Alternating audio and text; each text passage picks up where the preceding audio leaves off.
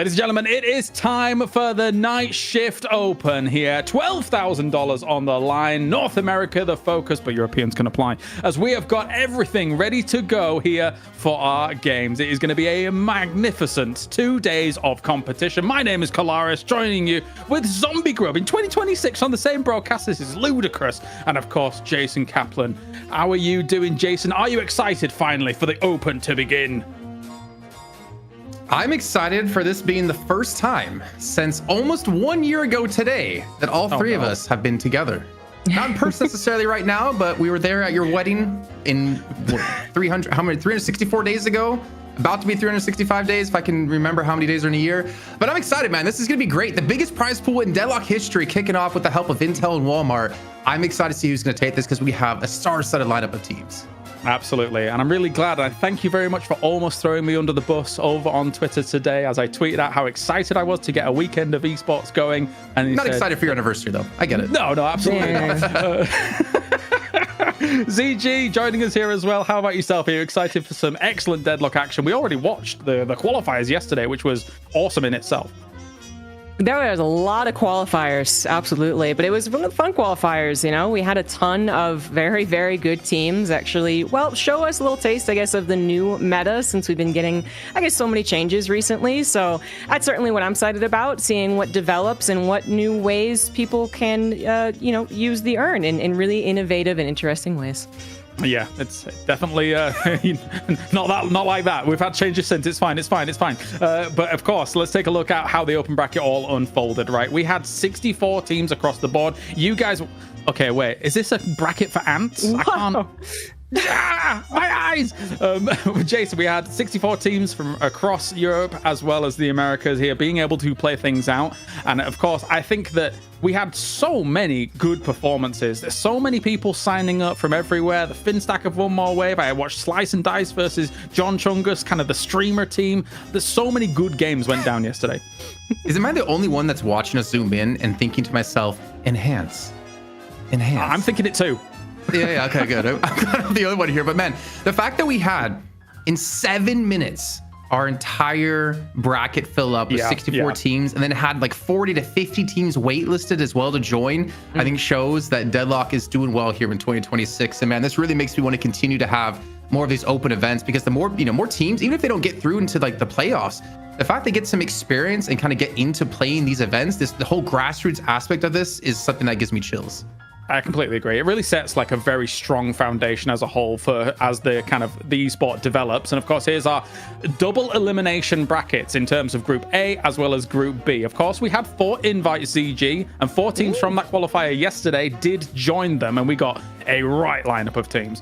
Yeah, I think this is if you're familiar at all with Deadlock Esports, then you're going to be familiar with basically everyone on the list right now in these groups, right? And you're going to be excited to see some of that classic NA versus EU. You're going to be excited to see, of course, the new urn changes and how that's looked. If you didn't catch the qualifiers yesterday, I think we're all very excited to see what these guys can give us at the top of their game, right? Such a big prize pool, such a advancement, I suppose, of esports. Like, this is really cool that so many teams signed up, and then it was grueling, and we got the 4 teams that now hope to continue on their run alongside the invited teams. Yeah, I just want to also make clear really quickly here as well, like in that bracket, the initial matches for people who haven't been keeping up with how it's going to work are all best of 1s, but everything after that is going to be best of 3s. And how we're doing matches over the course of today is we're looking for the best matches of the day to broadcast for you. So we're, I think, starting off, if I'm not mistaken, with Loki W versus Leviathan, which again, best of 1. And then we'll be moving into, most likely, if we assume it goes that way, over towards Group A. I'm not gonna say what team just yet. Depends on who wins and who loses, more importantly. But it's double elimination, so it's not like you lose one, you're out. So the best of 1's not a huge deal, but you better not lose that best of 3 after that. No, absolutely. This definitely a great day of Deadlock to come, as well as tomorrow. And a big shout out, I would say, to everybody that was able to make the bracket and everything happen yesterday. The guys in the back as well. You got Killinger, you got Solomon, and ZP were kind of locking it down. I was there for the ride until about 2 a.m. because I was just like dipping in and out of games, seeing what was going on. And it was such a smooth execution on it. I couldn't believe. I was scrolling down on the Discord and there was like, it never ended because there were so many channels, ZG, of like all the players playing in their voice channels, all the match channels kind of populating as well. So hands off. That was amazing. thank goodness for advancements in technology, because I'm going to just tell you, if we're going from a 1v1 sport where we did used to have round of 20, 128s, even with only 128 people, right? Like not times 6 with all the teams, right? It would not go as smoothly. Like this actually could be a miracle in the entire esports landscape. I think we have to double check, but the fact that apparently it was flawless yesterday is truly amazing. Yeah, and it led us to this with some great teams qualifying, Jason. The most amazing thing about that is that the fact that Clark stayed up till 2 a.m. Like, that's surprising to me. I've never heard him stay up past 10 p.m., to be honest. He's normally like in bed, cozy with his glasses on, a little reading light as well, tucked in the covers with his book. 2 a.m., man, he must be like wrecked today. Well, I napped before this. I was going to say, you took a little nappy. Because I'm getting old. No, I'm doing double duty. I've got a lot of shows throughout the weekend, all right? I've got to plan where my little naps are going to be able to sit. But we got lots coming at you today, and especially those best of ones to start things off. Best of ones can be a bit tricky, of course, but the fact that we start with Low-Key W going up against Leviathan, it really is an EU classic, Jason, that I'm excited for once again. Yeah, and the fact is we just had this matchup in a best of 3 on Night Shift on Wednesday, and we did see Leviathan take down Low-Key W, which was really cool to see. The fact that Leviathan finally come back into their own and show us they can reign supreme here over at EU. But thinking ahead how this goes in a best of 1, it's going to be so tricky, I think, between these teams and how it's going to play out, because again, double elimination, you lose this best of 1, then you lose the follow-up best of 3 and you're out. Low-Key W want to have that chance at meeting Melee Creeps potentially in the grand finals again, like we saw, was it last weekend in DSI? Yes, it was. Yes, it was. And just so everyone knows as well out there, that if it is EU versus EU team, they do get to play on EU servers, I believe. And then if it's EU versus America's team, they have to play on the America's servers, as we are in American-centric. Yeah, okay. some of the teams are definitely just playing on NA the entire way through, though. So I do wonder if that's going to happen again. Okay, well, fair. Let's talk about our lovely sponsor, as we do have, of course, Intel, Walmart joining us here to be able to get things going for the Night Shift Open. Jason, this is the biggest prize pool in Deadlock history so far, so it's an important one. Yeah, and I think it's also really cool to see Walmart dipping their toes in esports. To not only be in esports, but to kind of give us the biggest prize pool in history. There's a lot of great things. I actually was back in the States after DreamHack Atlanta. Went and go see my parents, and I was like, you gotta take me to Walmart because I gotta stock up on things to take back here to Italy because I don't want to import it from Amazon for like 40, 60 euros a piece. So I got me some candy, I got me some some cake mix and stuff like that, brought it back for my wife, and I've gained about 20 pounds now. But it's been great, and again, we're so happy to have Walmart here. We even do have, I'm not gonna spoil it just yet, some special things in game related to them too, but we'll see that in a little bit of time. You guys at the Night Shift, you're tricky. You do this all the time. I can't wait to see what it's going to be. And of course, yeah, it's me maniacal. Have you seen that little? Yeah. Have you seen that gif of the raccoon going yes? Of course, yeah, of course. One of my favorites. Type exclamation mark Walmart in the chat as well, as you could potentially get yourself some stuff on board too. So good times here for the Night Shift Open, as we take a look at our teams and how they are going to be playing things out. Because of course, Low-Key W versus Leviathan, I got a little bit of a take there from Jason to start things off. But again, ZG, when it comes to these two teams, my kind of would lean over to Low-Key W. They've looked fantastic in Night Shifts up until recently, well, including recently here, and it really is an all-star roster. To Loki, I mean, I guess it works out because I was going to say I thought Leviathan was going to be pretty good, but I see Low-Key W is up here, so right, I should be talking about them, and I would love to talk about them because they have one of my favorite players who actually believed in Wraith, at least as far as the matchmaking games go, for a very long time, and then now is playing them again, which of course is Zergy. Love to see that the meta has really shaken up and that we've introduced some heroes that I've mained for years and they've actually been valid, and that we've seen Zergy really show how powerful it is. But it's very cool to see this team, continue on, I guess, being as strong as they have been. We've really gotten some what's the word I'm looking for? Comfortable, I guess, recognizing what teams we can get into with Deadlock and being like, oh, I know those guys from X amount of time ago, and they are still relevant. They're still pushing the meta, and they still look really freaking cool. Yeah, I know exactly what heroes ZG's on about when it comes to maining them, because someone like Paradox right now is a menace, doing so much damage, especially with the way the urn has changed here, Jason, as well. Obviously, those bombs are an absolute terror to actually deal with in terms of that space control. And Low-Key W have been able to use Paradox to great success against someone like Leviathan as well, right? Yeah, not only necessarily like great success, but just as you kind of pointed out, raw damage. I think we've seen Obi Kim playing it, putting out some of the highest damage, if not the second highest damage on his team, quite consistent when it comes to Paradox. Whether or not it becomes a staple pick going forward, I'm not 100% certain on, to be honest. I know the earn changes weren't that big with what we had from Night Shift till now, but they still are relevant, and I want to see how it's going to change the way this plays out too, because not only have we seen the changes when it comes to the resist you get, but also the timing of the earns have switched up, delayed by a minute now, really making you practice your 6 times table if you were ever bad at that in school. Oh God. Terrible at maths, terrible, absolutely terrible. But let's take a look as well across the aisle and see what Leviathan is bringing as they go up against them once again. And of course, it's the trademarked 3 Moen Krills. I do wish there was more here. We did one time when I joined on and we had like 8 Moen Krills on this screen. It's possible, ZG, but 3's enough for now. I guess 3 is enough. I do love that, like, the previous screen is kind of like, this is also kind of like maybe a little what the meta is. And this one's just like, some people are going to be looking at this like, is this the meta? Can we get, is this possible? But no. Obviously, Leviathan, yeah, I'm giving them a little bit more credit just because they did win recently, right? But they actually... There's so many things that have happened recently. They actually struggled recently too, as in a week ago. They were one of the teams that were coming into the Deadlock Invitational, right? That people were like, oh, they're going to do very well. And while they were meeting teams that were also very good, so of course, like, it's not guaranteed that they were going to win it. I mean, frankly, they would be a little rude right now. Like, they kind of bombed out. Like, I think they didn't have maybe the best read on new meta that really was started last week, I suppose, and now we're kind of iterating on that earn. But obviously they figured things out when Wednesday comes around, and so that's why I'm like, okay, back to it. I think that they got a solid shot here at winning this initial best of 1. I mean, you know, who really could be a standout team when it comes to the AoE slop that was the mid lane earn turn-in? Let's be fair, right? I don't want to really like lock in any of these results as like that's it. These teams are good. These teams are bad for sure.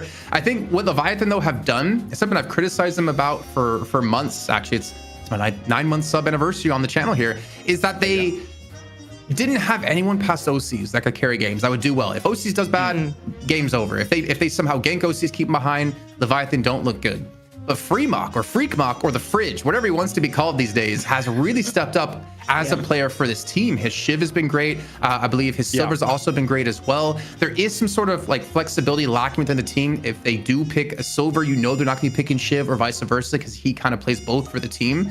Massively stepped up though. I thought it was gonna be a Rayek, but I give credit to Freemok where it's deserved.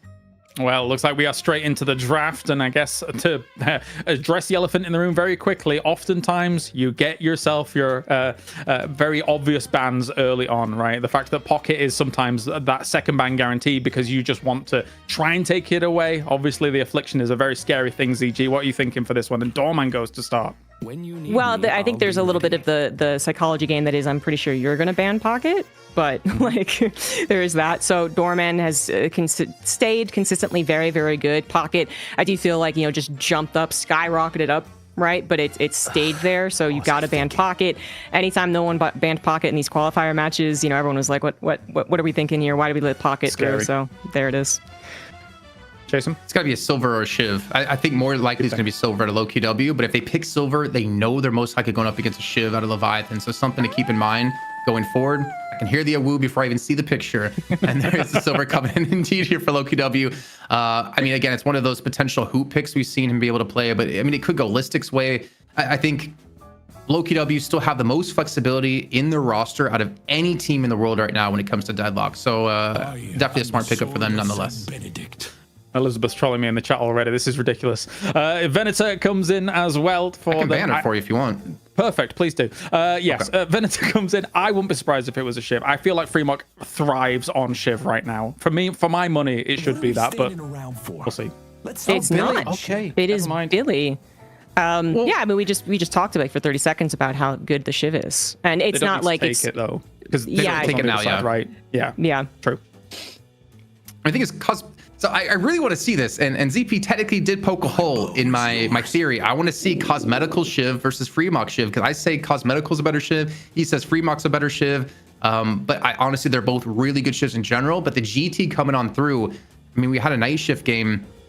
I think it was the prior week was number 39, where Cosmetical had like 70 stacks, or I guess 7 stacks, 70 extra spirit power within the first 17 minutes on his Grey Talon. Ridiculous stuff, and something you really have to respect, because LowKW plays so well around his Grey Talon to create these opportunities, and they also specifically stop trying to get kills when they know someone's low and that owl's coming on in. I think the trap's good, and I think the space control is good, ZG, right? For being able to deal with what is the urn underneath the bridge now means that if you want to go in against the urn, if you've been able to capture it, you have to go into the trap, and that's kind of annoying. That is very annoying. I feel like Grey Talon was kind of on like a knife's edge for a little bit. Last weekend's tournament, we wondered if they were going to be really exceptional. And then I think it really did come down to like how good the individual player was as far as getting those stacks and keeping Grey Talon relevant as the game went on. But clearly, like they were playing him in the entirety through the qualifiers. Like Grey Talon's obviously going to be a pick. And then we had Victor shortly after that, which I am curious as to where Victor kind of lies in the meta right now. Obviously, everyone was like really valuing him just a couple of weeks ago. But then it felt like maybe that was a bit false anyway. But now where do you think Victor lies? I guess Jason, the all-knowing Jason. I mean, okay, well, definitely not all-knowing. That's ZP. The wall breaker Victor that we kept hearing about for such a long time and seeing, it kind of lost its steam in obviously like a recent balance change. They nerfed his gun damage overall. But even when the wall breaker kind of existed, Listic didn't play Victor as a wall breaker. He took him as a hero to take space and to take damage for his team, to get the aggression onto him, to get abilities thrown at him. So it's not hitting his teammates. He never went like the gun build and then would sacrifice himself to take down walkers. It was about attack me, I'm gonna heal up as much as I can and buy as much time for the likes of Cosmetical, Hoot, and Zergy to just decimate you. I think the semi-interesting thing is, now look at this, is Wraith going to be the M1 hero for LowKW, for Zergy in particular here coming into this? Or is he even potentially going to be on Lash? So I would think it would be more of a Vraic hero coming on through, because he has played Lash before as well. Wraith looked good last night in the qualifiers, let me tell you that. Victor, though, it's just, straight refresher. The space control exists so well underneath urn fights as well. Bebop comes in. And again, all of these heroes are kind of angled towards like, okay, yes, we can do big AoE damage. Even Rem, to a certain extent, with the ultimate, right? Just being able to get that big sleep off if you need it, ZG. So there's definitely some stuff. And obviously, banning a McGuinness makes a lot of sense. You do not want that to be hitting the urn location. Yeah, I was going to say, like, we didn't talk about the bans, but Viscous was banned on LowKW, which I found interesting. But then, yeah, McGuinness has been a big problem recently. I feel like everyone's felt it across, like, all of the matchmaking. I loved Vindicta coming back. It felt like it was just last week. I was, like, looking at, like, who could come in last, as Graves also comes in. That's been a big talking point, right? Like, we're definitely missing some characters that I was expecting to come out, primarily Yamato, I suppose, I was prepared to talk about. But Graves has really, it's come up again, right? It feels like it wasn't that long back ago when the gun Graves was really a discussion point, right? And then nerf taken out, and now people are like, Graves is so terrible again. Very, I think, meta for the situation. But I just love Vindicta because I did feel like there was something to the stakes and helping out in these battles, and we did see that actually used fairly well last week. Hopefully we continue seeing it. Cool lineups, I mean, some expectations and some maybe surprises. Jason? Is that a Zergy Graves? That's a good question. You know what?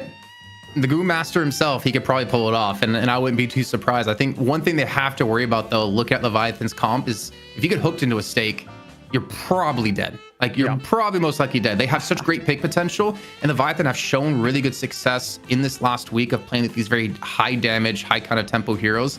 I don't know if this necessarily fits into the composition they showed us just a few days ago, but it's still extremely deadly knowing you can hook someone in, nap time the rest of the team, or chain gang into a nap time. They have a lot of like wombo combo potential from Leviathan.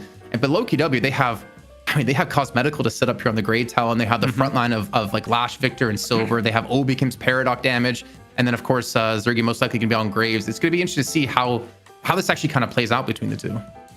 I am actually so curious about if Graves is Zergy, because it feels like, I mean, when we talk about damage, if we look away from that and just the way that the character actually like maneuvers, basically, I just feel like it's so different for the characters we usually see with them, which, a lot of times would be Wraith or a Venator. So very, very curious to see how specifically that plays out and who's on it. We got to see a lot of Graves in the qualifier as well yesterday. A lot of space control, right? The double walls coming in to be able to do it alongside a Paradox wall, alongside a Grey Talon trap. I think that there's some space control here for sure, Jason. Yeah, and I think we're about to kick this one as well. I'm going to get rid of you, Clark. So if you throw it to us, I'm just kicking you out of this one, okay? Is that doable? You know, I don't need your permission. It's doable. ZG, we're going to take over the show here as we're dropping on into the Cursed Apple with our lovely billboards here with Walmart Intel, pairing up with Night Shift to make this happen. The biggest prize pool in Deadlock history, and with some of the best teams, if not the best teams in EU and NA clashing head-to-head here. Now, if I'm not mistaken, this should 100% be on the European server. We only go US East when there's an NA and EU players in the lobby, and then we go US Central when it's just North American players participating. But this is going to be such a good way to kick off the NSL. So apparently last week for the weekend tournament that we had, there was a lot of them just playing on NA so that they wouldn't have to deal with basically going back and forth between having to deal with ping, which is certainly a strategy that I've heard of in other esports as well. But I'm not the one who can confirm whether or not they're still doing that, even though, yeah, very much if they wanted to play a nice game of Deadlock, you would play on Europe between these two. But yeah, that compensation sometimes can get a little, it can get a little annoying, even more so than just playing the entire time on it. Oh, for sure. We've seen a lot of people actually, a lot of EU players playing on NA just to pub it, just to kind of get the feel of how the ping is going to be when we get into this one. We also did have a lane swap actually kick off. I believe Graves rotate to the right-hand side and Paradox towards the left. We do have Rayek indeed going to be on the Graves, and Zergi's going to be on the Lash, which we've seen. I think it was like 2 weeks ago. I mean, I don't think it was amazing, but it definitely wasn't bad. I mean, that's fair enough. It still feels a little more in line with what I expected as far as like Zergi's kind of Excel characteristics go to, where death from above. Well, yeah, basically running around and gunning people down. But yeah, Graves wasn't really in my brain as that character. Obviously, it can be annoying facing Graves, as we were talking about some of those combos that could happen. Obviously, swapping into the grasping hands would be annoying, but we're currently watching the left lane here. Just really duke it out, and we'll see who starts to edge closer, I suppose, to being prepared for now what is a 12-minute earn. So pacing the game has shifted a little, I suppose you could say, backward with the recent patch. I'm curious to see if OCs goes a similar build of what we had. Just look at him in particular. I talked about him as being generally the carry for Leviathan and what he has been in the past. But this last week, a nice shift, he ended up picking up a Fortitude. So you can be around in fights a lot more often and then just continue to farm, not having to retreat back to base and have him involved a lot earlier in the game than he typically would on some of his other heroes that he would play. So I think this is a smart adaptation of Leviathan that they needed to make if they wanted to have success. And right now, success going the way of Loki W here with a good parry on a Freemock, and he's going to fall laying down the law. Yeah, that Fortitude, I think, is like, it's a little contentious, right? Like, you can listen to so many different people who are all very good at Deadlock talk about, anything really, the metas, the items, the heroes. You can get varying opinions, but I do know that at least some people out there were like, I don't know about this Fortitude, but I think the idea, as you had described it works out, right? Being able to temporarily draw back and then return, hopefully from a safe distance the entire time, can be very helpful.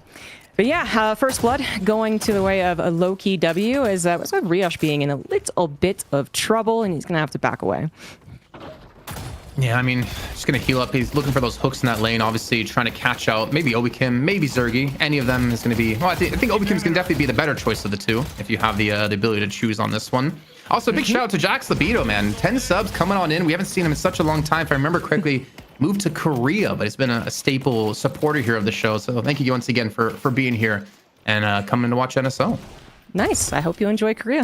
It's one of my favorite places, so little envious. The StarCraft person liking Korea. What a surprise. Oh, what a surprise that is. You don't have to like StarCraft to enjoy Korea, by the way, and not that I'm being paid to advertise Korea. That's fair. I've been there once, but it was. Did you like it? For sure. Okay. Yeah, good. of course. Okay, just making sure. Maybe you had a terrible time. Maynard, or another caster in the scene, broke his leg basically in Korea and was like, I don't like this place. And I was like, well, that seems unfair. But anywho, moving back to the game. You can probably guess who that is, but I won't name any names here. Irizumi going to be rotating in towards middle here to help out, as there was a 3-man fight out of Loki W, bringing Listic in from the right-hand side to look for some burly pressure. I'm actually curious if we have any monster rounds picked up looking for the initial damage. You can see Freemock's going to have one trying to combat the shove that Loki W is going to continue to throw in this mid lane. Yeah, Obicom also picked some up. I saw Sai picked up a Rusted Barrel for the lane. It's going to make some sense, and hopefully deter Silver as well from a couple more of the Werewolf transitions. If that would be the ideal, basically. And we're getting set up for a couple of these bridge takes. Riosh unfortunately does go down. will be able to help, obviously. And I believe one went to the Shiv, one went to the Victor. I love this overlay, by the way. This is the first time that I'll be casting on the overlay. I hosted with you guys last time, but it is... I'm like, okay, I just have to guess until we go to the person's view. No, you guys have it on the overlay. It's so good. I'll trap the bastard. Flattery really get you so far, ZG, but it's appreciated. Yeah, they've done a fantastic production. Has done a great job with everything related to the overlay for sure. Sai comes in with a kill. That was over towards, I believe, the mid lane here. He's even trying to go for the extra pressure onto Hoot, and actually Hoot's actually the one continuing the pressure on Ford, looking for that last HP remaining on Freemock. It looks like he will just right-click himself to safety. A rebuttal being picked up by Cosmetica here on the Greytown. I mean, to be fair, he's going to have, I think, a lot of pressure coming his way. Greytown's such a good counter when it comes to Vindicta because she's very easy to snipe out of the air. Now, obviously, with a change to the fact that you can counterspell in the air and still fly as Vindicta is going to help a bit. So we should see counterspell picked up for Sai. But the fact that you can be hooked in, you can be chain ganged in, you can be slipped out of the air. There's a lot of things coming your way. And I wouldn't be surprised to see a Phantom Strike as well being something prioritized towards Overseers or potentially Freemock because you have multiple players that you have to deal with in the air. That's a very good point. Yeah, I agree. I was checking out the rest of the items, seeing if there's anything interesting, but I think we kind of covered the big ones. As you know, obviously we're still buying stuff up, and we actually got some alts online as well coming through. Not quite able to grab Cosmetical. Speaking of being in the air, just gonna be able to take out Hirosumi actually in turn. As Freemock, as you pointed out, did barely survive. Actually, he's gonna be able to use this survival buff hopefully to help out in the mid lane, which has been a bit back and forth. As they're actually, it seems like they're rushing here. As we see, obviously the Great Talon doing a great job harassing from above. That's what they do. But yeah, there is a ping. There is very aggressive movement from Freemock. Absolutely wants to get Hoot here. It seems like Hoot is going to just barely be able to get through. Is the knife going to do it? Oh my God. Like 1 HP. Oh, no, he did die. He did die in the end. He fell. Like that second knife landing, the patience out of Freemock there. Just wait. He doesn't need to rush it. Get that final knife on in and get the kill. That's massive. And potentially another as well. And Obikim is going to be dived under the tower here. Freemock looking to start this game off strong for Leviathan. But the Death Slam coming on through, throwing him under the Guardian. The parry will be there. But his HP bar, I'm not sure if it will survive because the Owl's coming on through here out of Cosmetical looking for him.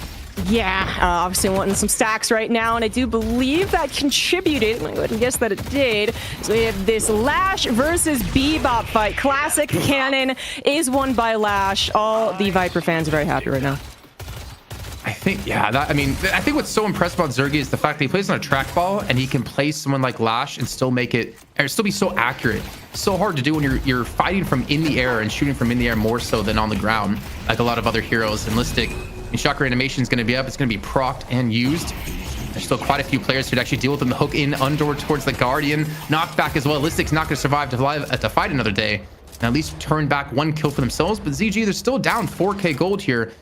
And we're starting to slowly get towards the point of that first turn spawning on in. Yeah, very slowly. Certainly the jury is still out on whether or not, hey, this urn in its entirety is going to be, let's say, good or bad for the game, but already guessing is like how later urn is really going to affect if things are already snowballing out of control, which I'm not saying that they are, as it actually just proceeds down to a 3K difference, a couple Guardians going down, but yeah, it does change, as I said, pacing a little bit, as we got a bit of a chase going on too. And I think something that's kind of cool about it, as who's going to finish off Rake here, is it also desyncs the buffs from Urn. Because typically they'll come at the same time, right? So now you have the ability until you hit that 30-minute mark to fight over buffs and then fight over Urn 2 minutes later. In general, well, not in general. That's not even close to right. But you desync those fights, so you can kind of take them at different times, and there's going to be hopefully more contention out of teams now related to that. Yeah. Which might not have been their intention, but might have been, you know, they realized like that would actually be maybe a fun aspect, right? Where there's a couple more of these objectives, kind of, as far as like buffs being called objectives, not so much, but you can kind of call them that. Reasons to team up and coordinate around a particular area on the map, as we see Hopicum just barely escape out. I just want to highlight who here on the silver really feels like been doing some excellent work. Didn't escape out of Freemock's Shiv, but is going to be able to take down Overseas. And I really think that Silver has just proven to be an ever consistent good character in Deadlock, and that really has not changed in the last week with all of the urn changes. It hasn't changed since release, I'd say, man. Like, we've seen Silver as a priority every single week since then, which feels like ages ago. And I don't know if we're ever going to see Silver fall out of the meta, considering the mobility and all she brings to the table with the amount of damage you have based off like max health and missing health. And who definitely one of the strongest players when it comes to her too. What is that red? I didn't... Was I supposed to recognize that red circle that flashed? I could not see it because I live in Italy and my internet's terrible. Oh, okay. Well, then, just made things awkward. By the way, I'm noticing what you were shouting out. We got the Walmart banners all around, so that's a nice touch. Oh, there's something else. There's something okay. else. I'm waiting for it to happen before I mention it. Just don't want to say what it is just yet. I'm sure some people out there have noticed it. Oh, all right. So it's already happened. Well, yeah. It may or may not already be on the screen. We'll never know until we have the moment kick off. Has another outcomes on through, and I think Cosmetical is probably on 0 stacks now. Actually, I don't think he's gotten a single assist with any of these owls just yet. Quite different than what we saw previously. Yeah, he didn't get the assist on the kill earlier that you were talking about onto that kill. Maybe I did miss one, to be fair, but the hook comes in onto Zergy. Zergy's extremely low in health, and we'll fall to the bomb out of Rayek here, and also another kill coming on through. This time out of Fremont, because Obikim had responded. I think the Blades finished off Listic here. But we're just about a minute and a half now from that first urn spawning on in. Right, and I think, you know, this is around the time where we start talking about making sure you get your items, making sure you're in position, and then also checking out how the map objectives have already fallen. And other lanes have been pushed forward. We're talking about the last Guardian being up on the side of low-key W over to that right side. And obviously the Walker's not yet touched, but yeah, gotta get prepared for the eventual urn fights, as it is coming up. And if you're gonna lose someone just before that happens, that's how the other team gets the urn easy peasy. This actually might be too fast of a kill, considering that we still are obviously on very low death timers. But this is kind of what you're gonna hope for, is to actually take someone out quickly and make that urn grab just that little bit easier. You know, I always talk about Overseas as being, I think, in my opinion, the best Bebop in EU, but honestly, Rake's making a pretty good case for themselves, because I don't think he's missed like a single hook from what I've been seeing. Rake going to be in a closet here, most likely going to fall from this one with the urn spawn in 30 seconds time. The snipe gonna miss the point blank snipe. Come on, clearly not a CS player here. And he does fall to Irizumi actually in the end of this one, and now Listing's joined the party. He does have his chucker animation up and an anvil to boot. Gets knocked on down. He's trying to go for the chaser because the urn in 17 seconds will be alive. Well, is it alive? I guess technically alive. There are little feetsies that run it. Yeah, the guy talks, so I mean, I'd call that alive for sure. Yeah, yeah, that was quite a brawl over there down in the secret shop. Obviously, we saw knockdown as an effect, which you can expect coming out from both teams. As the last Guardian also falls, as you've seen, some of the souls have actually go ahead and transferred already. Leviathan's technically in the lead right now, but not so much that we're talking about any advantage for the urn. As you talked about it, we got another prime hook here, taking out Hoot. Would be fantastic. Unfortunately, not able to do so before the old werewolf comes out. And then you got to reconsider if you really wanted to take the fight. The urn is in the hands of, I believe it was Listic, chauffeuring it across the map, sitting at their mid lane Walker here as Fremont and Sai were trying to make some pressure onto it, even chipped it down a little bit of HP as Hoots bought some time, keeping Overseas here towards the left-hand side. And Irizumi actually going to show himself and look for this kill. Even Fremont, this is the perfect time to go for an urn turn in now for low-key W. If Hoot can get this information to survive, this would be quite a big ask from him. But it has delayed any sort of rotation coming on through, and this should be the initial urn going to Loki W. Yeah, you think so? There's no. I mean, they're buying so much time. You're right. Even getting a heal at the last second there almost continued to. But the urn has been dropped. And we're actually going to try and fight it here for Leviathan despite missing two. They're going to tell them go ahead and go and push that Walker so maybe they can get something. Listic is going to be the one to confirm the urn as Fremont also falls for it. So now it is hopeful that the low-key W Walker on the left side does go down. And at least there's a trade. That movement on Cosmetical trying to dodge the Iradomini out of OCs, who's on 13k right now. Cosmetical on 10.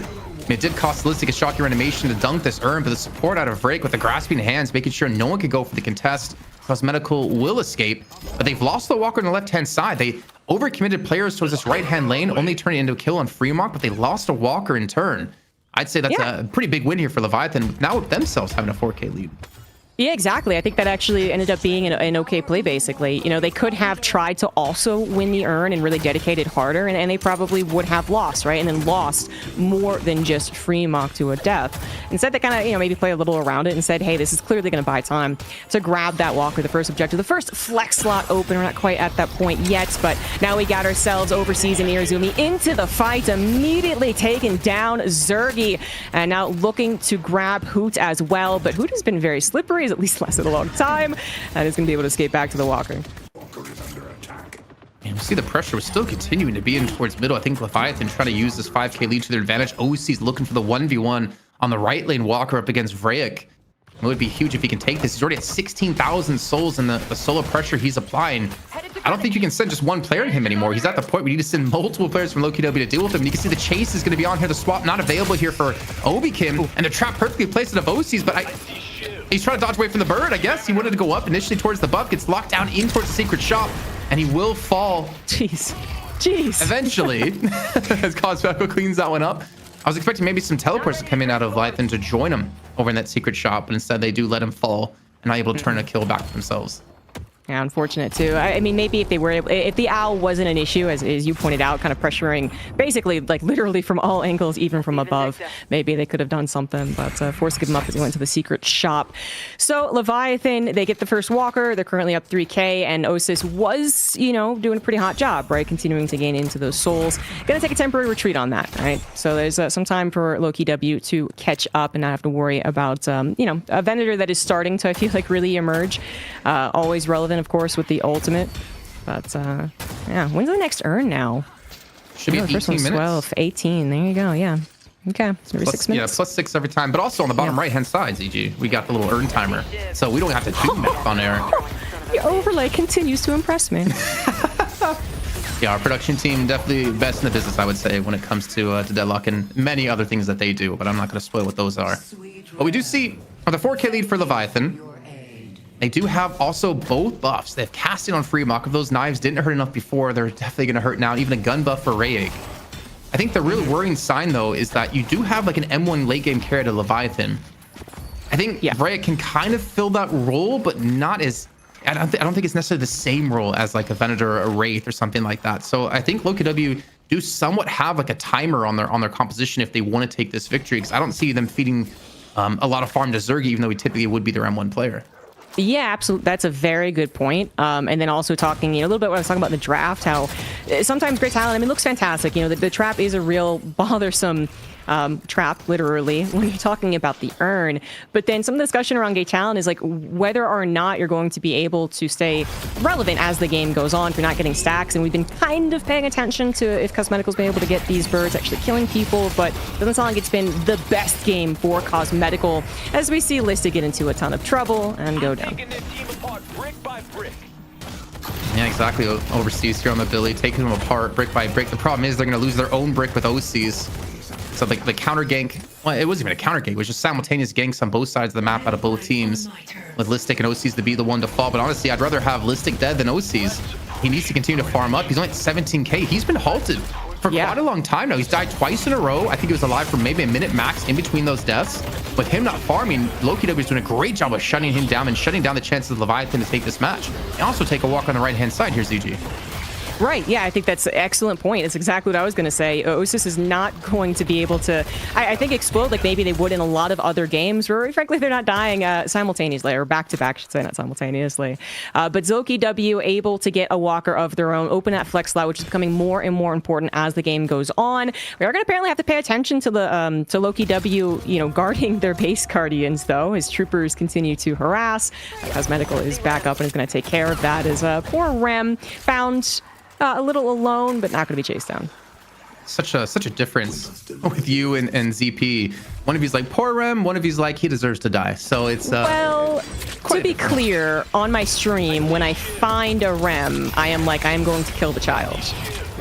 Wow. But as a caster, I can be like, oh no, he's cute, he's fine. He's not affecting me, is he? Good. He's cool. Well, overseas gets the urn picked up. Turning on the other side of the map, though, as an owl has come on out, but we see LokiW have lost 2 players already. That owl, it's probably going to be used to dislodge the urn, I would guess.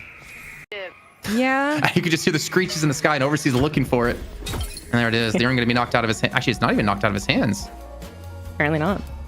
I thought it would as well, I have to be honest with you, but just also getting to pay attention to Cosmetical. Only two stacks right now, so yeah.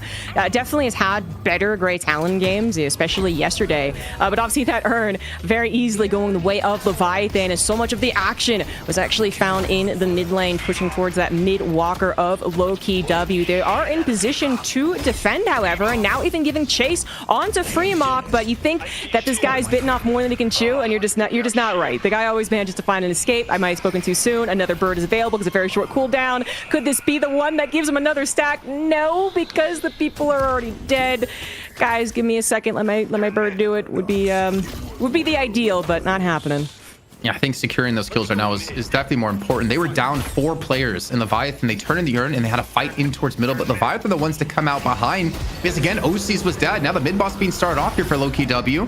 Initially looking pretty good for them as Leviathan are forced to retreat away from this one, forcing the shotgun animation out of Listic once again, but they do lose overseas. And low-key W with another kill coming on through. This might be the time to take the mid boss and potentially take the lead back in their own hands, down 6k in souls, and Hoot is deep in the enemy territory. Hoots is just, is going berserk. Very much effective in this particular engagement as they continue to not just push people off, potentially helping out, actually, like maybe stealing a rejuve, but just chasing them down. They know that they have their rejuves in play. Rem's going to try something, but there's all 3 rejuves to low-key W, and they're going to capitalize on this. They are going to grab Sai. Irizumi goes down. There is 1 rejuve that is used in this process. Now a second one as Zergy falls to, but they got the rejuve and they're hoping to push that a little bit more as Fremont does look to do something here, but it feels like it just kind of unfortunately did bite off more to get you 100% that time. Now we got 4 players down for Leviathan, all alive for low-key W. They're going to be looking at hopefully grabbing a walker after they pick up these buffs. Those deadheads just did not leave Fremont alone. Obviously a recent change, able to keep up much better with the opponents they're trying to hit here. And Vrek, I mean, hasn't done anything necessarily super special, but hasn't really needed to do anything super special. I think low-key W just outplaying them when it comes to team fights, and more importantly, outplaying them when it comes to decision making. The mid-boss initial bait, pulling Leviathan in for even more kills, is working wonders for them. But Vreg's already lost rejuve, so gotta be extremely careful. It's Zergy and Vreg down, as you pointed out before, with only 1 remaining. I mean, realistically, are we going to see them go for a big fight? I'm not 100% sure, because we do have an urn coming up in just 2.5 minutes time. Maybe that's the play for them. You can see Leviathan making sure to secure as much of their jungle camps and Sinners, more importantly, that they possibly can. And maybe, you know, while we do have this moment, we can take a look at golden statue buffs, get an idea of where they're currently sitting for these teams. Cool. Rem with 31. Okay, I kind of expected it, but kind of didn't expect it, because I hope it's not Irizumi taking their own Sinners. Yeah, Zergy, actually. Well, it continues to change, I suppose. It was beating out Rem for a hot second. That's a fun graph. I like it. We got more. We got more of those EG. What else do you want? You want to see player damage? You want to see how much damage the players have done so far in this game? Let's throw it up there. Let's treat ZG. Okay. I'm ready. Okay.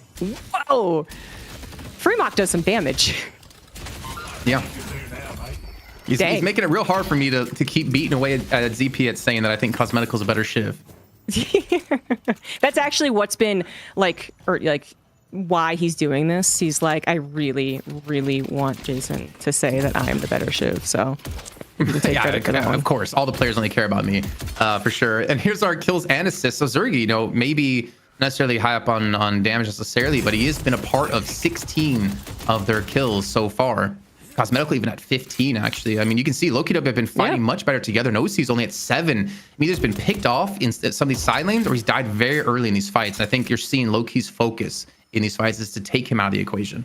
Yeah. So, as much as I've been emphasizing, you know, like we're getting stacks on Cosmetical, you know, it's not as much, but obviously still impacting a lot of these fights to a great degree.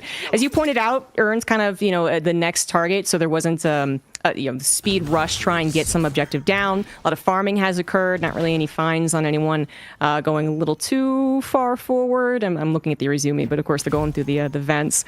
But it is interesting, the Urn is so close to the rejuve timer that it looks like they aren't actually going to have the Urn fight. I mean, we'll see. The Urn pickup fight, maybe, if that occurs, they'd have a rejuve, but for the Urn, I guess, completion, the rejuve will be gone. I mean, it's just so hard to fight as well for the Urn turn in against a Victor who's almost just trying to die when it comes to the actual position. Also, you have an Echo Shard. I believe it's going to be on Time Bomb here for Obi Kim. So making Paradox do some serious damage again in these like tight close quarters. And for Leviathan, like realistically, who's going to contest it and try to go for the swap with the melee? And I just don't really know. If anything, they have to commit for a big team fight because they still have the chain getting, like they still have the nap time on top of that. They have the stakes, the hooks. They have a lot of tools in their kit to potentially pull off a pick and some kills. But being down 4K, and I mean, it's not the worst in the world, honestly.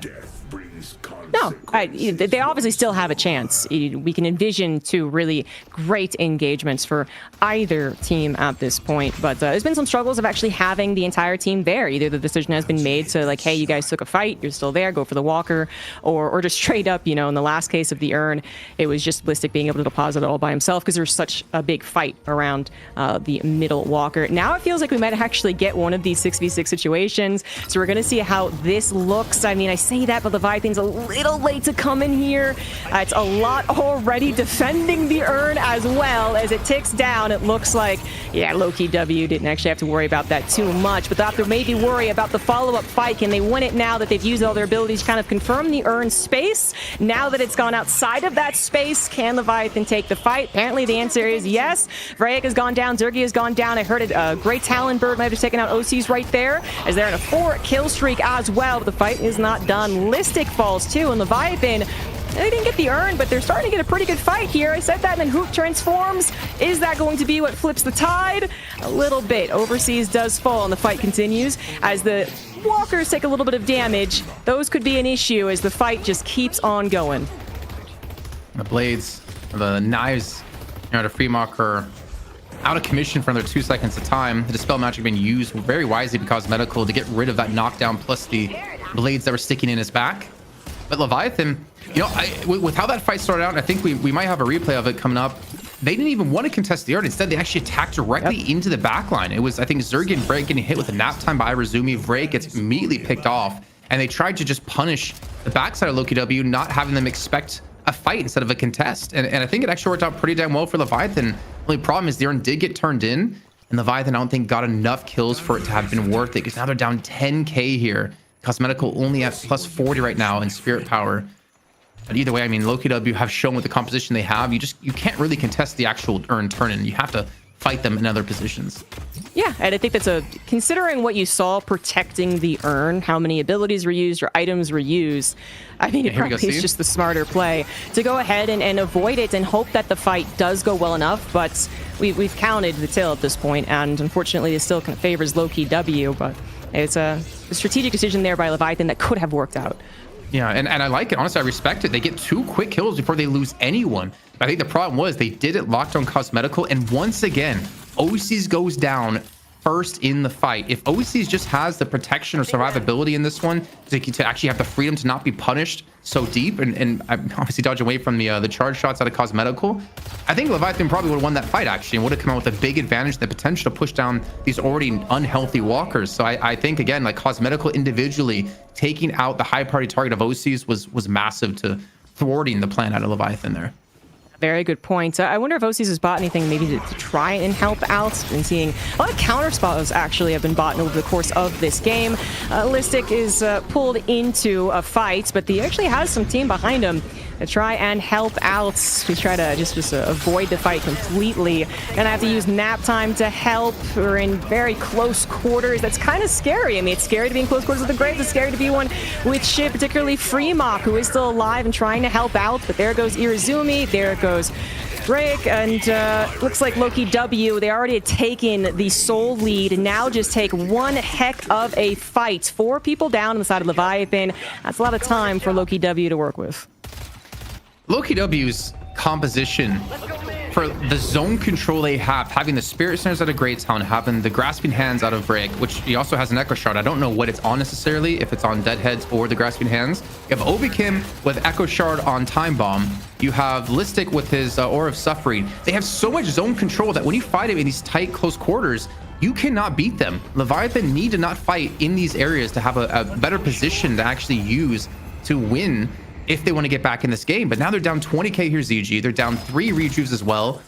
It is tough times here with Loki W looking for the final nail in the coffin for the finisher here in this initial match in NSO. Yeah. Their walkers were the ones that were pressured when a lot of these fights were going on, but clearly that has reversed. At this point, Loki W pushing all the lanes, obviously getting this middle walker. OCs does take care of left walker, but needs to get back and essentially, help out in the fight. 3 rejuves still up and running, and a lot of potential here for Loki W to continue basically winning as they hold on to quite a substantial soul lead. They're able to buy everything they want. Obviously, all the flex, or almost all the flex slots are open, and Kalaris helped me out and said that OC did at least buy Counterspell. I mean, I don't know that it is going to guarantee that OC is going to be able to actually participate in the fight longer without that Iridomini and actually catch people when they are on that low health, right? But hopefully it does, because I think you're spot on. It's just one of the ingredients that's missing from this ideal team fight for Leviathan.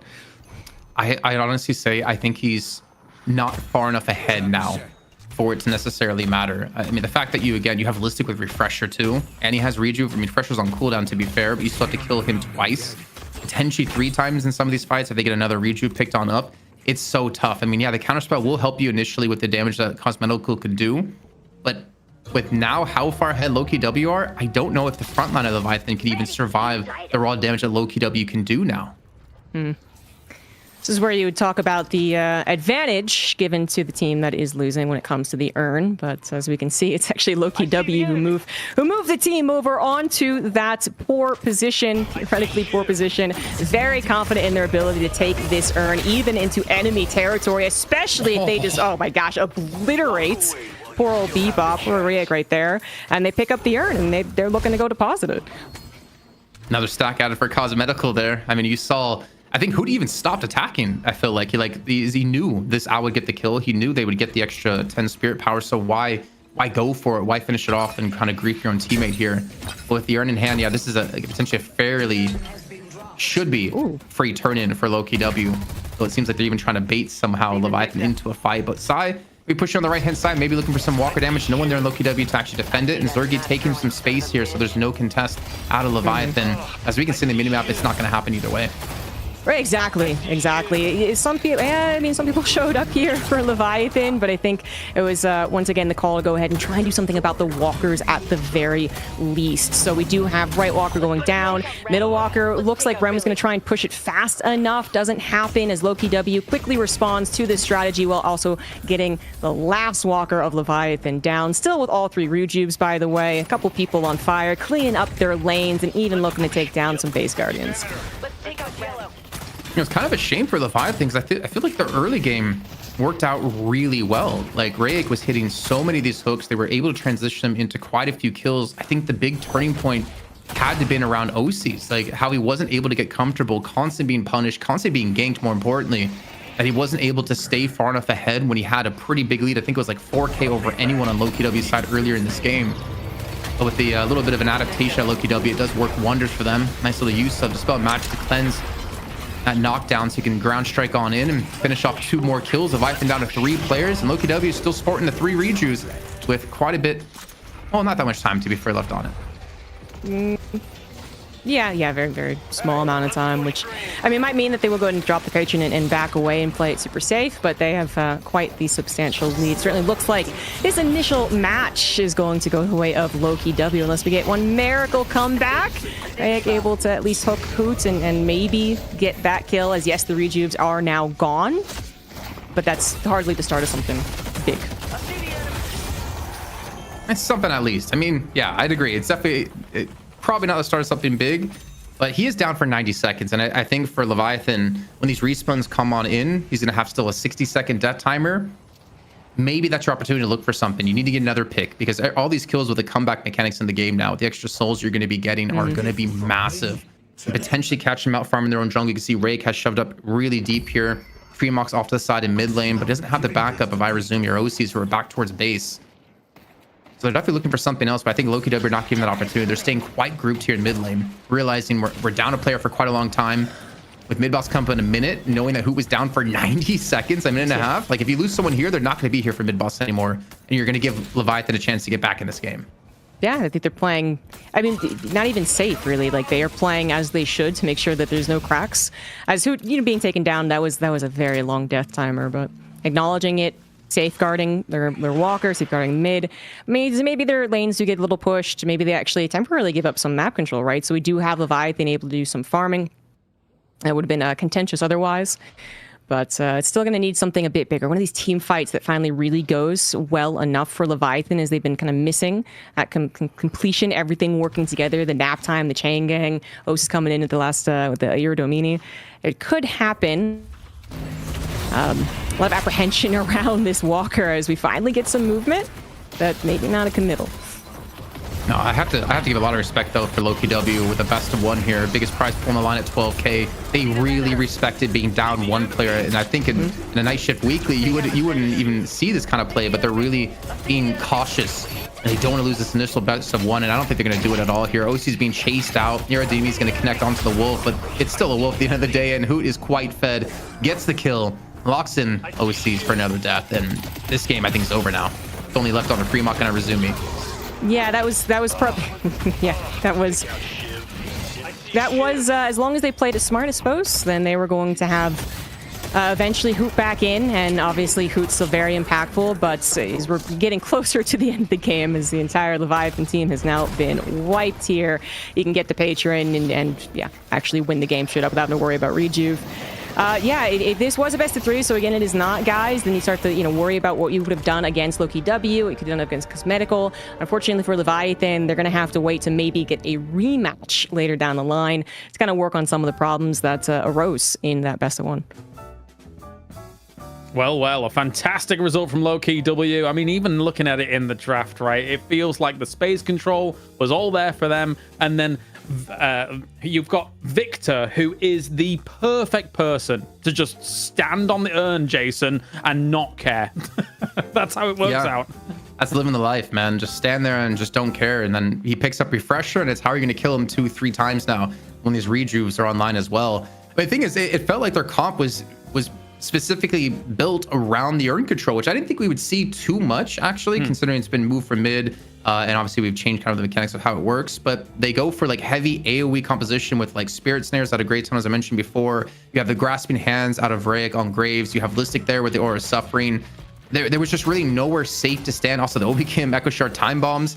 It made it very difficult for Leviathan, and I think that's why we didn't see them ever actually contest the urn turnover. Instead, they looked for the fight that we saw where they split off into the backline of Loki W, which worked out pretty well, to be fair. Yeah, I agree. When you were kind of pointing that out, I didn't even notice that was going on in the backline, but of course, you watch them here. Look, he doesn't care. He doesn't care about the hyper beam. He just stands there. And what are you supposed to do? Because the urn, ZG, at this point in time with the current patch, is giving you so much value off the back of being able to constantly get in these turns. Yeah, I don't think you really can. I mean, maybe if Leviathan had tried to invest into their own idea of how can we get someone off of like the Hearn when they're positioned there, but yeah, when especially when Listic eventually got the Refresher, you certainly weren't going to be doing it anymore. But it's so much besides even just the Victor that was able to control the urn that I think Leviathan deciding not to go for it was a very, very wise decision. Like their call to go for the Walker was actually like, okay, let's talk about, is that actually better than getting the urn for that first one, right? It was a lot of good strategic decisions. I think it was just too many fights that did not go their way, particularly after losing Osis and kind of losing what I feel like should have been one of the kind of maybe power spike isn't quite the right word, but like the tempo felt like it was supposed to get going there for Osis around, what was it, the 17k souls we started talking about it, and then it just got stunted. Like Cosmetical certainly being able to just be up in the air, raining fire from above, it seems like at all times, and able to actually focus in on who they wanted to take out the most important characters in the fight, really was, I think, a highlight of that game, and why Leviathan, even though I think strategically they were like, yeah, let's just try and take other fights besides Urn, weren't able to take great fights. Yeah, totally stifled poor OCs. But at the same time, right, Jason, you were pointing out, yeah, okay, but on the other side, they're trading that off for a Listic, but technically they're not fulfilling exactly the same roles. Victor's there to just be able to stand around being annoying. Yes, okay, he dishes out a lot of damage, but it's not quite the same as having OCs being your big damage dealer. You're hoping that like Overseas as well as Fremont can kind of be in the front line, but the fights aren't moving. They're in one location and they just can't get in to be able to make that work. Stand around being annoying. That's my spirit hero right there for sure. Yeah, that's the problem, is that he's supposed to be their big carry. He typically will be. At some point, Fremont will fall off when it comes to Shiv, which we did see down the line, especially like when decays are being picked up against him. But the fact that he didn't have any freedom, the fact that they were still able to focus on him, I really want to see like how these fights kind of broke out. How was Cosmetical able to snipe him so consistently? Like who was the one pushing up against OCs in particular to not let him be safe? And the thing is, the comp that they had didn't have protection for him, but in theory it did. You had a Billy who could chain gang the way. You have a Rem who could sleep them and then heal you. You had the tools in your kit to protect OCs, but I think they realized that the backline with Cosmetical there, and potentially even Obi Kim, it was more critical to deal with that than to protect your OCs. You're bringing up Great Talent Cosmetical. I think I am of the belief that right now that Grey Talon is actually very important in the meta in terms of that space control, in terms of the damage that they can put out. The owls as well, AoE stunning some people as well as doing huge damage, CG. And there were some teams in the qualifier, there were some drafts that would go by. You wouldn't see Grey Talon at all, but I think he's in a very powerful spot right now. Yeah, it almost felt like a little bit of a sleeper. Where I feel like there were definitely people who were talking about Grey Talon's value, and then it didn't really show up on the drafts, until a certain time. But now it's obviously going to be a staple, certainly for Loki W as well, as they played him. I think I don't want to say every single qualifier game because there are quite a few. But a lot of the qualifier games, if they could get him, they got him. And I was just looking more at the section of the comp potential and how, Loki W really did just take so many good fights, because we're talking about, backline and distance fighting from Cosmetical. But then even when we found ourselves in Secret Shop, Loki W also were taking some fights there, right? So it just felt like they almost were able to always have the people who are scary in a small zone there, and then people who are scary outside in outside fights. Here's the numbers. Do you have a different take on it, Jason? Or... Nah. No, you're okay with that? Do you have a different take? I brought up the take. I'm okay with it. I was just looking at a lot of these numbers. I was kind of surprised to see Hoot so far up at 45k, but to be fair, he also had a pretty damn good game, even though 5-4-19 doesn't really reflect that necessarily. But early game he was strong, mid game he was strong. He was always that presence you had to deal with. Cosmetical though, with how the game started, I didn't expect him to be 12-3 and 14, man. He had 2 stacks almost 20 minutes in compared to his 70 at 17 minutes this last week in Night Shift. It was slow for sure, but it did come online later on, and it did start to have the impact they were looking for. I think the big thing that hurts though is looking at OC is only at 29k damage, and I think that's again a testament to the way Loki W approached these fights and who they knew to go for and to kill to have success in these games. I mean, Fremont 47,000 damage is nothing to scoff at whatsoever. But you can't really single-handedly carry games like this as Fremont anymore when people know how to itemize against you and they have a lot of tools to deal with you too. Anything stand out for you, ZG? I mean, that kind of summed it up, honestly. Yeah, I was going to talk about. Yeah, it didn't feel like maybe the Grey Talon was going to continue to scale, but it obviously did. And even in the cast, when we brought up some of those graphs, we kind of had to note and okay, maybe it's not all of the stacks for Grey Talon for Cosmetical, but obviously they're still doing damage, and in particular the important damage, taking out the people that they needed to. So yeah, I think Jason just kind of summed it up very nicely. All right, well, let's take a look who the MVP is going to be from this game, as well as Loki W will move on into what is effectively the winner's match, and it's Cosmetical. It is the bird. It is the Grey Talon here, Jason, being able to rock the numbers. Yeah, and I'm hoping in some of these highlights we actually see what we've been talking about is the way he was dealing with OCs. And that's kind of why I wanted to push for him to be MVP, because I didn't really need to see 12 kills. I didn't need to see 39,000 damage. I just wanted to see how effective he was at shutting down effectively his counterpart on the other team, because Sergey was playing a Lash this time. Even this initial kill, considering they didn't have ultimates online, he was able to outplay the nap time positions and turn that a kill into, or at least a kill onto Irazumi. But again, his owls, I don't think anyone flies owls as well as he does. I really could not think of anyone else. I know who was. Okay, go on. Or is it Mikkel had a clip on Reddit recently. I'm just saying. I mean, yeah, but it's not in pro play. He's playing pubs. He's not on a team. Does that even count?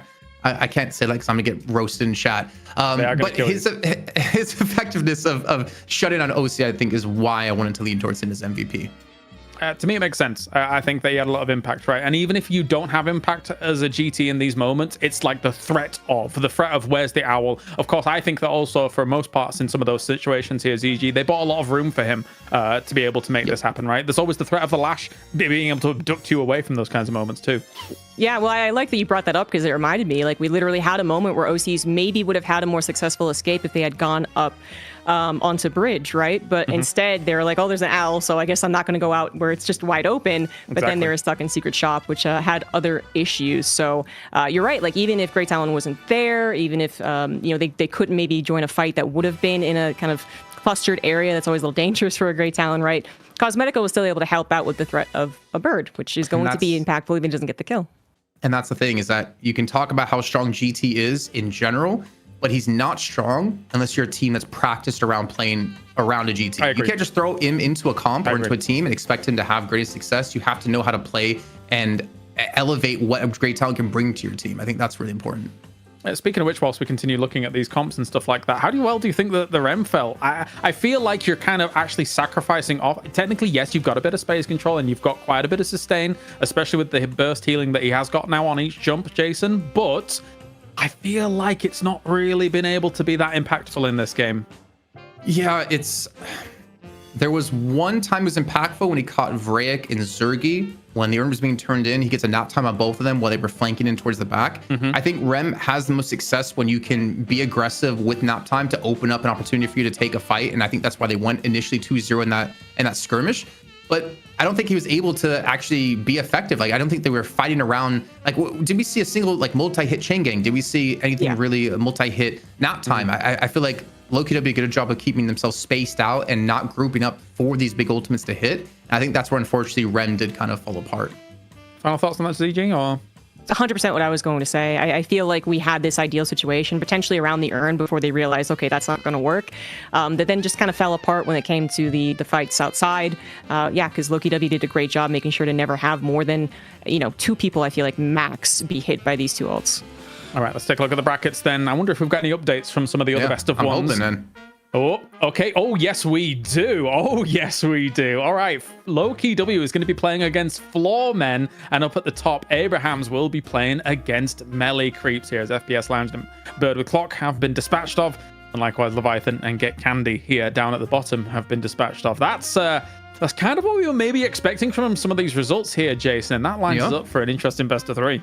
And you know what that means for you? Because we haven't even said technically where we're going to, what game, right? Since we can only cover like one of these games at a time, but they're all being played out simultaneously. We're going to be going into Melee Creeps versus Abrahams as our best of 3 covered up next, which is going to be so damn exciting. One of the best teams in NA up against one of the best teams in EU. I think it's a bit of redemption here for Abrahams and for Melee Creeps to kind of show what they got now as they look to defend their title in back-to-back weekends. Yeah, for Abrahams and Melee Creeps, they kind of avoided each other. They weren't in terms of like, there was a 2-0 for Melee Creeps in DSI, but beyond that, obviously, Abrahams tried their luck down on the lower bracket, didn't quite work out. How about you, ZG? Excited for that match? Yeah, that's exactly why I'm excited. Feels like Abrahams is going to get some revenge. I think there was some talk about just like, that wasn't the best performance from them, but they should be able to do better in the future. We're here in the future. We're a week later. And I feel like Melee Creeps, obviously, they're going to have to respect Abrahams. And it's a bit scary, but it's also very exciting. All right, well, let's take that break then. And when we return, the best of 3 is on the way here for the biggest night shift of all time, the Night Shift Open, the Night Shift XL, brought to you by Walmart, of course, here. Fantastic. I'll come up with a few more names later on, Jason. I'm thinking them through. I'm workshopping it. All right, we'll go into that break. And when we return, more Deadlock.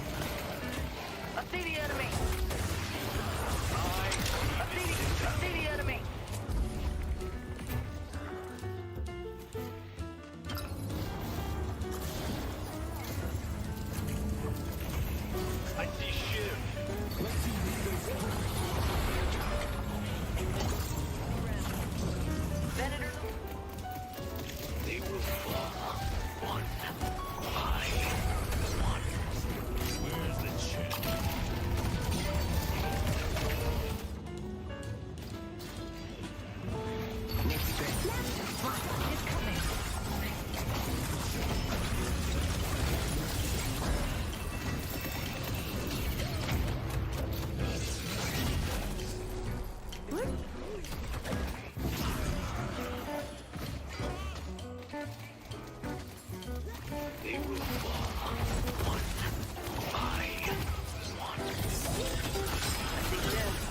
take out Ram.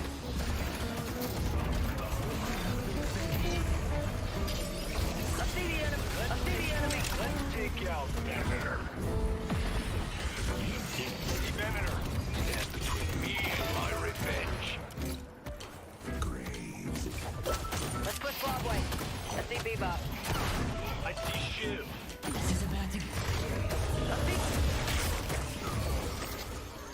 I see Shiv. I see Shiv.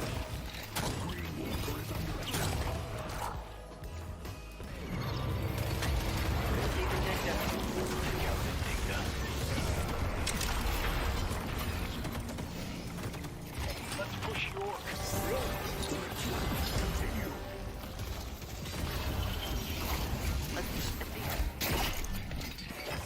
I see the enemy. I see the enemy.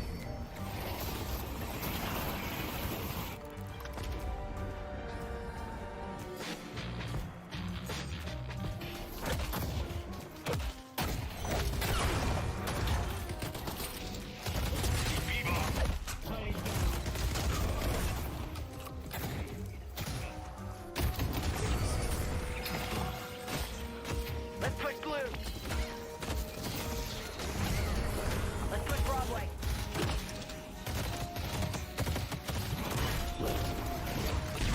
Shit out of you yet.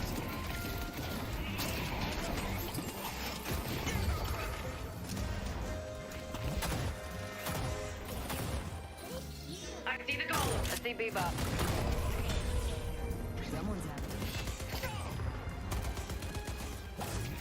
I see the enemy.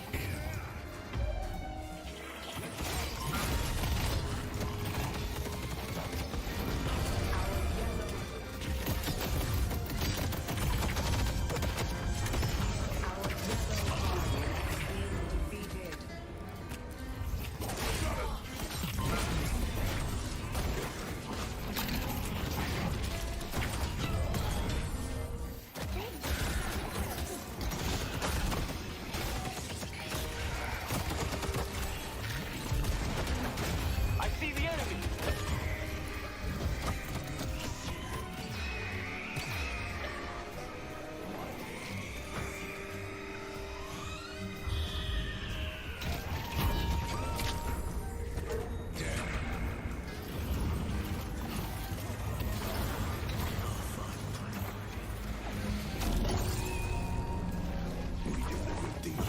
I see Shiv. I see Shiv. Let's see where you catch.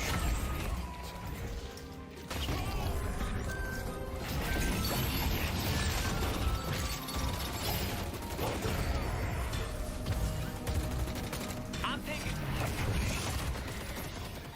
We're back, and this time for a best of 3, as we are going to get down to the nitty-gritty of what is effectively a qualification match into those semi-finals. I've got Jason Kaplan. I've got Zombie Grub. Look at how scared Jason Kaplan looks once again here. It's a winner's match, Jason. That's how things work in a qualification. Why are you looking confused?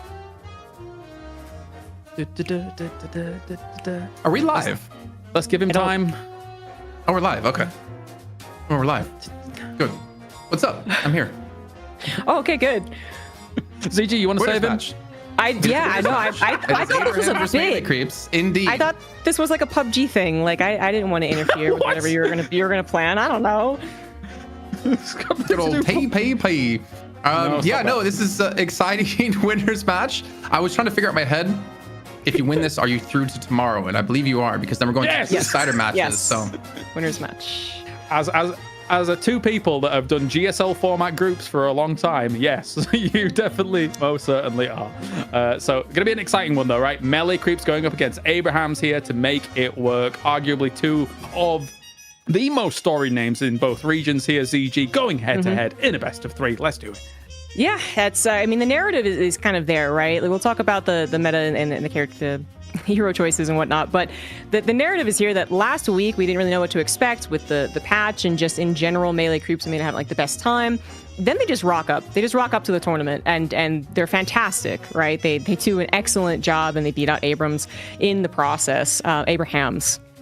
Anyways, in the process. But Abrahams, you know, they obviously have like recovered kind of maybe from like a shock that is having to adapt to a new meta, and now they come through. And Melee Creeps, you know, they were awesome last week. Maybe awesome isn't quite the right word as far as recent times, but like things are shaking up again. And so now I really want to see how a best of 3 between the two looks 7 days later. Jason, you look scared. Your thoughts? No, not scared. Not at all. No thoughts. There's like one brain cell in this head, and it's just to be here. No, I want to see how this is going to break down. I want to get into the game as quick as we possibly can, honestly, between these two teams, because Melee Creeps, when they won Night Shift last week, they won DSI before that on the weekend. It has been a long time coming since this team has been able to say they've won. And forever, it feels like. They lost during all the Shopify shows we were doing. But this might be their opportunity to finally get back on the cards here, because this team also had the longest win streak in North America out of any NA team. It's just taken a while for them to figure out what's been going right, well, it's more importantly, what's been going wrong. With some recent changes, I mean, Scout coming out and Ranger coming on in, so their coach now actually going to be playing within the team. They looked pretty good. I mean, they've looked pretty damn strong, but they're going up against Abrahams, man, who is, I still want to say, I mean, they're easily a top 3 team in EU. I'd say any day of the week they could be the top team in the EU, and it's gonna be such a tough matchup for them to take them on once again. I did want to mention, I know Klaus is going to move on, but I do want to highlight kind of the Ranger, because I feel like it's such a great meta for them to have changed over into Ivy, which I feel like was talked a lot about last week. But then we also saw a lot of teams try and like intentionally target Ranger as if they would be like a weak link, right? And then it didn't actually work out last week. So I thought that was super interesting as far as the evolving that is happening here with Melee Creeps. Yeah, we've seen some good moments from him as well, on the likes of Kelvin, even Viscous, right, who's been able to control some space for them. Ranger's been able to step into those positions quite nicely. So let's see how they're going to play things out. Let's indeed move on to good old Abrahams here, as Sanya Sniper for me has been an absolute pleasure to watch recently here. Jason, what's your take for Abrahams? It's been about, okay, so we've seen Leviathan, I mentioned before, adapt how they're playing and switch around roles slightly, having Freemark be more prevalent as a player. Abrahams has done something not necessarily similar in that sense. They've actually had Sanya Sniper kind of come out of the M1 role, the M1 carry for the team, and rotated over towards, I guess you could say, like a Freemark-esque kind of role here now. And then they've had Empty Dreams step in as the M1 for the team. And the weird thing is that Empty Dreams, I wouldn't rate necessarily, like I think OCs is better as an M1 player than Empty Dreams. I think Zergy should be better as well, like theoretically, than Empty Dreams, but Empty Dreams brings a lot to the table in terms of like hero pool and the threat he brings when it comes to the drafting phase. Because he not only, I think he didn't start off playing M1s for his team. He started playing like the spirit carries, like Pocket, for instance. So having someone who can kind of be flexible in that situation, depending on what the meta shifts to, or depending on what you can get away with in the draft, I think makes him a very strong threat. And also when I say like Zergy and OCs are better, I don't mean by like a wide margin, but I think there is a distinction between the two. But I think Empty Dreams and the star-studded lineup they have is always a threat. CG? And to highlight Empty Dreams and kind of what we're talking about with the last match, the Grey Talon play from the qualifiers, he was one of those Grey Talons that was just popping off. So I do wonder if that is going to be a target. Obviously in the GSL style groups, you know, they didn't necessarily know which group they're going to be in for a little while, and they don't know who they're going to be facing, you know, guaranteed, but they can do a little bit of homework, right? If you're the invited team, checking out the qualifiers, I'm sure they did at least a decent amount, and maybe there'll be some targeting that'll happen because of that. Yeah, I got to watch Abrahams versus Bird with Clock, I think it was, and kind of watching that go down with Abrahams playing the way it was. I think it was Empty Dreams on the Grey Talon during that match, and it looked, again, monumental. A lot of damage being put out, because I think he was stacking Spirit very well during that game. So going to be an interesting one to see these two teams butt heads. Of course, I would say that definitely at present, Melee Creeps kind of beat out Bird with Clock in terms of their hierarchy of America here, Jason. So Abraham's definitely got a task on their hands, especially as they will be playing on North America as well. Melee Creeps will be able to flex their muscles as we get into the draft here for game number 1 of this best of 3. I mean, it's I think like almost relatively fair within ping too, because I think Sai, if I'm not mistaken, is West Coast. I could be completely wrong with that. I know there's at least one West Coast player on the team. Maybe it's Ido, actually. Well, we don't need to talk about him when it comes to internet, to be honest. But Abraham's, they've been practicing on NA for a while here. So if any team's going to be able to stand up to the likes of Melee Creeps, it definitely would be them. But with a silver being banned out right away, that makes you wonder, Abrahams, are you forced into now a pocket ban? Do you leave Doorman open for Melee Creeps? There's a lot of... I think the draft is in a really interesting / tough spot sometimes when you're first or second pick nowadays. No pocket for you. I'd be surprised if we see him all tournament. It's... I feel like he's going to slip by one, but maybe not in the broadcast one, right? Like he's going to slip by and people are going to be like, oh, okay, that never again. But that seems to have happened. But yeah, Silver coming out for, wow, oh, okay. A ban first, yeah, sure. But the Celeste being the super priority for Melee Creeps. All right. What do you think? I mean, Doorman. Yeah, so where does Doorman slot in? We consider that pretty important, but obviously Abraham's going to be able to pick that up. You know, this is always a really interesting thing between EU and NA is like hero priority when it comes to drafts. And this is why I cannot wait until we have our first like EU NA land, because EU like favors and leans towards certain heroes where NA doesn't necessarily do so. And this has been, I would say, true for the entirety of Deadlock. Even like in builds as well. Like we would see EU Venators would be built melee Venators. So you'd go max gut shots, you get the true damage on your, or the holy damage on your melees. NA would build gun, and we didn't really see much gun in EU Venator until people stopped. It took months, I think, for it to actually come online. But to see Venator Dormant initially taken, so Empty Dreams probably going to be picking up the Venator, leaving Melee Creeps with John, who doesn't necessarily even need to play an M1 hero for the team. He flexed to other things.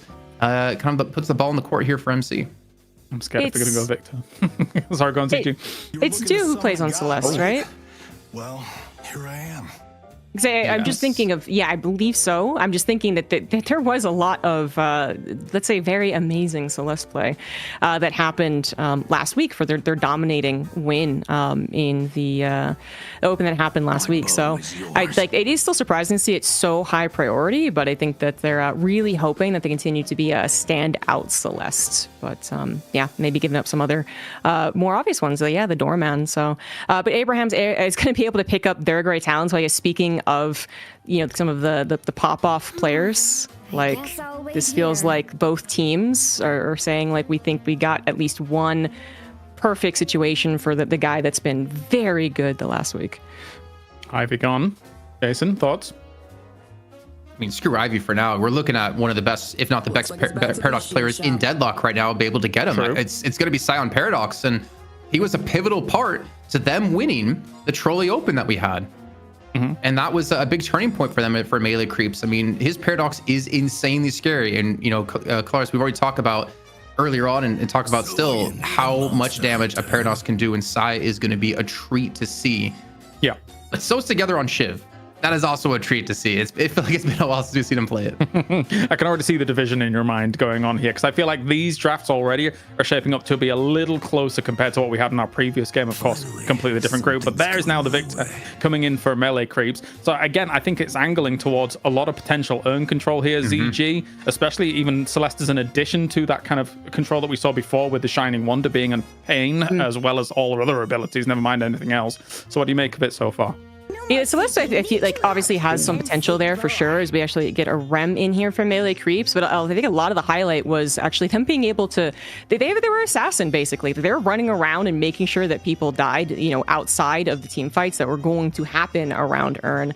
But yeah, we went on like the Rem comes in. I'm glad you brought up like it was Rem actually good in the last game, and we saw that isn't necessarily always the case, but perhaps with a little more of that Earn priority from this draft already, the Rem will slot in kind of as we envision him to.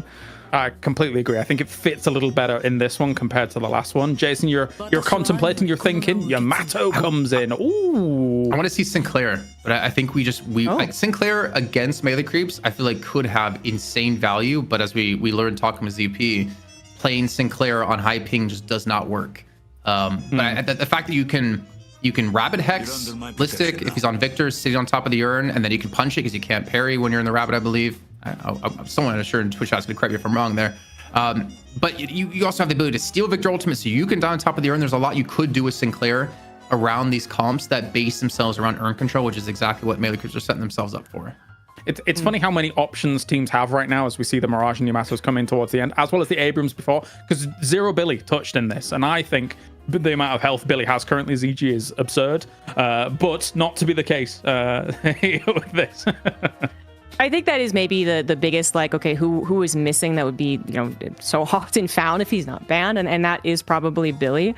Mirage definitely felt like they fell off from a lot of the conversation. So, but I mean, I don't think he's bad, right? I was looking at, further characters that might have been chosen instead of, and like I know Hayes has been coming up again. Like, obviously Wraith actually did come up, but I'm not sure like Melee Creeps plays a lot of Wraith. Yeah, we'll see how that works out. The Yamato, as I said in the last draft, I was prepared to talk about a lot, and so I'm happy to see how this continues to develop. It feels like everyone's complaining about her, but then maybe as far as these the qualifiers we saw, it's actually not been as impactful as expected. I have to, I think, do something, but I don't know if he's here. Can I summon the one, the only ZP? I mean, I see. Okay, he's not here. No, he's in the bathroom somewhere. Cool. I was gonna say, because if we're talking about Mirage haters, he's been keeping a track of the win, not the win conditions, like the from DSI in the night shift last week, something like 3 and 19. Oh, DDK! I got something just as good. I got a DDK here. Mirage and win rates these last like a week and a half have been abysmal. Yeah, what of it? Okay. It doesn't sound like ZP, actually. That was so British. What of it? So British. Anyways. You what, mate? Yeah, I don't know. Mirage doesn't do well, is what I'm saying. And I'm kind of surprised to see it actually being picked up. But you know what? Let's see if Melee Creeps can make it work. Yeah, absolutely. It's going to be the best of 3 here between these Melee Creeps and Abrahams. As we said before, the winner will move on to the semi-final here to be able to make things work for the Night Shift Open. It's an absolute treat, ZG. It's going to be a good match. I think this is a bit of a closer draft here compared to our previous. I think it'll be a fantastic match. Certainly a bit better than that entire segment. We started off rough and we ended rough. And I guess we're starting off rough again, as we do start off with a bit of a disconnect. So hopefully that gets fixed. I can salvage this. So you ready? I can salvage this. Because I think it's finally time for me to I didn't do it right. To properly summon the wise, the great ZP. Oof. Your mic's muted, ZP. Your mic's muted. He's not talking. I'm gonna break the fourth wall. Okay, you know what? He is here and he's messing with me because I saw him mute his microphone. Oh. That's it. I'm not giving you more adjectives. That was it. You get the 2. That's it. Okay. Well, not to inadvertently find ourselves in a game of Cast or Chicken. We'll talk about the game that has begun. I assume what was supposed to happen was ZP was supposed to come in and be like, he is abysmal. He does not have a good win record and no one should be choosing him. Why would they do this to fail their draft at the very last second? They tripped at the finish line. Is that what you're hoping for? Wow, it's like ZP was here in essence. There you go. That was great. That was perfect. That's exactly what I was looking for. Welcome. So, if he ever tries to summon me, I'm not answering either. How dare this? Yeah, there's gonna be some retribution in the future, but I do feel like already there's some there's validation on the side of ZP, who definitely came into this call where John nearly died in the first minute of this game because Mirage. Totally. I'm off my game now. I had like something planned and then it got ruined, and now I'm just like, I don't want to be here anymore. No, that's fine. Yeah, he gets pressured a little bit. Goes for Monster Run early for him and Ranger to be able to shove this lane back out. But these knives are continuing to connect here. And Sonic Sniper is actually going to be on the Shiv. It's not going to be Together. And to be fair, people kind of forget that Together was one of the best Yamatos in EU. Like in like the Fight Night days, which feels like a year and a half ago, if I'm not mistaken, or like over a year ago. He was one of the best Yamatos, and then he stopped playing it. He played more frontlining with like Abrams for the team, which actually this time Saint's going to be on for himself, which is also a slight change up we've seen of Abrahams over the last month. Yeah. Okay. All right. Yeah. I mean, Sonic Sniper has also played Yamato like very recently, so it seems like there's definitely some flexing that's going on with that. But just to kind of, well, hold on, unless John goes down. I feel like I did not prepare myself to be like the Mirage sucks tracker person, but now I'm like, oh, okay, maybe I'm wrong because I didn't think ZP. It's close enough. I think you could fill in the role, you know. We both wear glasses. Like, anyway, the yeah, I know Diet that. Coke? I mean, I'm not. I wouldn't describe myself as someone who likes Okay. Diet Coke. You know what I mean? All right, But then you're not the same person. Oh, okay, He all right, all right. loves Diet Coke. I know Mirage had like fallen off. I mean, obviously very drastically compared to where he was at, but I didn't think it was like a terrible choice. Well, yeah. But now so I'm the like, thing- oh, hold on. It's like during DSI, I could understand him having such a massively losing record because you're fighting around mid, and what Mirage did well was split pushing. He pushed on walkers while you're fighting for an earn on the other side of the map. So to see that many people still invest into him was quite surprising, and I thought in theory would still be really good after we had the earns go back towards the side lanes, but we've not seen teams actually make that effect of it. I feel like the earn control and the earn snowball you get from the souls has been really kind of counteractive to what Mirage offered you initially. Oh, I see. Well, as far as the drafts go, I mean, also, I kind of forgot about this, but I know, had a lot of talking points before last week is about, where they actually slot in when they can't get a pocket. And just as far as the meta goes right now, they're never going to get a pocket. But their Hush was very, very effective. So I think that they're going to be very helpful. And then, yeah, Do on Celeste, which just to confirm that is actually the case, had some just absolute pop-off games. I mean, like I pointed out, like the Shining Wonder in a potential team fight, yes, is always very annoying, very effective. But the ability for them to basically secure kills, if not actually just literally go around and find people, like even given like a heads up by Ranger, being like, hey, there's someone who's a little out of position, and dude, like zoom like right to them and be able to actually kill them. So it's a very scary character for that. But it was still surprising to see it's such a high priority. We got Empty Dreams, who was fantastic in the qualifiers leading to this on Grey Talon. I expect big things from them, but currently Empty Dreams and Sonya Sniper having a little bit of trouble. Things have turned around in this mid lane. Should be dead. Getting some regen in. Gen Smart plus Bloodletting. It's not enough. Actually survives on just a sliver of HP, and it looks like he'll be able to escape. Either try to come in from the side to catch him on the retreat. That almost certainly should have been a kill in a Sonya Sniper, but credit to him to escape this one. Yeah, that was very, very close. I thought maybe we were speaking about escape, but it looks like this is going to just be a big old battle. Sperry's come through. Fortunately, Together was like, yeah, let's go, let's do this. And actually, well, that didn't didn't work out the way that they had planned. Maybe because of a problem. Oh. I mean, parrying a melee is quite difficult, I would say, when you're playing on quite high ping. But it's also difficult. Yeah. Summoning ZP! Oh my god. Okay, still not here. I don't believe this is... You know what? I don't... Something's happened. Someone go check on ZP. He's never denied me on 3 summons. There's some biblical reference here. Has the cock, crowed twice or something? Anyway, the ZP aside, I'm not going to continue pretending to be ZP. I really wonder if just half the time he's actually not here and half the time he's intentionally trolling you, but we'll never be completely sure. He's admitting a bit to make sure all the games go smooth. He is. That's actually very true. He's probably, I mean, like we had more pointed out that the opener, like the qualifier yesterday was run so smoothly. It was truly amazing. And to get that level, and there's a lot of working gears behind the scene, and ZP's part of that right now. He'll be on later to cast, don't worry. Oh, presumably, I don't know. Maybe. I mean, well, we don't know. He hasn't responded to me in my 3 summons. Something might be like actually like bad. Something might be half happened. So hopefully he's here. Anyway, what were we talking about before that? This is you've been knocked off your tempo. I've been a little knocked off. What's happening in this game? Well, we got a hotel guest plus an owl coming on through. Cart not going to throw him into the wall and disconnect with the shots and with the owl as well onto Fishcake, but he has Shocker animation. Weren't able to proc them before the owl came on through. It does go eventually.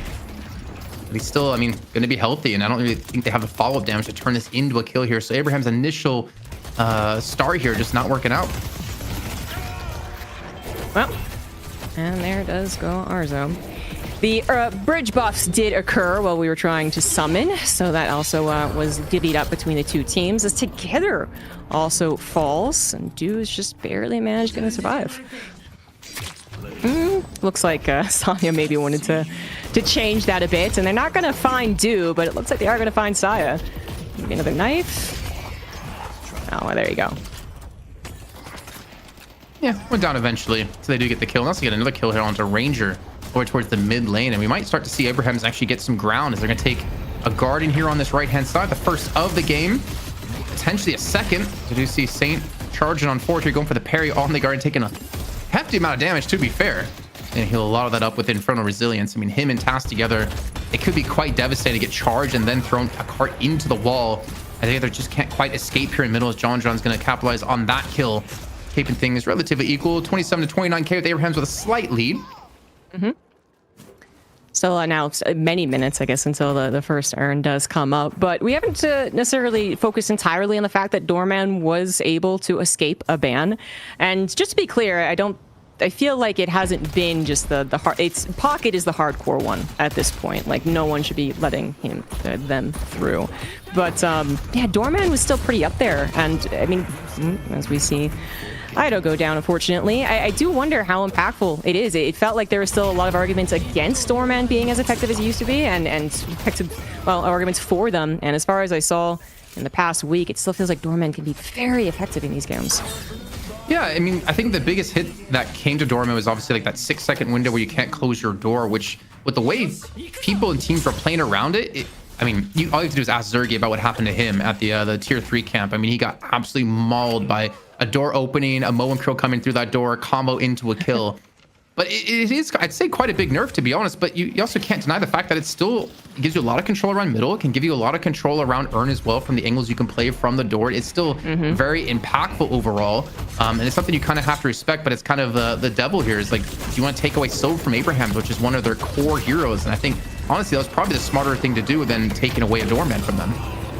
You're probably right in that regard. And then, well, on the flip side, Doorman might be able to help out to actually take down Do, for instance. Being able to crowd control one person who's giving you some trouble or manages to slip away can be a very effective reason to have Doorman still in your roster. But we've got quite a few deaths on the back and forth. Very close game right now, as we actually get a lot of movement over into middle, even a bit of a chase down here. But clearly John and Mirage, I'm doing the tracker thing. I'm like, is Mirage doing well? Apparently Mirage is doing well. It's doing all right. You know, 6.3k. It's got a little bit of a kill streak, but that flying strike, don't know where that came from. Ends up taking Ido on down. Saint gets a kill on a Ranger too, and they're gonna take themselves another Guardian, getting themselves bolstered up quite nicely here at about a 5k lead, 9 minutes in. Just a minute away from the buff spawning and just 3 minutes away from the first Urn as well. And these fish cakes able to respawn with a push on towards this guard on the left-hand side and should most likely escape with his life. No, not a lot of serrated blades up here for Sonya.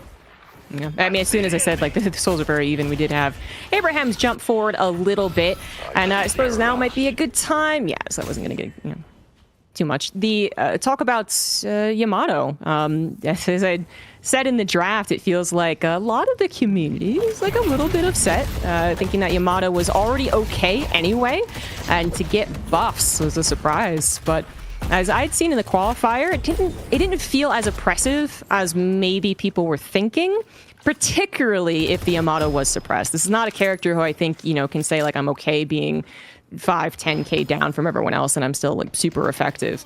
So sometimes, like, the focus, I feel like, was really making sure that the Yamato, in this case together, right, never got to be in a super comfortable position. But it feels like they are in this game alongside the Venator, who's quite rich. The only one matching Arzo right now is Do, who I said is a standout character. We're definitely going to be paying attention to the Celeste in this game, but melee creep's falling a little bit behind in the Souls, trying to take a fight now.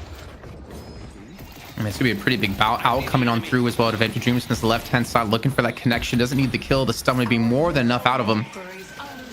But he's looking for that kill. He wants to try to catch someone in the doorway, but there's no one there. Yeah, no one was even there. Sorry, no, was Paris actually there? I can't tell. On the minimap, it looked like he might have been. And Saya, well, escapes with his life, and no stacks here for Empty Dreams, and it might have forced Abraham's back. Yeah. At this point, we are waiting for Urn. It's a minute to it, so we need to be very, very careful about losing anyone. At this point in time, I mean, they might not make it to the Urn fights. If that is really what we're going to revolve around, last game we saw that the first Urn was supposed to be kind of, I feel like there was going to be some intent to actually take it, but it kind of got awkward. And we said we had that Walker versus Urn. And now we have two team fights, two comps that might just actually want to have, a 6v6, a good old fashioned 6v6 around the Urn, which is coming up very soon. So it might be a time to stop trying to look for picks in case you yourself get picked. A little farming going on instead. The interesting thing about Yamato with the urn coming up soon is I actually did wonder, would her priority go up a bit more based off the fact that you're one of the few heroes in the game that can kind of get away with going for the melee and the urn to actually turn it around for yourself? Because Yamato initially, like, her strength, obviously the die potential, looking for the carries, especially if you get ahead, but her strength came around objectives in primarily the mid boss. So I thought that would kind of transition as well over into taking urns or locking in urns or stealing urns away. But I want to see if it's something, a trend that eventually does continue to go. I think maybe the one downside is outside of the Shadow Transformation, does she really offer enough when it comes to the semi AoE slot that you need when it comes around the urn turn-in? I think that's yet to be really determined. Yeah, I think that's the point we're going to be really looking at, especially nowadays, is the urn fight to try and pick it up does commence. I'll hold off on the Yamato talk. We already got, unfortunately, Saint going down, but Saya went down too, and Ranger had fallen previously. And it looks like melee creeps just starting to fall here, one by one, as Fishcake is also in some trouble. Together in Empty Dreams on fire. Again, Arzo at 15k, looks very comfortable on a Venator, and this was just not a good fight for melee creeps, as Abrahams do have urn control. They're also pushing into a, I mean, gee, good lord, like what isn't going well for Abrahams? Summoning ZP, I think, might be the only thing that's not going well for them. Or maybe that's just me. I mean, this Walker's gonna fall. They're gonna get the urn turn, and they get multiple kills off the back of this. Okay, yeah, they lose one player, but you know what? They're up over 15k at this point. This is kind of ridiculous to see for Abrahams, which I think if you put an honest opinion out there, I think most people would say melee creeps were probably favored when it came to this matchup. I mean, you're playing technically on NA, even though it's NA East. Melee creeps just won DSI this last weekend, but credit to Abrahams, man. Together on 14k with a kill streak, Arzo on 17k. You have to respect this, because 20k almost being down 20k at this point, 13.5 minutes in, is something you don't see very often. Yeah. Honestly, I was kind of expecting Abrahams to really come back with a vengeance after the last weekend, but yeah, I wasn't expecting it to be dominating. But the more that I'm thinking about it, the more like maybe the Celeste emphasis, like Dude really was doing a lot in those games from last weekend. I'm not going to say that they had, like, they were the one carrying every single game, because I don't think that's true, but there were a couple of games that otherwise would have been wonky without their influence. And the more that I'm looking at the composition, the more that I'm just like, Abraham just maybe has a lot of options to actually, well, make sure that Celeste isn't a big problem anyway. But then other than that, just actually getting all these good team fights, shutting down whoever they can find, and I'm still looking at the Arzo as eventual ticking clock as well, even though Together and Empty Dreams are the ones that are on fire. It's looking like it's so good, and that they've maybe just really thought about how they were going to deal with melee creeps after their loss last week. Well, my brain just broke. I could not follow that fight at all. What just happened? The doors were throwing me off. The positioning of everything going on. The bells being thrown in from Tass as well. Abrahams with the initial kill onto Ranger. Only one kill with how that fight broke out is kind of surprising, as they immediately shove them back in towards the Walker 2 and gonna retreat away with their current lead, which will be, close to 20k once again here. My brain, I don't even know what to say. That was so confusing to see, but in the end, Abrahams, they come out with the lead, even able to shove away Empty Dreams here at Vido with a 6,000 soul difference. It's not easy to do, but with Substam coming up for Empty Dreams, I don't think it's gonna happen once again. I didn't even realize there's Last Guardian to take down. All right, good news. You got that done. But oh my goodness, a 15-minute mid-boss. Abrahams are feeling it. They know that they're in a good position, a fantastic position, although they do have to sacrifice Empty Dreams, go take care of the Walker. We have John also without the ult, seconds away from it. Not going to be able to help out here. Abraham's able to grab every single rejuve, despite Range trying to come in to do something about it. And as the rest of melee creeps come in, maybe they'll get a couple of rejuves. But this is clearly momentum heading in Abraham's favor more and more. I think maybe some slight miscommunication too, because Together and Sonya went for a push up the staircase to look for kills, while half the team went back towards his left-hand Walker, where John was trying to push it away. He gets thrown into the Baroness Hotel and into spawn. Oh my god, just gets run over. Someone get the plates on that bus. Fast finishes off the kill, but Abraham still coming out with the 2 rejuves and a 22k lead now 16 minutes in. I got to see a couple of things here, ZG. Can we see like golden statue buffs at the moment between the two teams? Because not only are they 23k ahead, I wonder how many golden statue buffs are they ahead. Okay, it's not too crazy, but it is quite a big difference when you look at like Saint, for instance, who's acting as a frontline at 26, and then of course Together on the Yamato at 22. the fact that like Rangers pick up the most, and unfortunately that Fish Cake only has 6. I mean, the soul value they have is just completely reflected in that. 13K for Fish Cake. He cannot play a front line for the team. Right, like Victor is going to look like they survived because, well, they have a second life, but both lives I think are going to disappear incredibly quickly. Abraham's hard to say what they can do to throw it, but of course, obviously that could still happen, I suppose. They are just everything feels like they're firing on all cylinders, right, for Abrahams. The only slight problem was that yes, Mirage did end up John ended up going for the Walker, but they didn't actually end up getting it. So that didn't even go down. And they still have 2 rejuves. Abrahams could maybe look for another fight as they continue to find picks. Ido just went down. Yeah, and this lead is just continuing to grow as well. And well, speaking of growing, my ability to summon ZP has been fixed. I'm going to summon him in one more time. ZP, can you hear me? I can hear you. It finally works. Hey, 4 times a charm. Look, you couldn't fight the Call of Nature. The Call of Nature is stronger than anything you can do, but I'm back. Well, how long was that Call of Nature?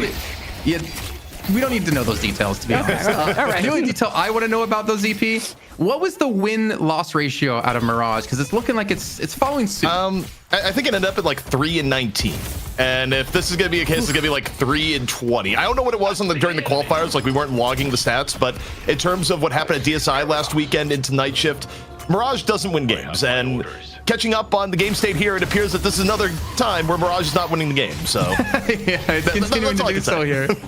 Well, 2 deaths now for melee creeps. Abraham's up to 114,000 souls, looking for the earn pickup on the advantage side for melee creeps. Well, Arzo's continuing to farm away at 24k souls. He has over double souls of Ido. Yeah. He's 10k ahead of Saya. I mean, melee creeps, you can't 1v1 Arzo anymore. You can't even necessarily 2v1 him anymore. I think Abrahams have gotten all the cards to fall exactly where they needed it, and they are in the driver's seat to take this first game in the series. Right. This doesn't seem like it's going to stop anytime soon. I mean, I hate to say it, but it's almost like melee creeps are to be figuring out what they're going to have to do for the second game. Just a reminder, the first series of the day, that was just actually best of 1. Now we are in the best of 3 for the winners match 2. So if this actually is an appetizer for things to come in the rest of the series, and hey, Abrahams wins it, as they seem to be winning this fight. They do still have the rejuves after all. There would be another chance for melee creeps, but this first game is fairly one-sided. To be fair, the souls have actually evened up a little bit, I suppose, with what happened there, but it's, I mean, I'm still not great as the Walker falls. Melee creeps down to just the mid Walker, and a dream that Dew can really carry here is the richest person on the team. Yeah, I don't want to say it's gonna be possible though. I mean, they get the earn turn in for melee creeps, so it helps keep souls close, but it's still 24,000 19.5 minutes in. It's still so big of a discrepancy between the 2 teams. You're hitting stat check territory, you're hitting item difference territory, you're hitting flex slot difference territory, because melee creeps have yet to unlock a single one. It's all extremely tough to come back from this one, but I want to give melee creeps a chance. I want to give them hope.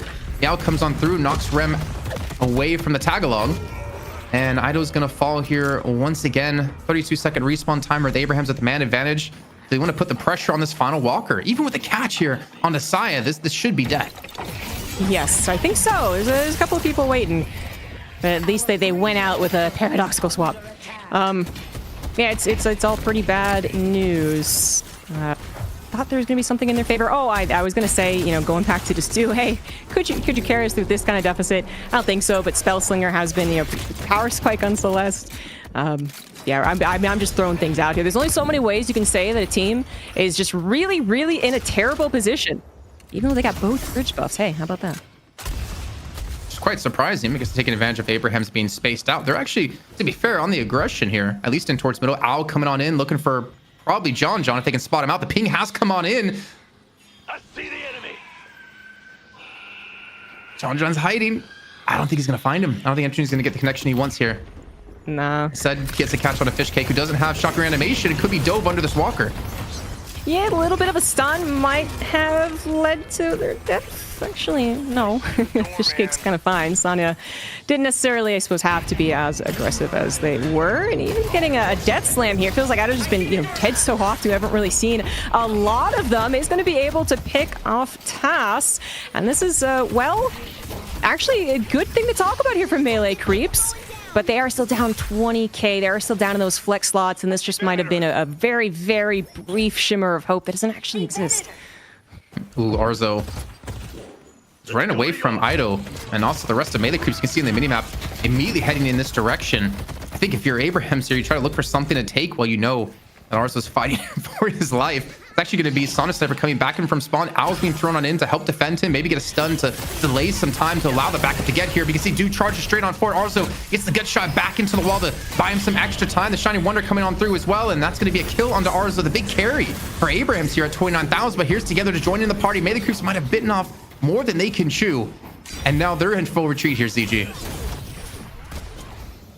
I gotta say, 2 is still being very impressive, despite being in an otherwise very abysmal game. They have stayed, well, what do you expect in like a more even game? They're able to take these fights, and obviously taking out Arzo is a fantastic find, as Ranger barely survives, so there's just gonna be Saya down. We heard the call of the mid boss. That could be the next play here for Abrahams, and certainly if they get all 3 rejuves with, Melee Creeps not really being able to do very much about it. Yeah, that might be the nail in the coffin. We'll see how it goes. Clearly, Melee Creeps are not out of this. Certainly not mentally. I mean, they're very much taking the opportunities where they can find them. Let's give Do his flowers, maybe. Actually, if we take a look at player damage done so far in this game, maybe we see Do with some crazy numbers. Or at least get an indicator of where he's currently at. 33,000, the most in the game by far. As close as that 24k out of GT. It's almost a 10k difference. So Dude's trying everything. He doesn't want to let this game go. He wants to continue to fight along. And at 29k, I mean, you're at the territory now of like, who can even fight him anymore? I don't think Arzo can necessarily take him. And I would say Melee Creeps are definitely not out of this game just off the bat. The fact that Do is doing so well. And this is somewhat what happened last weekend for certain. Like I tried to explain, like it wasn't necessarily that they could bring back a 60k deficit. That's like really exaggerate, right? But in an otherwise maybe not great game for some of their teammates, they were the wall that made sure that things didn't truly spiral out of control. So then maybe the rest of the team could actually get a couple of key items, or actually get the flex slot that the team needed to get a key item. And that could still happen here in this game, for sure. So you have 2 Eden Crab Leech right there, and continuing to take a fight. This is a very scary Celeste, and Abrahams are certainly acknowledging that fact, but actually taking care of her, even with a couple of the characters they have. Dorman trying to CC her out, Yamato trying to actually lash onto her. We got some defense coming out. Ido helping, making sure that doesn't become a super big problem. Do is still alive, although maybe not for long, as we have the Venator ult out, trying to make sure that they die. They will not. Somehow, Melee Creeps, there we go. Somehow Melee Creeps was actually surviving despite a lot of the health bars going down, but finally, people begin to fall. Do and Saya fall, as together is only one of Abrahams that fell, and we do have mid-boss up, so this could lead to a mid-boss take. Although Arzo also just fell, the fight's not quite over. That was the biggest kill to get here. Taking Do out of the equation. Follow-up shoulder charge, not going to connect, or at least it looks like it didn't. A Saint, of course, their Warp Stone and Dispel Magic away. Empty Dreams is here, and earlier on in this fight, before it even kicked off, Empty Dreams almost took John down the right-hand side, forced him back towards base to actually teleport back on in, and Empty Dreams has joined the party with Tass. It's all on John to defend against his potential take, but he gets charged and pinned into the wall, and Abraham's going to get themselves a second rejuve in this game at 25 minutes. And that lead, I mean, even though they have almost, we're approaching, potentially a 30k lead here, Melee Creeps have been able to make these fights look good. I'm actually surprised that that Melee Creeps in general didn't get just absolutely landslided on once Do was thrown away into that Baroness Hotel. I expected that to be the response to a really fed Celeste. Just throw him in the Baroness, throw her in the Baroness, don't deal with her, deal with the rest of the team, and then when she gets out, go for the kill. Right, yeah. Well, Do still...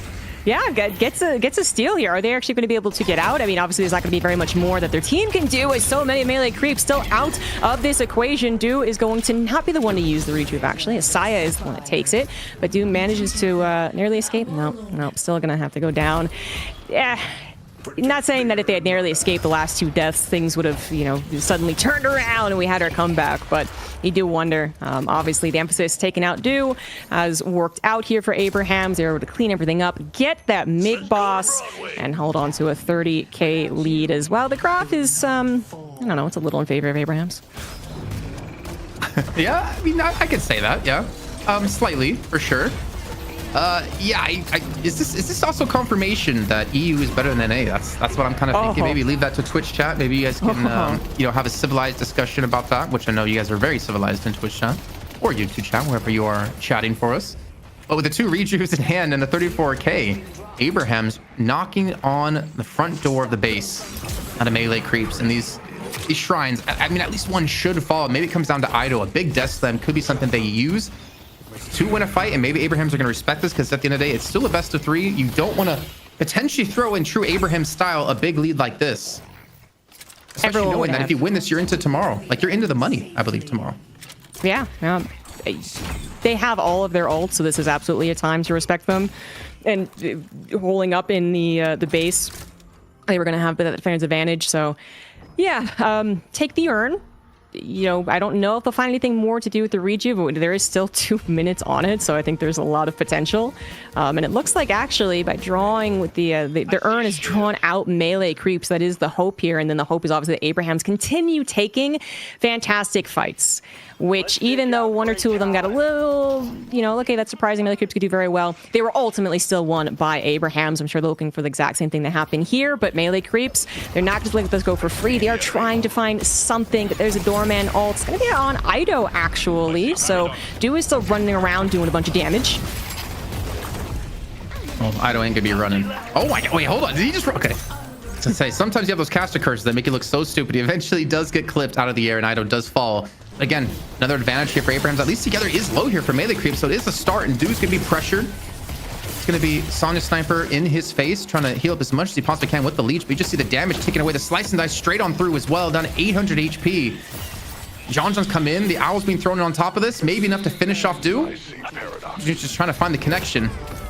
There you go. Gets the kill. Plus 50 now on his Owl, and gets a double stun on top of that on John and Fish Cake. And the rest of Abrahams are going to charge straight on forward. If this Sonya picks up a double with the slice and dice, and Abrahams, this should be game 1 in the books. Yeah, I think this now can cement it, but very, very clearly melee creeps. They can make something work at times, but this just started off so poorly. You know, good on them for really showing what they can do, and especially, I mean, and it was another like highlight for Do. You saw kind of that last Do death was kind of one of the perfect examples of how much melee creeps were trying to go and help, right? Like, everyone pulled back to try and help Do as they were being chased back, but it got to be too much. And there are a lot of options for Abrahams to try and actually chase down the Celeste and take them out of the equation. So Urn's being taken by Abrahams while we see this fight continue on. All the ults now gone for melee creeps, so seeing a lot of potential there for the hold as they're still waiting on 4 members to recover. I respect that multi-person swap out of Saya to look for an Ido Death Slam into the base so they can actually take away these rejuves and maybe some kills. But the stage 1 patron is now down. The urn had been dunked. Rejuve is going to be falling off, and the lead is 60k now for Abrahams. I mean, it's not the point now for melee creeps that you just have to go for a Hail Mary play. Go for a straight push out of your own base. You can't defend your base anymore. You have to hope to pick off someone of Abrahams out of position. But you can see Sonya Sniper on the minimap going to be boosting on forward, down the zip line, looking for the kills to turn this round into their first match victory here in this best of 3. And Ido's going to fall once again to Arzo. And Abrahams are going to continue to push the pressure here, ZG. This is game 1 done and dusted. It is too far gone. And now Abrahams have the green light to actually get that final patron. And melee creeps, they didn't just fumble and let this one go. They fought on, but now would be the time to go ahead and say, how can we make sure that this doesn't happen again? This really just abysmal position we found ourselves in before we got some things working for us. How do we make sure that does not happen? For Abrahams, they come swinging out of game 1 against melee creeps, a rematch from just 7 days ago. And they say, yeah, we're still pretty darn good. And hey, maybe EU is best, but it is a best of 3, so that isn't concrete yet. However, I will come along and say, yes, fantastic. We have Abrahams with the 1-0 victory. We might not have Walmart in EU, but all the EMEA boys, they're sweeping the shelves. They're taking the Twizzlers, the Sour Patch Kids, the Twinkies. They're American, right, Jason? Twinkies don't exist anymore. They stopped production of them. No way. Oh, I've been fumbled. Oh, that's ridiculous. Just like Jason fumbled summoning ZP at least 12 times in that game. No. Don't summon the monster. I mean, I'm still here. I don't know what you want me to say. Mirage lost. Yeah, that's exactly Mirage. what That's right. 3-20. Mirage is in the dumpster. If Puckett was here, he would hate him just as much. But I mean, the thing is, like, Abrahams played this game extremely well the entire time. There was no point, as we saw the soul graph there, Claris, that they ever were not in the lead. Yeah. There was a moment where it was around like 130,000 souls here for Abrahams, where I thought, hey, melee creeps, they're taking a few good fights here, ZG, to try and bring them back in it. But Abraham stalwart stayed strong, continued to support and continued to dominate here. Yeah, when Together in Empty Dreams we're doing it, you know, in the early to mid game, I suppose you could say, they're like, okay, that's covered. 2 characters, they're obviously going to continue to be very helpful. And then kind of like almost as you know, a little bit more of a ninja pop up, like, okay, also the Venator. Arzo is as rich as you would want them to be, continue to be as rich as they wanted them to be, and obviously was always going to provide that DPS and just get stronger and stronger as the game went on. Only to really be matched by Do, who was doing another fantastic job on Celeste, but you know, I think Abrahams probably came in here expecting that. You know, the more that I watched this game, the more that I was very convinced of that, and I saw the draft maybe could compensate for it as well. They weren't as concerned, whereas some of the other teams from last week started to learn, like, hey, let's like not give them Celeste. Abrahams were like, no, that's totally fine, and they did a good job, but we still shut them down. Yeah, it's an interesting one, the Celeste first pick here, because the prio on that feels like technically they give away a little bit in the draft. I was kind of theorizing here between the games. I'm thinking, where else can John go if it's not the Mirage? And obviously, you saw Abrahams very much prioritize the Venator to make sure, I suppose, that he didn't end up on that. So maybe that's the adjustment in the next draft. What do you think, Jason? Well, I mean, I gotta not say what I wanted to say. Yeah, sure. That's the adaptation. I really wanted to go a different route there that we talked about in Discord, but I'm not gonna do that. Yeah, I don't know. I don't think you necessarily need John on a comfortable hero to win games, though. Like, they've shown he doesn't necessarily have to play an M1 hero for them to take matches. I think, I don't know. I'm trying to think, like, what did Abrahams do specifically that shut down melee creeps? And I can, for the life of me, not think of anything in particular. I think Arzo just didn't die, which was important looking back at the last game with OC's, with Leviathan up against Loki W. OC's got punished quite heavily on the Venator. Arzo didn't. Empty Dreams didn't get stacked super high when it came to souls early on, but he got to a point where he could 1v1 John with relative ease and force him back to base. You have something you want to say there, though, Claris, I can see. Yeah, I think you're hitting it right, because I think to myself, for the previous game we just watched, very much earn control, like that was very clean cut. That's how they won the game. For Abraham's melee creeps here, it looked like a very normal, really non-earn centric game here, ZG. And melee creeps was just winning out on a lot of these fights. So a lot of space control on like boss fights, for example, where you've got bells down, you've got all of this going on. It's not easy to be able to get in there, but they'd already killed them off before they even went to some of those boss fights.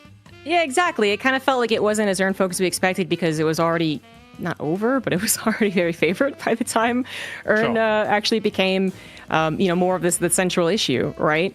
It was only Do who was really keeping up even at that 12-minute earn, where everyone else, I mean, I guess we maybe should have checked like deaths and how much that was getting quickly imbalanced. It might not have been straight up deaths, might have been other issues that caused them to not be as rich, but that could have been an issue. It really felt like, well, a lot of the lanes maybe didn't, obviously go one way or the other, as far as like, the Guardian fell, so they won the lane, but it did all go to Abraham. So you looked at the calculations on the screen and you're like, okay, it's even, but okay, here's how the souls are being allocated. Oh, okay, I see how this is going to go. And that happened very early on in the game. Yeah. And I had a theory that it was very much so, as we take a look at the numbers here, and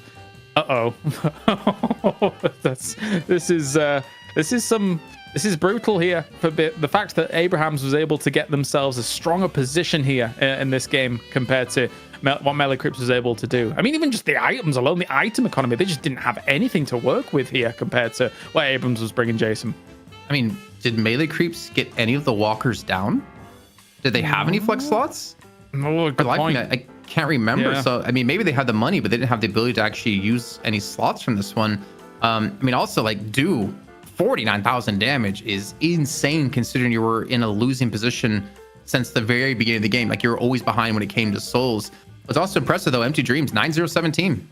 Didn't have much pressure on him. Cosmetical definitely had a different game. Thinking back to the Loki W versus Leviathan match, he ended up squeaking by with most damage in the match at 50k. But like with Boundless, Rapid Recharge, Superior Stamina, like he's hard to lock down, and he was deadly, man. But I mean, when it comes to how the earn fights went down, I am of the belief that looking at it, Abrahams was like, okay, we will thrive in the pickup of the earn. compared to any fights around the turning of the urn. I think they just had more space to work with. And he says, EG, the fights were over before the urn even really actually became a thing. They were just like, okay, well, we'll pummel you and then turn in the urn when you're all dead. It was the first urn pickup that was really, I think, the most decisive. Like, oh, okay, this game could be really bad, wasn't it? And yeah, I think that, you know, maybe that's to your point. Like, yeah, it might have been very good in general on the urn pickup, but that really felt like it was the decider of like, okay, this game is going to go poorly, and it did for melee creeps. There is unfortunately no ability for them to kind of shut down maybe characters they would really need to. Like I pointed out, like Together in Empty Dreams, they're on fire for a lot of the early to mid game, and then Arza was always going to come up behind that. And then, you know, I'm not mentioning, you know, Taos always being able to take someone out of the equation on Doorman, provide that mobility. Saint on Abrams always, I think, you know, being, you know, basically what Abrams wants to be, right? Tanking everything. They only died once, actually, and whatever ults they managed to come out with that influenced some of the battles too. Every part of that team was able to do what it felt like they wanted to do in a game of Deadlock, and it was the complete opposite on the side of melee creeps, except for Do. Yeah. Any kind of final thoughts before we wrap things up here for this match, Jason? No, nothing on this match, though. I know there's stuff to talk about in some other matches if we want to get into that, Cloris. I don't know if you've been keeping an eye on what's been talked about. Oh, I have. You want to take a look at another ship performance going on elsewhere? You want to? Because I mean, so what we should say, right, is that there are other matches happening at this exact same time. All the winners matches are playing, and even the losers matches are being played right now. And this is from BWC up against FPS Lounge, and there's a certain player they're highlighted, ZG, that we're looking at, pulling off a pretty stellar game that I probably would guess would not get in the next match. That's gross. Probably just take them out. Yeah. 18-0-9. Yeah, we're talking about Arctic. Sorry, yeah, 18 Deathless. I mean, not the only Deathless, but still 18-0-19. That's a good Shiv game right there. Yeah, he's got the ability to be able to rule some of these lobbies, Jason. If you give him room, give him chance, and with a Shiv like this. That is terrifying. I don't want to be going up against that. Yeah. I think I'm happy to see it. It's been forever since we've had BWC, Bunny with Clock, on the night shift, and it's so cool to see them having some success here, showing that what they've been doing has been preparing and been practicing and getting ready to go. Taking an FPS Lounge would be massive to also break through further on in the event. I actually have to double check really quick. Can you actually maybe just see the brackets? Because I don't remember where they are in their bracket. Are they in the winners match or are they in the losers match? I think that's going to be an interesting note to determine how these games have played out. I have to look at my own little bracket here really quickly. Let's take a look. Trying to pull it up. Oh, so it's losers actually, because they lost this one. So loser of the series is going to be out. So Bird of the Clock right now is potentially, is one game away from moving on to the decider match of Group A. And at the same time here, Leviathan is able to take a 1-0 lead against Get Candy down at the bottom. Loki W 1-0 against Floorman. Is the prophecy of EU looking good here on North American soil, ZG? It's the revenge of the Europeans. I guess this is, we're going to be leading into Return of the Jedi next week, somehow, some way. No, I mean, it's not quite over yet. I'm supposed to take the stance as you guys, well, both of you are basically European, I suppose. But for the NA people over here, okay. But yeah, NA's not out yet, guys. Like we're gonna rally forth, do what NA does, I suppose, and come swing in from behind. It's fine. I love how we are truly not a Brit that got Brexited and the American that lives in Italy. It's close enough. Like whatever. Don't worry. NA's time will come when we have, our next night shift open, and it's an EU, and then they come play on EU ping, and then they have 3 teams about to make it into the next stage of the tournament. But what's also important to note, right, in these winter matches, if you win this series, so right now Abrahams are 1 game away, you're immediately into tomorrow, and you're immediately in the money. Third, fourth place is $1,500. So if you just make it tomorrow, you win $1,500. If you win a match tomorrow in the semifinals, you immediately go to $3K as a minimum. And if you win the finals, you get $6,000. So $1K per player. I mean, right now, Abrahams have to be feeling good. I mean, they're almost in the money, which would be amazing to see, considering, again, they're playing from EU, man. They're playing in an NA event. Straight on in, but there is a world where we get the salty run back, and hey, it might look good for EU right now, and if they win these series, it might continue to look good, but there's always the chance that North America is able to bring it back. Hell, even in these series as well. So what we'll do is we'll go to a break here for the Night Shift Open, and when we return, it's going to be game number 2 here between Melee Creeps and Abrams.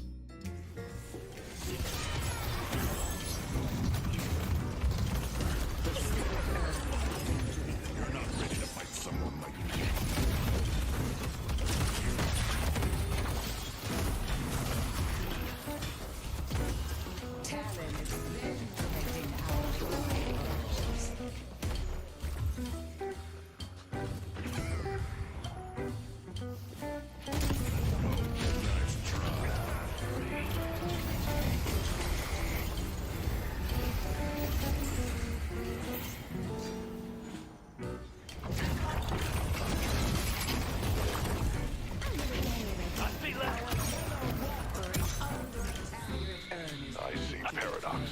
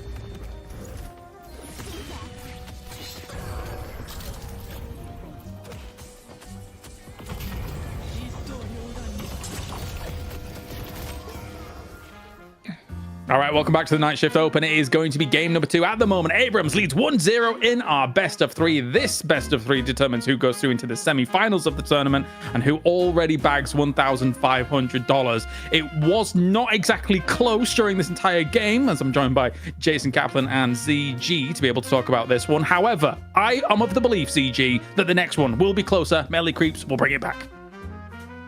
I also believe that because NA always returns to form. No, I'm actually quite worried. Okay. It is concerning. I also would love this. Like, I think we're going to see it in the draft, right? Immediately, kind of like how they've recalculated already, and so we'll get a good grasp there. But it is kind of scary. I feel like with that type of win, you really do feel like you have momentum. Like they were able to, as I said it in cast, like fire on cylinders immediately, like play the game that they wanted to. Melee Creeps could come out swinging with a good draft, and then early on too get a couple of surprise picks in like the laning phase, and that might help reset the momentum. But it really feels like Abrahams have just, I'm not saying that they've held a grudge since last week. I don't think it was that big of a deal, but it just, they really feel like they're prepped for Melee Creeps specifically this time. Do you, Jason, obviously you were shaking your head before. Do you believe that Abrahams is going to crush them like those small baby carrots you can get in that small pack in Walmart? Or I mean, you know what they say, pressure does make diamonds, Kalaris, and pressure is definitely on Melee Creeps here. But like my dog, I think Abrahams are probably going to run away with it. Luckily for me, that didn't happen. But Abrahams, good. All the references. They look. Yeah, we get told to never do that, but like me and Jason are just like, let's throw them all in. Like, I mean, Abrahams, they're like one win away from getting $1,500 minimum tomorrow. That's like your day rate, Kalaris. But moving on into we're throwing more in here. We get a silver pan once again versus Abrahams. And there's more, but I think they're not necessarily show safe, I would say. But we're probably going to see like a pocket ban yet again here, ZG. And then I wouldn't be surprised to see the picks almost go the same way. I think it's down to Melee Creeps. Do you really want to first pick Celeste, or do you want to go for something John could be more not competent? I think is maybe like too demeaning, but something he can excel at easier. Comfortable, like, better, frankly, like I agree. I think that's kind of the two decisions you have to make, because Dew was excellent on Celeste. But are you considering that Abrams would take Celeste away from you or ban it away in the second ban? Would be that strong for them? Well, they say they still need Dew to do Celeste things. So does that mean Venator gets picked in these two? Yes. I think you're spot on, but we need to wait for the old update. Oh, right, Doorman came first. That's right. So we're running it back. Doorman, Venator. That's good. And then I'm gonna get Shiv Yamato again. Who knows? Do the same draft. I mean, if it ain't broke, why fix it? I think it's up to Melee Creeps to do something a little bit different. Because if we do see Venator come in, it's like, okay, what can we put John on that is gonna be able to carry games a lot more easily? I mean, times to tell. Maybe Lash wasn't the play. I mean, the thing is, it's hard to like. I don't want to criticize Ido, and it's hard to really like criticize someone when the game wasn't really going your way since the start. Like, obviously, Ido will die a lot when it comes to Lash because he's trying to make plays happen. But will the Lash be viable here? I think it still has validity, especially with the way the urns are played around, and with what Kalaris brought up about fighting for the urn instead of fighting for the turn in. But let's see, Paradox once again for Saya. It's pretty much same pick. It's the same. Well, Same.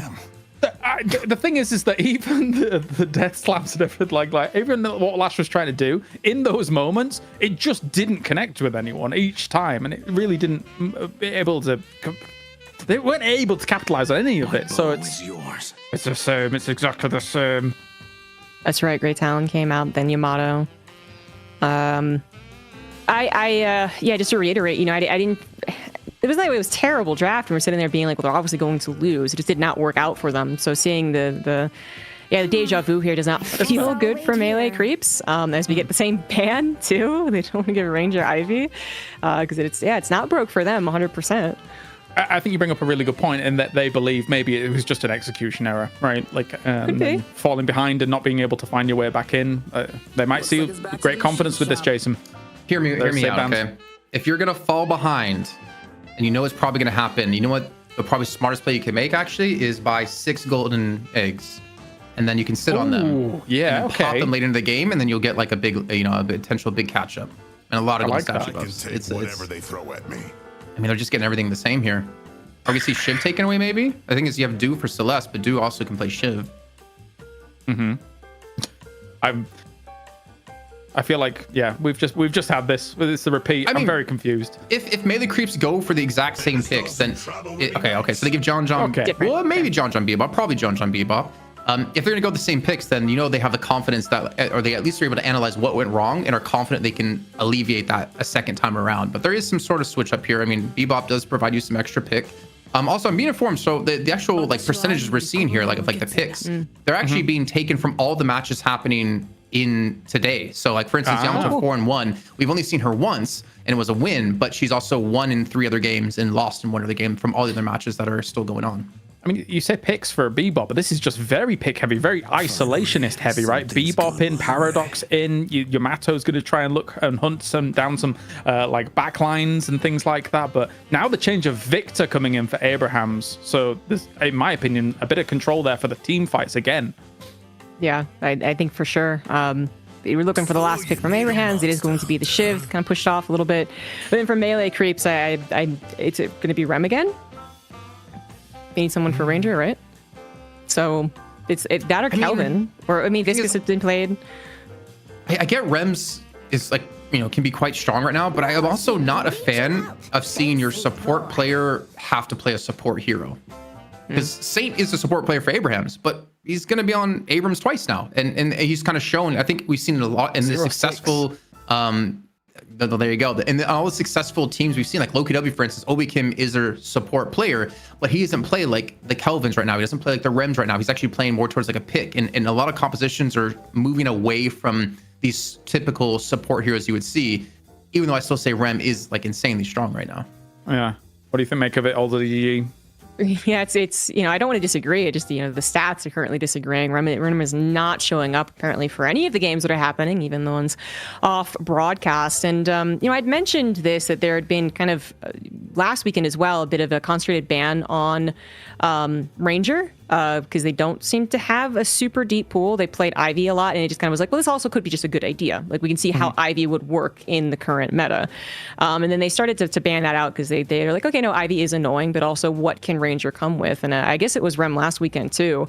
But yeah, I think you do. This might be a weakness right now of melee creeps that wasn't quite exploitable last week, as it turned out fine for them, but is now is another part that they have to consider is maybe a little bit weak. I don't mean to be mean to Ranger or anything, but I think Jason already brought up some good points, and Rem is not performing, so it is kind of concerning to see it's limited here to if not support, even maybe more to 2 characters. I have similar concerns to the last draft. I feel like the Abrahams have assembled the Avengers, and then melee creeps have assembled that like run back Avengers that nobody really watched, and it's like I don't know how this is going to work on out. The Thunderbolts. That's the one. I couldn't even remember the name. Even the advertising campaign was like, they're like the Avengers, but not. I'm like, they're okay. officially the new Avengers. It was actually a really good movie, but all right. I'll have to I go think David watch Harbour's in is good.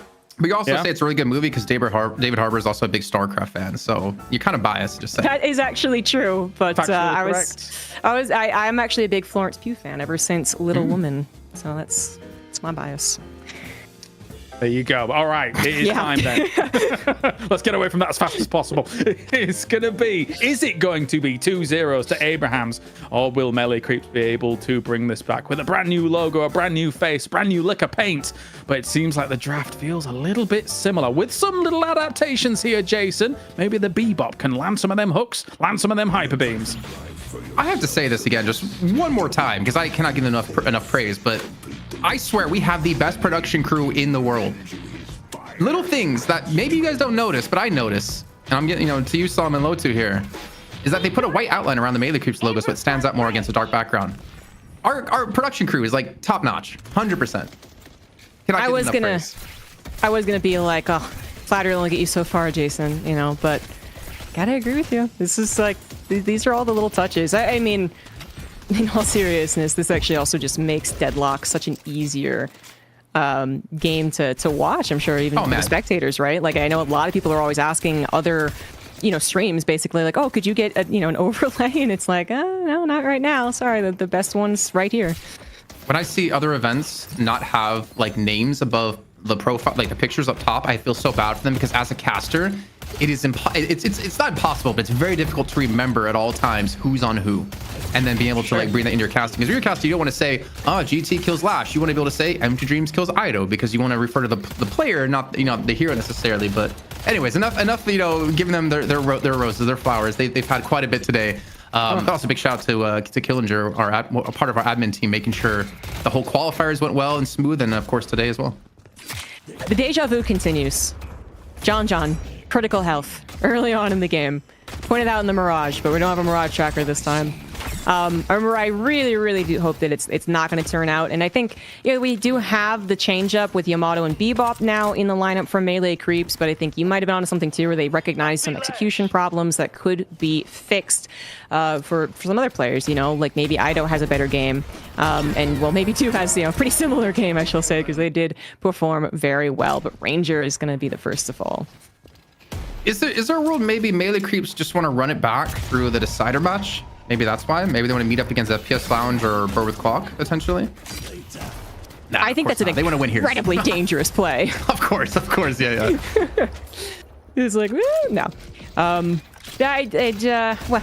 will only tell how much is going to work out. I'm really afraid that the kind of end result is going to be the kind of summary that we gave, which is that melee creeps just never got their characters to be able to play their game aside from Do. And I'm thinking specifically about this Yamato. Like Bebop, they can help out with a good hook, it feels like, at any time, anywhere, sure.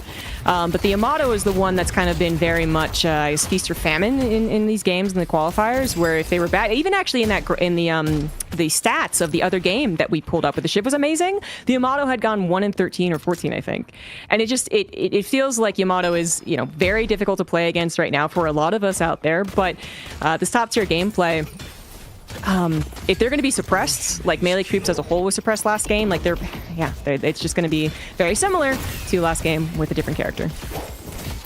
I think for us, looking at melee creeps in particular, obviously being down 0-1 so far in the series, the pressure is definitely on them. And I think one big person we're looking at for sure is going to be John, as we've been talking about here on the Bebop, and being informed by ZP that apparently we haven't seen him on Bebop in night shift since the week after the Trolley Open, which it feels like was forever ago. I couldn't even tell you the date. It was definitely last year, 100%. So at least 5 months. But melee creeps, I think it's John.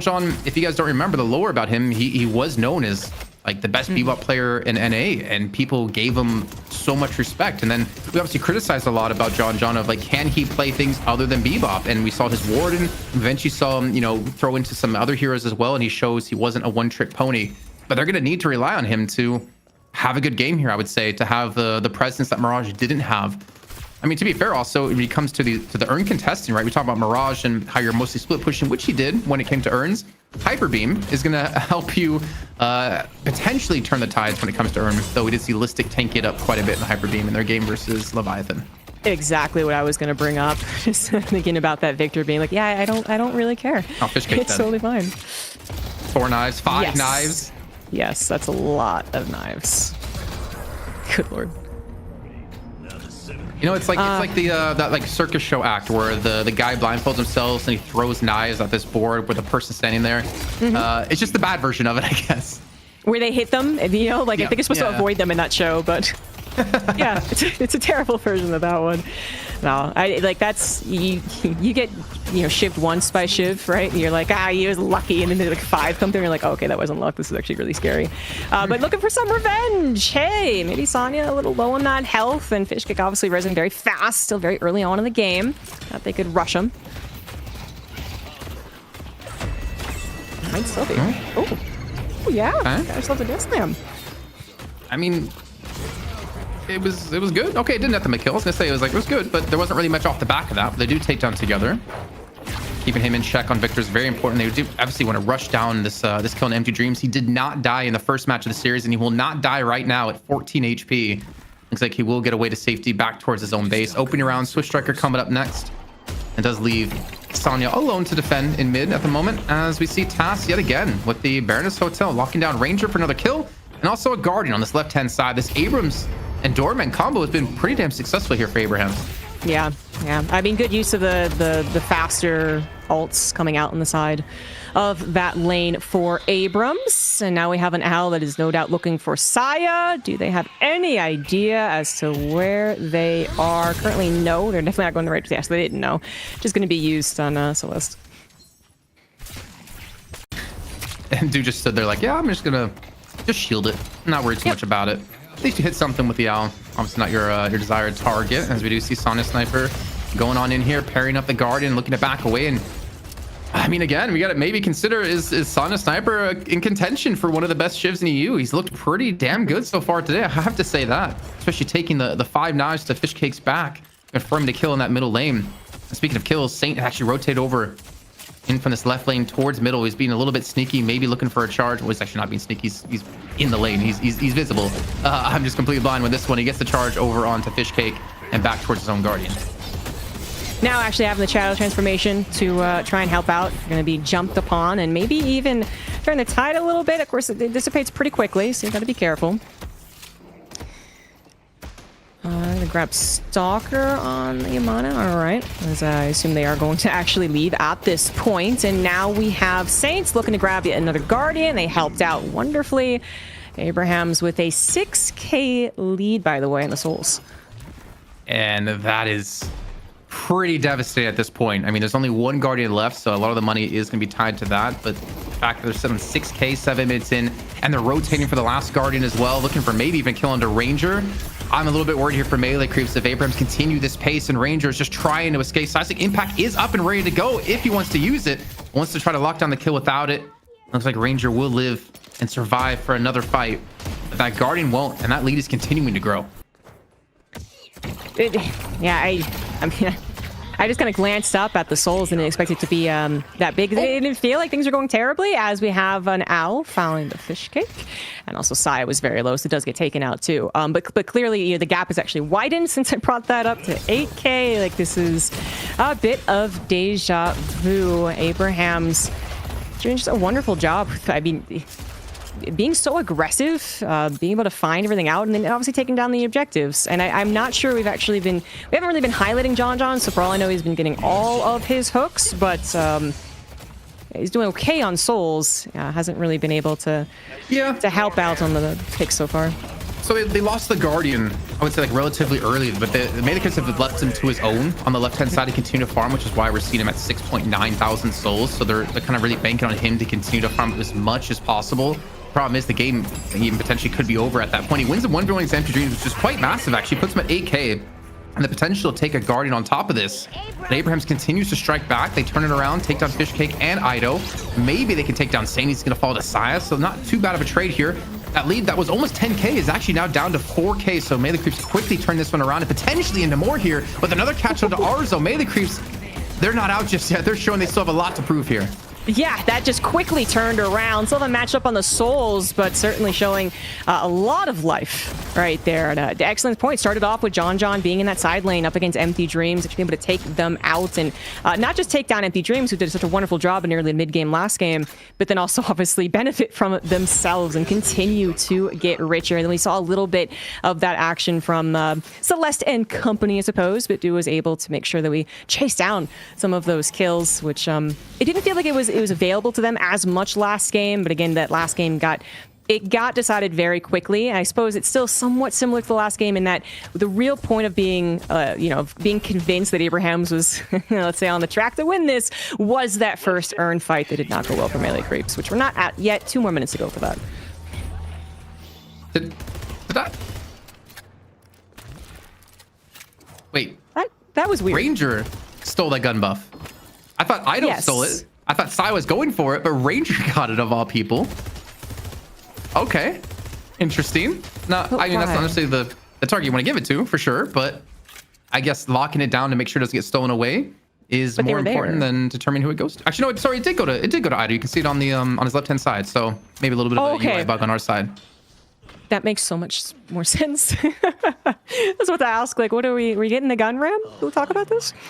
But yeah, so just No, I don't want to talk about it. No, okay, all right, fine. We'll talk about it. Then I don't know if then Arzo does have the survival one or not, but we'll get a check on that eventually if necessary as well. Doorman action here. Ido is in some trouble yet again. This would be painful as we have a minute to go for that urn. They're going to try to survive, but, you know, in some sense, they're almost like they're backing up their death timer so that they might not be, you know, available for potential urn fight, which is always concerning. But again, it's so early on. I guess that's not yet a concern. But we have Fishcake and Saya also going down, and Abrahams are finding these picks again just before there's a potential big team fight. I mean, what I'm concerned about is the fact that Fishcake, who, I mean, he can be so explosive as a player, is on 7,000 souls. He's the poorest guy on his team and on probably one of the, not the worst hero, but the worst hero in this comp right now, I'd say, to be at. 7K, I mean, Ranger's at 7.7, Saya's at 7.7. I mean, Sonya's at 9.4. He's got Spirit Snatch, he's got Stalker, Melee Lifesteal, Resto Shot. It's all good, but they need to fight. Okay. I didn't expect that to kill. But they need to find a way to get Fishcake back into this game somehow when it comes to economy. And now they're legitimately down 10K, and we're getting into that first earn pickup. It's going to be on at least Melee Creep's side of the map. And Abrahams at the moment are not contesting it too heavily. You can see Tass is going to be here. He's got +1 to his side. I think that's Sonya's sniper. And honestly, Abrahams would be so happy if they can steal this away, but they're forcing Tass back with the Hyper Beam for that zone control, but at least delaying time here. And Saya will get the urn. Yeah, I hear nap time coming through. I don't know if it actually managed to catch anyone. Melee Creeps. Actually, okay, yeah. Sonya's sniper being pulled back into the action. Maybe it isn't where they want to be, but they are going to try and take someone down with them. Could it be Ranger? It's very close to being. It is. Is Sonya going to survive beyond all of that? No Anyways, way. Fishcake falls too. This is what I was going to say, by the way, and you're like, I think we need to talk about Sonya being, you know, one of the best. And I was like, I need to see one of these like movement reels, right, where they just get out when they're supposed to. Well, that was it, and they picked up the Ranger kill for it too. Where is the urn? It's still in the hands of Saya. That was Sorry, do dodge like 2 or 3 Iridomines right there. That probably would have killed him. And Saya will be quickly heading over towards this area as well. Looking for the swap. He does not connect. Arzo does escape with some good movement as well, as we spoke about it before. That was about Sonya in that case. And by the way, that Healbane proc out of Sonya with that kill in a Ranger, single-handedly saving him in that fight. Abrahams are not wanting to let this urn go on the right-hand side. Tass might have to rotate over from the base. And together does steal away the urn, but cost him his shocking reanimation. But Saints, they're still fighting. John, he's just running to try to get this turn in, knowing that it's going to be extremely fast, but he's lost his teammates. The urn does get popped in. No, he gets actually made it away, and you can see that Abrahams are contested. Not letting this one go for free. He gets carted off, and as well, Ido goes with a huge death stun to pull him away from the urn, but it's just being swapped back and forth through ZG. Yeah, unfortunately, Abrahams might just have too many people still involved in the fight. Or Melee Creeps down 3, and Saya can't really continue to contribute. The Death Slam was fantastic, but it doesn't look like it's going to be enough. Still a lot of Abrahams alive as they take down Saya and Ido. Actually, they're all alive. They get the urn. They increase their soul lead as well. They're near 20K, and Abrahams, they're looking like game 2 is going to be the cleanup. We want to give Melee Creeps the potential because we did see some life last time, but even the Walker goes down. Abrahams once again firing all cylinders, getting their game, getting the picks first, and then the team fights after. Just very Abraham-sided. Thing is, they have 4 minutes of time now to work with here for Abrahams to try to take as much across the map before they have to worry about another urn yet again. Being 20K in the lead like this is massive. 14.5 minutes in, your stats are so bloated. It's so hard for Melee Creeps to win these fights as well, especially for Abrahams. If you invest into any sort of shred here, you're making it that much more difficult for Melee Creeps just to go toe-to-toe with you. At least they do take down Sonya, so they get 1 kill. But still, Fishcake at 10, Ranger at 9.5, Saya's at 10. And you have to worry about a 14K Victor, a 15K Grey Talon, an 18K Doorman with the biggest Walmart bag I've ever seen. Yes, yeah. Chasing down Ido currently. Not sure they're actually going to be able to succeed in getting the kill, but actually they will. Yeah, I don't think Ido has too many more places to run to. Also, an Alec does not connect, but they were being chased down. I was also going to point out Dew. Actually, I think last game they were able to, I think, match the richest person, actually. So 18K in this regard. They're actually at 14. They've been, I think, killed more often in the earlier parts of the game. So I would actually start to argue this is a worse situation, right, than the first 15 last time, which, by the way, was around the time that Abrahams went for the rejuve, and I'm wondering if they're thinking about the same thing here. I think right now, all Abraham's is thinking about is how are they going to spend their minimum of $1,500? Because that's all they, I mean, if they get through in this match, they win. They get straight through tomorrow. They win a minimum of 1,500, the potential of winning maximum 6K. 1K per player breakdown would be amazing for them. Again, once again, big shout out to Intel and Walmart here for making this whole event happen with the night shift open. So proud to have them along as sponsors to be able to provide some like high quality content. More importantly, some extra money for the players, man. They've been grinding for years. And any opportunity we have to give them some extra money in their pockets to reward them for all the hard work they put in, we try to make it happen. I mean, just to highlight kind of like how much they've been grinding Abraham's, right? Coming through the qualifier as Europeans, they the hours were not kind. There's been a lot of Deadlock played at a supremely high level, and then it feels like the prize pool still needs to kind of match that, right? But we're getting closer and closer, and yeah, big thanks to Walmart for helping out, giving us the biggest prize pool. We did have Empty Dreams go down, as we see, still in the death timer. That's typically a very, very good pickup. But then I also wanted to say, like, there is a Celeste Shining Wonder, and then the Rem almost got the nap time, and then the doorman door just like, nope. And I wonder how many times that has happened where these theoretically good engagements just noped because of Tass, who is on fire and the richest person on their team. Yeah, that's real scary if I'm honest as well. Getting his abilities leveled up quicker on top of this. Remember, the threshold's been pushed back from 49k to 40k. Enter Dreams is able to take down Saya. That's on the right-hand side. As Saya gets caught a little bit too aggressive. It looks like these walkers have barely been touched. Only the mid lane walker has been like sneezed on by melee creeps so far, missing very little HP. You have to imagine it's going to be time soon with this next urn coming on up here for Abrahams. They're looking for another dunk and maybe some pressure once again across the map. Maybe even potential picking up the urn into a mid-boss here because they have 3 kills, now 4. Fishcake falls and it's all under Ranger and Do. And realistically, what are you going to do against mid-boss with those two? Yeah, they're not going to have their ults either. Maybe they will, as yeah, this seems like a pretty big green light. I mean, maybe they could have done it too earlier, because they did, I believe, do it last time when there wasn't necessarily like a huge deficit of players on the field. But it wasn't like the most amazing rejuve, perhaps. Like, clearly this has just been them carrying on the momentum. They knew they were still finding picks. Now they found 4 of them, so they're going to try and take the mid boss down fast enough that much of melee creeps will not be here, but they're trying to come in. Maybe something can happen with the swap from Saya. They're not going to be able to. Yeah, no, they did actually. They did manage to capture 1 rejuve. That's 2 for Abrahams, but now it's down to the fight. And a 20k plus soul difference, as melee creeps does use up the rejuve they stole. And maybe you're just going to try and survive and run away. Oh, the gut shot into the heavy melee, into the wall. Ido trying to survive, and I don't think he really has much of a chance to do so, no matter how good he is at movement.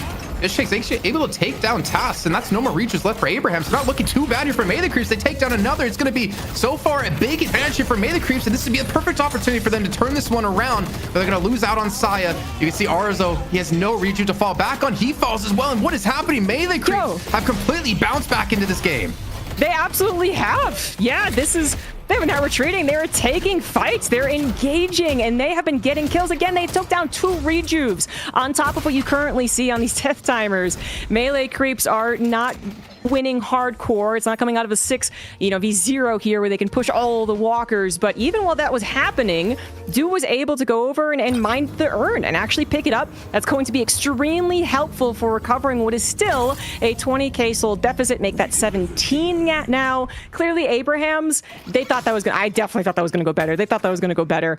They were looking so good just right before that mid-boss take.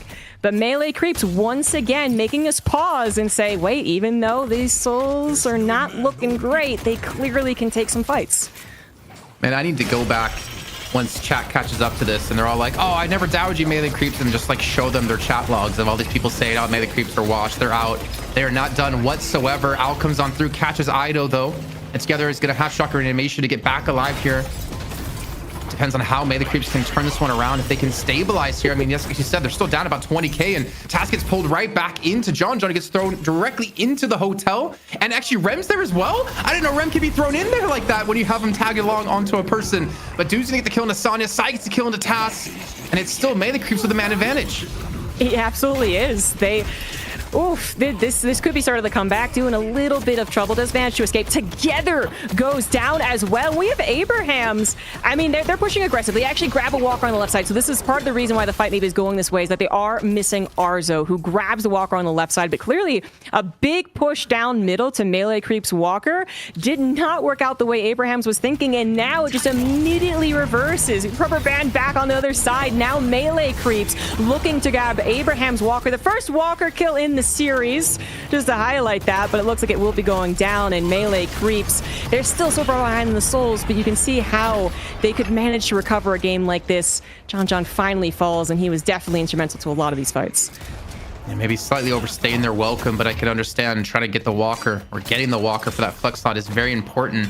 And that lead that was over 20k around the time of that mid boss is now down to just 14. And again, when you're down like this, it's not bad to trade 1-for-1, sometimes 2-for-1, because the extra comeback souls that you do get, especially if you can take some extra things around the map. And Abraham's gonna be doing just that with John dead. I think Melee Creeps have to be so careful. You cannot afford to lose on anyone, and ours gets swapped right back in, but Taz gets gut-shotted into the wall. So it's not Taz, it's Sai getting gut-shot. I'm used to seeing Taz on Paradox. But they haven't converted it into a kill, and now Fishcake, not necessarily overextended, but they're still going to be down a player. They're looking still very confident to force this fight, and Arzo's fallen. He gets caught on the right-hand side of the map at the wrong side of the map. Yep. And Melee Creeps go back to the man advantage for themselves. Another hold on that middle walker. Their last one, by the way. They're safe Bastion here outside of their actual base, but it is injured. It's, you know, taken like 25% health in the last 2 fights, so it's getting very, very low. We could have maybe a bit more of a dive on it if the Abrahams choose to. Obviously, they have to be careful. Like, certainly the last 2 minutes of this game has been a reminder that it's not so easy to take Melee Creeps out. They've managed to recover what was getting up to close like a 30k soul deficit to just 10. But another fight is occurring as Troopers are knocking on that middle walker. We have Together forced to safeguard their left side walkers. They're not going to be part of this fight. Melee Creeps are down. Fishcake, Abraham's down. Arzo now. Empty Dreams also falls. Melee Creeps, like they're not straight up winning the fight. Like, yeah, it's 6v6, it's 6v0, but they are recovering. This is the type of comeback we would love to see in Deadlock. We'd love to see in Melee Creeps. We'd love to see in the series. Can it continue is the question. I mean, this is giving, I know, to me, Burger Box and a whole new name, man, a whole new meaning. What is happening in this game? Constant fighting back and forth. Both teams trying to capitalize off of some misplays and mispositions out of the other. There's no walker left in middle to take for Melee Creeps as they do back away, realizing there's not enough minions on the side of the map to go for a push anywhere else. And we're getting towards the next urn. 40 seconds left to go, and you can still see Abrahams have, except for like the very start of the game, was it like the first 40 seconds of the game, they've had the soul lead by quite a while, and it slowly has been diminished over the last 5 minutes of play, but it's still not enough yet for Melee Creep to get back in the game. They have pulled the lead under 9k, or sorry, under 10k, but it's still not over just yet, and one mistake out of either team right now could actually be the determining factor of how this match plays out. Absolutely. I think we are on that knife's edge at this point in time, where last game it was really quite far ahead for Abraham, so there might have been some risk taking, you know, like go and look for some picks aggressively. Let's like really push this objective. Now I feel like you're at that point where you very much are aware that things have recovered, obviously, from Melee Creeps. They've been picking you off, actually. You have not been able to bully down the mid lane walker, and you could take a terrible fight because Melee Creeps have actually been doing well, taking down 1 or 2 or even 3 at a time. So you see the fight kind of engage here, but then some people retreating off. The urn has been picked up, now dropped. The owl exploded and helped out. Sonya Sniper is so low. Whereas Together also is forced to use their ultimate. This is not quite determining who's going to win the battle as of yet, but a Death Slam obviously could. It grabs or Arzo. Is that going to be the big pick that Melee Creeps needs to truly take this fight? No, instead they lose John, someone who has been so good in the fight. Fishcake goes down as well. I thought I was getting really excited for Melee Creeps to potentially take a very good fight, but it seems like Abrahams, they're standing strong. They are not going to let this snowball out of control. I think a lot of that credit is going to be due to Sonya, actually, the position he had behind the enemy team, behind Melee Creeps. He pulled quite a few players in that direction while the rest of Melee Creeps try to push on forward. And Ido had a great death slam onto Arzo and then a good finisher right here, so at least keeps things a little bit equal. But while that happened, the lead's still only 9k, and Melee Creeps have the urn in hand. So it's really not a done game just yet. There is a world Abrahams could go for mid-boss here, or maybe actually even a world that Melee Creeps, I don't know, when you're down 2, you shouldn't be going for it, especially when you don't have Fish Cake here to lock it on in. But this urn turn-in, I think, is kind of going to determine how this game plays out. Good. Really big fights.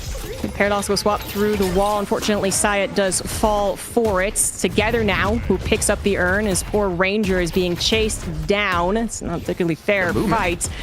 It is good movement, but we also see that even if Ranger somehow survives, and they do not, the urn is going the way of Abraham's, going to boost a 10k soul lead now, while maybe also taking a fight. Empty Dream somewhere barely surviving. There's the urn to together, and there's some troopers continuing to injure that last walker for Melee Creeps. That's a good attempt by Melee Creeps, making sure to get that urn pickup, but again, that fight won on 2 fronts here of Abraham's, winning the fight and the urn turn-in. And also keeping Melee Creeps distracted from multiple positions. The thing is, for me, they're investing so much to kill Arzo. Like you saw Ido, he held that Death Slam for such a long time, making sure he can catch Arzo, and they can try to capitalize on that. But the problem is, there's still a lot of other threats out here. I mean, he's at 30k, but Tass is at 29, Empty Dreams at 29, Together's at 29. There's still a lot more threats than that one person, because Abrahams has been keeping the farm pretty equally split across their team. And Sonic Sniper's only goal, even though he is still picking up kills, is almost just feels like to distract. Allow Empty Dreams and Arzo just play from the backhand side, which is maybe why Melee Creeps is trying to invest, you know, a lot of abilities onto Arzo in particular. But that swap through the door pulls him right back out into a ground star Death Slam as well, and they get the kill onto Tass. Mid-boss is still up. Keep in mind, Melee Creeps have all 6 alive, and maybe, just maybe, it's go time for them. Heck yeah, man. Saya finally gets to nope the doorman, right? They thought they were going to be able to escape. And the swap comes through. That was pretty sick. Very important, as well as we continue to live on a knife's edge, right? Like, it felt like, yeah, okay, Abrahams did win the last 30 seconds. They got that urn. They extended their lead. They've kind of recovered and maybe just stopped the momentum from really getting out of control for Melee Creeps. But then suddenly Tass is gone. And you're once again wondering, can Melee Creeps take a fantastic fight, finally give themselves a super powerful position, and they can push down maybe another walker. Ido, unfortunately, does not have a Death Slam, so that won't be a part of any upcoming fights, but we do have Together maybe off position. No, that is a huge Abrams charge, as maybe Baird were able to escape from it. But Abrahams are looking for this fight, ready to take it. And it's John who is going to fall first. That's not a great sign for Melee Creeps to continue this fight. They are going to go for the Paradoxical Swap, still trying to get the pick off. Not going to happen. Together able to escape. They're throwing everything in and onto Together, but Satan has just like charged straight on through, looking towards the backhand side, and Nap Time coming on through. Gets counterspelled out though by Empty Dreams. He's not gonna be locked down just yet, though. Satan does get sent back to respawn, and Dudes continue to charge on forward, trying to take space with his 38,000 souls, the most in the game. And this fight, even though it ends up being a 2-1 in favor of Abrahams, is not clean for either team. And Sane unfortunately has to sacrifice himself. That shoulder charge on 3 people, keeping Together alive, was phenomenal. This is... I think we should also highlight, yeah, as you pointed out, Du is the richest person in the lobby. It did feel like they were being a little more suppressed from the early into in the mid game, but they've come out rocking here, and now maybe more the focus can be on. And this has been absolutely a team effort from Melee Creeps to recover, 100%. But then now you also do account for Du being as rich as perhaps they were kind of equivalently as last game to Abrahams, and you gotta wonder, could they actually start to pop off like they did last time, even more so with the rest of the team performing well, despite, again, an almost 20k soul deficit. That is truly what's incredible. Like, this is a very even fight. There's been very messy fights on both sides, as you said. 49k damage done by Du so far ahead of the rest of the team and enemy team. Brandon Sautel has been thrown in. Looks like it's on to John. Seems like Abraham's ready to capitalize off this, though. Again, respect the Death Slam, which is coming on through out of Ido once again. Looks like he got a connection, unfortunately, onto nothing. Maybe a counterspell coming on through to bait that one out. And you can hear shoulder charge. It actually gets to connect onto Du. This would be the worst person to lose on the side of Melee Creeps. He has to get away from this one. Sonya was even looking for him as well. Satan has opened up the floodgates here for Abraham to hold W to push Melee Creeps back to their own base. John, he's going to go down. So does Fish Cake from Saint.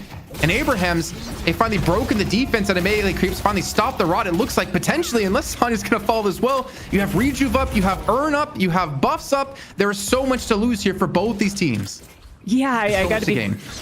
Right, exactly. This is going to be so careful. I'm actually surprised Empty Dreams took the time. Well, a fight was basically still going on to grab, I thought it was Empty Dreams anyway, but someone from Abraham's to grab the buff. Now, it seems like it did go together, which does make a lot more sense, but they took the time to do so. Now they got the buff coming into this fight. Kun's going to have to obviously wait. Got it out trying to get some kills or damage as well. And Abraham's, well, it does seem like this time it's a little less messy. The last, like, 5 fights have always had something go a little wrong, kind of equivalent for Abraham's. Now, everyone's still alive with both buffs, looking to grab mid-boss, but melee creeps. They still got 4 alive, still got a couple of ults to use, and they're going to try and stop this from happening. A fight actually on top of mid-boss, perhaps to determine who is going to be able to grab it, as Sai, unfortunately, is found out and killed, as well as Ranger. It's looking less and less likely melee creeps can do something about this. Yeah, this is the go time for them, considering Fishcake wasn't alive, no transformation. He's going to be coming on in from the side of the base. Ido's just trying to stall for time here with a good death slam to pull multiple players away. The best they could do here is steal away quite a few of these rejuves, but can Fishcake get here in time, or will it even matter? Will Abraham just take the fight and take the base of melee creeps, and they get all 3 rejuves? Fishcake gets there too late. It does not matter for him whatsoever, and he's most likely to fall after this, being chased down by multiple players, and locked between a lot of players that have Abraham's walls, cards, shoulders, everything being thrown at him. He's gonna fall, and that 40k souls he has does not matter anymore. Abraham's finally get the clean fight they're looking for, and melee creeps, all they can do is run. Yeah, this is not going to turn out in the surprising fashion the last mid-boss did, where I thought they were going to run, and they kind of turned it around. Nah. They're just forced to run. Ido and John will survive. The rest still waiting on death timers. Gonna have to clean up at least, one of the lanes here for Abraham's. They're gonna pick up the urn. I actually just found the rest of melee creeps, so everyone off the board at this point. Of course, Midwalker is going to go down. Yeah, that's that type of clean battle for Abraham's had been interrupted for minutes by melee creeps, so they finally find another clean fight. Super extend their lead. Another flex slot for them, where melee creeps is once again probably feeling quite constrained. And we're back to thinking Abraham's going to take this series. I mean, with 40k plus in the lead, I would find it hard to think anything else, though I will give respect to melee creeps. They have kept it very close for such a long time and able to pull back 20k deficits. But I do have to ask our lovely production team here to see our golden statue buffs, because we are 33 minutes into this game, and we have to have some crazy stacks out of Abraham's with how this game is played out. I mean, I would wonder who's currently leading with golden statue buffs, which we'll see in a second here. I kind of want to look towards maybe Saint. Yeah, it's 61. My lord, he is so far ahead. Whoa. I mean, he's 34k souls, which is ahead of everyone on the other team except Do. But with 65 buffs on top of that, that is disgusting. Is it? Well, I'm just gonna ask him straight up, why is it so many? Just how much he's been controlling it? Yeah, farming, taking the cinders, I guess. Geez. That's he's got 4.4k life. I mean, he's already hard to kill. He's got also some spirit power off the back of it as well. So his siphon life will do even more healing. You can see here already healed about 500 HP in this one. He can soak so much damage on the front and then hit charge like this on a ranger, where he has nowhere to escape here. ZG Abrahams get 2 more kills in the base of melee creeps. Yeah, I mean, Saint is taking some damage, but I feel like the confidence is there to continue on with this fight. So there's still 1 rejuve for Abraham's as well, as they deconstruct melee creeps. I mean, pace, I suppose the shrines can wait as they continue to look for just more and more. Yeah, now the shrines will go down. What a performance from Abraham's. I mean, and to give melee creeps their due, they were making a second guess a lot of things, even consistently down in souls. But Abraham's is going to be able to wrap this one up eventually. Certainly the shrines will go down. The patron perhaps as well, as you don't have to worry about any type of big death slam. You're not going to worry about a swap. The Saya goes down too, and now Do. Okay, well, if everyone's going down to the melee creeps, then obviously the patron's going to go down too. Yeah, and this is going to be Abraham's advancing through into the playoffs tomorrow, guaranteeing themselves a minimum of $1,500, potential to win 6K with the courtesy of Intel and Walmart. And this patron is to be no more. Abraham, they look solid as hell in this series. Once again, proven EU. Well, hold on, maybe I'm jumping the gun here because they did leave with the door. Dustin had come on through, but I don't imagine they're going to be able to get much off this Idle Falls. John and Ranger, the last 2 left. And now I can finally say it. Maybe EU is just that much better than NA. Who knows? I will not respond to that. The game It's goes fine. to It's all Abraham. like clickbaity stuff anyways. That's what I'm trying to do. Yeah, of course. Oh, gosh. Yeah, Kalaris, Abrahams, they do it. I can only agree, Jason. No, I digress. I mean, this was a fantastic showing from Abrahams. There was moments here, ZG, though, where we did see Melee Creeps try to come back in this series, in this game especially, but just too hard to deal with, unfortunately, where Abrahams was. I do feel like even though both games had moments for Melee Creep, so it's not like, again, like they were all, I guess, literally without highlights for them. It does feel kind of like there was more of like, okay, the characters that wanted to do their thing did their thing. For instance, Scion Paradox, I feel like we got a couple of more highlights and I'm getting some really cool swaps. Even Ido, I feel like, got a couple of more times where like the Death Slam is available, he is alive, he is in position, and this could be big. And then, Do maybe was a little bit of a sneak this time around because they were suppressed earlier on, and maybe that's part of the reason why things started to get a little screwy for the side of Abrahams, because Do actually had basically recovered from that kind of suboptimal early game. It was 38k and actually doing quite a lot of damage, but in the end, Abrahams think things through, play out patiently, and start to win the fights like they had been in the first 20 minutes. You see the highlights here from this game. The doorman being very annoying during all of this as well, playing very, very well with these doors being an absolute problem. But Jason, with this now, that means that, what does it look like to you? Do you think that the drafts are the problem? Do you think that having the Rem, I still don't think I think he got a bit bullied in this game once again here for Melee Creeps and didn't have as much impact as they would have liked to have. Yeah, maybe it is a little bit of like hero pool limitations. The thing is, I get Rem can be strong, but he's starting to fall into the. Oh, we're seeing it from another angle. Oh no! Oh, you can see. Oh, they paused it. But the thing is, like, Rem is 0-7 now, I think, so far in the Night Shift Open here today. Yeah. 0-6, 0-7. So it's proven to really not be effective. But the thing is, I don't necessarily want to like maybe focus on Ranger. I get that also Do is doing some serious work. Like that you cannot deny. He had like 50k damage. He was like at least 15k damage more than anyone else in the game. But is it? Oh, there's the Rem into the Bebop tag along. There we go. Get me out of here. At closed alpha. But John hasn't had impact that John typically would have in these games. And I do wonder, is it maybe the over focus on getting Do a character he's good at over John, or maybe you need to prioritize like the Venator pick for John so he can carry games, which he typically will do. But I don't know, it's kind of hard to criticize because they did go relatively similar in picks. Also, Fishcake was behind for what felt like forever on the Yamato, so didn't really have as much impact as they would hope to with the Yamato pick. And on the other side, there were some great individual performances, right? We were highlighting Dorman on the task, but Empty Dreams as well had some really lights out stuff too. As much as that swap was awesome to try and get Melee Creeps back in, but felt like it wasn't enough. But again, Empty Dreams on a Grey Talon, just constantly being able to put on big pressure, do big damage, blow up Yamato. Never mind Rem here, ZG. Yeah, there were a couple, I guess, where we were like, I don't know if it's going to kill the person they're looking at with that owl, but it did. You're like, oh, okay, I guess that is pretty powerful. Yeah, Empty Dreams, absolutely. I don't know if they're going to be MVP this time, right? But they were just a very good Grey Talon behind the lines, constantly doing damage and melee. Jesus. Okay, all right, 70,000 damage from Do this time, just up in the numbers. That's so incredible, but it is almost matched by Empty Dreams at 65,000. Yep, on the other side doing loads of damage here, Empty Dreams, fantastic stuff. Sanya Sniper as well with the 16, tying it up against Empty Dreams for this one. Jason, anything else stand out to you? I think something that's not really as heavily noticed in these games, which I think you have to give credit to, like Tass has also put up some crazy numbers in terms of damage from game 1 and game 2. And I'm just quickly go back and see what he did in game 1. He had 33k damage. And the highest was 50k on his team, but he had more damage than everyone on Melee Creeps except Do in that first game. Like he's putting out some consistent damage. I think his cards as well, I think he's synergizing really well between like him and Saint in particular. I think Empty Dreams, it will like open up. So Tass opens up with like a Baroness Hotel, and it was done to Fishcake quite a few times. The second Fishcake gets out of Baroness Hotel, and Owl greets him. Then you have a shoulder charge and a cart to greet you. Like they gave no quarter at all to Melee Creeps whenever they would go for a specific pick, and Tass deserves a lot of credit of opening things like that up by getting those catches.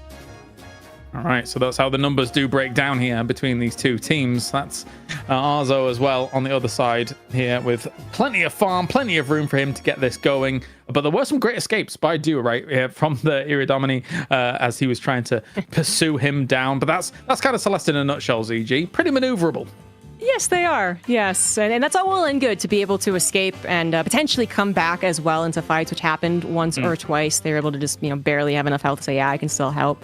But I felt like what was actually going kind of well in the beginning of the game was that Du was getting more of the, I'm going to chase people down on their side of the map. I'm going to actually secure these kills with the help of my team. And then that did fall off yet again. Like, I feel like it didn't really exist that much in the first game, despite them obviously doing massive player damage. I'm not saying that they didn't perform well. It's just that we didn't get to see quite as much bullying. There was one moment, I don't remember around the time it was, maybe like minute 10, where there was like this bully Celeste that seemed to be emerging, where I was like, they're going to go chasing after everyone, aren't they? And it didn't continue. It didn't continue. So Abraham's, again, I think they came into this really expecting a lot from Celeste as a character on Du, and they were able to take out that. And then, of course, they did their studying as far as, taking out Ivy from Ranger. And, the rest could do possibly very well. I agree with Jason on John not really being able to get a highlight, even though there was some, there's certainly some help from Peepop in a lot of those games. But the Yamato continues to be of interest to me as we watch the meta develop, which is that it's another famine game for Yamato. They just don't feel as good as maybe we were expecting, community sentiment was expecting. 15 deaths is rough there for Fishcake, unfortunately. But that means now that Abrahams will be guaranteeing themselves 1,500 of those hard-earned Walmart/Intel dollars as we take a look at the bracket here and confirm the suspicions of them now moving through into that semi-final. Meanwhile, of course, though, we have ourselves a move of the fact that now Bird with Clock did win out their match against FPS Lounge. So that means FPS Lounge is completely eliminated, Jason. And Melacubes will go up against Bird with Clock for the decider in that group. Yeah, and just not get confused here. That means Abrahams is through into tomorrow. The winner of Loki W and Foreman will be into tomorrow. And then Leviathan plays, of course, against the loser of Loki W and Foreman. And for people also who are confused in chat as well, that's not the last game of the day. So what we have left for you is our two decider matches, which you see on the right-hand side of your screen. So we will be covering Melee Creeps versus Bird the Clock, and then the loser of Loki W and Foreman versus Leviathan as two best of threes. But I'm also hearing Kalars and ZG that we might have a special surprise that was not necessarily what we were going to do. Yeah, it looks like it.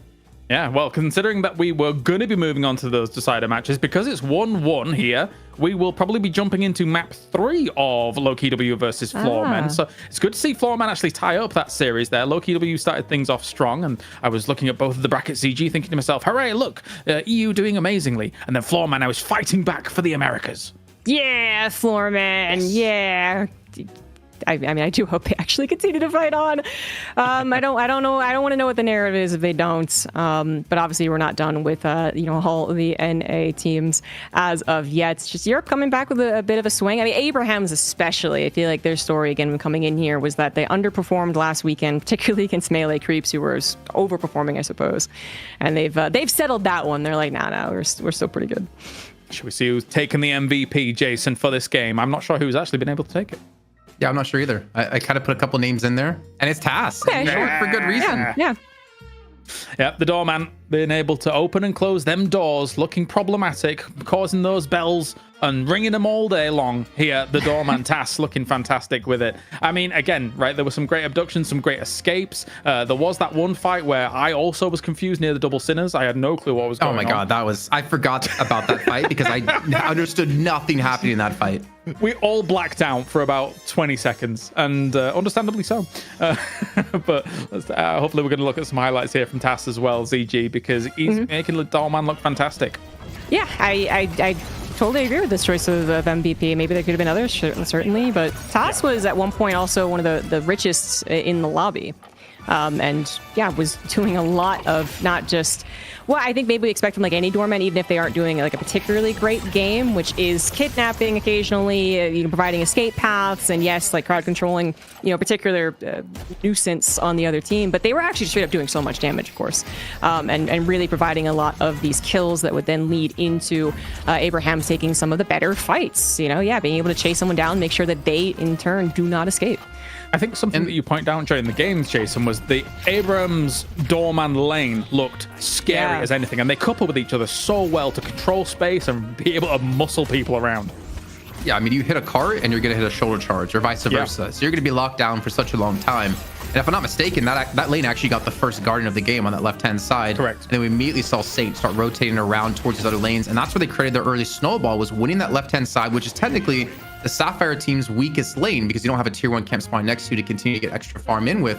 That they were able to snowball the other lanes by taking those Guardians as well. So, I mean, TAS and Saint working really well together. But I think for me, what's also really cool to see is that TAS was always a playmaker back when Paradox was 100% the meta, Paradox Holiday. And it's great to see TAS back in one of these like pick roles because he can do the exact same thing we saw with the Baroness Hotels. Yeah, very cool stuff. Very cool stuff. That doesn't mean, though, that again, Melee Creeps is done and dusted. I strongly suspect that they might be able to make it through into the semis regardless, and maybe we see the salty run back for a third time here throughout these last couple of weeks, which will be fantastic to see. Any final thoughts, ZG, before we head on over to a break and get things wrapped up? Yeah, I believe in NA. They're going to make the comeback of a century, comeback of a tournament. It can't be top 4 NA, I guess, technically right now, but it's top 3. Yeah, all the America hoorah. Well, Jason, do you consider yourself a traitor? I consider myself enlightened, actually, not a traitor. Okay. Okay, I'll take that. That's a fantastic response. All right, we're going to go to a break, I believe, and when we return, we are going to have that game number 3 of Low-Key W versus Flom, and currently it's 1-1 in that series. You don't want to miss it.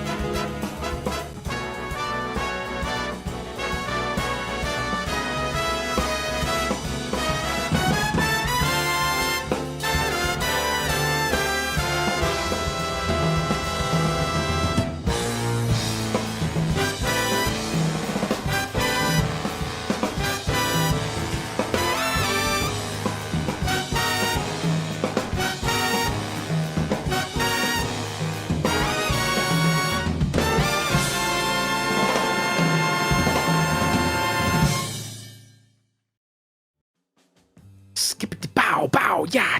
It's a good intro, He's man. the scat man. Yeah. Anyway, I'll stop that. That's awful.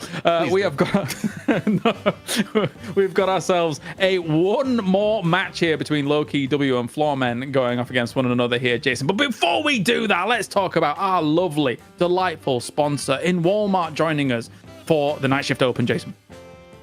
Well, yeah. I mean, them and Intel together have been able to provide us the biggest prize pool in Deadlock esports that we've had to date, and it's been so great to see. The thing is, you obviously could sponsor an event where it's just like, okay, we invite these teams and you go. But the fact that we're having an open qualifier and we filled up in 7 minutes of time, and then we had 50 waitlisted teams, it's been such a pleasure to be able to work with Intel Walmart together. Make sure obviously over in North America, you go check them out. I know every time I go back, I go there, I buy a bunch of bulk stuff. I bring it home with me to Italy, and I gain about 20 pounds. It's gone up from 10, it's now 20. But I enjoy the life when I get to go back. But again, once again, a big shout out to them. You can actually check out their deals on PC laptops, on desktops, and more for less.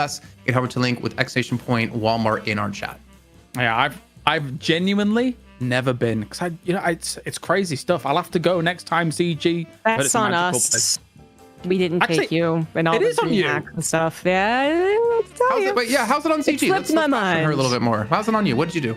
As the designated event planner, whenever we were at events, like we were going to dinner, what are we doing? I just forgot to be like, we need to make a trip to Walmart, guys, because legitimately there are times where a trip to Walmart would have kept us alive for some of those wonky tonk ones, like when we were in Sweden casting North American events, right? That would have helped out having a little goodie bag, but.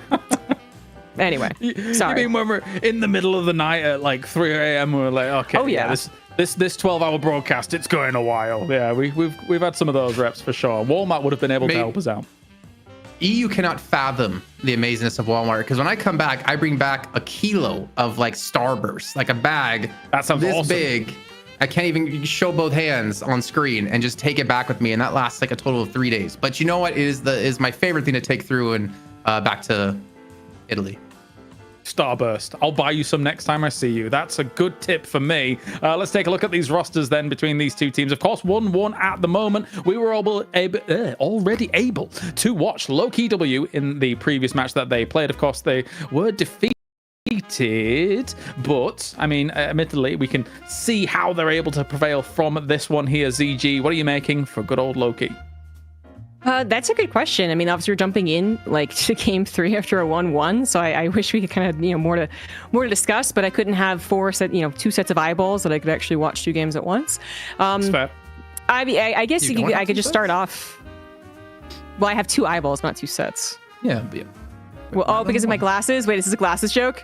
Oh my God, are you glasses? I have glasses. What are you talking about? No, it was definitely going at you for the glasses. That's crazy talk, Jason. Anyway, continue, ZG. Anyway, I can just start this off talking once again about how I expected big things from Zergy, which did happen. So I think I'm still focusing on that, but.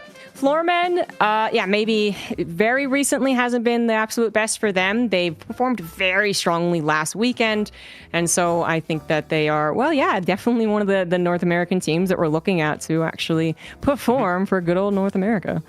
Jason, what do you think? Z? Oh, he's muted. Never mind, he can't hear me do that. He's really muted this time. I looked over at Discord, he's actually muted, he can't hear me. I wanted him to talk about something, but we'll delay that for now. I mean, Floormen, I think... For me, funny enough, they were one of the few teams who played with a really tight structure and how they wanted to execute strategies. I had talks with Average about how they view the game, how they view like roles in the game, and how they view like executions of things in the game. And they always seem to be one of the most methodical teams out there. I mean, Xeno also, for talking about Ivy and you're talking about Ranger, I mean, for me, he was one of the best Ivies in North America. The amount of times that he was able to get up to an Echo Shard Stone Form and do like 1,400 damage back before they ended up having to nerf her Stone Form scaling was insane. I feel like he had like almost 100% win rate when it came to that. But he's also flexed to things like Doorman. He had never played Doorman ever, talking to Average on an interview after the show, or was it a Graveyard Shift? Never touched it. And then he played it in like a pub whatever, and he was like, okay, it's okay. Like, I don't think I'm great at it. Plays it in scrims, and he turns out to be one of the best doormans in North America. Like, that's the craziest things about him to me. But also, you have D-Mov on the team. I think he's still single-handedly the best player in the world, no doubt about it. And you have him on this roster. it's a hard team to beat. I mean, LoKW, I think they took the first game in the series as we looked back before. And then we had something catastrophic happen to Listic. I was hoping ZP would come in here and explain it. Maybe he will eventually during the game. But Foreman took game 2. Or do you want us to explain it if he doesn't come back? Yeah, right? Are we going to talk about it or just gloss over it? If you want to, ZG, go ahead. Oh, okay, so apparently we have a case of the hiccups, and not the hiccups that are kind of like a little funny, but also the ones that like hit your chest. How and did then ZP people describe like it? I don't remember how he described nuclear. That's right, nuclear level hiccups. The type that kind of hurt, and I guess they're not stopping either. So when you're a shot caller too, I suppose that's interrupting many things in the game. And apparently it is serious but funny. So yeah, it's actually affecting at least a little bit of their play. Because we're in this draft, do remind everyone in Deathslam Invitational, these two teams went the distance. CG, oh, what's up? No pocket ban. True. Is it just straight here in the next 2 then? Surely. Doesn't Rocker have like a really good pocket as well? No more hiding. There it is. There you go. Bosh. Well, notice, CG, I was talking about their results, and now they played each other twice in Deathslam Invitational, and it was kind of really back and forth between the two teams, so it's not too much of a surprise that they're matching up strongly against one another at the moment. Yeah. Which is a good thing to bring up, but yeah, I thought Pocket was worth yelling about, basically, because it really has become, you see people talk about when other teams do not ban Pocket, and they're like, why is Pocket in the lineup right now? Why did they let that through? This is going to be kind of, and I'm not going to say every game with a Pocket is a win for the Pocket team, but from the way people talk, it is almost at that level. So to allow Floorman to get that, that's big. That's big. It frustrates me, Kalaris. I'm like gonna get my feathers all ruffled because I was saying for like months that Pocket is stupid OP. The fact that his they changed his ultimate so max rank stops all healing. Yeah, I saw that and I was like, if he's not first pick ban in every game for the next few months, then I'm gonna go crazy. And the fact that people slept on him for so long blows my mind. But you hit one of those good afflictions, and the other team is like out. They're done. They have to go into Divine Bears, which we don't see bot that often anymore. You have to go into counter spells and like almost predict it, which is going to be difficult to do when you're playing on ping with LoKW. Strongest character by far, and they as a hero is just nutting. I feel like there has to be something done to the kid. I completely agree, to the point where when that change happened, I'm going to call it a Mortal Strike effect because we're all kind of familiar. Like the idea of that being there in the game, shush you, it was just crazy to the point where it really doesn't exist properly anywhere else, right? So like maybe more of it happens in the game in the future, but it is incredibly strong.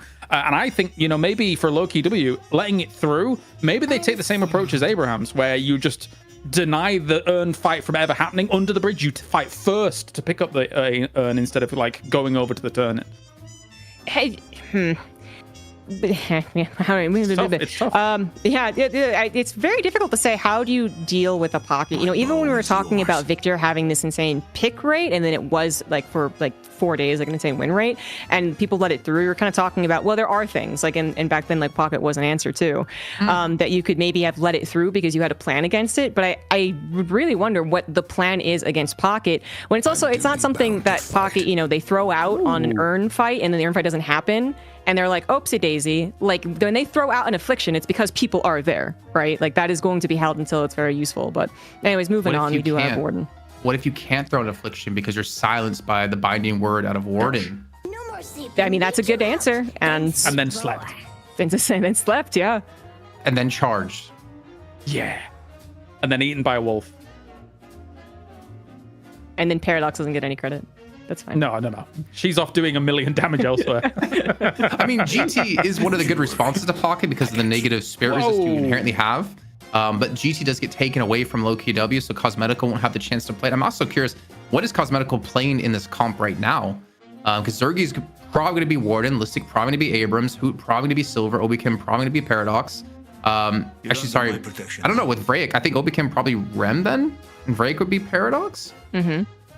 But then a Mirage 0 and 3, so that's 3 and 22 in the last like week.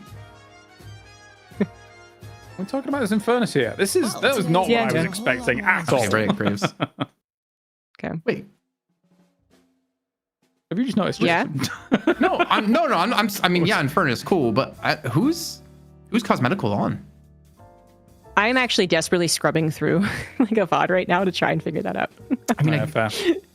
because like him and Hoot, I don't know necessarily where they're going to be. But I mean, yeah, okay, we can talk the Infernus. Yeah, Infernus, like zone control, again, like earn pickups or earn turn-ins, very good. Earn pickups, even so, you deny a lot of area with the Flame Dash. You're very slippery, very hard to deal with. The thing is, you're looking at this comp now and you're knowing Dispel Magic must be a must-buy from, honestly, both teams here. If you're Pocket, you want to get an Affliction off, you have to be able to dispel your own Binding Words, so that way you can get the Affliction off. If you're the other side, you have to be able to deal with the burns out of Infernus, even the Jin's Mark out of Mirage. Even counter spells. I mean, even Dispel Magic and Counterspell might be the play out of quite a few low KW players. Cosmetical Paradox. What do you make of it? Okay. I think it lines up for me in my head. Like, And I feel like that has happened. Like, this does not sound totally foreign to me. I just can't find the example I was looking for. Obviously, we're going to see very soon, so I guess we'll discuss that more when we're actually into the games. But Boot Rem. who can play Rem. anything? It's fine. Okay. I'll be okay with it. do you think actually? I mean, because we now have a Warden to talk about. Obviously, we haven't talked about him being particularly like high priority or anything like that. But I feel like from some other people's talkings about Warden, I suppose, names. No, it seems like this could be a sleeper. Like they feel like Warden, is not. I don't want to say not given the respect he deserves, but as someone who was immediately frustrated by the Binding Word change, I kind of felt that way, not seeing him all the time.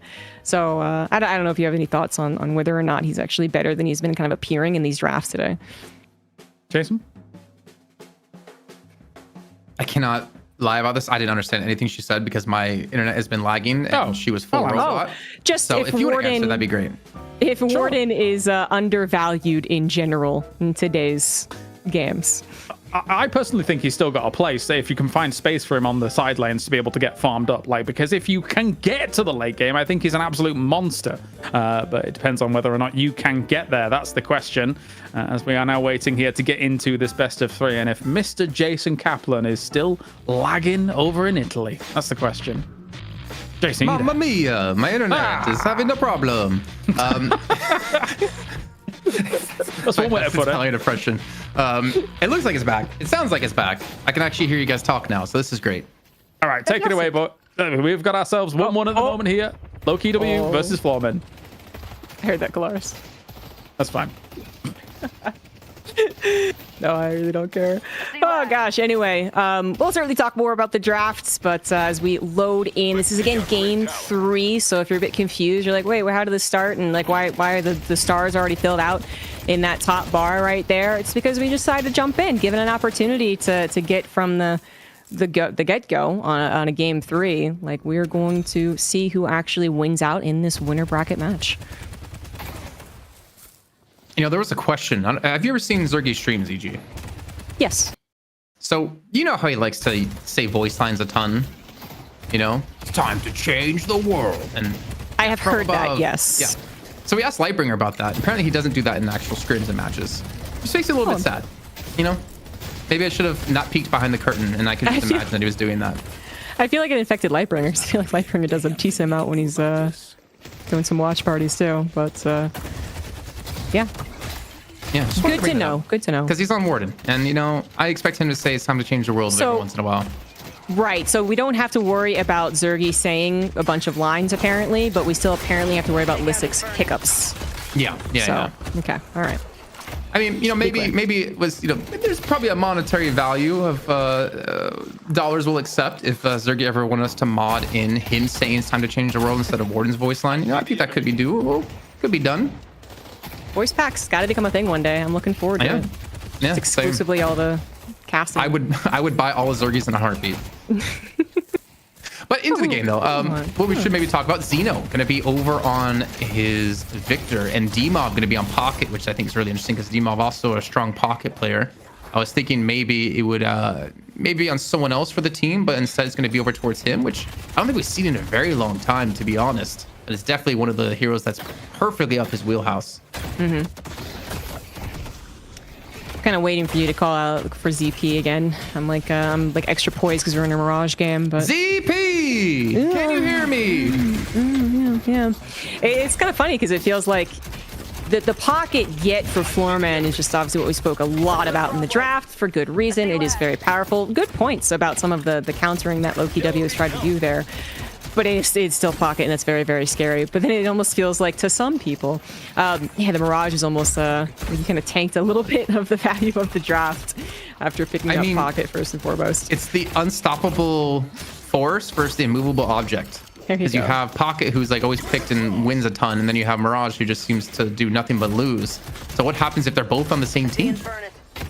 We're going to see how overpowered Pocket really is, I guess. You know, this will be the benchmark. You just have the longest game in existence, the longest competitive Deadlock game, and the only way it actually ends is when there's a big patch and they have to take the servers down. Ah, yes, yeah, sure. Every time D-Mob gets a fantastic affliction, Rocane is just completely gone. They already died. Yeah, they're alive. The affliction doesn't hit. Yeah. Well, as we progress through this game, quite different than I would say the last series of Abrahams versus Melee. If you guys missed out on that, make sure you go check it out. It was Abrahams winning 2-0 to get into the playoffs tomorrow. Melee Crews have to take on BWC for their chance to make it into tomorrow's games and into the money, more importantly. And the winner of this game will also be joining the likes of Abrahams in the finals tomorrow. It just comes down to how this one's going to break down. And we did get to see Break in the initial match versus Leviathan play Graves. And again, they have a lot of zone control with shoulder charges, with nap times, with grasping hands, with binding words. They have with bolas, with time walls, with swaps. OKW have a very good comp to like shut down multiple people. That's gonna make it very difficult, I feel like, for like DMOV and DMB to have like a ton of effectiveness. I think maybe Rocker's the one saving grace. I don't imagine too many players diving in deep towards them. True, that's a good point. Have to find a way to take him out. Obviously, knockdown is going to become apparent at some point in this game. But I was thinking of the Break Graves and the Skulls. You know, we did see kind of a highlight moment as, hold on a minute, are we going to lose DMB here? Maybe barely able to escape out. Yes, indeed they are.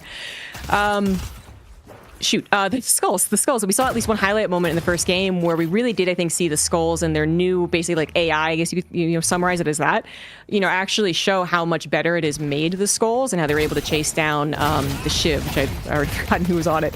And I wonder if that's, going to be more helpful against many of the players, I guess, obviously on Floormen. Pocket's a bit of a different case because, of course, their escapes are actually some of these true escapes. But we do have our first Death Slam that is going to find the first blood. Hoot's gone.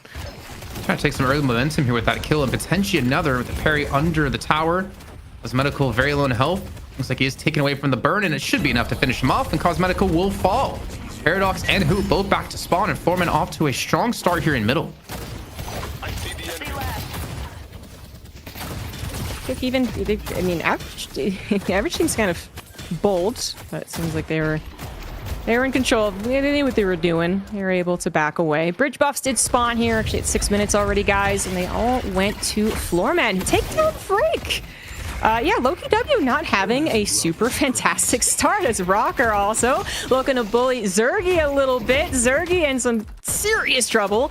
He manages to get behind that Guardian. Looks like Hoots inadvertently found himself in trouble with the parried. So this is just continuing not to go well for Loki W. Paradox is missing. Seems like the hiccups are working in favor right now of Loki W. I don't know if Listic's still calling right now. Actually, are not in favor of them. Working in favor of Foreman, I should be saying, as Listic's very low in health at the moment, taken away from that affliction on 3 HP.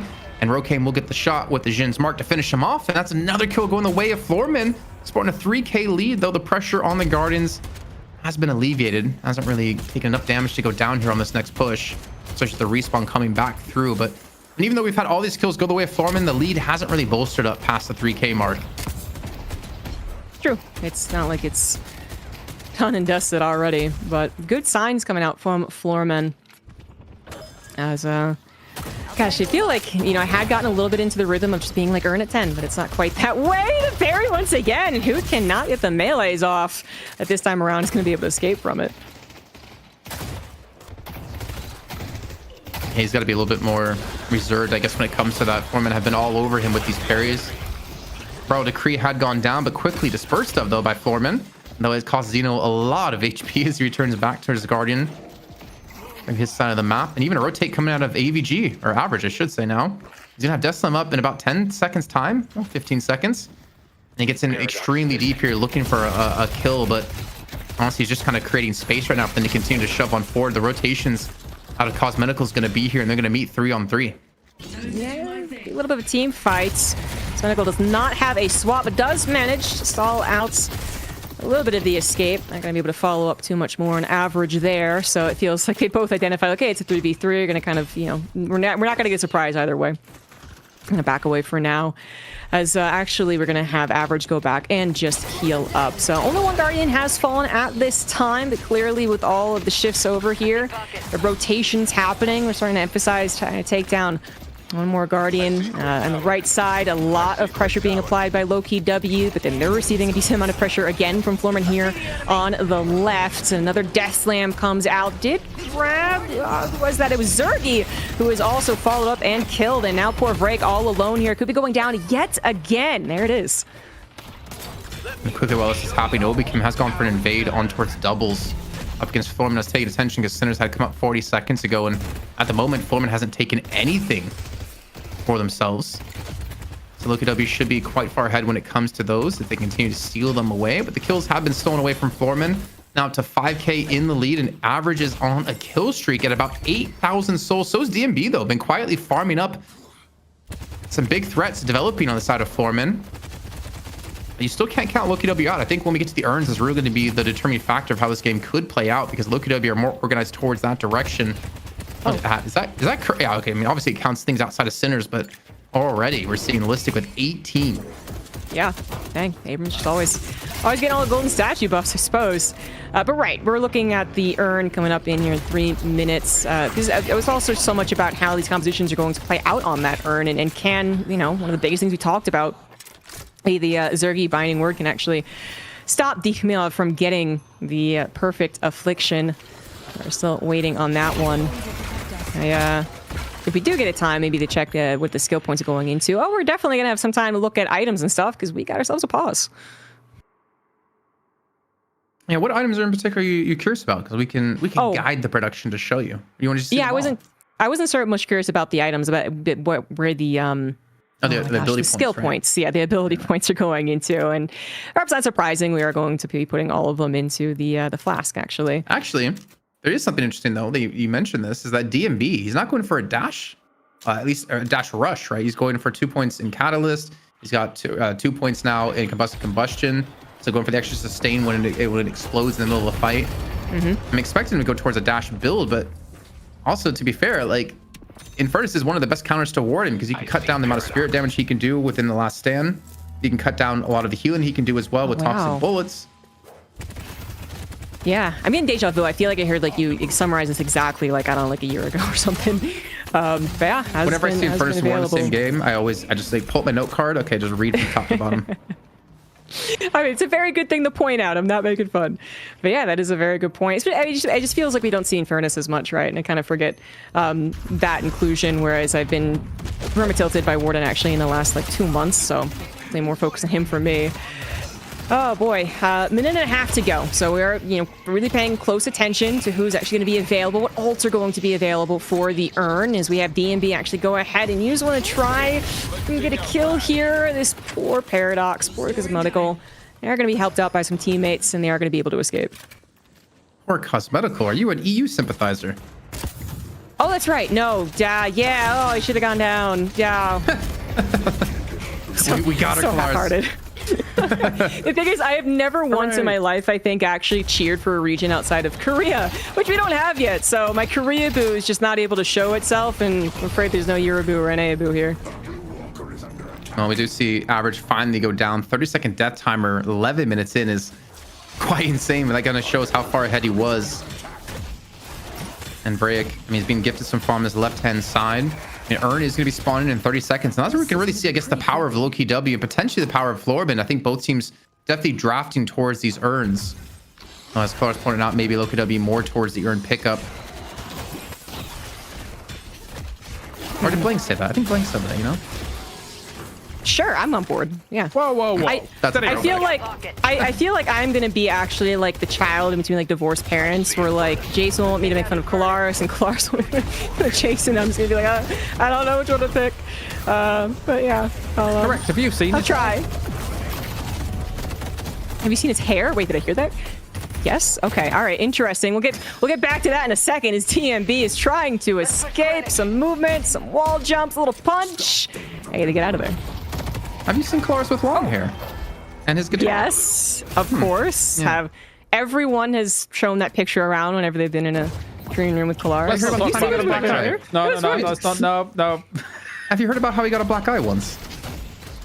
Stop it. I might have missed that one. Let's not talk about Deadlock. Let's just talk about Colaris. You know, we can both bash on him. You don't have to choose between me and him. You can just both bash on him. So the urn has been picked up by Xeno, and he's moving over towards the right-hand side of the map. It looks like we're going to have, at the moment, Rocker and Vrake going to be on the left-hand side, not going to be interacting with this whatsoever, though Rokan could easily travel on in.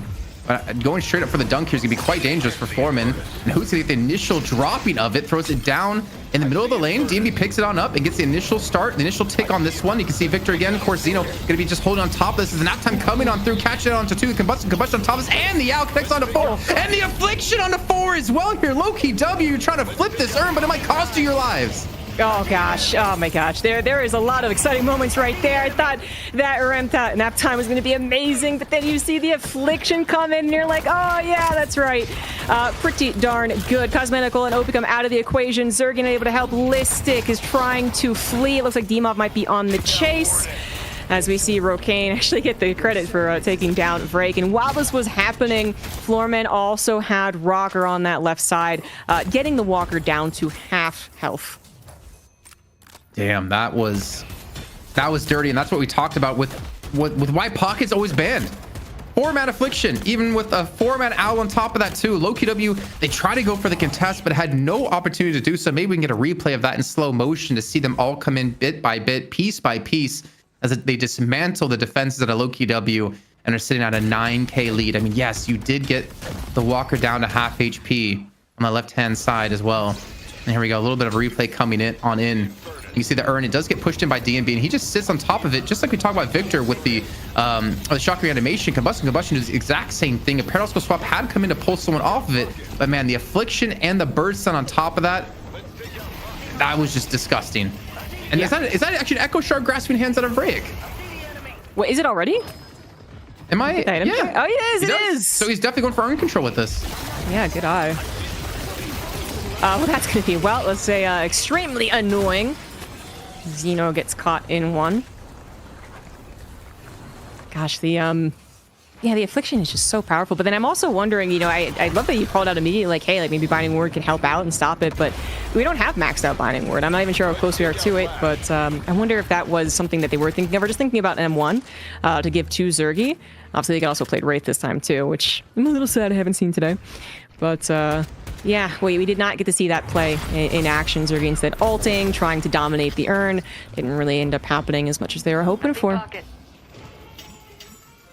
I mean, now I have to wonder, will Low-key W try to go for contests on the urn anymore? Like that was devastating, and Demo is going to continue to get more and more powerful. Rocker's also, he's feeling it, able to shove back Cosmetical, who I mean, Paradox can do a lot of damage, and Paradox can be a playmaker, but I just don't know how well it fits into at least the identity I have in my head of Cosmetical. The Binding Word is going to not actually catch on a Xeno, just barely gets away from it and ranges it out. The Walker has gone down for him, and they get a Walker on top of this on the left-hand side, catching Low-key W unprepared. So they were going for response themselves on the right-hand side of the map. Yeah, exactly. Low-key W providing a lot of pressure over onto right Walker, and even the Troopers have pushed through mid as well. So a lot of things to consider, a lot of rotating going on right now for Floormen. So they try and safeguard their own Walker, which takes down to about half health. Maybe Low-key W gonna try and find some kills here too. The grasping hand, so annoying, but it's trying to keep Rake alive. It's not being used so much offensively. It's a lot of disarms that went down right there. We also had a Death Slam trying to take out the Wolf, but Lycan Curse still ineffective. This is a very scary fight. Rokain is through the target, chasing after him, trying to run away from the Wolf, which finally dissipates, by the way, giving Rokain maybe a chance. Nah, good old-fashioned Silver Human Form is going to be able to take them out, and Floormen, you lose Rocker and Rokain. And while that was happening, the mid Walker had been taken by Low-key W, so even though they lost the urn in the fight after that, they have kept the soul lead to pretty much absolutely zero. If anything, them slightly in the lead. With that mid Walker going down, I'd say they've definitely won out in the last 5 minutes of play here with some good macro level decisions. So they're really not that far behind, and Zergy's up to 18k now. He's definitely going to be propelling himself forward relatively soon to the max cage. Yeah, you just have the match cage now. So there we go. You have the... He's pretty much just kind of come online with this one. Anyone they cage is going to be ultimately dead unless we see these Dispel Magics being picked up, which we need to see Florman invest into very early right now. Yeah, we might be even kind of keeping a tracker on that one. It's just such a... It's such a nasty ability, the cage right now. And if there's any combination to do with it, which obviously there are, completely devastating. I mean, even without like the silence factor on it, if you put it down and you have a Grasping Hands by Vrick set behind them where they're going to run, you're not going to get away from that one because it's not like you can really jump over the Grasping Hands when you're binding worded on top of that. And also you have a second one to worry about with Echo Shard. So Loki W, it seems like they kind of invested for later stages of the game here, pretty much the mid stage of the game, as we're approaching the next urn momentarily. Mm-hmm. I mean, a lot of these fights outside of like, you know, this big potential affliction on like a 5v5 or a 6v6, I mean, they're going to be more isolated fights that Zergy being, you know, increasingly more and more rich is going to be able to absolutely help out in. And now that they do have the maxed out cage, you can see if that will help out against Demob's Affliction. I also just noticed we had a Divine coming out from Obicum, I believe, but that will help at least one person against the Affliction, which we are talking about again because we have the urn up. It is picked up by Floorman to begin with. All of their lanes are pushed into their sides. That's a little concerning as they are trying to get the urn, but they also need to make sure that that left walker doesn't take too much damage. Yeah, gonna kind of calm things down, slow down. I would say that Divine Barrier out of Obicum, it's almost 100% reserved for Zergy because you're going to need him to have that sustain in these fights. True. And obviously, you'll throw it on whoever if the time's right, but that should be like the priority target since Zergy's going to be invested into some lifesteal momentarily, and they're going to desperately need him to pump the damage at 20k. I mean, he's holding pretty well. I would still like to have seen him maybe be a little bit higher, but it's kind of tough considering how the last urn fight broke out. But he's at least maintaining a lead here. The only one really able to combat against him in terms of souls is Demob at the moment. But that urn already being reset back here, and I mean, you can see Floorman respecting Loki W, and Loki W likewise. Absolutely, it's a very, very close game. You know, the walker differences and the kind of more importance of the middle walker maybe giving a little bit to Loki W's advantage. But yeah, the urn went back. They did go ahead and pick it up again, but then found out, forced to drop it, and the fight will happen, yeah, around the urn, but not the way that Floorman was going to be hoping for. Rokane taken out of the equation. Grasping Hands just doing so much, keep people in place. Zergy, I'm sure, is going ham, as we also have Hoots going ham at the Lycan Curse. Takes out Xeno, and nap time almost feels like it's for good measure. Floormen are on the run, but unfortunately, I mean, they could be running back to a walker that could be pressured. We also could just go ahead and decide, like, this is obviously a great opportunity for us to go ahead and deposit that urn, maybe pick up some of the bridge buffs on the way. This is tough now for Floorman because after such a great performance in the last urn turn-in, now they're getting caught off here by Loki W, and you can almost just feel it, that one mistake. I mean, you're essentially in a best of one right now. One mistake, you have to go through another best of three to try to get into the playoffs. But on the same other side of that coin, you win this game and you're in the playoffs, so you can rest and chill for the rest of the day, do some research on what to do tomorrow. There we go, Listic looking for the dunk. Traveler on in as well to Rokane in a very precarious position directly on top of the urn. And the urn is starting to be ticked away from Loki W. Affliction comes on in, only catches Zergy, but Zergy's a primary target as he's on 1 HP and finished off by Demob. They don't have the damage that Zergy's going to be able to apply in this game. Listic trying to hold the front line here, but no one on the urn. It finally gets flipped over by Average and flipped back yet again as the out comes on through. Catch on the 3, ZG. Oh my gosh, there was just so much action. There was so many punches that it took the parries. Average does go down. Cosmetical is going to get the soul urn for Loki W. Xeno falls as well. DMB is going to come in, try and do something, but now is forced to flee. Lycan Curse still active, very active. Actually gets re-upped, in fact, because they were able to chase down DMB. So Loki W, they were not without loss of themselves. And finally, Hoot is taken out. Definitely messy, but as the dust sort of clears here, maybe Demob has a little more to say. We do have Loki W gaining a little bit of the lead in souls, but it's not super dramatic. You know, ZG, something we didn't even talk about, because whenever do we get to often see Loki W play against Floorman, but this is Demob basically playing against his old teammates. Listic, Obikin, Zergy, who even Cosmetical. This is an interesting game to have like him have to go up against the old Buff Enjoyers group. And right now he's the one that's kind of giving Floorman a pretty good chance of these afflictions. Catching Zergy there was massive. I mean, yeah, like 1-man affliction. In that case, I think it is worth it to take out Zergy, but they're still going to be down 8k now. And I don't know, man. It's like at least they have some time before the next urn spawn comes back in. Less than 2 minutes to go. But it kind of worries me if the urn's going to play out like that with Loki W coming out that far ahead. What's going to happen the next time they meet? True. And I'm also thinking, you know, is it... Yes, if you're going to try and get Affliction on someone, then Zergy is going to be the goal. But if we're talking about it becomes Divine Barrier, you know, being there for Zergy, are you going to get the completion of the kill, right? Like, Zergy did go down, thankfully. I think if he didn't, obviously this is a much, much better fight for Loki W. But is that always going to be guaranteed if you do start to try and at least, you know, if I'm not going to get a 6-man Affliction, which would be the ideal, I'm at least going to get Zergy. Well, there is actually a response in that case for at least one person being afflicted. Not to always just reduce down Pocket to Affliction, by the way. And D-Mob, I'm sure, is helping out in many, many different ways, but... Yeah, it kind of worked out in that way once. Is it going to always work out that way? Or Loki W, who actually kind of won the fight, right? They won the urn, going to continue winning. You know what? If you're afraid to do it, I'll do it. I can, you know, put Pocket just down to an Affliction bot. Oh, okay. Because honestly, sometimes that's all you need to really do to win. I know D-Mob is doing ridiculous damage outside of that, but man, the Affliction is just, it's so deadly if you can position yourself correctly. And obviously it doesn't just wind down to that, but I mean, he's at 28k. He's glowing. He's on fire. Xeno also gets a refresher here, so it's hard enough to kill him once. He's gonna have it yet again. And also Spirit Burn picked up for Demo. I think that's a big power spike coming on through because not only is the Affliction taken away at you, if he can proc that Spirit Burn, he can have himself a kill. Yeah, yeah. I just know that as much as you're like, okay, make sure, guys, not to everyone get afflicted, a good Pocket player and one who is rich enough is going to just be adding so much damage anyways. There's 2 afflicted, Hoot and Listic.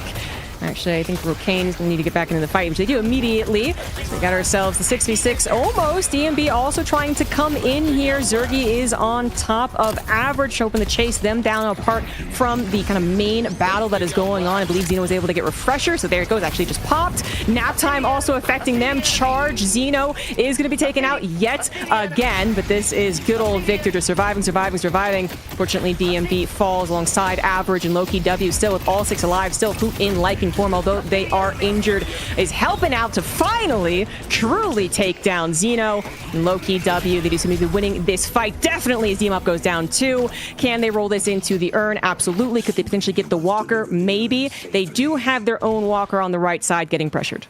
I think they want mid-boss, actually. Oh yeah, mid-boss. For sure. It's going to be a big capitalize on them if they can do that. Rocane, though. Got Traver to get away, but again, how do you get down the staircase with the grasping hands there? With Echo Shard probably up momentarily to throw it back down once again. Thing is, they're trying to contest it. There's the Echo Shard grasping hands. This paradoxical swap as well. It ends up catching out onto a Rocane and a Rocker, and they get the double kill from the back of that. And the Rejuve. So they basically get a full team wipe, Rejuve, and Urn Turn-In with a 20k lead. They get everything. You know, I was just pointing out objectives, and yeah, mid-boss, yeah, then they might just be getting everything. Obviously, they've cleared out their lane on that right side, and they can maybe start applying pressure onto the Walker on the right side. A lot of pronks actually already been taken in this game. We have Loki W just making sure they're going to get the urn, but that wasn't too much in question. As Floormen are, you know, some of them resting up. We're still missing Rocker and Rocane. They still got 20 more seconds, so plenty of time for Loki W to plan out how they're going to approach the fact that they do still have all 3 Rejuves. Yeah, I think it's going to be tough, but at least for them, they still have like a wombo combo with Lash, with Pocket, with Infernus, Combust. You can definitely go big here if you can get a good Death Slam. The problem is Demov also has to get a position, has to worry about so many different threats coming his way. Here comes Rocane. He's got Toxic and Ricochet, so he can do some good damage and catch on to 2 here. So that'd be 2 Hugh Rejuves to take away if they possibly can. But there's enough time to counter out this one. Well, we can come in at the right time here to shut down any sort of combo that Floormen were looking for. Now it's just trying to escape here. The Affliction had gone out of D-Mob, but only connects onto Listic as the Walker goes down. And they even get a charge here on a Xeno. He has shock reanimation one more time here, ZG, and it's going to pop. Yep. Being in the death for Xeno. Yep, they are going to go down. This is a little bit unfortunate for Floormen, as they were not able to even take a Rejuve unless things change. It looks like D-Mob is going to say, I can do something. And it's not necessarily being saving the shrines. It's going to go ahead and pressure that right side Walker, but they are absolutely going to lose this one shrine, possibly more. I mean, Floormen have 2 people that still have 30 more seconds to go. They do not have Average's Death Slam. potentially, I feel like the potential was out the wazoo for Floorman. As you pointed out, they could get this amazing wombo combo. The potential comeback for a competition like this is high, but it's clearly not happening, as they're going to lose both of their shrines. Still rejuves for another about 2 minutes, as yes, that walker went down and Demov is coming back, but not coming back with an affliction, so how much can they do?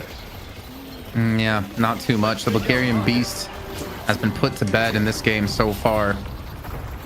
Low-key W looking for their berth into the playoffs. They get the first stage patron on the cards on that menu. It seems like they're not going to commit for it just as they look to back away. The thing is, Listic's not going to be here, though they still have 2 rejuves left. Affliction up in 10 seconds. And Floorman, they have the potential for a good fight here if they can stall. And Seek can stall, and Rokane's trying to do just that, but Listic just does not seem to care. Gets the charge away. And the nice movement tech beyond that with the help of Scourge. And that walker will live, but look at the rest of the OKW. When they pull Floorman out from Listic, they go right back in and get the first stage patron, but a huge Deathslam catch on a 4, plus the bird as well, catching 5 players. And Low-KW, those rejuves are quickly out the window. Yeah, we did actually have an affliction eventually too, which is going to help take out Obicam, but it was actually all the stuff before the affliction. That Death Slam was huge. Took out the rejuves, took down 3, perhaps even 4, as Zergy is found trying to retreat. At the very least, Listic is going to go ahead and clean up this walker, almost assuredly. It's going to take a little while longer. He's punching, he's almost got it. He's actually going to try and retreat before it goes on, hoping the troopers will take it down instead, and they do. Very well timed retreat there for Listic, who still had a health pool to escape with the Dispel Magic as well. That's going to turn out well for them. Looks like DMB might try to intercept, but I'm not certain they can actually chase him down fast enough. No, they cannot. Yeah, he's going to let that one go. Still 4 big kills. It really keeps the game from running away from them. The problem is they lost the shrines. These waves are constantly going to be shoving against them. And if I remember correctly, the minions from those waves will give less souls as well. So Floorman going to struggle to get back in this game. Even though they do have such a big mana advantage here. But I think for them right now, it's about securing a lot of farm that they can get. There's a lot of sinners up across the map. You may actually take a look at Golden Statue Bus when we have a second after the items. We don't have to rush it just yet. I mean, DMB does have his Flame Dash maxed out now. The extra mobility in these fights. He's only at 27k, and Demov has just run away with the souls. 39,000. Let's see. Do we have any more DBs picked up? Obikim has 1. And that's it. Do we even have any counter spells picked up? See, it seems not. Sorry, 1 counter spell for Hoot. And they're all buying, so I think this is actually the completion of the items for at least a little bit longer.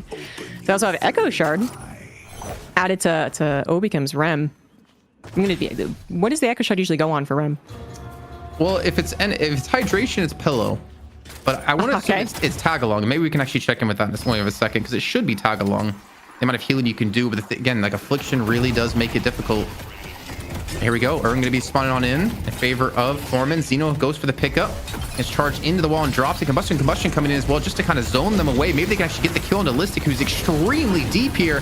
That's going to be a swap coming on through as well. Gets a catch on a DMB, and Zergy's going to get that initial kill. And Floorman, Demov is looking for an opportunity to go for an affliction, but he's not even here. He's in mid lane. He has to come in from the side, but Low-KW, they pulled off the great heist, stolen away the Urn, and looked to back away for the turn-in.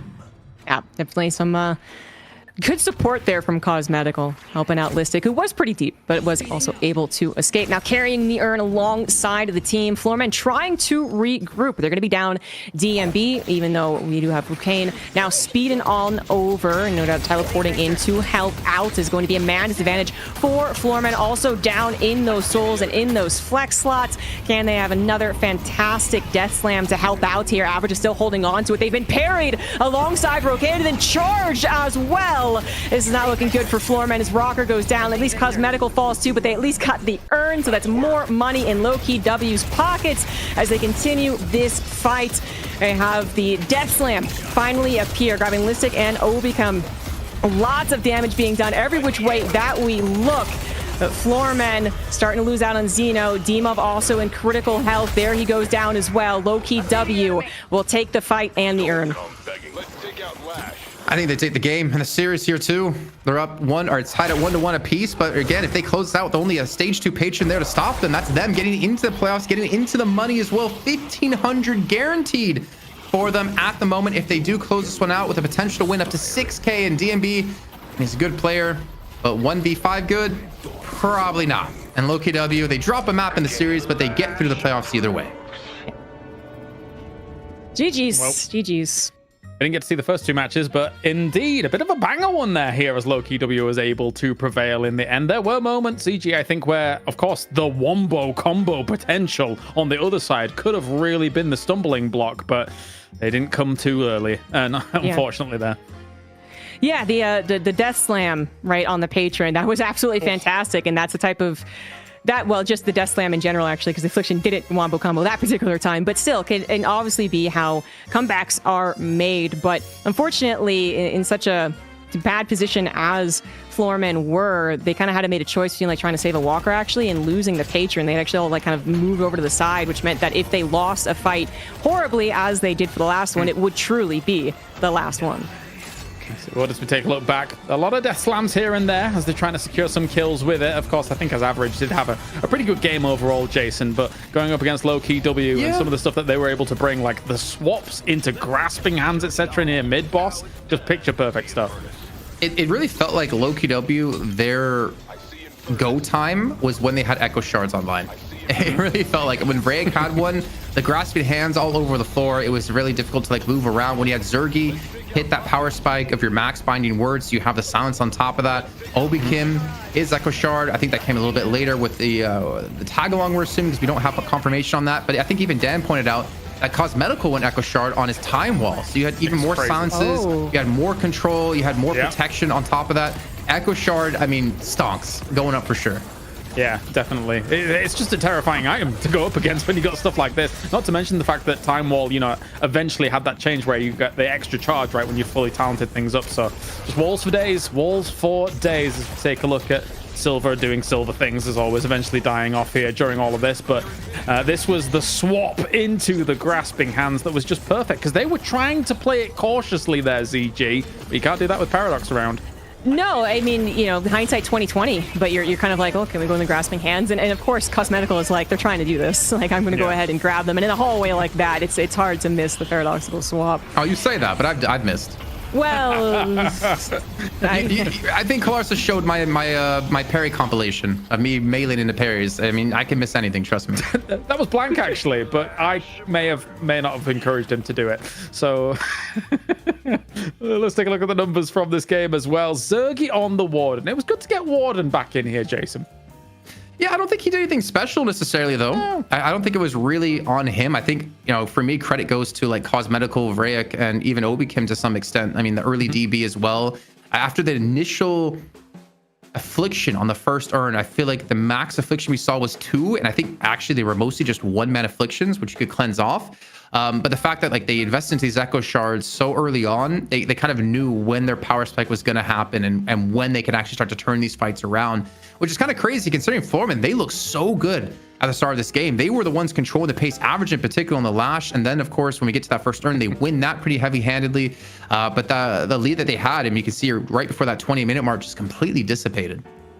Yeah, I think it's very interesting, of course, as we had our reservations about letting Pocket through the draft, right, overall ZG, but then in the end, Demov, as much as he was able to do some damage, it didn't quite hit as hard as it should have done. Is Pocket not as overpowered as we thought?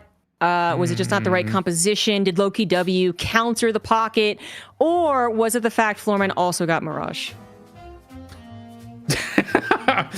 Shall I try and summon ZP? No, I'm not trying to summon ZP.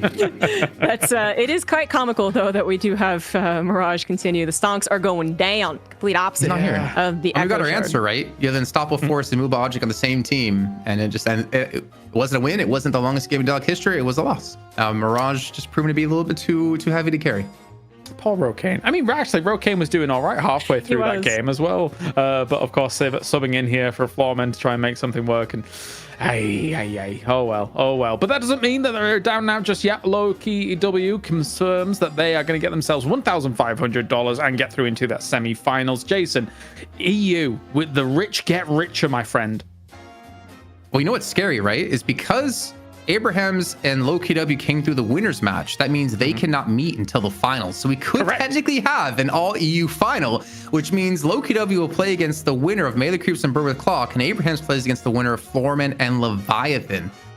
This is going to be cool to see, man. Like, we have the best teams in EU, the best teams in NA, all going head to head now.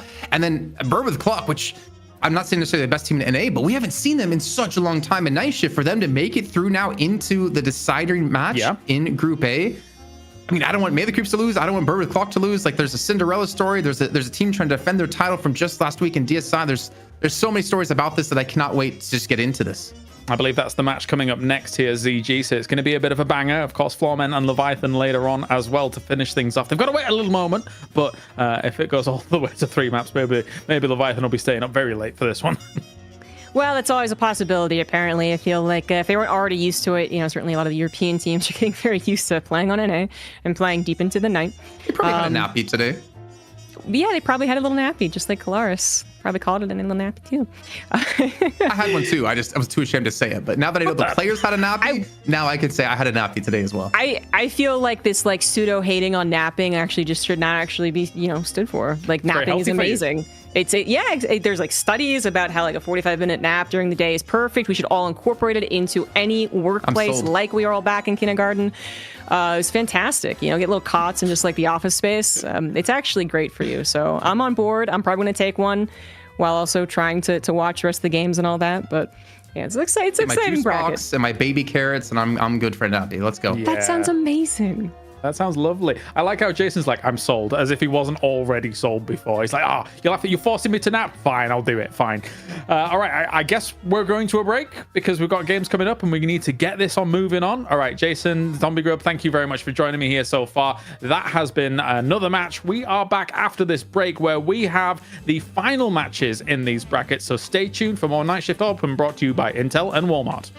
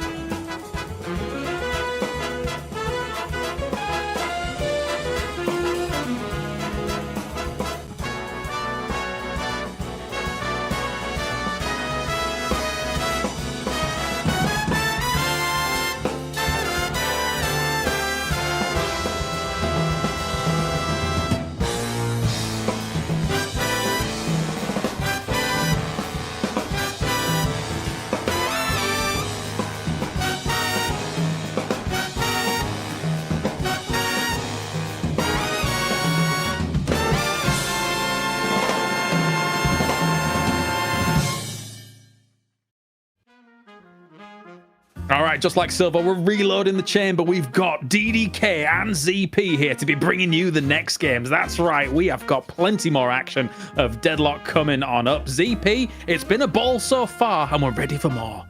Yeah, I mean, it has been an awesome weekend. The qualifiers went without a hitch. The competitiveness has been off the charts.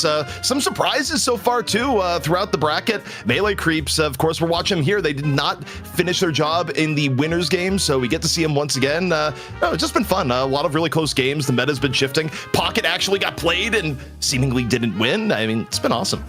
Yeah, and of course, we've got the Dapper Yapper himself, Mr. DDK. You're looking buff, mate. Have you been surprised by these results so far? How are you feeling about them?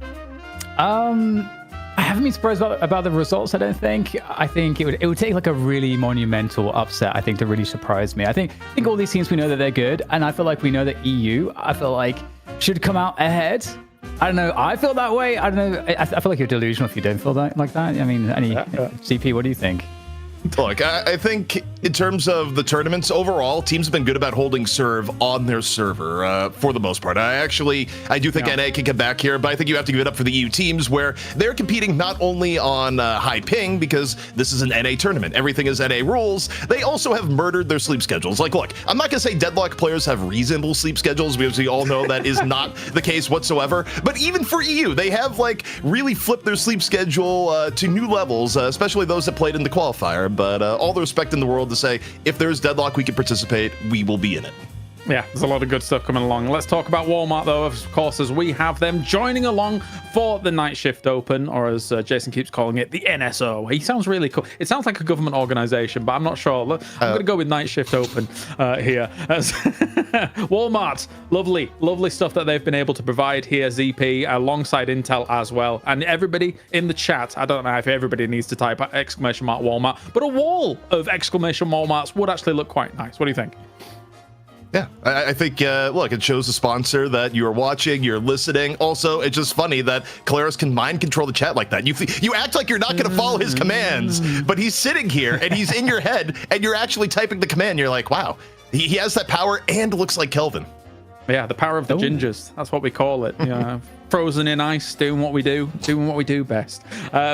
So that's how it boils down. Of course, thank you to them for this $12,000 prize pool. And already we've secured $1,500 for our teams that have been able to move through into that semi-finals. Let's look at that bracket and check out how everything does boil down here so far, as we have our double brackets here to be able to move on. As we now have Melee Creeps going up with against Bird with Clock, which is a storied match indeed, and then Floorman versus Leviathan here, DDK.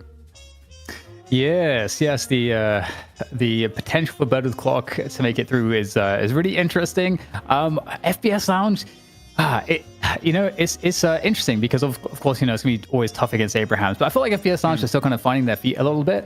Losing to Bird with Clock, 0-2 is really, I think, the more surprising result, especially because that is, of course, a domestic affair. And maybe Bird with Clock are going to overtake FPS Lounge. Maybe this is the signal that actually shows that as FPS Lounge continues to develop. And now Bird with Clock up in the real test, the real NA test, against Melee Creeps, who are kind of, with Floormen, the two goats of the region right now. Yeah, for sure. I mean, bear in mind, you know, Bird with Clock obviously had to go through the process of actually getting to this spot, right? They did play against Abrahams yesterday in that qualifier, ZP. Lost out on that match, but overall, I mean, you're getting in some really good practice if you're going up against like Abrahams. So for them to get here, I think good stuff. Yeah, not only that, I mean, in a way, the way the brackets worked out, they got some free practice against Melee Creeps because if you look at the bracket, these teams played earlier today. It may not have been on the main stream, but they already got to feel each other up draft-wise, and that came out wrong. But look, the point is, they got to see what they were bringing out on the draft, and as a result, for Bird with Clock, you can make some changes in regards to that, where you can just look back and be like, okay, this didn't work. We're going to go with a different pick ban priority. Also, they've been able to see where Melee Creeps failed against Abraham, so you can take that into account. Yeah, that's a very good point. As DDK, when you look back at it here for Melee Creeps against Abrahams, I think that there were small moments where I was thinking, oh, okay, maybe there's a comeback potential here and there, but Abrahams looked very strong, and Melee Creeps are going to have to step up against what you would normally consider to be quite the normal hierarchy, as well. Of course, we look at that semi-finals bracket as well that's going to be coming up, and we know exactly how those teams are going to slot in against the teams into tomorrow. Yeah, and it's beautiful to see actually, because of course Loki W, Abrahams, perhaps two best teams in the EU region. You know, Leviathan, they've been up and down in that argument as well. And so I feel like this is really cool because, you know, if we get to Abraham's Loki W finals, I think that's really nice. We know that's going to be a high quality game. Florman, Melee Creeps, you know, in terms of the and BWC, I guess we'll see how they can do, how far they can go. But in terms of the NA representatives, still in with a very solid shot at representing the region. You can't let the EU people come in and steal your prize pool. That's true. Yeah, we've invaded, and so far it's looking all right. And it's an interesting one because, of course, we had R1 go down, and EU was obviously doing well there. DSI goes down, NA does well there. So as you said, ZP, people have defended their territory pretty well up until this point at the moment. Yeah, and I mean, look, the interesting thing here is that for EU, you've never had this much practice on North American soil, just have two back-to-back tournaments. But I mean, look, May has been the month of Deadlock. You have had a lot of tournaments, whether it be, of course, weekly that we have every Wednesday, or into the R1 tournament for EU, into DSI, into now this. I mean, this is some of the most competitive Deadlock you're going to get because the teams have been on the grind, same as us on the broadcast. All right, let's take a look at the first team here. I was going to say roster, but it's getting late for me here. It's 11:30. We got ourselves Melee Creeps coming on in. We were able to get a nice glimpse into how they were playing things out against Abrahams. Obviously didn't quite go their way. And with Ranger, the new addition, Sire, and John being the one that we're kind of looking at here to be able to maybe like shift momentum a little bit. DDK, what are you making for Melee Creeps? Yeah, I think it's very interesting, actually, especially if you're facing them, because Do absolutely has made a name for himself, especially from the last weekend. And we saw it on full display. The Celeste play was transformational for Melee Creeps, yes, and allowed them to take certain matches that otherwise they wouldn't have been able to come back in. And so, you know, there's a strong, you know, targeted ban, I think, for Do specifically on Celeste. But then, you know, Sire and Paradox, this is another one that's interesting. One thing that truly has marked a slight difference in how we perceive Melee Creeps is that John is no more sort of in this current meta of Deadlock, you know, having as much success on these M1s, just because that's just not quite how the game is played. It's not played quite you know, to this degree where you can just slowly, you know, farm into this kind of hyper carry situation and take over the game. And we saw that previous Bebop performance today, which is more of a classic from John, going back many months. And, you know, kind of the gun Bebop, and it still doesn't have quite the presence as John used to have. So there's always a question there for me. ZP? Yeah, I think for Melee Creeps, I kind of feel like they've gotten in their own heads a little bit today. You look at how they've been able to win in recent times, and the number one way they've been able to win is that part of it is getting John Comfort Heroes, where in most of their wins going into the DSI finals and into this last week's night shift, like throw the urn to a side and look at the hero draft here, right? John's been playing Venator, a whole lot of Venator. And what really hurt them in the last draft up against Abrahams is that they were prioritizing the Celeste and letting the Venator get away, and then they fall in the Mirage Grenade a little bit later. When they were doing well in the last week, they just say, look, we're going to prioritize Venator above basically everything and let John play it. I actually think them getting away from that has really hurt them, and I think part of it is just the fact that they're just overvaluing how good Celeste is. Like, yes, Do is that good in Celeste, but you look at the pick ban rate over the course of the tournament, and no one else is valuing Celeste as highly as Melee Creeps, and I think they've kind of, they overthought where to value it, personally. It's an interesting one because if a Celeste can go out and do 70k damage, does it matter if it's being negated here and there, if there's no follow-up to it and stuff like that? And that's kind of how it felt to me with that damage coming out. But let's look at the other roster, of course, here, as Bird with Clock is going to try and mess up the hierarchy in Americas here, as I was able to watch them go up against Abrahams in the qualifiers yesterday. And honestly, I think they look pretty darn good against Abrahams, but they did lose out on a best of one in the end. So DDK, when you're looking at Bird with Clock, do you think they can upset things here? I think it's always possible, for sure. There's a lot of really, really good players here on BWC. The sub with Erebus is really interesting. You know, the backstory there for some of you is that, you know, he got taken away from FPS Lounge because they were looking at a more of a long-term solution for their roster, as Erebus was sort of considered a one trick on Bebop. You know, Bebop was very good in the meta, and Erebus was able to exploit that. But then, you know, that's just not how Deadlock works. You've got to be able to flex, and otherwise it puts pressure on the rest of your teammates as well to maybe play out of their comfort, and so on and so forth. So Erebus is in with an opportunity here to really show you know, what he's still able to do at this top level. And but you have across the whole roster, you know, Gibbs is one of my favorite players to watch. And Tanner as well. I mean, we've got some in-jokes with Tanner on the broadcast with ZP. But yeah, just overall a very experienced roster. And whenever I see Matt, I want to see a Holiday, because that's the first hero I saw Matt have massive impact on. Like a very dynamic player that is really good at taking a lot of initiation and just making plays happen. So definitely a scary roster. I think Flo's also a great player. So there's a lot to work with here. Do we need an Arctic Shiv once again here, ZP? I think if you're melee creeps, you're looking to deny it. I think for Bird with Clock, one of their weaknesses historically is that some of their hero pools are a little bit one-dimensional. I also think if Erebus is in the game, you do look at the Bebop angle and be like, do you let him play it? Do you let him not? Also, fun backstory, looking at the match chat, there's a bit of a Bebop brotherhood. First words uttered in the match chat for this match, Erebus at John and says, quote, "What did they do to our boy, the Clank?" With a gif afterwards. So, you know, the Bebop players, there's a little bit of real, recognized real, but for melee creep's sake, I actually kind of hope that they don't go back to the Bebop here. I think they've had better looks, and it's a little bit away from the system they've had that's given them success in the last week. I also think they had tools outside of just a gun Bebop that were already there available to fulfill what he had. But anyway, let's get into the draft here. Best of 3. The winner goes through into the semifinals. The loser is eliminated, DDK. Yes. I mean, so this gets really interesting. Okay, Venator, so that's a targeted John ban. And so what's interesting is the follow-up here, ZP. You seem even more shocked than me. Yeah, I mean, I think Bird with Clock, they were looking at the last series as much as we were, and, you know, wondering what changes are going to be made. And in this case, they're just saying, nope. You are, John, you're going to have to play something else. I mean, I think ideally this is almost a shot across the bow saying, John, play Mirage again. Play the hero that has barely won in the last week. And for melee creeps, I hope they don't rise to the bait here. Now, the real pick would be if they go Celeste. They don't go Celeste. So melee creeps will pick that up at the very least. They didn't go for the double deny. Celeste has to be in for one at least. And then maybe a Shiv follow-up? That'd be a nice way to go about it for sure, to get two high quality pick. We'll get the comfort pick and just secure the Shiv away from EWC. Abrams, that's an interesting first pick, actually. And also just, ZP, what's your thought on this? Because I felt like the front line priority has shifted a lot, and it's very much up to interpretation with the current meta. I mean, it's a little bit interesting. I thought they would do something more in the lines of like get a Paradox in there and a Celeste. Go Abrams Doorman. This is a really big change in strategy coming out from Ranger, who normally does their drafts. Like, you look at all the recent melee creeps drafts, get Paradox for Saya, get Vendor for John. That was off the table. But if you can't get that, then get a Celeste for Do. They are wildly changing their strategy. But Bird of the Clock, they're looking at this and they're like, yo, you don't have a Paradox for Saya? We'll pick it up. Yeah.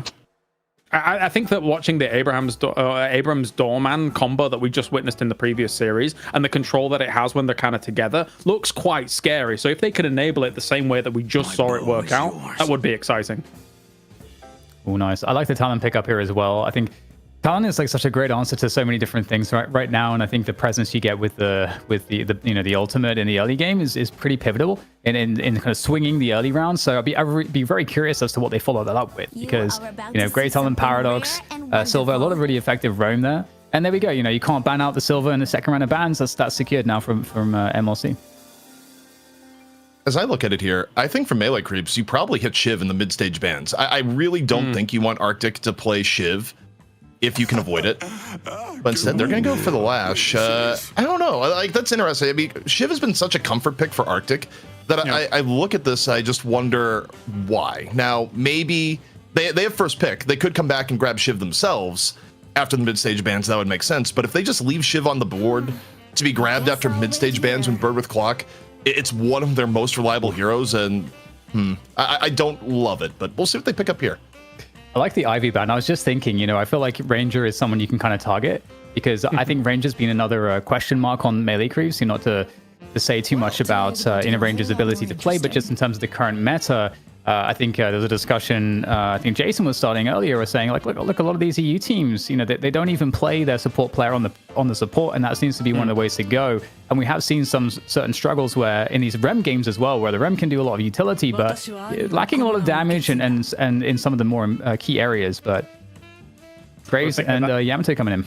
Rem's been the fallback, right, for Ranger that we've seen in the games today, going up against Abraham. So might be the way that they end up navigating here. Yamato coming in, I'm still mixed on Yamato's overall viability, but I think Birdwith, this is the one difference between the two teams is that melee creeps are never really a team that can go Wraith. Like you think about what they want in terms of M1s and, you know, assuming they're playing one, John had like a 1 week stint on Wraith and it was not a good one. Like, I don't think John likes that hero. Oh. He had to actually like make a build for the hero short notice, but Geist is a real deal here. So I think what's going to happen, it was played by Do earlier in the day, but given the fact that Melee Creeps has Celeste, it's going to be the return of John Geist. And maybe this has been a blind spot. Arguably, Geist has been a little bit underpicked. I mean, teams, there's been a lot of commentary that, oh, Geist isn't that good right now because of the way the game is being played, but Geist also actually won earlier today. So I look at this, it's John Geist, Do Celeste, I would say nearly for sure. Billy or Viscous, this is what I'm reading here. I hope. I won't mind the Billy, personally. If Victor, that makes sense too. That's actually a pretty nice pickup late here. Yeah. I was gonna say Billy or Viscous because I mean Victor as well all have like very good options in the objective fights, but Viscous specifically to like get the punches on the to break Graves' ultimate is always like a nice potential counter, although I guess like those builds are not quite as good at the moment in the current updates.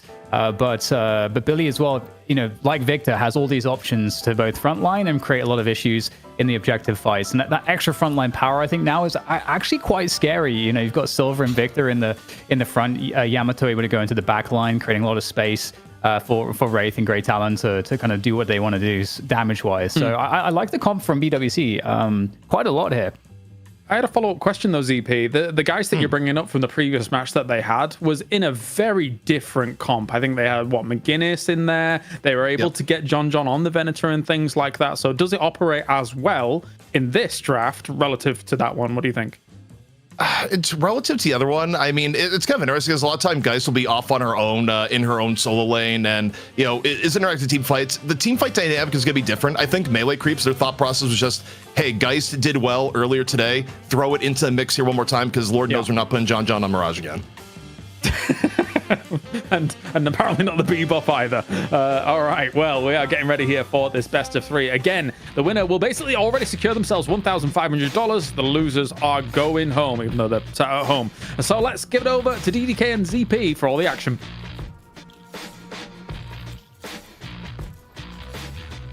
Is it because he said my name first, CP, that I have to talk first? Yeah, so that was actually, I was like, okay, I said DDK, I will let DDK talk first. That's where I was sitting here, and eventually a few seconds go by, and I'm like, Dan's gonna make me talk first. I'm about to do it, and then we both talk at the same time, so we have both failed the objective.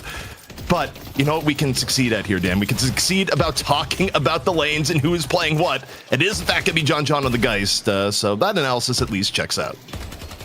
Yeah, it's going to be really interesting to see how this pans out. Honestly, to be honest, I'm kind of pulling for BWC. I love what they have with their comp. I think for me, it looks overall more cohesive.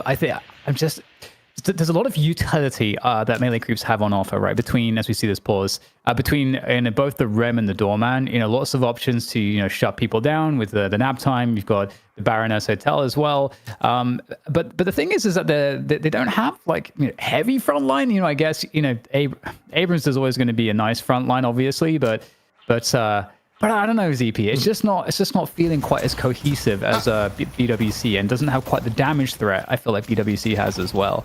I think in terms of frontline, it's deceptively tanky, simply because you have to deal with Graves nonsense, where Jar of Dead is actually really effective right now, so you have to spend time dealing with skulls. Geist in and of herself has a second life bar, will be playing up, and you also have the Rem, whose healing has never been better. So I think when you add all that together, it's a deceptively tanky roster that they have going here. As do just fishes for the parry, and in this case, not biting. Well, can we make any predictions on these early lanes in terms of who's going to tempo out kind of at the beginning of the game. Earlier I felt like, again, something that I associate with Matt heavily is the ability to do that and to, if in that position, to be very effective. Obviously, in this particular game, Matt's actually playing Yamato, which is a great hero for that purpose, to start roaming. But you kind of want that first Guardian down so you can kind of like tempo out. And looking at the Yamato lane, it is with Grey Talon as well. And Grey Talon on the side lane, obviously, the birds are going to be a little bit more predictable where they're going once you hear the sound. But I don't know. I feel like Yamato, Grey Talon, definitely a nice lane. Yeah, and on the right, the Wraith Victor lane. Again, a piece of the Abrams Graves lane, which is a little bit surprising. I think before we saw any action here, I would have said a bit of an edge to melee creeps in lane. You have Doorman, who's horrendous to deal with. And yeah, I mean, for Birth Clock, Silver's quite good early on. Yamato can be quite good early on. Like, it's not really a hard difference between the two teams. If I had to say advantage, it would have been a little bit towards melee creeps, but Bird Clock have come in strong here at the beginning. And also, you just look at the damage being dealt with on this left Guardian. I think do had to go back to full heal, and things are a little bit tough. Once again, fishes for the parry, doesn't get it, and for Bird Clock, they're playing relatively contained here and just punishing mistakes where they see them.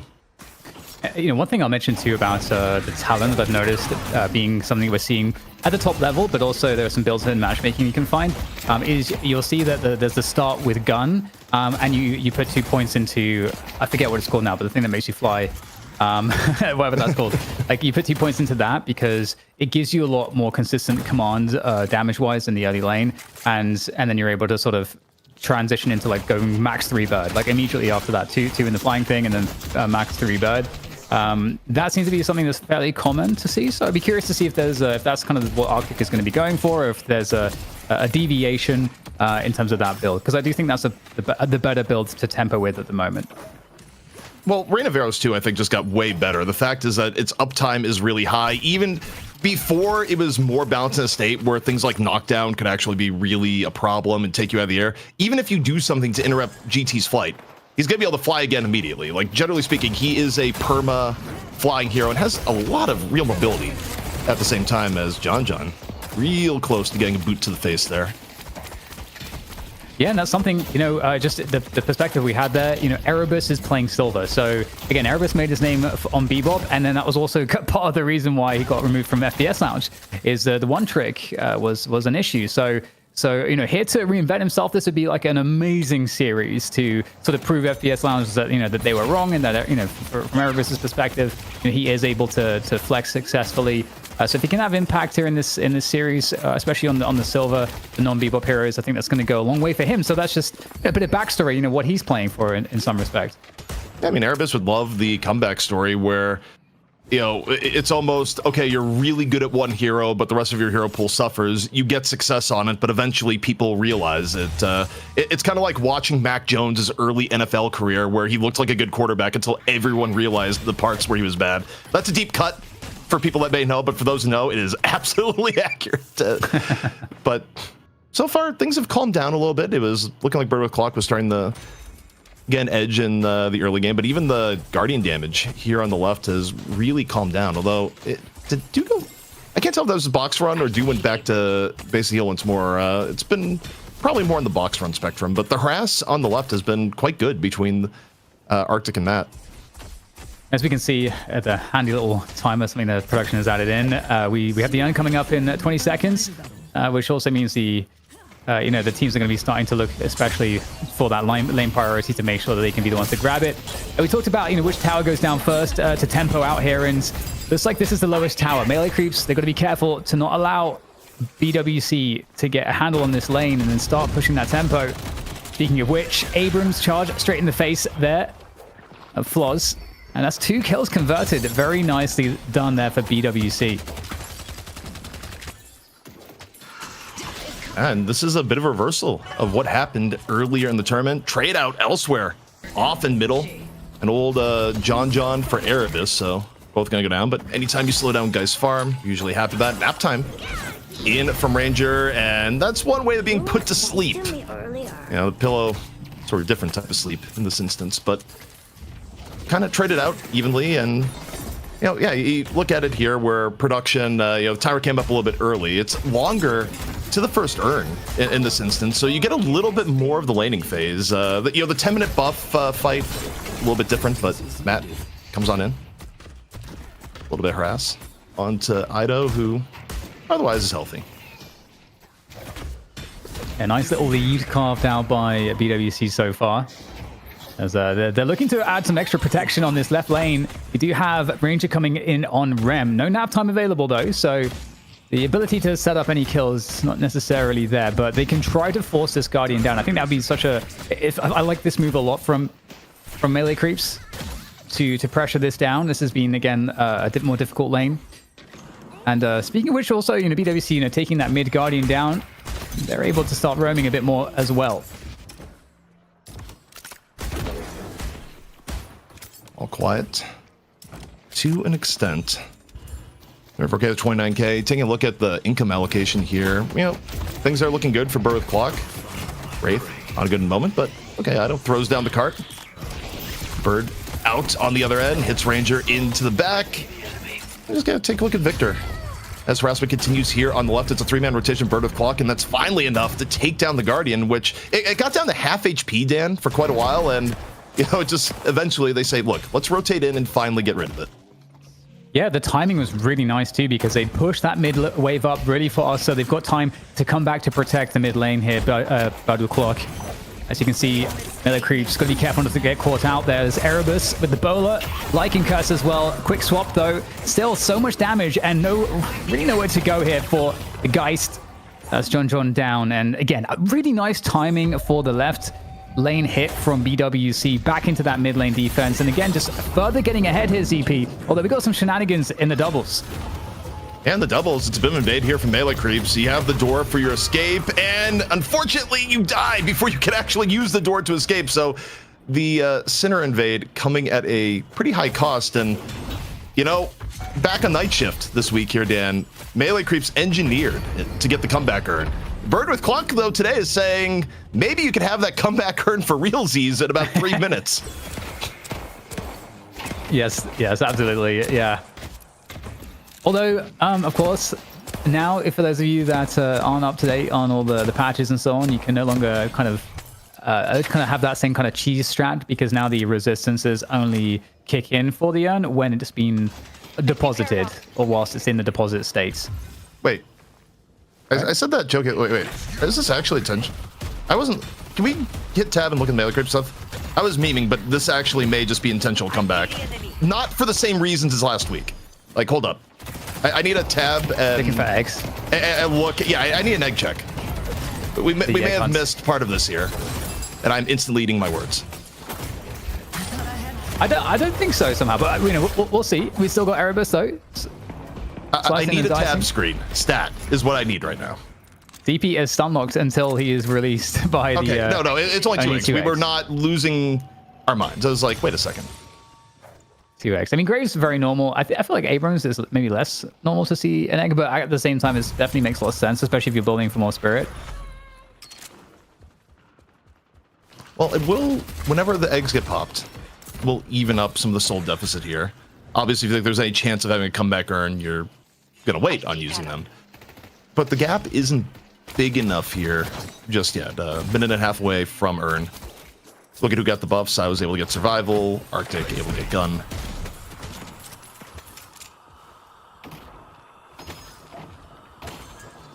I really like the sound when the Siphon Life is just... So, I don't know, it's just somehow satisfying to me. I don't know. I mean, yeah, it's, he's just healing. The sound of healing, not so much for like white noise, I'd fall asleep to that, Oh.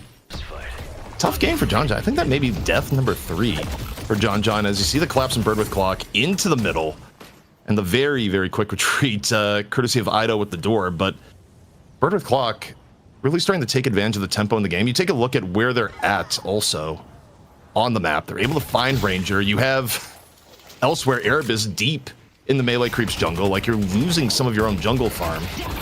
And you're really well set for Bird with Clock now on the first turn at 12 minutes. Yeah, they've got so good priority across the entire map. It's a really nice look at the moment. And there's an invade also around the middle area in the melee creeps jungle. Whilst there is a defense still here for this right side, Zombies pushing that Guardian down, so that will be a success. But again, as you say, with the Urn coming up now, it's all about this objective. Given how close the soul deficit is, it's only a few K, absolutely something that can be turned around here. As another Guardian's going to go down. This time, Guardian from melee creeps. Where the doors, I mean, you take a look at how Ido is using door right now. It's pretty basic stuff, but it's important to like look at the rotations around the map where you're using doors to invade centers. You're using doors to make sure you can get, you know, a full push onto a Guardian and escape without any issue. But the Urn is now in play, and it's going to be in control by Bird with Clock. It's going to be rotating around. Ido. Run Yamato, maybe not the best place on the map. Backing up, but we may be looking towards a full fight over towards Urn. Doesn't seem like things are being engineered for a big trade out just yet. Nope, as I say that, melee creeps, they just want middle, damn. They want it, but will they get it? I mean, it's going to be a lot of damage here. They're trying to burst this down as quickly as possible. What is there here, though, to stop this? Erebus is turned up. A nice swap there as well, straight into the Stomp. The Walker Stomps, I feel like they're a lot more dangerous and harder to deal with now. Still half HP on this mid Walker, and they could be careful not to lose too much, but that's a good defense from BWC. And now, after all is said and done, in the last couple of minutes, we've got a 13k soul advantage, a big swing in their favor. Well, the thing that was confusing there, it was even confusing calling the play-by-play. It looked like they were following beat for beat to contest Matt. Like, you even had Ido going in for a little bit of disruption, and then they decided to pull the plug and go, okay, just go mid-walker instead. But it almost feels like the decision was made a little bit late in the process, so you don't either contest Urn or get mid-walker. The part that went well for melee creeps there is that they were able to defend the push that was going on into their right walker at the same time, but I don't think that is really how melee creeps wanted that to go down, and you know, you're starting to get to a really significant deficit now. Yeah, certainly becoming problematic at this point. This is approaching 20k. It's 15 at the moment. So, and I mean, it can be pretty oppressive, especially the fact that it's your Victor and your Wraith that are looking to be the most ahead at the moment. So very, very difficult to deal with, and falling back out of this position, every single wave lane is fully in control from BWC, which allows them to aggressively take the opponent's jungle as well, and just go for those invades. So right now, the prognosis is honestly very grim for melee creeps, because BWC, they're doing a great job pressing the advantage. John can't get farm. John is nearly the most broke person on melee creeps other than Ranger. And you'd expect your Rem to be not the most farmed in a competitive game. Not in your pub games where Rem is just laughing at everyone being poor. But this is difficult. I'm actually curious, can we get a look at the damage done in the game so far to just kind of get an idea of who's been having some success and who hasn't? Obviously, it's going to be a little bit higher on the Geist because you're involved in all these lethal battles, but the contribution, a little bit awkward. Normally, Saya is like a way better game on Abrams, but things have been tough. Yeah, Erebus and Tana right at the top of the damage, which is really cool to see. I mean, we mentioned that Erebus storyline. Really looking, I think, to use this as a great place to prove himself. And yeah, I mean, dude is someone that you would expect to be on a lot of damage. Obviously, it kind of scales. You know, there's like an exponential curve almost with the Celeste, I feel like, but still, really good spot here. And Matt with an excellent ultimate there, able to take down the Abrams. So easy does it. Escaping though, maybe a bit more difficult, especially with these new and improved deadheads. Like the latest like AI model or whatever, like the intelligence is next level. They're so hard to deal with. The damage went up a lot. You can actually argue on some of the drafts that Graves probably should have been higher prow, but Owl directly to the forehead of Dew. I don't know if there's gonna be enough of a chase down. You see Wraith and Silver in the zip code, but Dew able to make enough space, and still it's enough that where Dew is off the map for a little bit, has to go heal. The interesting thing here, though, is that I do feel like some of the momentum for Birth Clock has stalled out a little bit over the last few minutes. Like, we've had a few back and forth fights. Birth Clock hasn't been able to get a pick and then turn it into either Walker, turn it into, you know, mid-boss would be a little bit early right now. But I think Melee Creeps has actually done a good job in the last little bit of just stemming some of the bleeding.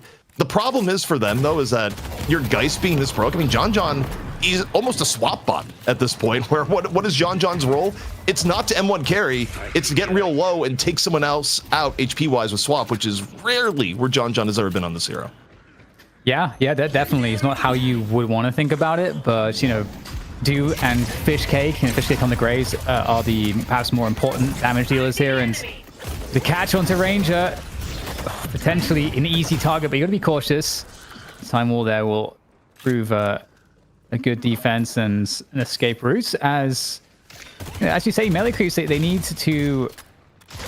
I mean, what do they need to do? I mean, we've got obviously the next objectives are going to be really important for them to command control over, like the next urn. Because I mean, until then, you know, as long as they don't get caught, they're actually not in too bad of a spot. But it feels like they're in more of a holding pattern where they can't really easily take initiative. So I feel like it's got to be the next objective play ZP where they really are able to be able to do something here.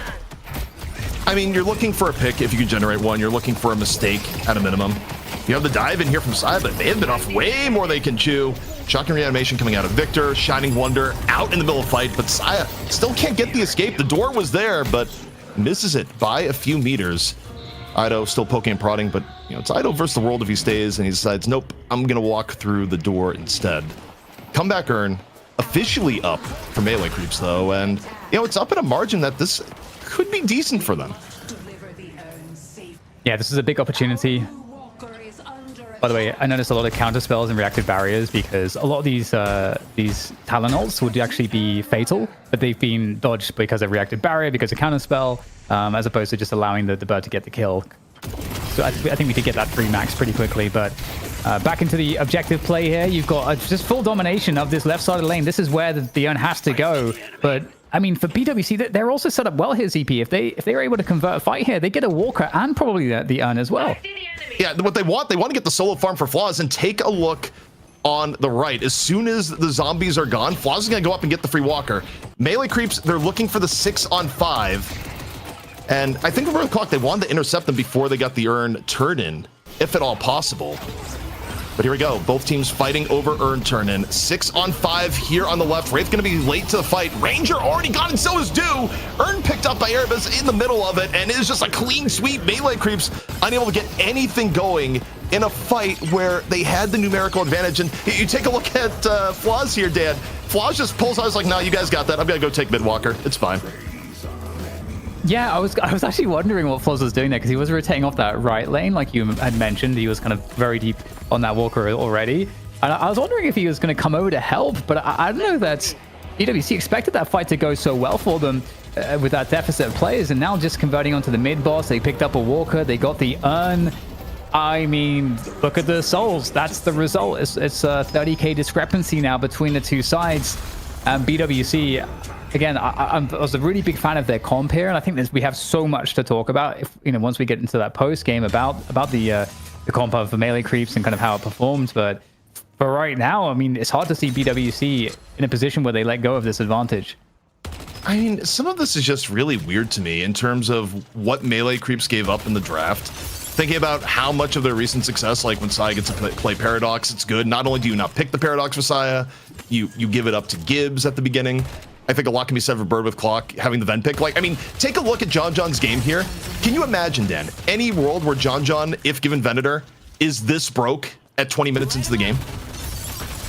No, I can't. I definitely can't. I think it's a totally different story. And I mean, I think the problem is too. It's just, again, I'm really not a fan of the Rem. I gotta say, I feel like the Rem doesn't work. I feel like the supports in general, I feel like it's hard to make an argument for them at the moment. I mean, am I crazy? It's hard to say. I feel like there's other factors that are more important. Also, can we hit tab? We haven't been keeping an eye on the eggs. Like, are the eggs actually still in play? Wait, John John just walks in. John John has no HP. Like, John John walked into that fight and exploded before it could even be playable. It's like, yep, he's gone. And Ido getting saved by the hotel guest. And okay, maybe a little bit follow up through. Charge from Saya in onto Paradox, Walker slam, and it's one rejuve off the board. Let's see if there's any help coming through here for Paradox, but playing around the walker, Saya grabs another. Saya really desperately tried to make something out of nothing here, but you're still dealing with 2 rejuves, and Yamato that can dive you all day.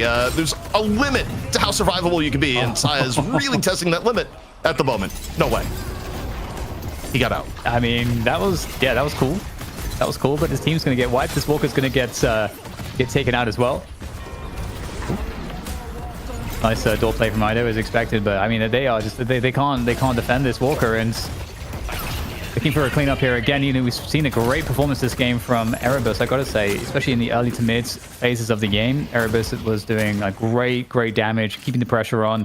But yeah, we're in a stage where the stat check is truly outrageous. I don't think that there's much really that melee creeps can do to stand just the damage that is now just on the front end of these fights. It's very tough.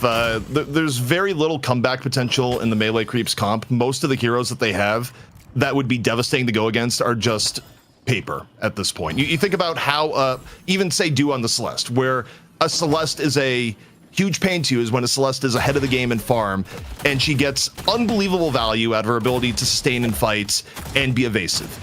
It doesn't matter when you have this little farm on the other side, because Celeste is simply going to get blown up before the lifesteal or movement make much of a difference. And that kind of goes for most of their team.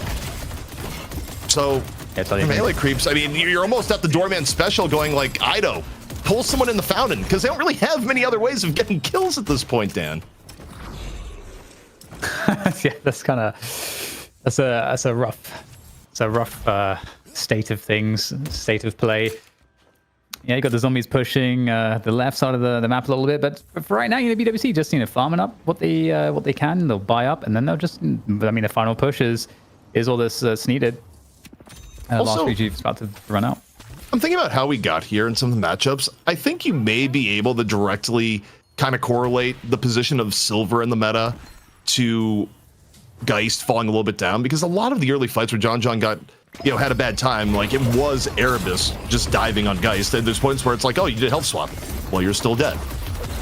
John, yeah, he'll do a little bit of poke, run through the wall as melee creeps hoping to find any pick here. That's a big bird for getting struck as Arctic tolls the bombs.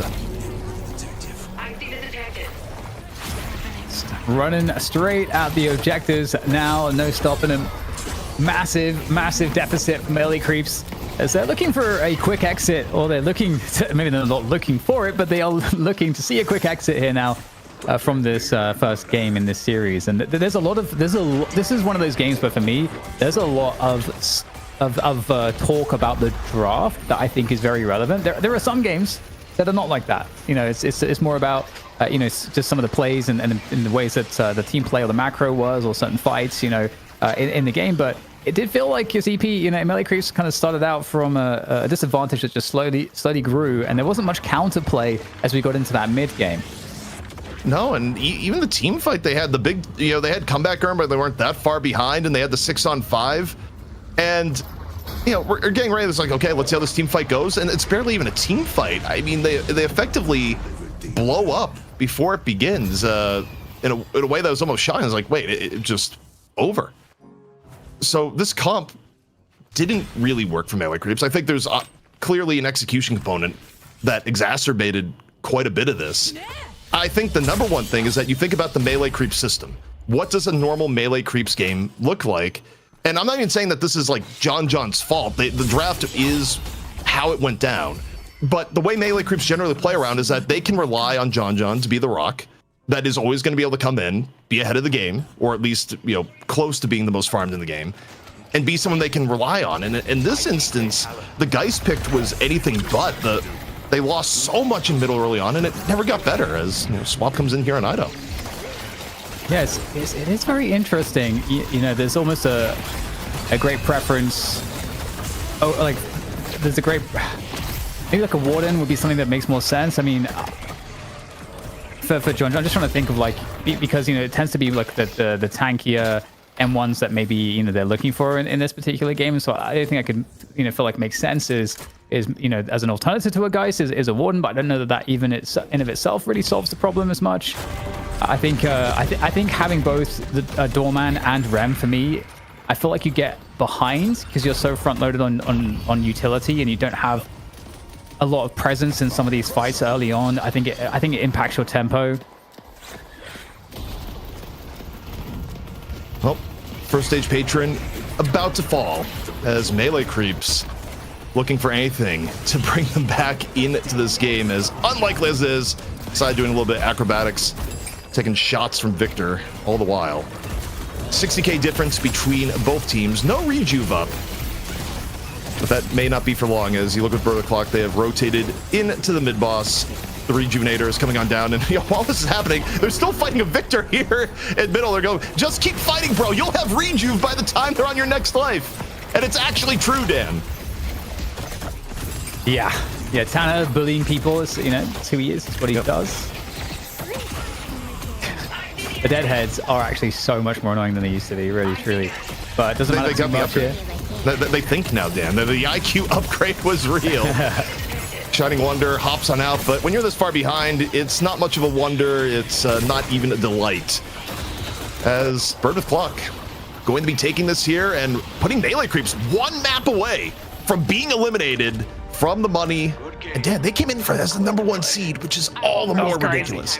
That's crazy. They won the tournament last weekend. PSI. They're having a rough time, so let's see if they can come back in this best of 3. Bird with Clock puts a check on the board. I like to see it after what we were watching, but at the same time, you can't help but feel, ZP, have a few of these teams figured out what melee creeps is doing so far. Again, the Venator first ban straight away. Bosh puts them in a bit of a tough spot here. Yeah, and as far as a tough spot, I mean, that's almost underselling it. Melee creeps look completely disheveled by that being the first ban. They went to a team comp that we really haven't seen them play before, and the execution was all over the place. And it's not that this draft couldn't have worked at some angles, but I don't think melee creeps came in ready to play with this sort of draft. Bird of the Clock, meanwhile, got a more traditional draft for what we've been seeing out of this meta. They also got some things that normally melee creeps really highly contest, like the Paradox. And whatever strategy melee creeps is cooking up here likely should have been left in the kitchen. It just did not work. The upside for melee creeps at this BO3, they have time to revamp, but the one thing you can take away is that Bird with Clock really did learn from their lost melee creeps early in the day, because what a turnaround. Yeah, brilliant stuff. They look like a lot of control going down as we take a look at some of these urn fights as well. And the Doorman being kind of annoying for a lot of these moments here for melee creeps, trying to drag them on through. Even Sire and Dew were trying to drag them on through, but it wasn't going to be the case at all. One thing that you brought up as well, DDK, whilst we were watching this game, is the fact that I'm also really not sold on the Rem, and that makes me sad because I'm a Rem sympathizer. But supports in general, I think, are having a bit of a tough time at the moment.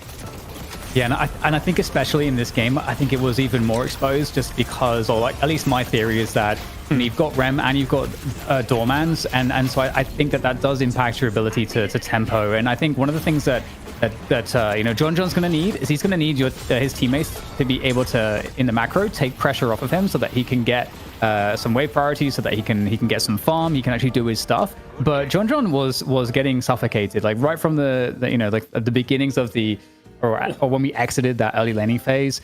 He was getting dove on, he wasn't able to do anything. His team didn't have priority, and I think part of that is because you've got two very utility heavy heroes, and you've only got one hard frontliner in Abrams, and you're up against the Victor. You've got Erebus on Silver. You've got Matt on the Yamato. So you have three heroes that are very hard to kill, that can just dive you. And I don't feel like there are some good answers for that. I mean, 34 to 6 kills. That just tells a tale, doesn't it? 100%. Yeah, the tail of the tape for me really was, especially that 5v6 urn fight going down, and Floss having all the room in the world, ZP, to just do whatever he wanted on the other side of it, and then Tanner having the flawless game, 9-0. After I think he was, 5-0 deep early on in this game, and that's the last thing you want to see on the side of a Victor who's already going to be scaling later on down the line anyway. Yeah, I mean, Tanner had a good ramp and just continued to keep going. The funny thing about the urn fight is that you could actually look at the minimap as Flaw, you could tell the comms being like, Flaws, you gotta get over here, man. Which is weird. I think you could have just traded out, but Bird Clock, I think they had a moment where they're like, oh, I don't know if we can win this team fight. Flaws get ready to come over for cleanup if need be. It's Flaws starts walking over, crosses past the middle lane, and everyone on melee creeps is dead. They're like, no, Flaws, it's fine. Just go middle. We got it. Like, absolutely no problem here whatsoever. But I mean, when you win a 5v6, yeah, it was comeback earn, and no, the earn didn't really get deposited as expected. Where, by the way, I actually feel like with the aura change there's almost a gamesmanship idea where I feel like the best way to play it is to bring the earn over and then let the other team actually turn it in so you get the R for longer, because you have this strange dynamic where it turns in really quickly and you're favored. But if you're looking for a team fight, you kind of want the resistance R to be going on for longer. So the design there is a little bit weird in terms of incentives, but either way, melee creeps wasn't able to make any of it work. Yeah, Cheeky Indomitables even coming in towards the very end as well, as only the single one. But anyway, that's by the by, as melee creeps now have got some soul searching to do, it feels like here, DDK. In terms of approaching the draft coming up, like, what is the puzzle piece that they're missing here to be able to solve this? Because that's multiple games in a row now. We've featured them here on the mainstream. It has not worked out. Yeah, I think what John gets onto is definitely important. I think seeing Warden would be nice, because I think Warden can participate more in some of the early to mid game fights. He can tempo a bit more, especially around the objectives. So that's something I'd like to see if he's going to stick to that kind of character choice. The other thing, though, I think that's limiting, and I think the Ivy ban was really effective, because I think, as you mentioned, Kalaris, it kind of forced Ranger to then play onto the Rem. So I think Ranger's hero pool here is maybe also creating kind of these downstream effects where it's kind of hard to draft in the rest of the team. And I actually think that they shouldn't be playing Doorman necessarily right now, because I think that you want Idol on something that's more active. Like having like a Lash instead there would have been really nice instead of the Doorman, because Lash can do so much more in a fight, setting up team fights, doing a lot more damage output, be much more dynamic. So because if Ranger's going to be on a Rem, that's fine, but I wouldn't want to see the Doorman with that, to be honest. Yeah. I mean, there was moments where they're trying to, send the doors in through to the double Sinners here, ZP, to try and wrestle that away. That first time around, they actually got completely shut down. And the second time around, yes, they do escape, but it's like Bird of Clock have got a real good bead on when you're trying to go for that, and they're causing you some problems when you're doing it too. Also, I think it doesn't help. Those tactics are usually a lot better when it's even or you're ahead, because then you can quickly get in, either get an elimination or get an objective down quickly and get out. When you're behind the power curve, you show up, nothing dies, and Doorman actually goes down in the process. So the level of farm in the game definitely did not work out well at all for Doorman having success with those shenanigans. Tough stuff. We're gonna have to see if on the other side of this break, if melee creeps can try and find the key they need to unlock. Maybe not with Doorman, but we'll see on the other side of this, as we'll check in with game 2 in just a few.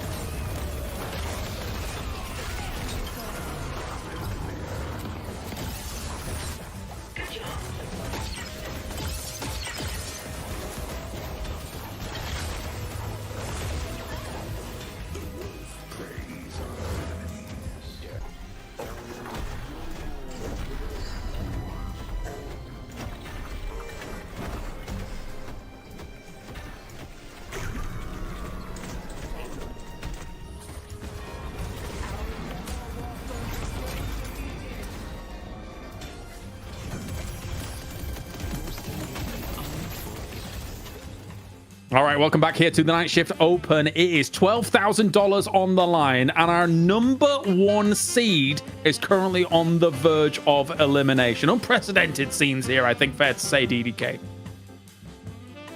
I'm trying to think, is it unprecedented? I guess at a tournament of this scale, probably is. And to be honest, I actually love this because BWC have some, I feel like, Night Shift, classic challenger type players, on the team. Those players that have been on a lot of different rosters, they've all proven that they are very high skill. And it's just really the case of, like, can you build a cohesive team around these players? And like you said, ZP, earlier, there was, there are concerns of hero pool issues potentially on this team. And then Erebus coming in with his storyline of being somewhat of a one trick as well, like maybe only adds to that. But in the same token, ironically, it seems like melee creeps are having the hero pool issues. It's kind of what the draft seems like. Yeah. I mean, for melee creeps, I feel like here's the problem when you're the number 1 team and people have a lot of game tape on you. You suddenly become the team to beat and you start developing strategies going, how do we beat this team? I can guarantee you, melee creeps did not spend anywhere near the amount of time thinking about how to beat Bird with Clock as Bird with Clock probably did on how to beat melee creeps. Like, there's probably an imbalance of preparation here. The fact, though, that Bird with Clock was able to reinvent their draft so significantly from earlier today to the first map that we just had, I mean, good on them. They've put melee creeps in an absolute bind. Also, Claris, I can't let entirely off the hook. I just see you, like, mind controlling your camera. It's going to the left, it's going to the right. It's just like, it's doing all these adjustments. Let's see if I can keep it going. How far can I go? Until you fall off the chair. Oh, jeez Louise. Okay. You lost it. It's gone rogue. Hey. All right, wait. Oh, jeez. I teleported. I'm also getting word, actually, that we're live on location here. If we could take a little bit of a look here. Oh, we're watching Deadlock in Walmart here, as Walmart has joined us for the Deadlock Open. Exciting stuff here, ZP. And look, the entirety of Walmart is currently watching the Deadlock Night Shift Open. And they got the great low prices in the background, where you can always get good sales and bargains. I'm sitting here, it's like, well, I don't know if I'd go for this, but it's $844, that sort of sale. Whatever's being sold in the electronics department, I might be in. I see some headphones there. I see a game controller as well. What is for $844? Oh, that seems like a really good price. I'm impressed. Trying to work it out. It's like some kind of cables. So what are those? HDMIs? What are we dealing with here? Oh, I'll take 10. I will take 10. That sounds fantastic here. I've got many a screen to be able to hook up here, so I can have 10 screens of the Deadlock Night Shift Open up and ready to go. We had lots of games, of course, going on at exactly the same time. You could be watching many a game at all the same time. It'll be a great time here for more Deadlock action. And now, I mean, well, that Deadlock action might be coming to an end here for melee creeps, DDK, unless they can pull something out of the hat. I'm a little bit concerned for them. I was saying whilst we were in the break, I feel like they might be cooked, but as we get into this next draft, this will be very important. Yeah, the cooking might be upon us, honestly, with the melee creeps. I do fear the same thing. I think BWC, like ZP said, they came into this one with the loser's advantage in a way where, you lost, so you get to figure out, okay, what changes do we have to make? They came in with those adjustments. And melee creeps, they're like, yo, Erebus, we're targeting you. We hear that you can play 2 heroes, bro. We're going to take one away. Look, I think this makes sense. Where Erebus's hero pool is a concern. Is like, okay, well, how much did you brought in the hero pool? Bird with Clock, though, do you ban the pocket or Ven? You go for the Ven. Okay, melee creeps being first pick here is important because I gotta tell you, after what we just saw in the last game, I will be losing my mind if they don't immediately lock in the Ven and bring John back to where he wants to be. Bring some Irish retribution. Do it. The ginger says so. All right. There it is. I feel like you could do a good Venator cosplay too, actually, to be honest. True. Yeah. They would require some dying, probably. Yeah. You should do half Kelvin, half Venator, like in the same. Gosh, that sounds like I feel like you could do it. Kelvator? The Kelvator. I like that. The Kelvator. Anyway. Talk about the draft. Go away. Probably Paradox. I think if you're Bird with Clock, you realize Saya not being on Paradox was a good time. Maybe you grab the Paradox again. And yeah, that's exactly what they're going to do. I think you don't give melee creeps time to reconsider and say maybe grabbing Abrams in the first 2 picks. Don't do that. But in this case, melee creeps still might have to because the Paradox got picked. We'll see what goes in here. I do wonder if they grabbed the Ivy earlier too. So they're grabbing Abrams, and if they want Ranger to play Ivy, you would have to pick it here before the mid-stage bans. You would. But then Celeste gets banned, most likely. True. Yeah. Because they would still want to play Celeste, I would imagine. So that's going to be interesting. I do agree. I think that is a very good point. I'm also curious if Doorman is a red herring or will be a red herring for BWC. Ooh, they get Talon instead. Okay. Yeah, obviously, Talon is great. Bird with Clocks looked good with Grey Talon before. So taking that away, again, it's more earn control. I think things are lining up better here for melee creeps. But now that is interesting, right? Because technically, if they'd have taken Celeste or Ivy, that would have just directed the other one to be banned. Now, there's, we get one at least. Also, I have some insight here I didn't really think about when comparing the drafts. So coming in, I believe melee creeps had first pick at the start of the day, whereas Bird with Clock had first pick in map 1 of this series.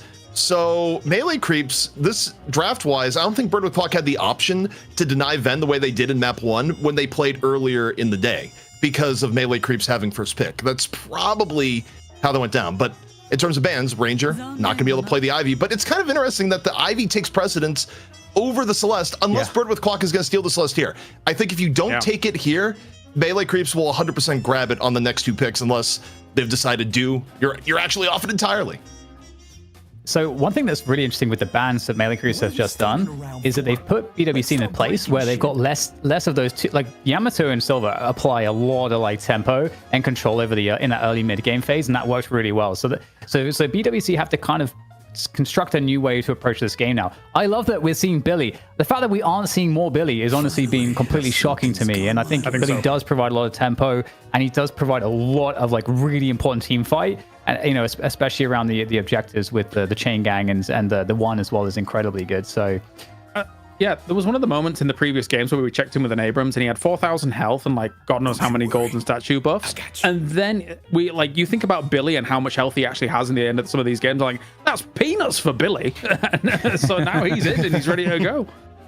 Okay, so hear me out. Dew may not be playing Celeste at all, even if it's still around on the next pick ban, because I'm thinking here, melee creeps probably still needs a Ranger hero, unless Ranger is doing something wild like playing the Abrams or Infernus, where sometimes support players, like, you've seen him on Abrams, not so much the Infernus, but to me, it strikes me as like Dew being on something like the Infernus or the GT, probably more likely Ido on the GT, but it means that melee creeps is saying, nope, no Celeste whatsoever. Unless they decide to go with it and say who needs a support character, etc. We'll see. But this feels like a shift to me. Is that the sound of a siphon life that DDK likes, or a vacuum cleaner? I can't tell. No, that's for me. I didn't know it was coming over the broadcast. It is someone is doing leaf blowing, or I don't know, some sort of work outside. Probably not leaf blowing given the time of year, but my window is open and I didn't realize it was coming through. So yeah, I've got good hearing, good big ears. McGuinness comes through to end things off, and we haven't seen McGuinness on the broadcast here so far at all, and it is scary here with how much it can kind of exert some control over these earned positions here, DDK. Yeah, I think the wall in particular is really, really, really nice.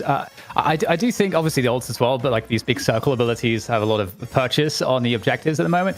But I do think, honestly, BWC have the right kind of utility to kind of shut down a lot of stuff, between Paradox and Doorman, the swap, the Time War for Silence and Doorman's, Baroness Hotel. Like you have a lot of ability to, I think, deal with the McGuinness and deal with some of the trickier parts of melee creeps. Like melee creeps are actually the team that are now lacking utility, whereas in the previous game they had the Rem, they had the Doorman. So I'm actually still I'm liking BWC's comps still a bit more. I like the balance of it. Ooh.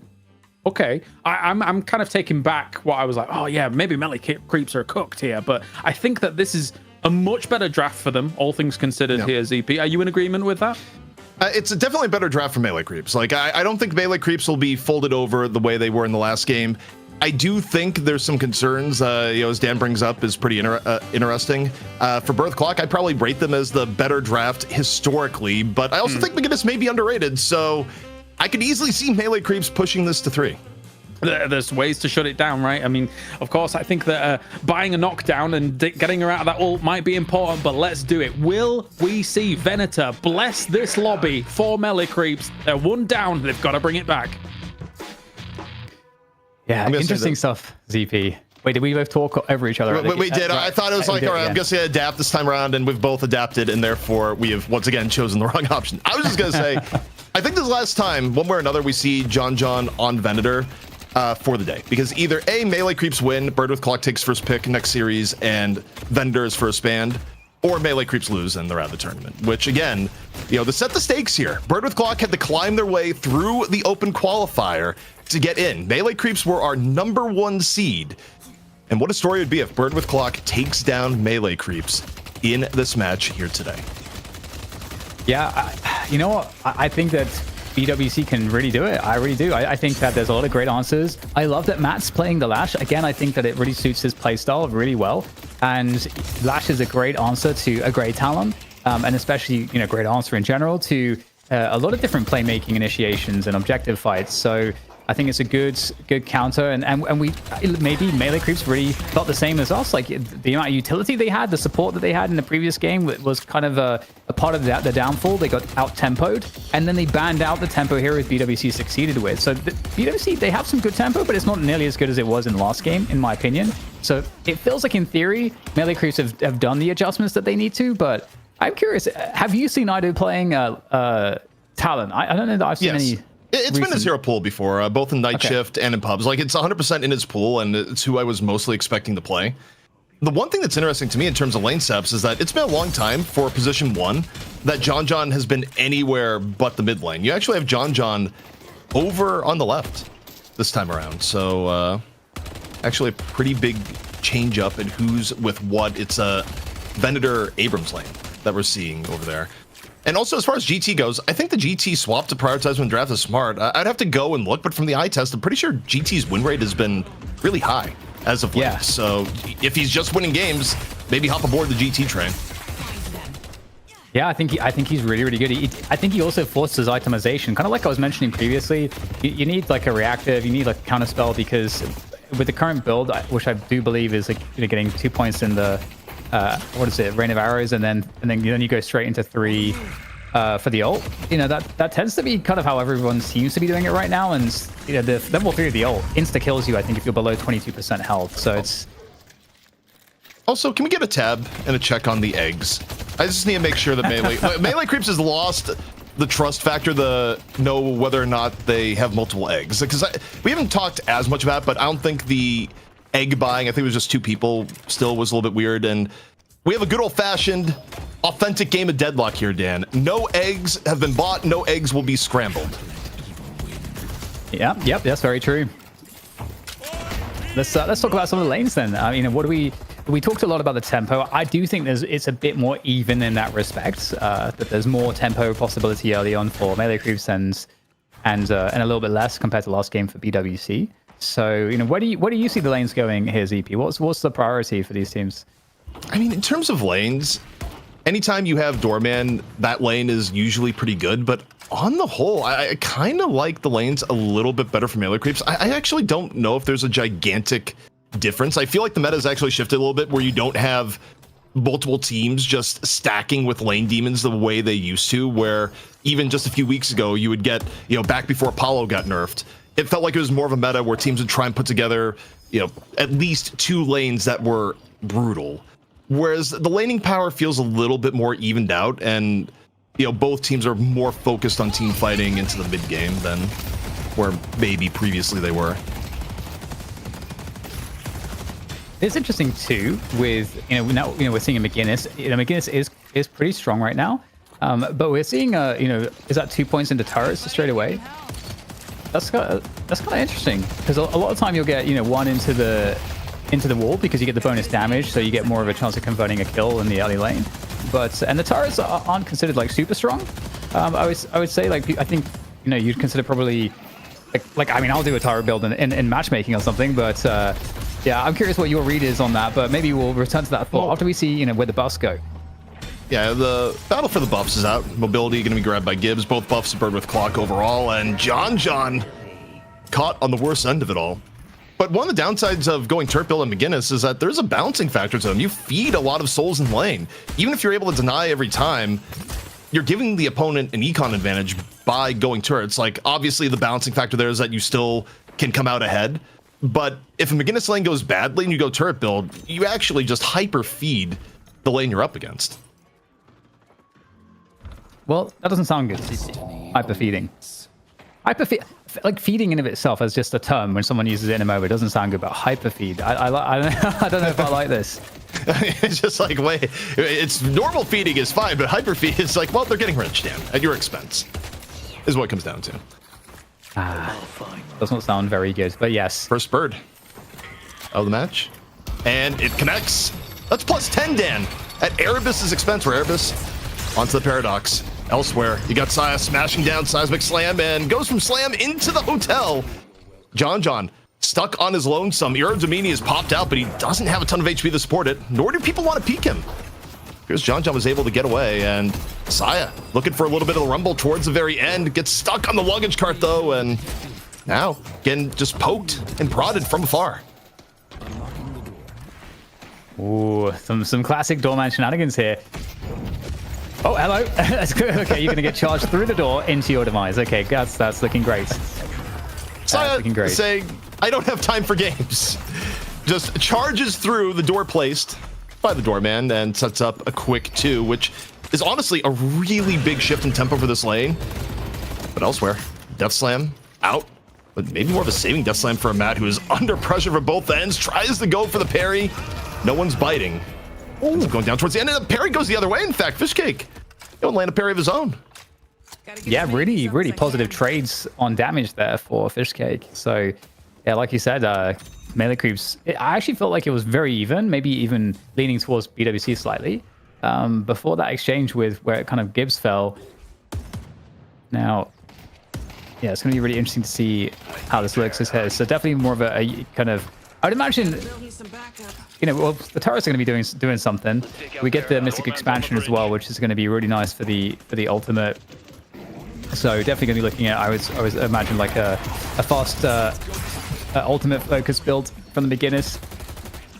What a difference, by the way, Dan, for Erebus. Where in terms of Erebus's hero pool for FPS Lounge, when Bebop was getting banned, it was a lot of Erebus on Paradox. But if we could get a quick look at deaths, I think that was either death number 2 for Erebus or even number 3. This has been a very, very tough mid lane experience for Erebus, not the least of which is just Ido's been furious on the GT. So it's 2 so far, and who's been focus fired. Meanwhile, for melee creeps, the only person that's fallen so far is Ven on a trade in the side lane. Yeah, and I mean, if Erebus can have a great game here on Paradox, like he had a great game on Silver in the previous match, definitely beating some of the allegations. So we'll see if there's a recovery to be made, and if it's just you know, somewhat of a bad start. It is definitely a tough lane. You know, Victor Talon is definitely nasty, but 4K advantage for melee creeps as we're coming close to the exit of the early laning phase. So like I gotta say, way better look.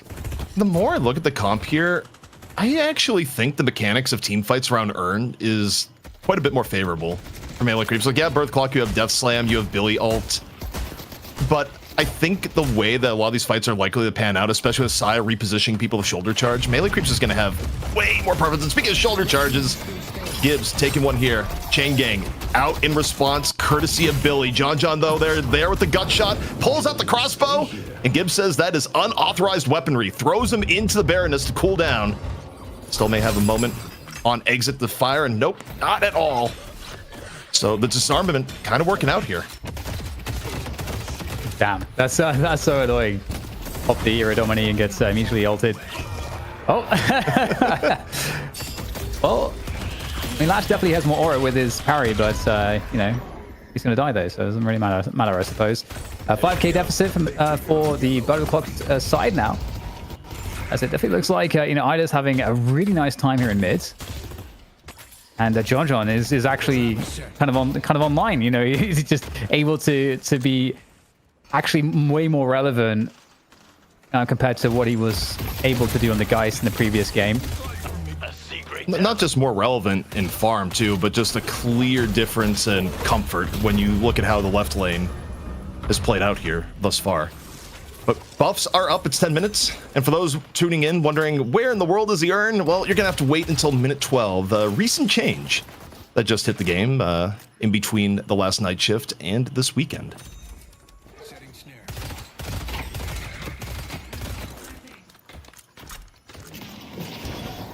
Oh, the swap actually landed. It kind of looked like it missed there on the screen, but this should be, hopefully, for Matt's sake. I think he's going to feel pretty cheated if he doesn't get the follow-up, but they will chase down Ido out of mid. So that's a nice pickup there of some priority here in this mid lane, looking to be able to push down that mid Guardian.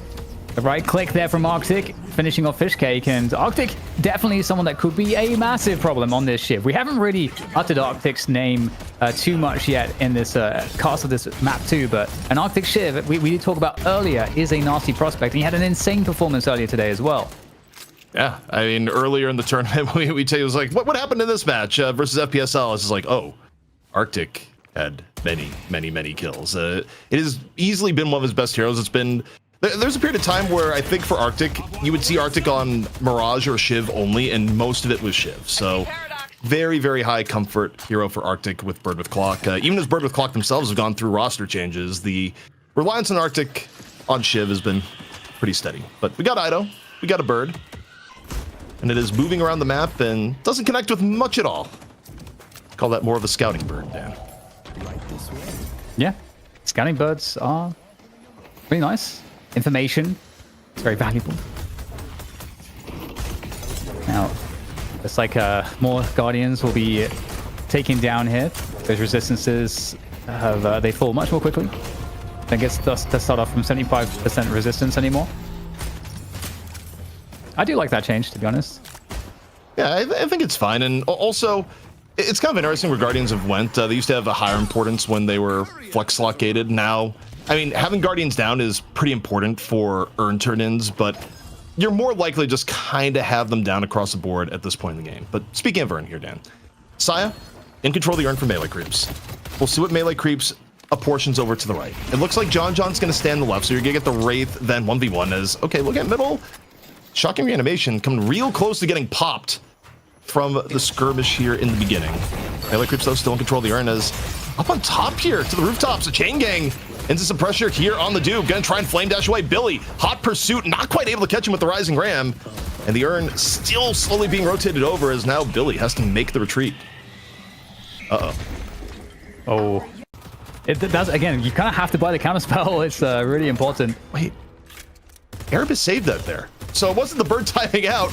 Ido had to get out of the bird because he was just getting walloped by Erebus, who caught him with his pants down. Flaws, though. Falling elsewhere. Wait, that's the 1v1. That's such a huge swing, Dan. Whenever you win the 1v1 in the side lane and then can theoretically get the walker, I mean, John's about to get mega farmed. Yeah, 15k is actually outrageous. Funnily enough, Erebus is the most farmed on the BWC side. You know, Flaws on the Wraith really struggling to find the money.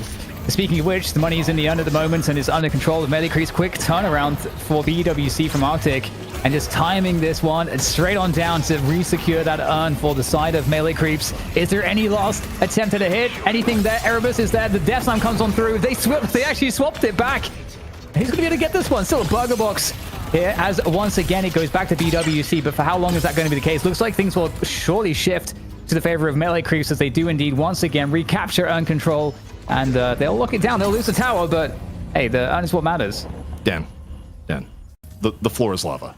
The floor is absolutely lava. I need a damage stat check because everyone got the world's biggest hot foot from Dew in the Urn fight. You just look there, it's like punching, and yeah, look at the damage. Dew top damage on the team, and I swear to God, I think about half of that may have come from the last fight. Flame Dash got an unholy amount of value in the fight we just witnessed, and as a result, Melee Creeps is able to turn to their favor. The only downside for Melee Creeps, Bird with Clock, they sent Gibbs back to defend. There was a hotel checkout on the John. He wasn't able to get the walker. Still got the solo kill before, but it wasn't quite the Venator surplus they were hoping for. Yeah, I have been and still am a big believer in the Infernus Dash build. I don't know if that's actually what the build that Dew's going with, but I think it is really powerful, and it's just definitely powerful around in those situations, especially if you have a lot of frontliners. I think it's really nice because people are not focusing on you, so you get a lot of space to get to constantly just run around and just like put damage everywhere. It's very painful, and this does surely flip the advantage well and truly into Melee Crew's hands. They've got lane priority on every single lane right now, and that's a problem. It's a big problem. And you think about changing narratives from last game. This time around, melee creeps, they can play around a very farmed M1 carry. And in contrast, it's been a terrible game for Flaws. You're looking at the Wraith going like, okay, guys, when the Wraith gets to, mid 30K, we're going to be online. Nothing's coming online. Flaws is broke at 12K. So you don't have the win condition of a farm Wraith, in part because Flaws got styled on by John in that left 1v1. Swap comes out. But for now, going over the top comes Ido, Rain of Arrows, and Arctic eating a huge amount of damage. I mean, Bloodletting only goes so far. Yeah. Yep. Let's see if there's any more damage to be done, though. It's like, I mean, maybe some good shift movement. Maybe there's an opportunity to survive here. Bloodletting triggered, and yes, gonna slide away from this one. A little bit of an extra heal from the minion there might make all the difference. And the slowdown with the kinetic carbine connection comes through to try to aid that escape. And I think Arctic actually gets out of there. In the meantime, though, Dew takes down the right Wilker for nothing. Damn, we got other problems. Okay. We have Lash in Death Slam 4-2, falls directly into the Spirit Snare, but still may not be falling under too much pain as a result. But while this was going on, Dan, while this mid-fight continues, Dew won the 1v1 on the side lane, killed Billy, grabbed Walker, and is now at 24,000 in Furnace. That may be about to show up at this mid-fight. Yeah, that's kind of ridiculous. I mean, Gibbs was able to trade the left Walker while Stu was doing that, so at least they go Walker for Walker. But like you say, this is ridiculous. This is ridiculous. I mean, I've been a believer in Infernus despite the fact that he has disappeared from priority. And I think I feel somewhat validated, feel vindicated, because this is a great performance from Dew. And this is, I don't know how you deal with this at this point. Yeah, so I just think about the Dew storyline. Like, we're watching it middle, but it was really bad on the right. Because anytime you're able to get solo kill plus Walker on side lane, it is a big shift in game power. And the victim that you had there was Tanner. Bird with Clock said, Tanner, defend the Walker solo. And you're probably not going to defend against an already at that point fed in Furnace as Billy. It was a losing scenario, made all the more worse by getting the solo kill where you get more farm from it.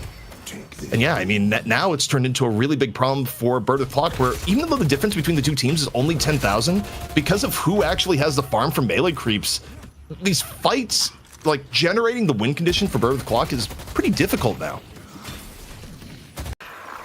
Look at those huge Walmart bags all over the place.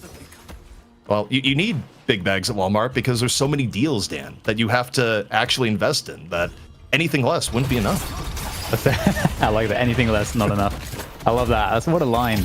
Okay, well, there's some chase down here. Maybe there's a weakened Desire to capitalize upon, but looks like the charge is going to get Sire back to safety, and BWC careful not to overcommit. Only 9k behind overall, and that actually kind of feels surprising, but given how much of the value the differential is in Dew's hands, and the fact that Ranger's only on 13k on Victor, does feel like this, even though the narrative, I think, has shifted heavily towards MLC, it feels like there's a lot of opportunity, but for BWC to capitalize on any opportunity, this Earn fight really needs to go more favorably for them. I mean, Vic, at this point, Ranger's more the support Victor. Like, what's your job? To die and put a shocking reanimation on point and enhance how much the floor is lava? And, okay. We'll see how much the floor is going to be lava here. Once more, Dew waiting in the wings. The parries are out, and the Urn is already capped. And Tanner's the sacrifice. The rest of Bird with Clock, they weren't really in position to go for it. You kind of had Gibbs in the outskirts, takes one look and says, no, not going in. And Bird with Clock not really able getting as much of this as they would like. Maybe some pressure on the side here. Nope, just takes down Matt instead. And, we were talking about, Ranger or Victor not really having much to work with, but he got that parry onto Tanner instantly, and that really wrecked Tanner. Completely took away all of his options as the mid boss gets completely mugged by the entire melee creep squad. And I mean, BWC, they kind of have to challenge this, but how they're going to try to challenge this, I don't know. Oh my god, there's so many circles, CP. Ranger. Someone get a protractor. Yeah, Ranger just explodes on the mid boss just because as Dew walks up. This is Flaws at 18k versus Dew at 29,000. Puts down the napalm. HP bar not really moving as Flaws realizes he's not built for this. Carbine towards the back. We're watching. There's somewhat of a raid boss in Furnace here. Grabs the mobility buff and just walks away. I mean, a lot of pressure from Bird of the Clock, and yet this is a problem when Inferz gets ahead of the game. Actually taking him down, easier said than done, Dan. The fact that it's the mobility buff there is actually outrageous. Like, just, oh my goodness, gets enough time to get off like a perfect warp stone. Yeah, no chance. But still, though, I mean, it still feels like the game isn't necessarily over, because if they can shut Do down in one of these fights, you know, again, a lot of the damage is kind of tied up in Do, and obviously the rest of it is probably going to mostly come from John. But will they be able to prevent melee creeps from getting really far ahead on this rejuve? That's probably not easily achievable. It's going to be somewhat of a fight, though, in middle, though, and with BWC, they're trying to escape from it. I mean, again, they're getting mugged there as well, just like the mid boss. Yeah, I think it's going to be once more Matt getting set on fire. They're able to take down Ranger, but Ranger ain't exactly rich. That's the least valuable kill you could get. Ido coming in behind as I think Do is ahead. I don't know if he has someone about to die or not. You see the combustion coming off, and yeah, that Paradox. Erebus is in all sorts of danger. Lands the parry, but it's a small comfort as the damage was still there to take him out, and I will see if Midwalker is at risk. Do gonna take a moment back here. A little bit on Doorman patrol. Yeah, I gotta say, on this Infernus build, I love the Warpstone debuff remover because, or Dispel Magic, because essentially, like, you know, you just have to kind of have enough survivability for when you don't have Flame Dash up. And so if someone tries to stun you, you just dispel it, and if you just need to like get out or close the gap, you can Warpstone. So you have like, and then you get your Flame Dash back up again, and people can't catch you. So it's like it's really devious. Also, he just picked up Infuser a bit ago and escalating exposure. Do is continuing to add, and just size HP, not moving. The stat differential is huge. You got a bird coming in from afar. Who's that going to hit? Oh, it's going to hit Gibbs. Plus 10 to Ido. I see Ray.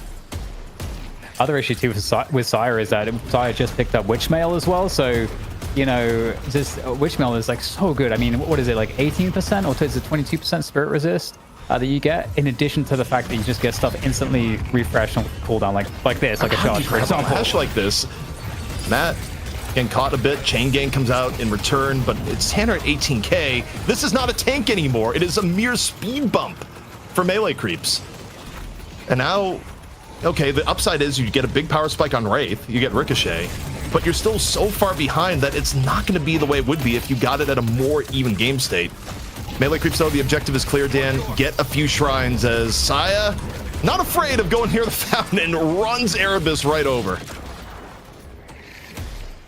Problems here for BWC. This is quite the turnaround. I think, you know, your instinct was correct that melee creeps will be able to, you know, come back really strong here, which is a great news for them, the number 1 seed. A game away from elimination from this tournament. It's just not the tournament you want to lose or go not deep on if you're the number 1 seed. I think the issue for melee creeps, though, looking ahead, they still have to get through this game, which Saya is trying to work towards. Bring Arctic on a ride. Death Slam attempt. Grabs 1. See if the fall through is going to be there. John actually getting caught. Not an insignificant pick. 1 Rejuve left. Nope, Rejuve's now gone. Bird with Clock looking for a few cleanup kills, but it may just end at John. Yeah, you're not touching this guy.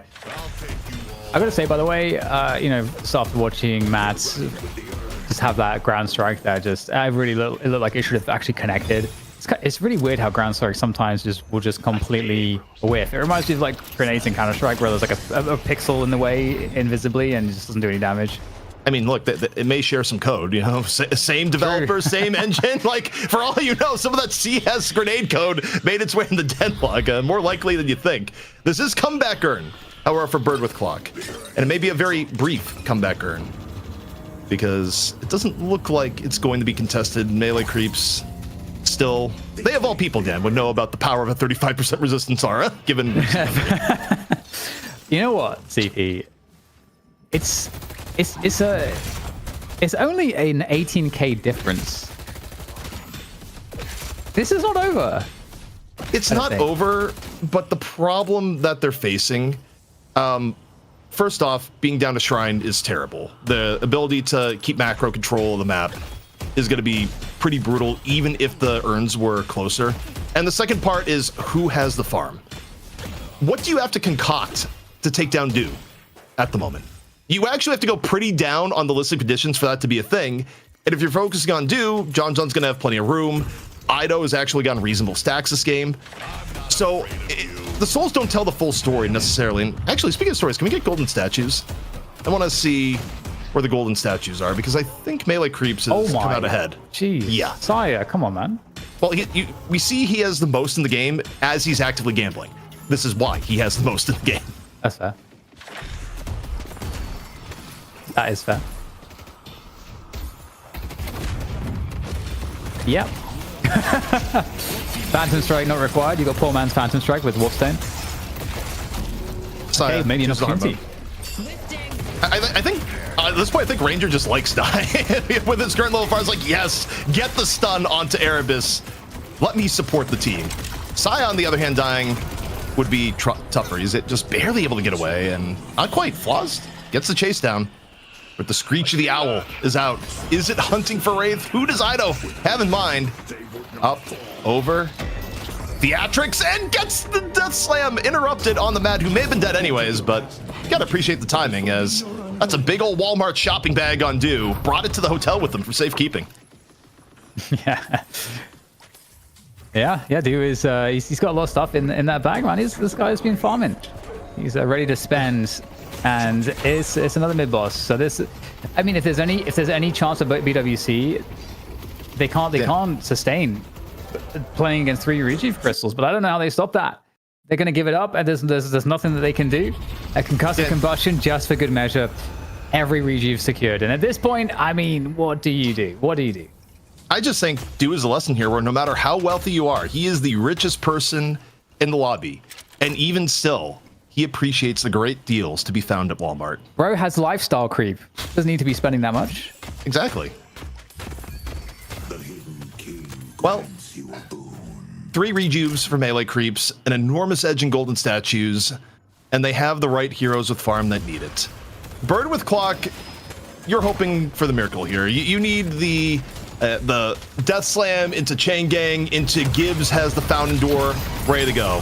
Instead, they go for Infernus. He pops Infuser, and his HP bar barely moves down. In fact, he's healing back up as 3 members of Bird with Clock are down to half HP from that play, and there's a bird. The bird a little bit late to the party. I was like, wait, where'd they go? Where'd they go? Flies through the door, but the Fountain Healing has done its job. That's kind of a jump scare. Like, look at the door and a bird comes through it. Yeah. I mean, I respect it. Do understands the value of these Walmart deals that he has secured in that bag, and he's been protecting them. 3-man Chain Gang, but you got the Heavy Barrage off and away. Death Slam. That's Chain Gang in the Death Slam, but the follow through may not just be there. And even if it was, you still got 3 Rejuves in the tank. Saya swinging away near the Fountain. As first stage patron, it's done reconfiguring. It's second stage here on the Archmother. And Melee Creeps, they're looking to bring us to a map 3. Not going down so easily just yet. Goodbye, BWC. They got some stuff to think about. I think it's the one last ditch attempt to delay the inevitable. You know, you fight until you can't fight anymore. Gotta respect it from BWC here, but they are gonna get wiped out, and the Archmother is dead. Collapse.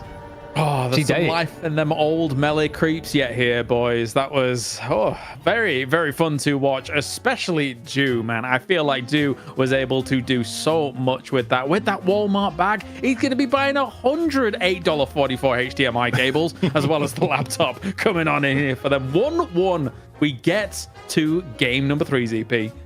Honestly, Calaris, you just did your audition for The Price is Right. And now in our next showcase, you have this, and even the laptop is what Do picked up at his shopping spree at Walmart. But look, the Infernus pick, we weren't expecting it, but it was hard to deny the value that we were getting out of Do in this game where, I mean, it was a whole team fight where Bird with Clock was saying that it was going, we must melee the urn. And all the while, their feet were burning. They were melting from the bottom up.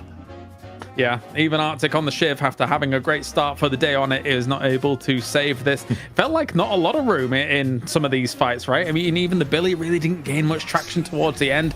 Ido here with the birds constantly being able to wreck face DDK. And of course, Do just They say melting things, absolutely melting things. Yeah, it was so much more functional of a lineup for melee creeps, and I think that cohesion was definitely lacking for BWC right from the beginning. You know, right from the beginning, they were unable to win that early game in the fashion they had previously, and they were not able to get that pressure on melee creeps. It was the opposite. And so what melee creeps did in their adjustment in the draft, it really truly worked, because I mean, that was one of the main problems, was just getting out tempoed. So I think they did a great job there, and they also created a new problem in Du's Infernus. And I'm 100%. Curious what BWC how they will think about the next draft now that they've got these lessons, because also Ranger playing Victor is another nice twist, and I think it was infinitely better than the Rem too. It's like we've got the UK mind meld, because I was going to say exactly the same thing, Dan. The fact that new problems have been presented, right? Because as Bird with Clock now, yeah, okay, you might think to yourself, yeah, well, we can just go back to banning the Venator or something like that. But, I mean, there are still extra pieces to this puzzle now that have been presented, ZP, like the do, like even them taking away Grey Talon from you as well, which does cause some ripple effects here. Yeah, I think taking away the GT was good. Ido had a solid performance on GT over the course of the game. And yeah, in terms of what to take away, I still don't think you go away with what won you map 1. I think John looked fierce on Venator. You talk about flashpoints in the game. We brought it up mid-cast, but it is really important to go back and look at. You had that 1v1 moment where they were relatively even. It was John versus Flaws in the left lane. It was right before the Urn fight where Dew burned everyone up. And think about how that impacted the game. John wins a one-on-one against Flaws. It forces Gibbs to, instead of go Urn fight and actually use hotel guests on someone there, needs to go rotate over, put John in the hotel. Gibbs isn't there, where otherwise he could have actually used that on Dew. And, you know, also John gets all the farm from the solo kill. Flaws ends up far behind. The point is that I don't know if John necessarily does that on a non-Venator hero, or at the very least it is more difficult to be done. So even in this game, you have plenty of examples of, okay, step number 1, get rid of the Venator. Yeah. I sort of, in my mind, kind of almost want melee creeps to win this now, so that we can eventually like just hand the MVP over to Dew. I really have been impressed by him, not only when he's been trying to get things going as the Celeste in some of the games we've seen so far from them, but then again here on the Infernus. It has been great to watch him so far. One of the stumbling blocks, or even maybe one or two of them that I do see though on the melee creep side, is again, for me, DDK, it is Ranger. I felt like on the Victor didn't quite do what I thought. It's like one of the smallest Victor games I've seen in a long time, but thankfully for him, the rest of the team was there to be able to kind of pick that up. Yeah, it does genuinely feel like, hey, our coach is playing with the team, and because that's kind of that is the situation, right? So I think the way that melee creeps are adjusting and adapting to that, because it is somewhat of a new change in terms of their roster. You know, they've got to make those adjustments, and it is like a high quality team. So I mean, the challenges really that have been presented there is just that, like we've seen them make this adjustment now, like, hey, like some of these supports aren't necessarily super relevant in the current meta. And I kind of feel like Kelvin might be the most relevant one, but at the same time, Kelvin, you know, if you don't have any experience on it, you're not going to just like jump onto that. So they've had to make their adjustments. And I think credit to melee creeps, the fact that they're in this position where you know they've got Rangers standing in and playing as a coach, but now onto the roster, they're still like a really insanely strong team. So like, you know, props to them. Yeah, I think regardless of which way this goes now, ZP, with a game 3 on the way in just a moment, either you get your number 1 seed all the way through and we're back right in there, or Bird with Clock makes the upset happen here and knocks number 1 seed out. So either way, we're in for a treat. Yeah, I mean, this is shaping up to be a good one. Melee creeps having a little bit of fight left in them, but Bird with Clock, their story of climb in this tournament has been really awesome. And now both teams have 3 drafts worth of data to review on the day, and we'll get to see what number 4 looks like. And Kale, it's going to be definitive. Yep. All right. Break time. When we return, we will see that draft come to fruition and who is going to be able to win as DDK's exploding. He's so excited. Let's go to that break. We'll be back in a sec.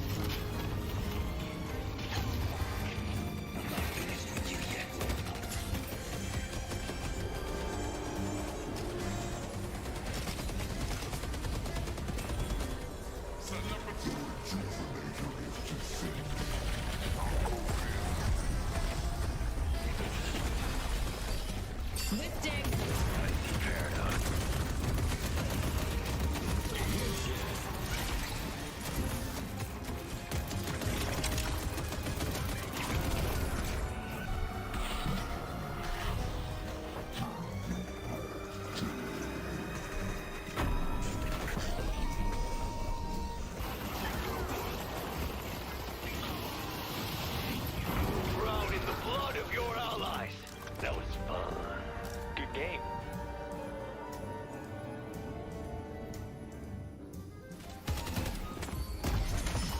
That the best you got? I see the enemy.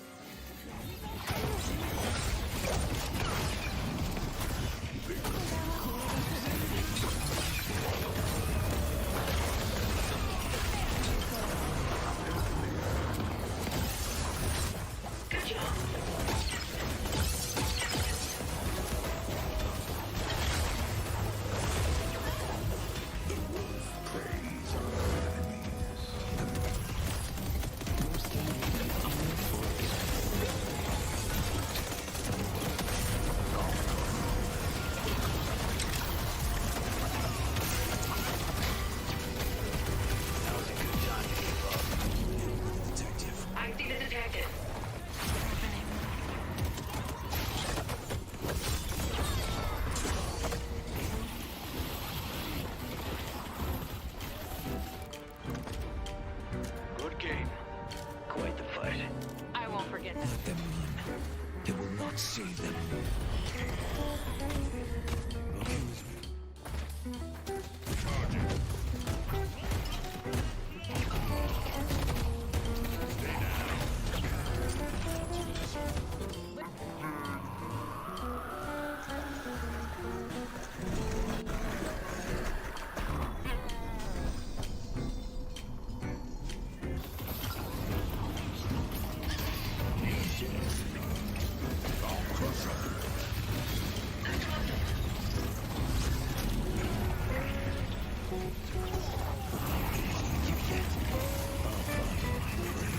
Let me show you how it's done.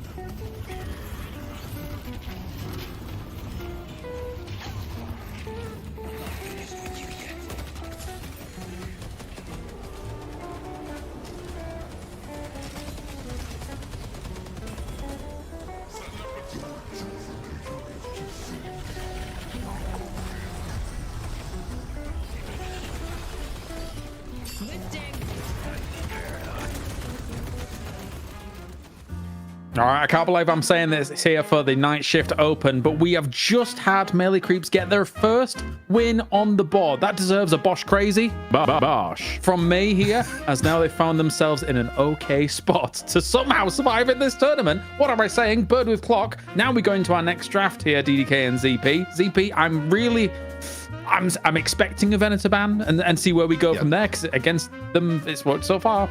So I broke it down during the break, but go for it again. Bird with clock, they're going to take first pick. They're going to ban Ven. And the reason that you ban Ven is that think about the other things John John has played. John John has played Mirage, where Mirage is just not won at all, really, in the last 2 weeks. Like, he's a very, very low percentage win rate hero. Or John John goes to the Geist again, from what we've seen recently. And yeah, you would love to see John John the Geist after what happened in map 1 in the series. Now, John John does have other heroes he can play, like he has played Bebop to, recently to, not the Bebop of old. Like, it's not bad, but it's not what it used to be. Yeah. And in theory, like, John John can always bring out the Warden. I actually don't think John John goes to either the Mirage or the Geist again. I may be wrong, but I think if you're Bird with Clock, if you're trying to figure out the Melee Creeps puzzle, you start there, because a lot of your problems in the last series, for as good as Do was on the Infernus, actually did come from some of the one-on-ones that John John was able to win in lane. Here we go, DDK. I agree with this analysis. I do think Warden's quite likely if we get the Venator ban. But yeah, like Bird with Clock, at least they have that kind of, again, like that losers advantage dynamic where they get to say, okay, we lost. What are the adjustments that we should make based on what worked for them and what didn't work for us? And so the Venator ban is coming through. I'm curious what melee creeps will go with here, because again, I don't know that Bottle Clock would even necessarily prioritize Doorman. I feel like Doorman's a bit of a red herring, honestly. When you need me, I'll be ready. They banned it though. Take it away. There are just some problem cases that you just don't want it to be around, right? So eliminate that. That said, though, pocket open, it could rear its head. I think you still grab take pocket. bonus? Like, pocket did lose earlier today, but you've been given the pocket. Nice. You take the pocket. Now, pocket has been proven to be beatable, but that game wasn't easy for Loki W. Like, Loki W, the frogs were causing them all sorts of trouble before they were able to pull out the game for other reasons. Like, I don't think pocket was the reason they lost. For melee creeps, though, part of this here, they don't want to give Erebus silver. They're going to pick silver. Yeah, so that's number one. Number two, I would still like to see them pick Paradox, which is even funnier because that was Erebus's other hero, and it's also really good for Saya and when they look good. Like, I actually think grabbing Paradox here is great because you're not under pressure to pick for John now. You can grab whatever towards the end of the game at this point. So there they go. Interestingly, Erebus, Bottle Clock could probably get the 6th pick Bebop for Erebus. Like that could be a way that they could to go with it, to be honest, because Bebop's not like horrendous or anything like that. I think he's definitely playable, and Erebus is like one of the best in class with the same build. So we'll have to see, but I do love the pocket opener. Great Talent comes out as well. I'm curious if like which one of these teams will pick up the Abrams. It seems like Abrams is kind of like a heavily prioritized, or Victor, both heavily prioritized front lines over Billy right now, and I feel like this is a pretty key spot to potentially secure one of those. I think for Birth Clock, you could wait to the end to go for the Abrams. And the reason being here is that if Melee Crips is picking Paradox, it's probably going to be Saya on it. Like, yes, they can run both if they have Fish Cake on, say, the Abrams.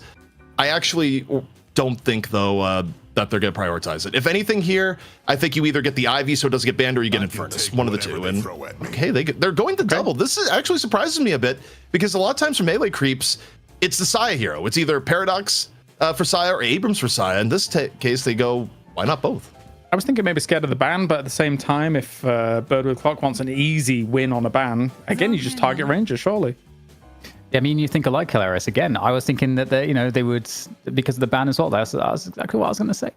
All right, so do BWC, do they ban Celeste here, or do they ban an Ivy here? You know, like, do they change what they're prioritizing? Okay, so it's the Ivy again to make things awkward for Ranger, which does make a lot of sense, honestly, and it has kind of worked out, because if he's forced onto Rem, that's provably not working out so well. So they probably won't play him on Rem. They can't play him on the Victor. So the question is, you know, what does Ranger want to do? What do they want him to do? Ooh.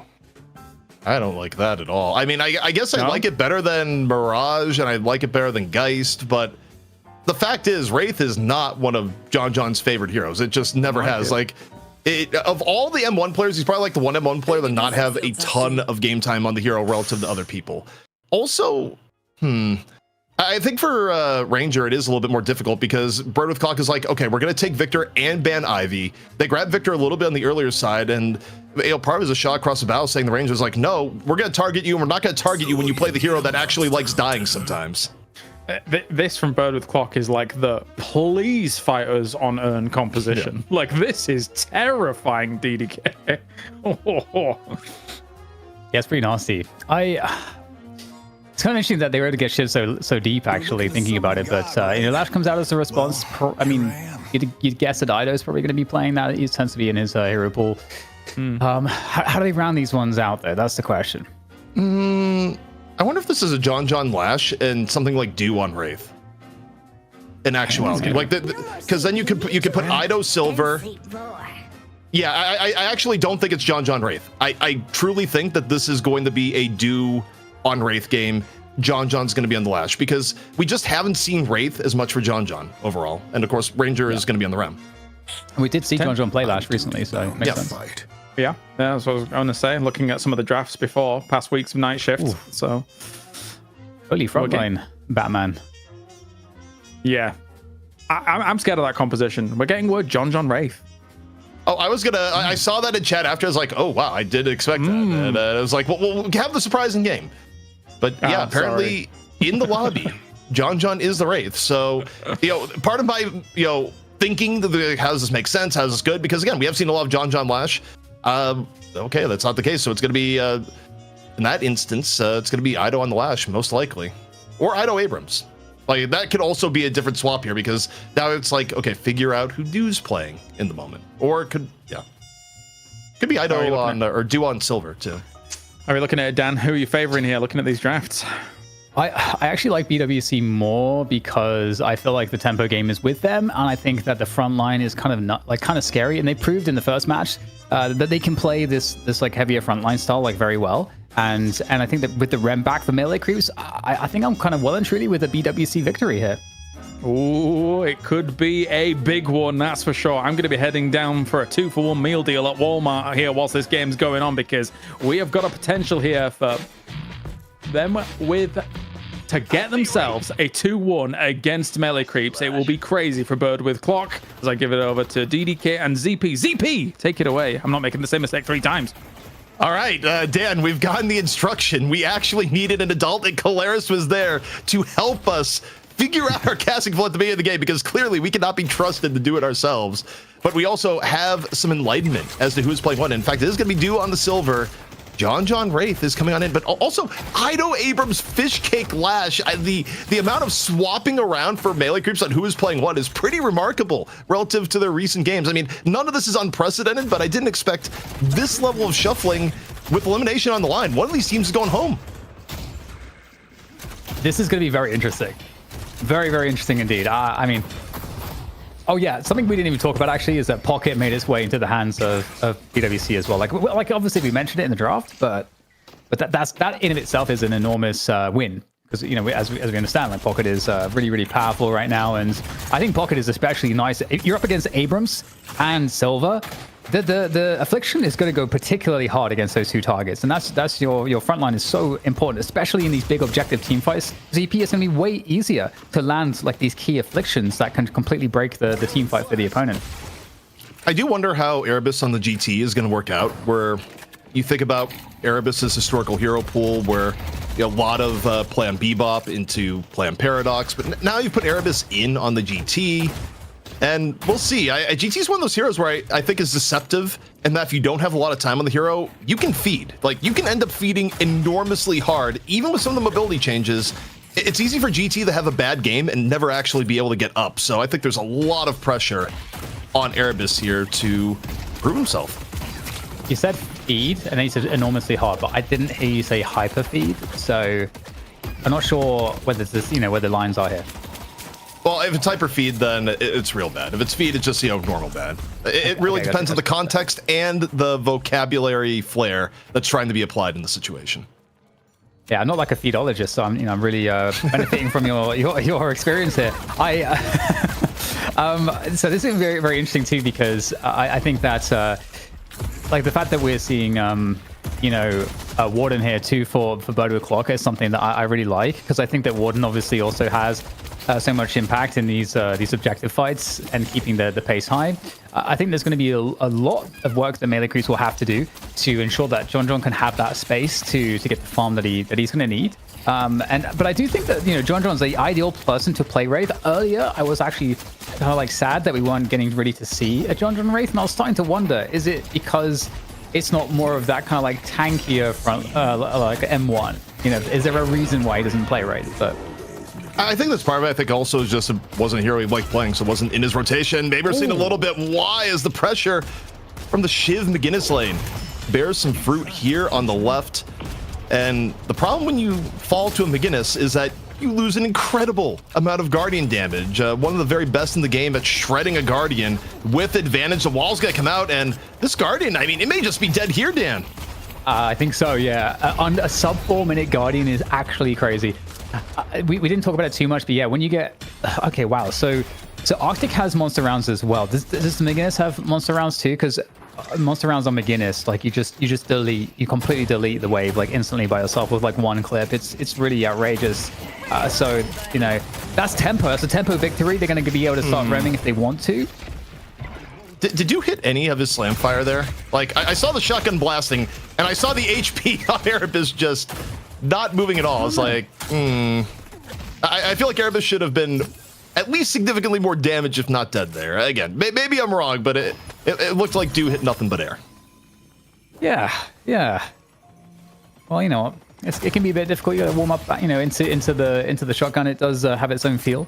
I think it's actually once you're used to it, obviously it's no problem. But I do know that a lot of people struggle with it. But there we go. We get the arrows. God, what is it called? Why do I keep forgetting? The heavy barrage and rain of arrows, and then rain of barrage coming in from McGinnis. But either way, it's a lot of damage in towards the Guardian, as it's a little bit more active from Gibbs here. Where is this just going to be full lane swap? I believe so. So you're moving Warden into the left, you're moving McGinnis into the middle, and McGinnis is just being used as a let's push down all the Guardians as soon as possible with this lane swap.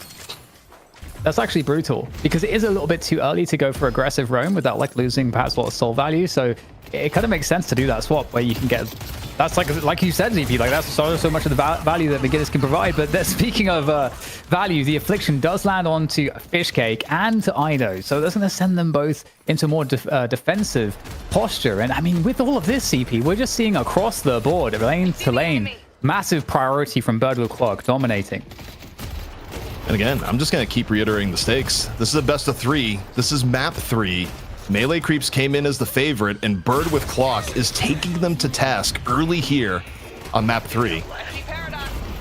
Oh, nice dodge. Sent over. Erebus actually under a lot of pressure back in middle. The GT HP bar is going down rapidly. Guardian for Bird with Clock here, courtesy of Pocket, but gotta watch it as a lane mate get taken for a ride here, courtesy of Lash.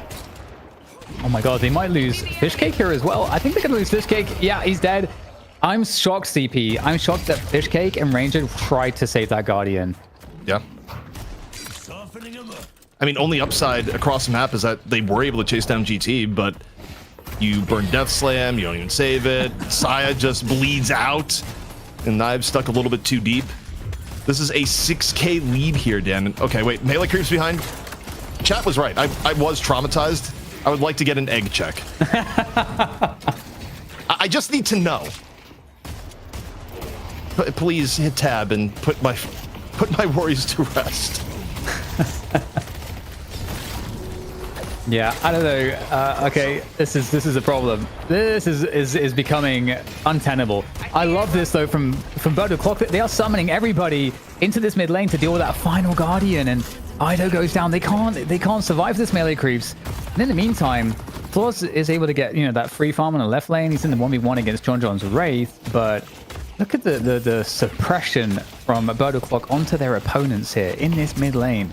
That Guardian is absolutely dead, and this is going to give them, that's CP, every Guardian gone in under 7.5 minutes. I think the only bright spot here for Melee Creeps is that it's a little bit of illusion where this much elite comes from Guardians, is that there's latent souls on the map that will be recollected when they take down Guardians of their own, but it is still by any stretch of the imagination a rough go. But okay, tab is hit. No eggs, Dan. No eggs. We're How safe. does that make you feel? Because I don't know if it's the lack of eggs in this scenario or having eggs in this scenario that makes you feel bad. Well, I think if you're rooting for Melee Creeps, you got no excuses here. Like, there's probably some in chat being like, it's fine. They got 5 eggs, guys. Bring it back. No eggs were found. They don't exist. Well, I mean, I have no follow-up to that. You know what, let's look at the game state here. It's 8.5 minutes as we're looking at the net worth. You can see that mostly blue bars towards the bottom there, indicating Melee Creeps suffering pretty enormously. They will not be able to go on a shopping spree just yet. Although you can see that there's a modest bag here. Like one deal's being found, ZP by Sire. One deal. Or it's just, you got good deals on snacks and that sort of thing. You walk up, buy a bag of chips, maybe a soda, and then leave. That is perfectly fine. Unlike Victor here, who definitely went on a much bigger shopping trip. It's just Black taking the Friday, doubles. essentially, for Tanner right now. Also, I imagine Tanner's going to be more farmed than Ranger was last game, where Ranger's plan last game actually did seem like I like the pain in all cases. Like, my goal is to die in the first 5 seconds of fight, legitimately. Like, that is actually a strategy if you are a poor Victor, but Tanner is not looking to be that poor of a Victor from the sounds of it. And Matt's doing kind of what you would expect to see. All of this. What you'd expect to see on a Pocket. Typically, like, Pocket will be, you will see a Pocket be really far ahead very early on because just like so efficient in farming, especially with monster rounds. You can just delete the neutrals on across the map, and then also you have all these burst abilities that also delete neutrals and delete opponents. So yeah, Pocket's really good actually. I don't know if you knew ZP. Yeah, I mean, giving up Pocket, the only reason to give up Pocket is because you want Silver, and I'm not saying Dew's a bad Silver, but what you had going on last game with Furnace was quite good. It's not what they angled for. Dew this time around looking for Pocket. Pocket dropping the frogs under the dress, hits 2. The pressure, though, is overwhelming. Matt can't find a way out. The bird getting thrown into the end of the fight. And melee creeps, Sai is a little bit low. Ido's at half, but otherwise, they're able to get away with their hit on the mat, and they get Affliction on cooldown. Saya still thinks there's more. Seismic Slam in, a quick catch on the Gibbs. Dew there on the follow-through. And now melee creeps being scrappy before the 12-minute earn. Yeah, these are key kills for sure, especially getting that Affliction out like you said. It hit the right targets, but follow-up was there for melee creeps. Speaking of follow-up, though, we are seeing if Erebus can survive the assault. You would not like his chances. The Flog is come off cooldown, so surely the Flog there is going to finish the job. It will, but his Pocket now just doing a lot of damage, having to parry the tower. This is looking pretty desperate. There's no cooldowns, but the thing about Pocket is that that shotgun is insane. Yeah, that was a little bit of buying time for Fishcake at the end. And hey, I mean, while this is going on, John is able to take down one on the other side. Where that is going to be a continual story in this game is, can John make the Wraith a factor? Wraith is good at the moment. We've seen plenty of games recently where Zergy in particular is just the Reaper of Death on the character. You get early Ricochet and the damage is free flowing. And in terms of economy allocation, John is there. Like, John is doing that part of Wraith well, but is John going to be comfortable in some of these team fights to make Wraith shine when in comp play it really hasn't been his go-to hero ever? Yeah, this is exactly what you wanted to see in game 1 with the Geist, where it's like, hey, the team's kind of losing, but Geist is fed. That's the trade-off that can make sense. But yeah, we're seeing it really play out here with Wraiths, like you say, and finally starting to get some of these Guardians, well, all of the Guardians cleaned up as we get to the 12-minute mark. And the urn becomes a factor coming up. And those fights, you know, we've yet to really test which team's going to do better. I would expect BWC to have a better urn fight. You know, McGinnis, Victor, you've got Pocket, Warden. Like, there's a lot of meaty stuff there.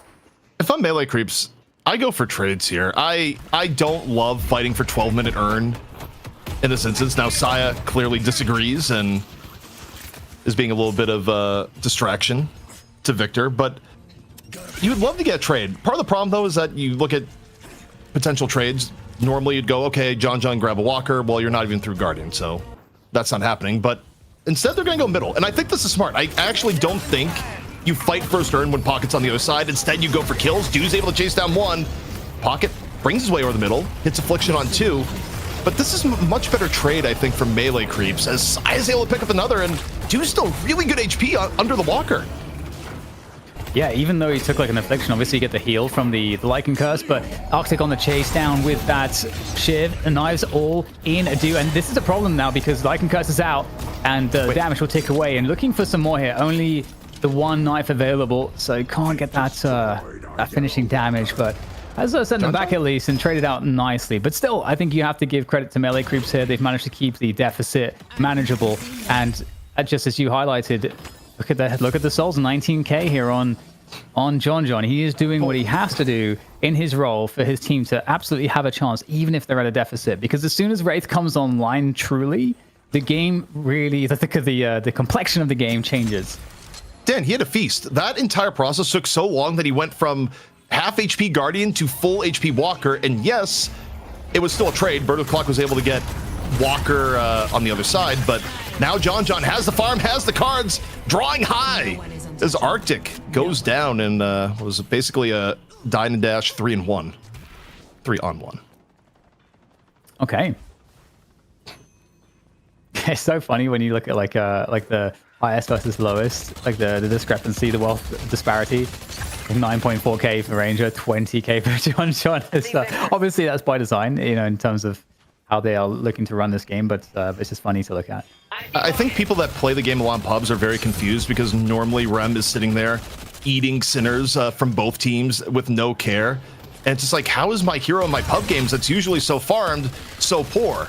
And, well, it's because Ranger is playing properly. If you're playing Rem in pubs, you are not actually supposed to devour every sinners on the map. I don't care if they do lots of things. Pack it up, let other people get the sinners, but the pressure onto Saya. The bird coming out in chase, and yes, it's not going to be able to evade. Yeah, and it's been very difficult actually for Erebus to find good positions in the fights. I think the lockdown from either Sire on the Paradox, or especially Do, I think with the Bowler, you know, that can be enough because Great Talon's HP is so low that, you know, one Bowler can just convert immediately. So it's one of the reasons why Silver's so good. You know, you've got a hero that has insane burst damage, which is very powerful and scales nicely. Also has really good catch with the leap and the Bowler, and has insane frontline with the ult. It's like it's the reason why, you know, we were talking about it the other day. Just like the Silver has, ever since coming into the game, has just never left the top 3 priorities. Silver's just solid. The swap on the Tanner, it's going to be a quick pop on the Shocking Reanimation. However, Rust Bird with Clock coming over. Getting fall through maybe a little bit more difficult. John drops a Telekinesis. Ranger commits here at the nap time. And it is just John taking the battle of the Arctic, but is a little bit deep. Needs to back out. Project Mine far out of the underbelly of middle. Do, though, cleaning up some of the scraps. It was a big chase down on the Erebus on the other side. The rest of Erebus' team just paid no mind. They were pushing forward, and Do got his one-on-one, is now getting a little bit more under middle. Interesting situation too. In the midst of all of this, you know, Matt was able to pick up the casting buff, which on Pocket is obviously pretty nasty. A good person to have picked that one up. Dan, I have a skin idea that I need to get out there. It just happened. You know, the World Cup is about to be going on, and people are going to be watching a lot of referees. Imagine if you had footballs and European football referee Wraith, where the cards just become like yellow cards and the Joker becomes a red card. I mean, there's just yellow cards and red cards. You're going to have to like figure out the rest. But I'm just saying there's potential there, especially with the amount of players you're about to see flopping on your TV or stream, or likely you stream monitor. But you're going to be seeing a lot of flopping soon, Dan, and the skin would be thematic. I like it. I like it. Look at the soul differential in the production, just threw that up because there was a huge deficit. And a deficit there is no longer. It has largely evaporated.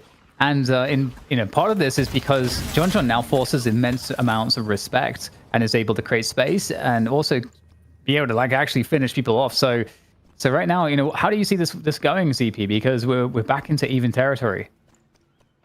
I think really the main doubt was if John was going to be able to make Wraith work. So far, it's been working. So if that's not a concern, I think Melee Creeps is in a really good spot, especially with Do continuing to find good opportunities on Silver.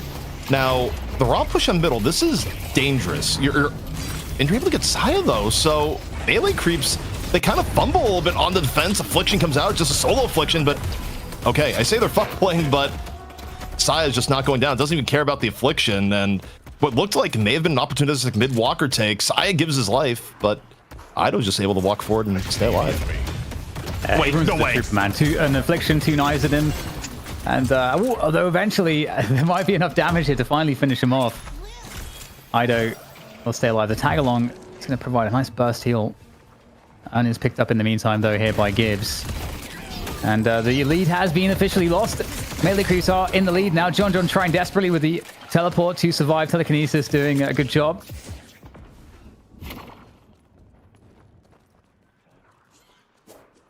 You know, for a second, I just briefly looked at my other monitor and someone said, what does football have to do with the World Cup? We're going to ignore the amount of NA there as Ido, half HP, seismic slam in the middle, and Ido is able to get away.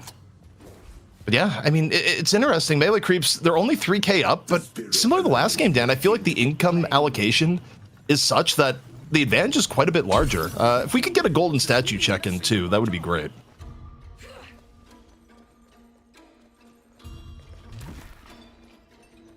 Okay, there's a lot of parity between the two teams, actually. Very even on the golden statue buffs.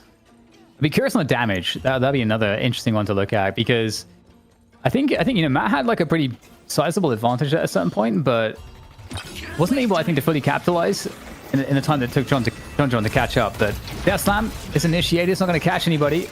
Fish Cake not able to convert on that one, and Owen is going to make his way back to the position where it spawned again. Affliction is on down. 2 players connected with. One was Divine Barriered off. There's a Divine Barrier there that Ido just uses. May have been Ido's or someone else's, but either way, the only one stuck with Affliction. Gonna call out the Wolf here, and yeah, you don't get the heal in this case, but it doesn't matter. The damage comes on out. May finally go down, but Arctic is in pain. John, low HP, picks the right time to escape. Saya finishes off what was still there. And Melee Creeps only down 1 in this fight so far, and Matt, that Affliction came under duress, Dan. He nearly got blown up before getting it out at all. Yeah, and there's been quite a few Afflictions that have looked exactly like that here in this game so far. And I think that's largely, that was some of the advantage they needed to go a little bit better earlier on. And still looking to try to survive. The ultimate has been popped here by Tanner. So this is the only life he has at the moment. He does get nap time, so there an escape can be made. And again, the deficit is still with BWC, but it's still marginal. So very, very close game here, and you wouldn't want it any other way. Both teams in a desperate position, facing elimination. Also, if we could hit tab, I'm curious, did Ido have the DB, or did Ranger just come over and hit a DB on? I didn't see who had the buy, but Affliction went away instantly, so should be at least 1 on here on the board. And yeah, okay, it's Ranger has the DBs, so Affliction needs to be probably 3 or more that have impact, or at least a large impact, because you can count on 1 of them being stripped, at least until Refresher comes into play. Interesting that we get the call out from Giz. 20 seconds for that heavy barrage.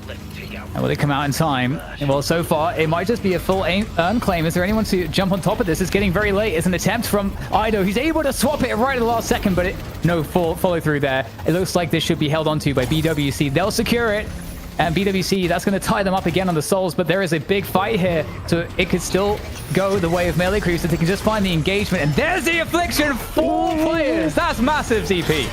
4-man Affliction, but a lot of the damage was done early. It was a deep dive on the Erebus that set the stage. It was still a 6-on-5 for Melee Creeps, but let me tell you, and Saya, they are coughing. It is not a good time. So is Ranger. 3 people nearly dead from the Affliction. The stomp, though, towards the end. Matt running for his life. John finds him, and John, the sole survivor here, the most farmed in the lobby, laying in the damage. Arctic comes up to offer himself for sacrifice. Why would you take that fight? That's a near full HP John. Yeah, the Wraith is fully unlocked at this point. In terms of farm, this is like the moment John's been waiting for, is to get to this level where at like 30 plus K, oh my god, just insta delete the Walker there on the quarter health. This is a problem. They're going to need a curse. They're going to need, something. I don't know what the specific answer should be, but John, if he plays the positional game really well, and you've got to do an Ido keeping people off of him, John is now going to be impossible to stop, because I mean, one of the things is, he has a teleport, right? So even if you can catch him, you can kind of do something to make his fight look poor. He can just instantly get out of that situation and reset. The Affliction. By the way, for Matt, how frustrated are you here where you hit the 4-man Affliction and still things don't quite go your way? But okay, Bird with Clock, they're forcing mid boss. We'll see how this opportunity works. They got the Affliction ready to go. Matt says 4-man, maybe I can get 6. Death Slam gonna be interrupted. 2 rejuice here for Bird with Clock. It's a clean sweep.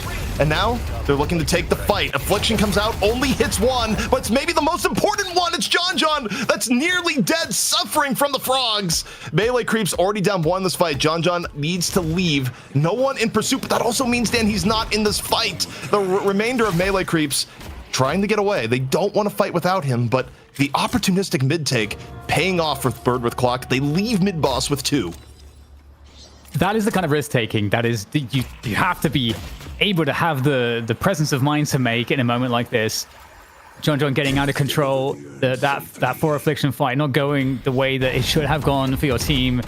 a big risk, but it could pay off massively here as the tempo, the momentum could be recovered here for Bird with Clock. Saya is going to take down Erebus, but the Urn, is it going to keep making its way across here for Bird with Clock? I mean, they're in a huge fight here in middle, and Melee Creeps, they want to make sure they can take full advantage of any weakness.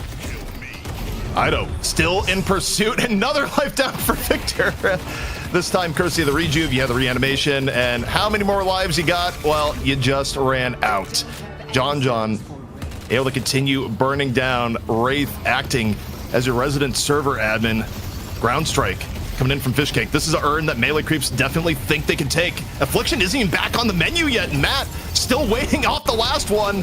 Urn finished off by Ido as John continues to pour in the damage from afar. John just so difficult to deal with in the prime position to delete, evaporate, disintegrate, anything in front of him. And just like that, the 3 rejuvenations. It's like it didn't matter at all. The Affliction comes in as another big Affliction, but there's gonna be no follow-up for this CP. They don't care. They actually do not care about the sickness they have incurred. They are still going for the walker. And look, the narrative in the game was true. We hadn't seen John on Wraith in a long time, and even when he did play it, it was uncomfortable. He spent some time in the lab. Dan, there's no way to deny the results here. Wraith is officially in John's hero pool, and that may have been the victory of the draft that Bird with Clock did not see coming. Yeah, great temerity, I think, shown here by Melee Creeps too. I think in an otherwise very challenging game. I mean, let's just remember, they lost their first walker, I think, what was it, like 4.5 minutes or something like that. They lost all 3, sorry, Guardian. They lost all 3 Guardians at 7.5 minutes. They were well and truly behind in the early to mid game. And, you know, they managed to just hold on by the skin of their teeth in an elimination match in an enormous Deadlock tournament to bring themselves into a decisive advantage. Again, off the back of what we, I think, have really, I think, seen as the identity of Melee Creeps for a long time, which is these kinds of John games. Yeah. And I gotta say, if Melee Creeps is able to finish this out, and this is the beginning of the end for Bird with Clock, what a run it has been for them so far. But maybe it's not over. Saya a little bit overexposed, looking for the swap. Tanner sensing fresh meat. The Owl in hot pursuit, and so is a Shiv. Saya just wondering, when is it going to stop? Well, maybe not yet. Shiv rounding the corner. All hands on deck looking for Saya. Matt entering the scene a little bit later, but it does look like Melee Creeps is able to reconsolidate. Problems. Very big problems here. What do you have that can contest or go toe-to-toe with John at this point? Doesn't feel like well-landed Affliction is enough. I mean, we have the data. You know, it's happened multiple times at four men Afflictions. It's not been enough in a lot of these scenarios. And so what really is the answer? Because I don't see how they outscale John. It's very difficult now. I mean, the answer kind of always is that Matt needs to grab Refresher, and you need to continue to just hope and pray that you get the biggest Afflictions of all time. That has to be the main step here, as a little bit dive-in here from Victor, and this is a fish cake that has been annihilated from this reality. A clean pick like that, Dan, goes a long way. Yeah, that could set them up for some more. That is absolutely for sure. They're kind of rolling in a death ball at the moment. John getting struck by the lightning. And no one is allowed to be up here. John trying to defy all the rules as he will make his escape. And Bird O'Clock still trying to press that advantage, knowing that they've got a player down. And again, you know, the game's certainly not over. It's just the question is, how can they find an answer for John? I mean, there's always the potential for John to make a mistake as well. That is a possibility. It's just, you know, not likely. I mean, if any hero, though, is able to be caught and just taken out, even with Indomitable being recently picked up, it is Wraith. I mean, Wraith is still a little bit more error-prone than the tankier carries. So for Bird with Clock, you do have this potential of just finding John as the most important kill, taking him out, and then getting your perfect fight after. It is not over, but it is easier said than done to find that pick. Okay, the deficit's about 15k souls at this point between these two teams, which, you know, feels somewhat marginal. And mid boss not far away. Spirit Band coming in. That's a nice pickup for Matt. And here's another fight mid. It looks like Bodo Clock want to make this an opportunity again.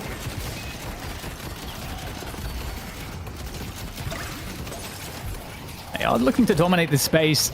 Heavy Barrage doing its work here and actually forcing back melee creeps, picking up the kill onto Sire. In the meantime, the Affliction really doing its work also. And they might be... Is mid-boss coming up? Is there going to be an opportunity to capitalize on this? It's 30 seconds away, so the timing is maybe not quite there. They can't quite safely go for it. However, they are still showing that they are dangerous. And with the urn now spawning, Affliction offline, it still feels very scary here for both teams. John, so much pressure on the star player of melee creeps. He cannot afford to make a mistake. He is just so much further ahead in terms of his power level to the rest of his teammates. He is the linchpin of the team. If he gets pulled away, the whole rest of the team will collapse around him. And that's the pressure he's under. As the urn gets carried across now by Bird with Clock. Melee creeps, are they looking to pick off a player on the extremity? You can see kind of a fake there, pulling the or dropping the urn to trying to re-engage with this one. A big death slam coming on through. What is Bird with Clock able to do to respond to this one? Sire still down in this fight. It's a 6v5 in favor of BWC. Is this the moment when they get back into this scenario? Do has to fall back off of the Lycan curse here as John is getting targeted. They are trying to run him down. If they can take down John, that is huge. There's a mid boss up. Let's not forget here. Massive moment right now for BWC to try to re-control this game. Affliction comes on through, grabs 3 players. That's a money Affliction under the Walker as BWC have every bit of control leading into this fight. They have sent melee creeps all the way back here. They are dispersed, unable to help each other, and the kills are coming through. The Walker comes through, and this is going to be the moment that they pick up that mid boss surely as well. Yeah, and that's the sort of aggression that you need to go for in that situation to try and make something happen. Now, going in the mid boss, melee creeps, if they want contests, they're going to have to do this down John. Easier said than done. Both teams 5-on-5, but who they are missing is not equivalent. Bird with Clock, they want to try and bring this back.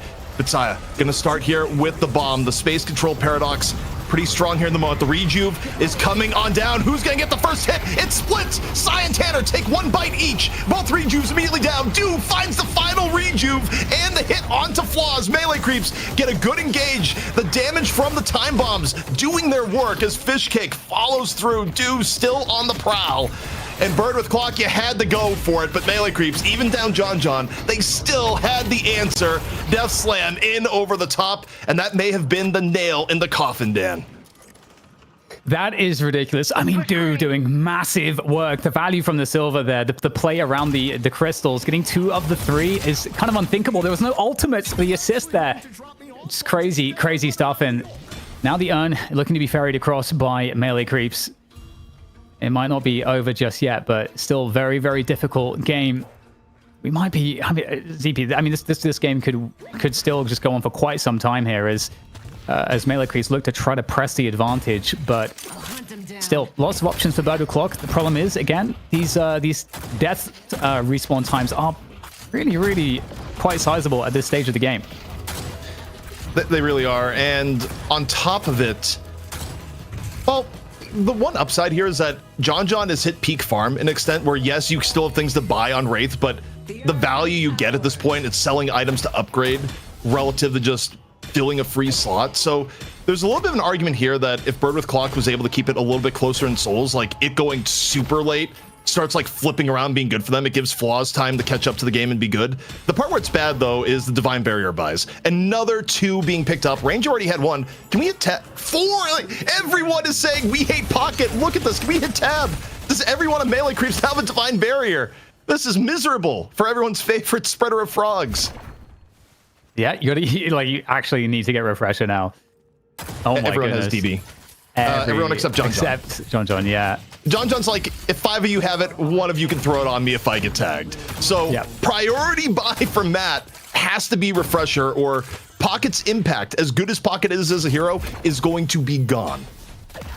Yeah, really interesting there. The counterplay coming through at this stage of the match, 34 minutes in. And again, a deficit 30k at this time of the game, it's not quite as decisive as it would be, of course, at earlier portions of the game. There's a pick attempt coming on through the swap, coming on in from Saya, looking to see if they can get the pick. And once again, very, very difficult for Erebus to survive.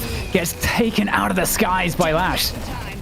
That just looked WWE at that point. Here comes John. Fierce on the rooftops, not afraid at all of the heavy barrage. Aided here by Lash.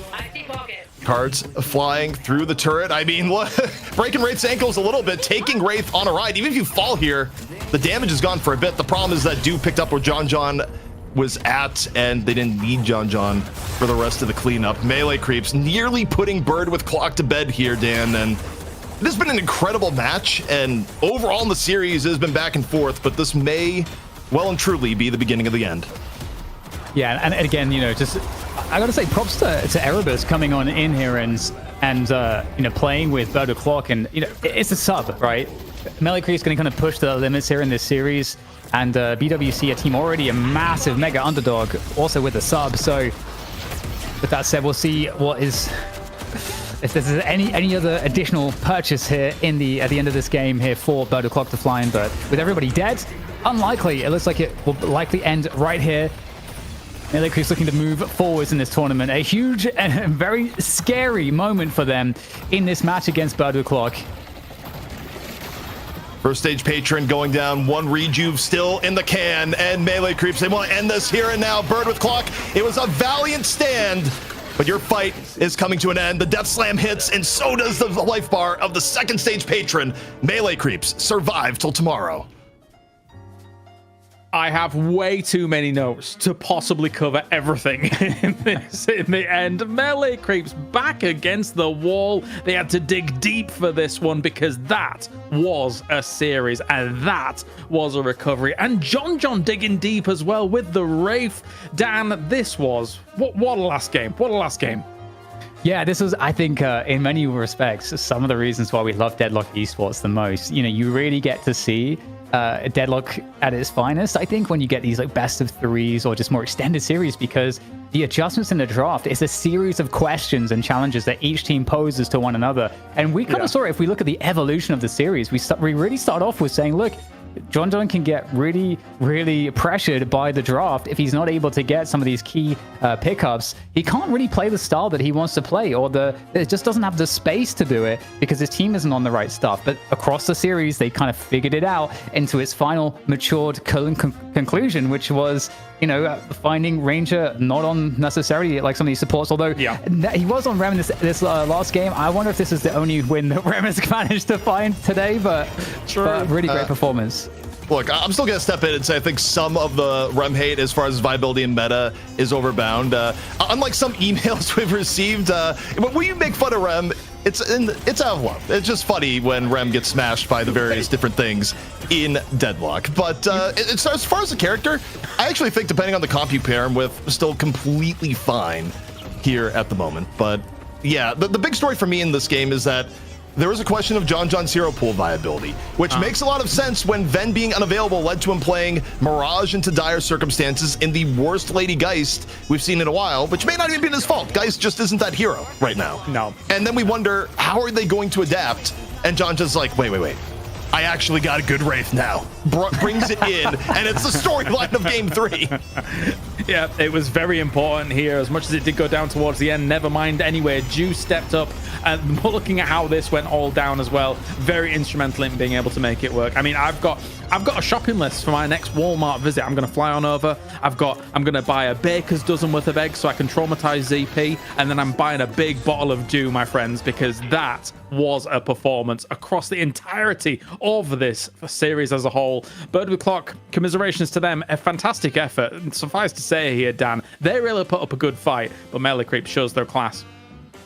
Yeah, I mean, again, like we can't forget, like just look at actually, I'm surprised that it wasn't a bigger advantage for BWC if you go from the early game to the 20-minute-ish mark, or 17:59 mark, where it actually swaps over. Because if you look at that portion of the game, BWC had enormous priority, and they started off again getting every Guardian down in under 7.5 minutes, which is extremely powerful in how it gives you the control over the opponent's jungle, over the objective play, over pressuring, you know, some of the key carries on the team. But that was kind of the issue, I think, for Bodo Clock in some senses, is that one, they weren't able to use some of those advantages that they had. I think largely because Melee Creeps were playing defensively very well. But in addition to that, they weren't able to slow down John or target him enough. And it is harder to do that on Wraith, because unlike Venator, Wraith does have the TP.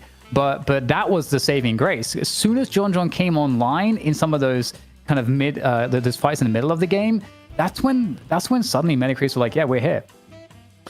I do wonder as well, ZP, does this mean Pocket not as good as everyone was thinking it was here, considering it's had a few defeats? Of course, it is a threat, but if you can kind of weather the storm, get to those divine barriers, then, you know, it's not looking that great.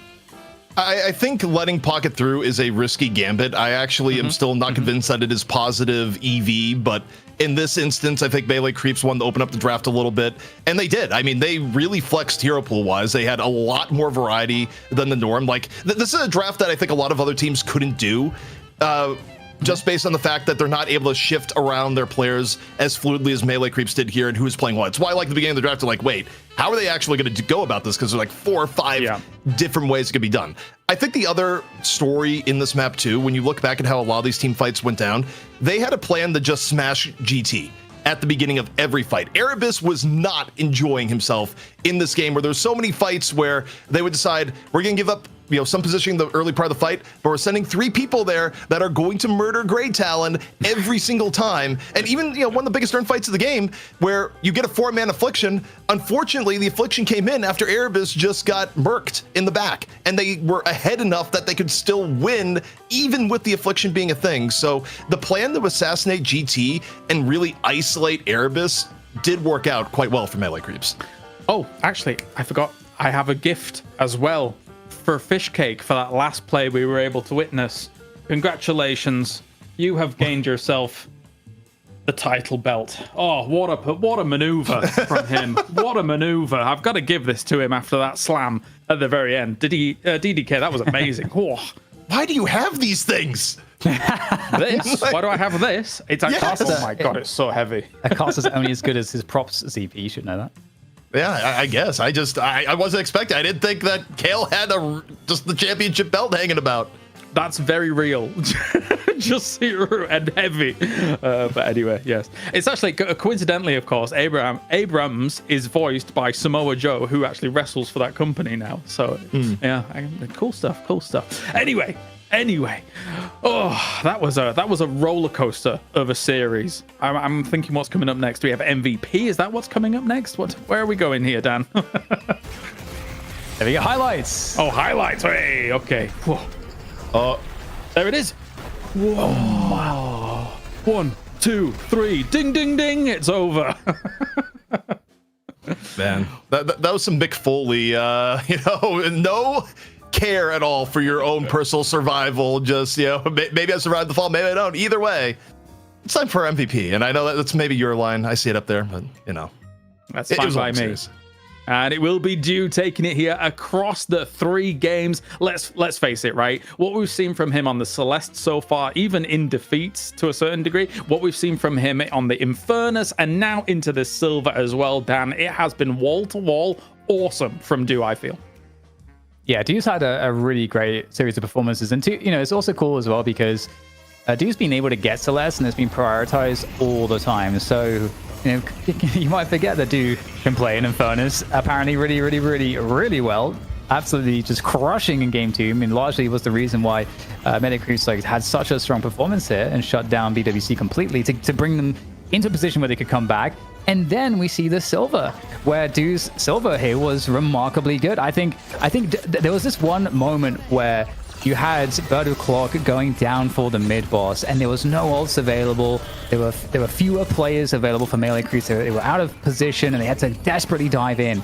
And it was Dew. It was Dew that managed to help them to secure 2 out of the 3 crystals. And this is just one of the many important, very important, decisive moments in the game. But you'd find Dew in almost all of them. CP? Yeah, and I mean, this is also a lot what was going on. So that last clip, That was Do isolating Erebus while there's a full-on team fight happening about a mile away in the lane. I mean, there was a lot of diving being done on Do, and Do was just consistent in many of these fights where, whether it be cleanup, initiation, Do was rarely making a wrong decision, had a constant impact, both in this game and certainly on the Infernus game, but throughout the entire series, Do was just high performance for melee creeps from beginning to end, where, yeah, you can make a strong case for John off the Wraith game, but the reality is that you do MVP, it's about the entire series, and we saw one of the worst Geist games ever, so you got to give it to Do.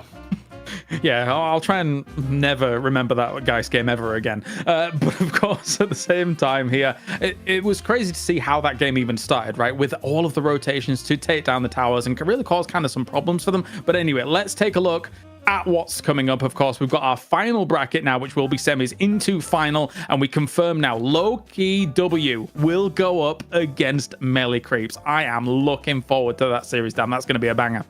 Yeah, it's actually so cool because it's kind of like it really kind of is like the best of both regions in a respect. I mean, there's always the question with Loki W and Abraham's, like who's better on a given day, and even also Leviathan, like the top 3 VU is really nasty. But yeah, I mean that feels like a headline matchup. Only one, of course, can make it to the grand finals, but yeah, it's going to be great.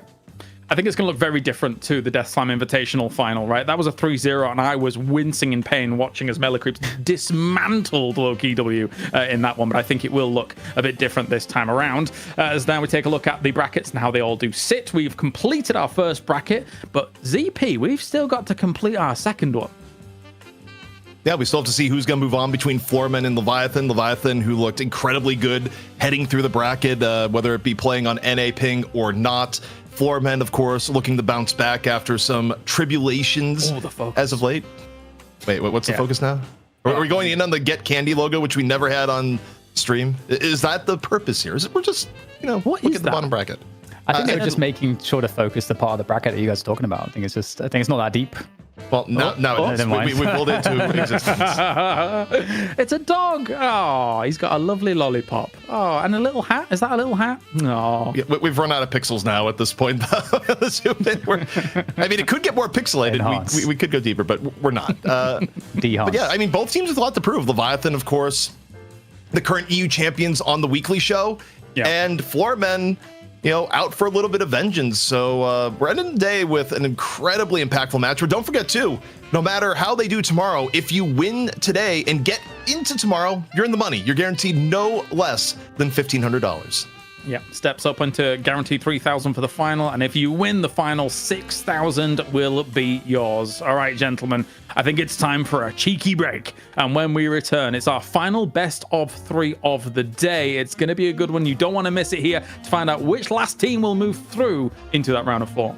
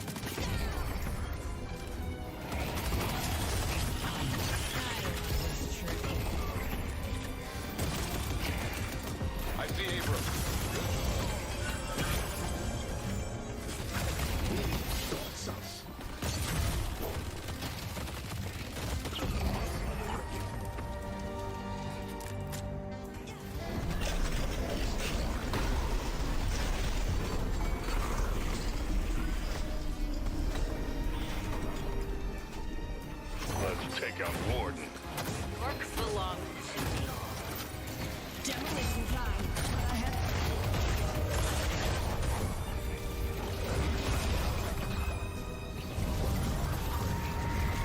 demolition time.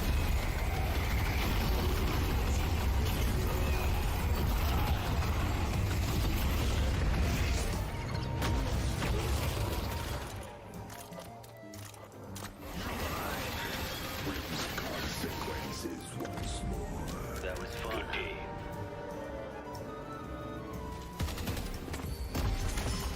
That's the best you got?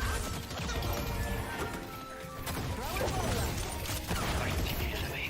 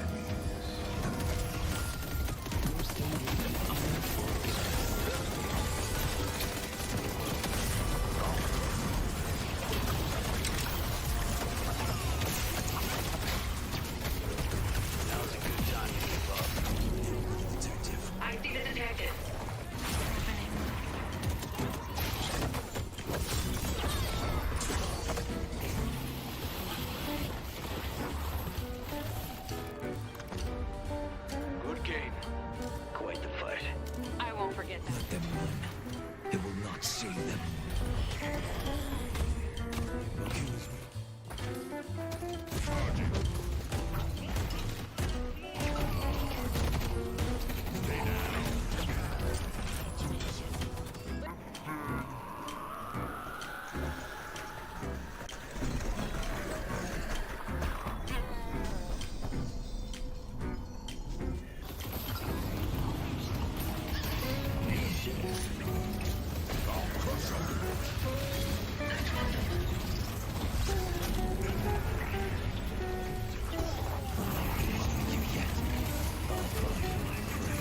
Let me show you how it's done.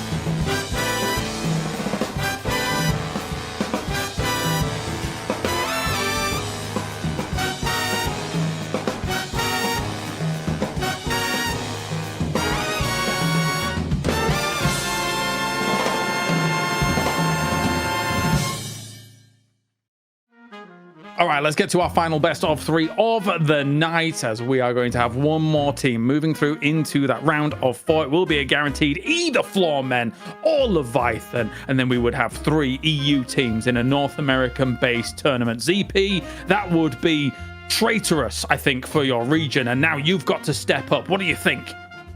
Well, I think first off for NA, they would deserve it because 3 of our 4 invited teams were North American because it is a North American tournament, but you got to respect what EU's been bringing into this tournament. Sleep schedule, they'll rearrange it. Ping, they'll get used to it. And overall, right now, they're coming in hot. And for Leviathan, I actually think they're a bit favored coming into this game. Oh, I like it. That's some hard-hitting stuff here. What about you, Dan? Do you think that they're favored? Do you think Floorman's going to have a hard time with Leviathan? They're scary. I think, you know, I don't want to be caught betting against EU. That'd be just I wouldn't be able to survive. I feel like Leviathan are like a very difficult team to play against, and I feel like that's one of the challenging things that some of the NA teams have to deal with is the European approaches to things. I think Leviathan is a bit more stylistic too in some ways, so I'm gonna go with Leviathan.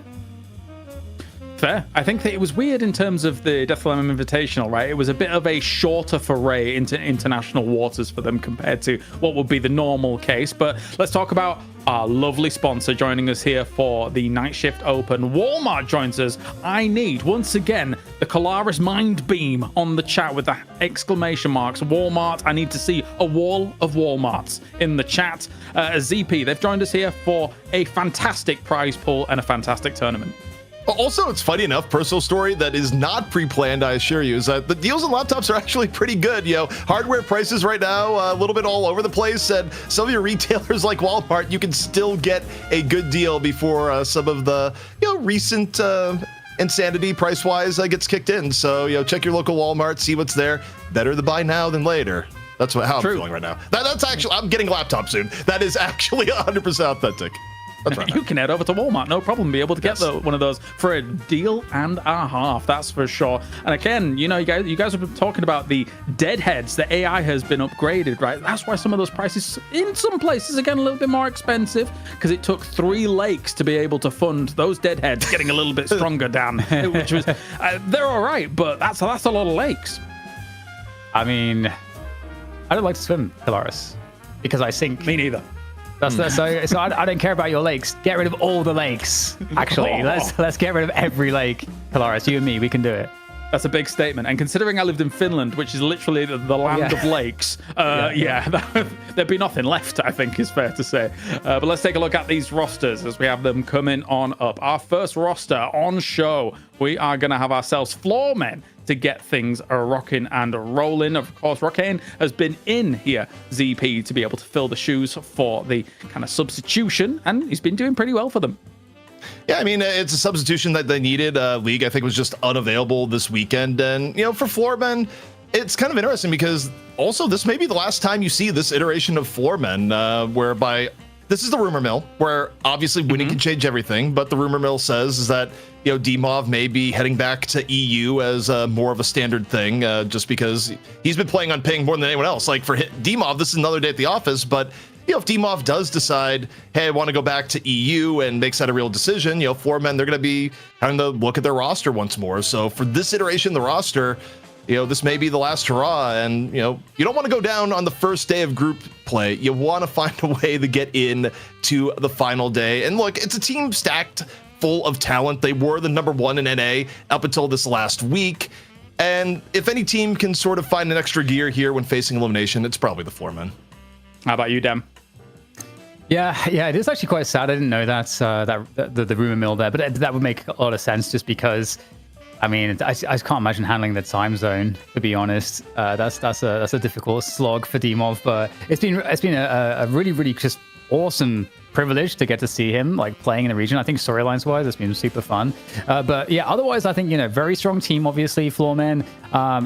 They're a team that I think has really looks like the best team in North America, I think, for quite some time. Even though MLC have had more of the recent victories, if you look at when the meta was more stable, like for me, Floormen was looking like the better team. So certainly a very dangerous roster to be up against. All right, let's take a look over the pond as we take a look at Leviathan as well coming on in. As I think that... Whoa! Wait, hold the phone. That was not what I was expecting here, ZP. That's a lot. Also, wait, can we change this up, production? Audible for me. Can we put Psy on holiday? Because it's going to be 5 Mo's and 1 holiday, because Psy actually played holiday and got a win earlier today. Leviathan in a tournament match, proving holiday is not entirely gone. So, we got to put some respect on the name. Nope, that didn't do it. Like, you tried. The gravitational pull is a little bit too strong. There we go. She's back. Amazing. I have no notes, actually, on this. I have no notes. Wait, Colaris. Read the production chat. This one's for you. And I think we have to say the name here. It's entirely relevant. Okay, we have got ourselves a $500 donation from... Oh, gosh. You got it. You have to. It's $500. You have to. D's nuts. Thank you very much for that $500 donation. I cannot believe I've just had to say this. Oh. Wait, I see Puckett in chat. Is this like a Puckett burner? Where he's just like, I bet I can make Caleres say this. Like, this is entirely worth the $500. With a W Allmart as well as the note. Fantastic. Is that another 500? Oh, that's a second 500. It's not a second one? Okay, no, it's the same Dan, one. you got me Okay. excited there. That was crazy. W scenes. Allmart. Okay. Wow. Well, thank you very much for that. That is a very generous donation forwards here. What a tournament we've had today. What a run we've had so far. And we're capping it off with what should be a great game here of apparently 5 Moen Krills as well as a Holiday, Dan. Oh. Yeah. Honestly, if Holiday gets played, I'll be very happy. Because I think it's just beyond the pale. I think people are sleeping on Holiday a little bit. Okay. ZP, I know you like to be the resident hater of things. So how was your hate level for Holiday? No, there's no hate level. I think she's probably good. Apparently in NA, a player by the name of the Lava Bolt who was playing in our qualifiers has been striking terror in the people's hearts with Holiday. Goobers in chat being like, guys, she's good again, I swear. And Sai just proved it earlier today. So yeah, Holiday may be back. People may have slept on her a little bit too much, but into the draft here, the first band's looking a little bit standard. Leviathan says, no first pick pocket for you. Floorman taking down the doorman. Is it going to be a first pick silver or something else? I mean, Leviathan on the other side with I wouldn't mind seeing a Shiv on the other side. Just saying. So if the silver does end up on this side, I'll be okay with it. Okay. So where does Leviathan go? I mean, this is interesting. Do they do something weird here, ZP? Are we going to get standard? I don't think they need to get weird on the picks here. I think Ven is a high priority pick. It's not just a melee creeps thing. As Kale is losing his mind. By the way, you can see the sleep deprivation hitting in for Caleres right now. I'm getting many messages from many directions saying you had to say D's nuts on broadcast. My bow. You didn't expect this day to end for you, and hey, it's not over yet. Like there's multiple ways we can go, but GT coming in. I mean, it's the GT inflation is continuing right now, where GT used to be again like towards the end of the draft a mere week ago, and now you got to prioritize him early in the draft, and I think for good reason based on how GT has been winning lanes and setting the tempo of these games into the early to mid game. I said it at the start of today. I think that GT is I'm one of the masters of this kind of meta right now. I think he's great. I think he's got so many good tools. I think he does so much damage, Dan, and he can do it oftentimes far from a fight even going down. Yeah, and the traps as well that he sets, are like really good around the objectives as well, because we have like much more of that like a burger boxing that's going on right now around the urn. So I think there's a lot of extra value.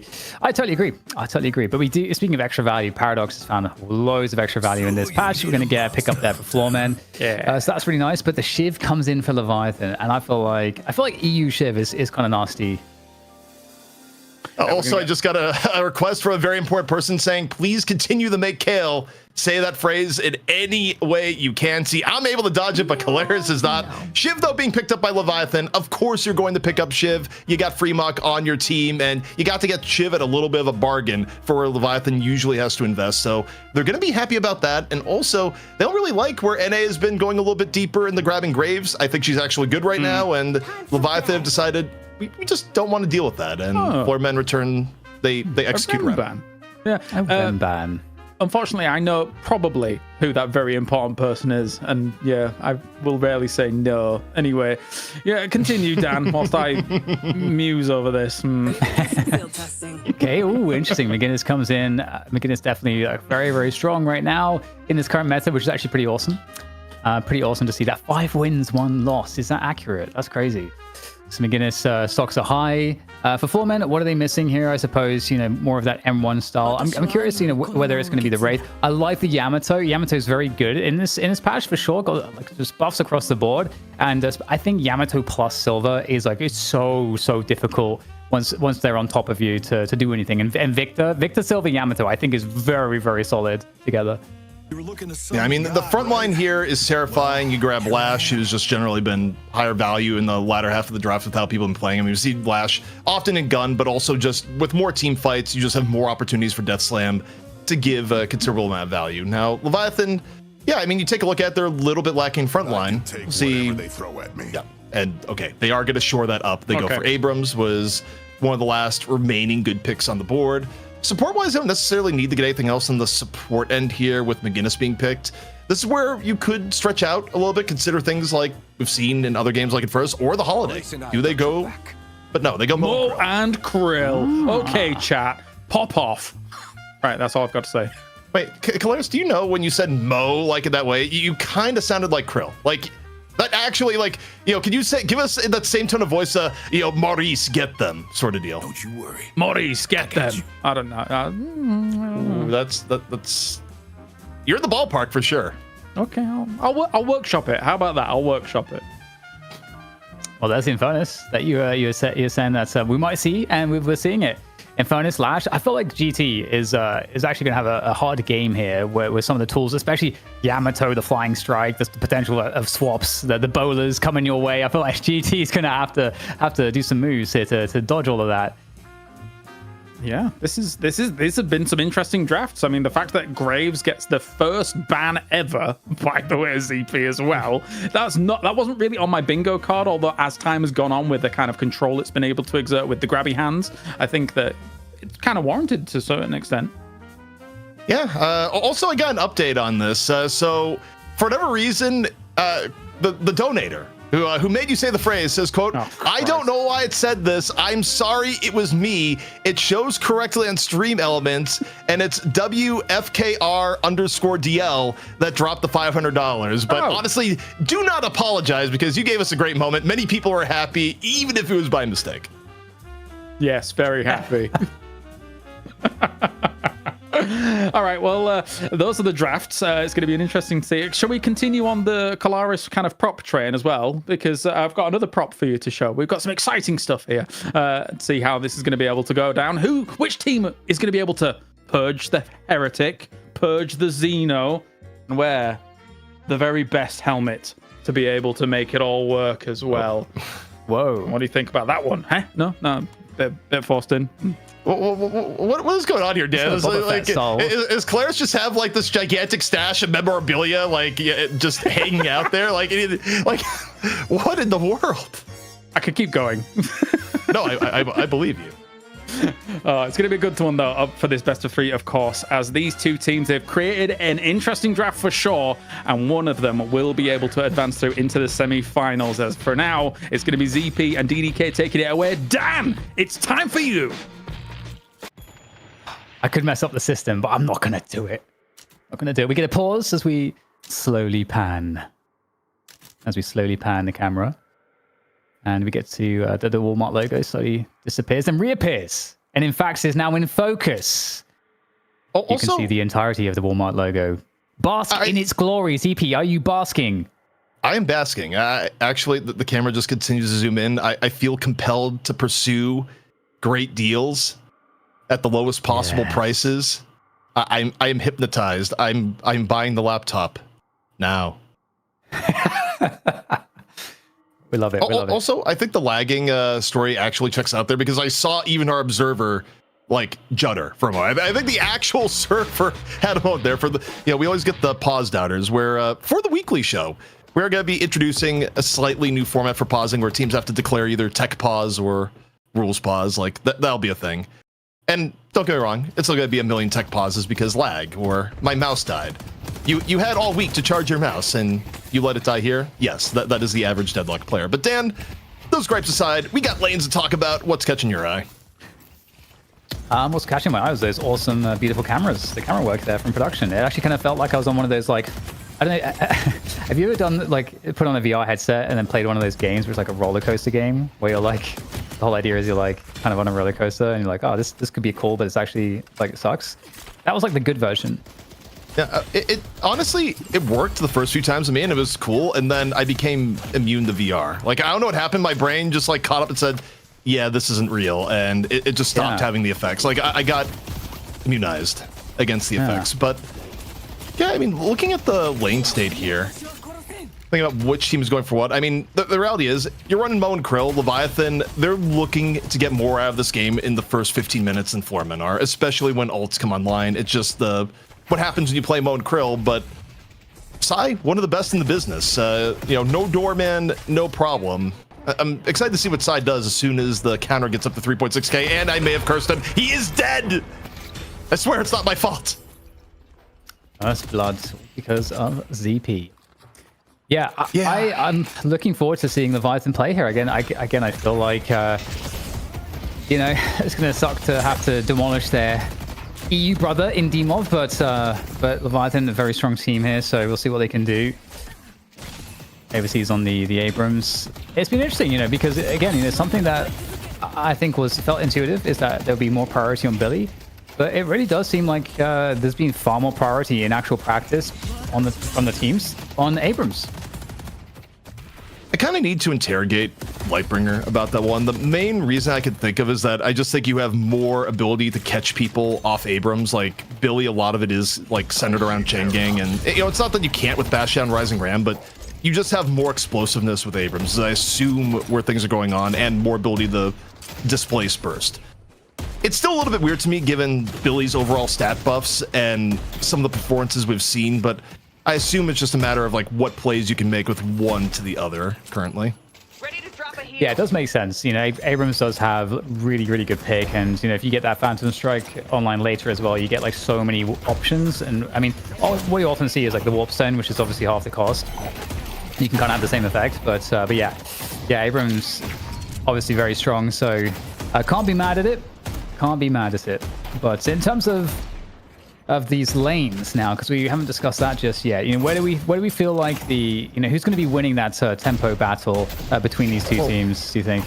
I think the scary lane here is the McGinnis Ven lane. Like, it hasn't happened yet, but McGinnis Ven is probably one of those lanes where you don't realize how strong it is until you play against it and you go, wait, I can just get gut shot for any reason at any point. Like, it's actually very forgiving to get a wall vaguely behind someone, gut shot, and get an obscene amount of burst damage. Like, that is a lane you have to be way more careful against than you might expect. But speaking of being careful, Overseas getting a big old chunk of damage here in mid. Silver Paradox keeping the pressure on at maybe rotation. Coming out soon here from Mo. We'll see where Side wants to go. Yeah, I think that's a really good call out about the strength of the Venator and the McGinnis. And there we go. There's the wall. You're trapped. You're absolutely trapped. Somehow getting out and might even potentially survive. The chase is still on here. And looking to go for the punish on to OCs. He is stuck in a place he doesn't want to be. And he's going to be taken out there. I don't know how on Earth League survived. He got baited in. Now... Oh, okay. That was the second time today we've seen a Yamato flying strike in and just die hilariously. In this case, McGinnis carries one remarkably strong elbow. Damn, that was, oh boy. Yeah. Fishcake had one earlier where it just, you know, dove into an owl and went kaboom. That's why the sleeves are rolled up. I mean, in one sense, you are resetting your HP, at least, I suppose. But look at three people critical on the foreman's side right now. Everyone's getting low. Get low, get low. Remok picking up Xeno. Buffs out. Both of them can be claimed here by Leviathan. Rayake into the gun buff, and OC's a touch of survival, where, you know, Ven already on the tankier side, and now Yamato, there's a wall. Here's Heavy Barrage, there's a gut shot. It is a world of pain, and League is living in the wall still up. The wall covers both the middle and the side exit, and yeah. All that we were talking about, Dan, about this being a scary lane, point proven. What's interesting too with this lane is that Yamato, I would say, is, you know, you want to have Yamato be on a lane where you can take the tower down before the other team, so that the Yamato can start to roam, because that's, you know, where you're going to get a lot of value out of the abilities, so just diving and so on. Whereas with McGinnis, what we saw in one of the previous matches is that if you win the McGinnis lane, you actually switch the McGinnis into a lane which still has a Guardian yet to be taken down. And that seems like, and that would effectively leave OCs to just go mega farm in a solo side lane, which is actually a really nice setup for him. And it puts the pressure elsewhere on the map, so it puts even more space for OCs to work with. So like, that's a really effective strategy, it feels like. Yeah, it's something we used to see a lot more of. Teams have been a little bit more static lane-wise since recent changes, but DMB taking the advantage. Now, where's Osis here? Osis has brought out the Iridamini. One shot. Bring Yamato all sorts of low. The gun going to do the rest. Death from the grave, courtesy of the turret on Irizumi. And afterwards, Osis just gets out. Elsewhere, a little bit of pressure here onto Victor. The shocking reanimation was already gone, so average isn't in the grayest of spots. The scoring gonna be healing up Mo, but still very, very low. Melee for movement, not enough to avoid Rocker.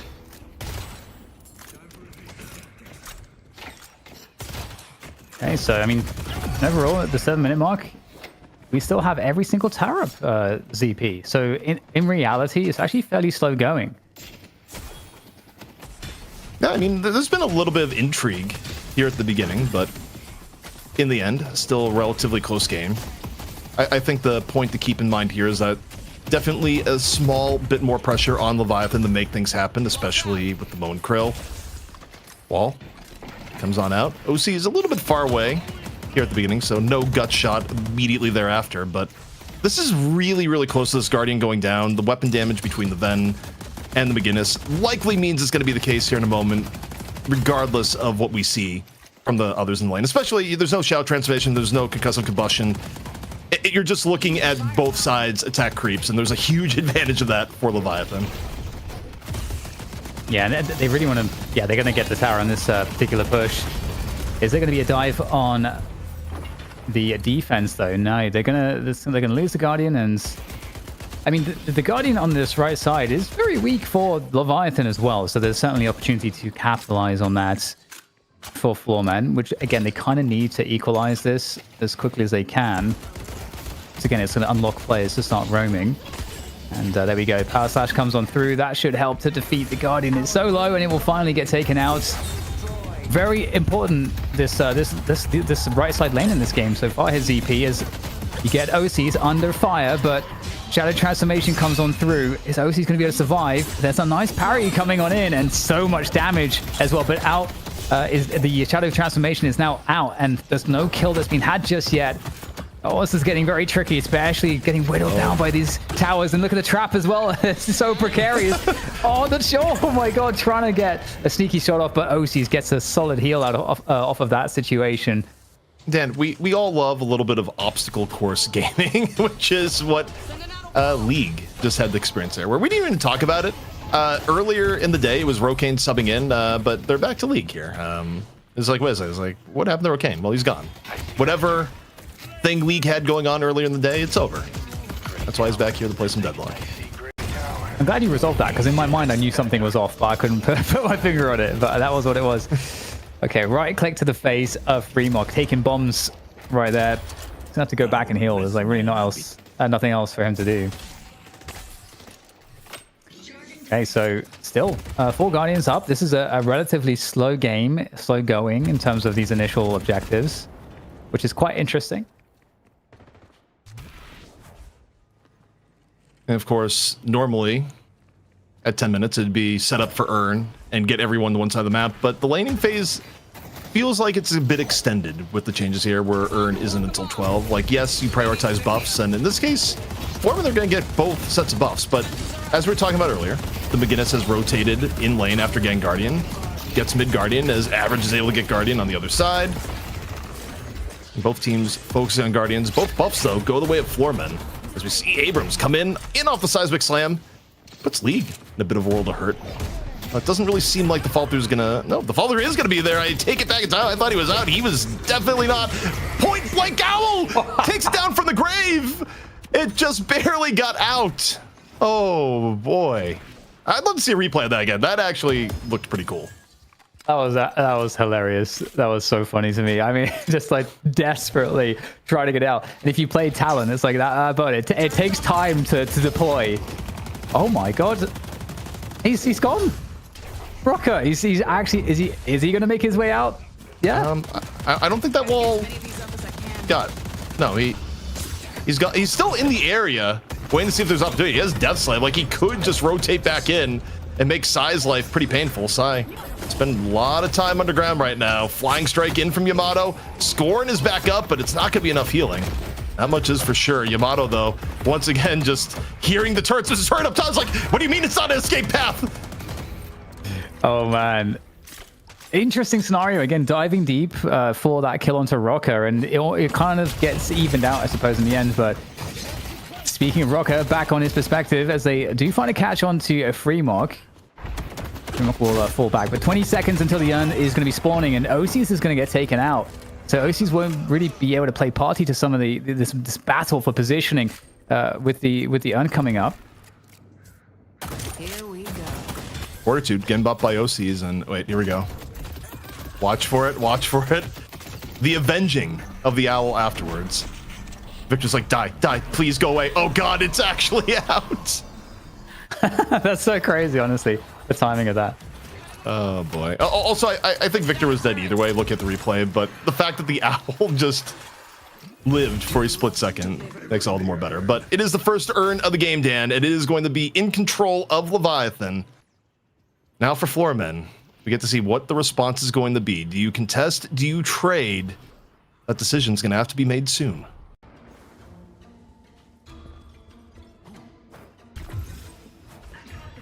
Onto the rooftops we go.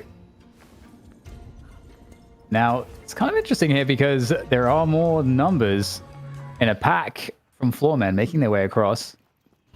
Oh, the sudden cut of the music there. I wasn't ready for that. You know what? Also, Average is having to run for his life from Rake. Like, Rake just won that lane battle. You see Average be like, no. Ah, the music's back. The tension is here again with us, PP. Yeah, this is even Deadlock's final musical form. Like, I believe we get the full release. There's gonna be some cool tracks. Says a little bit deep, Mr. Mo and Krillium.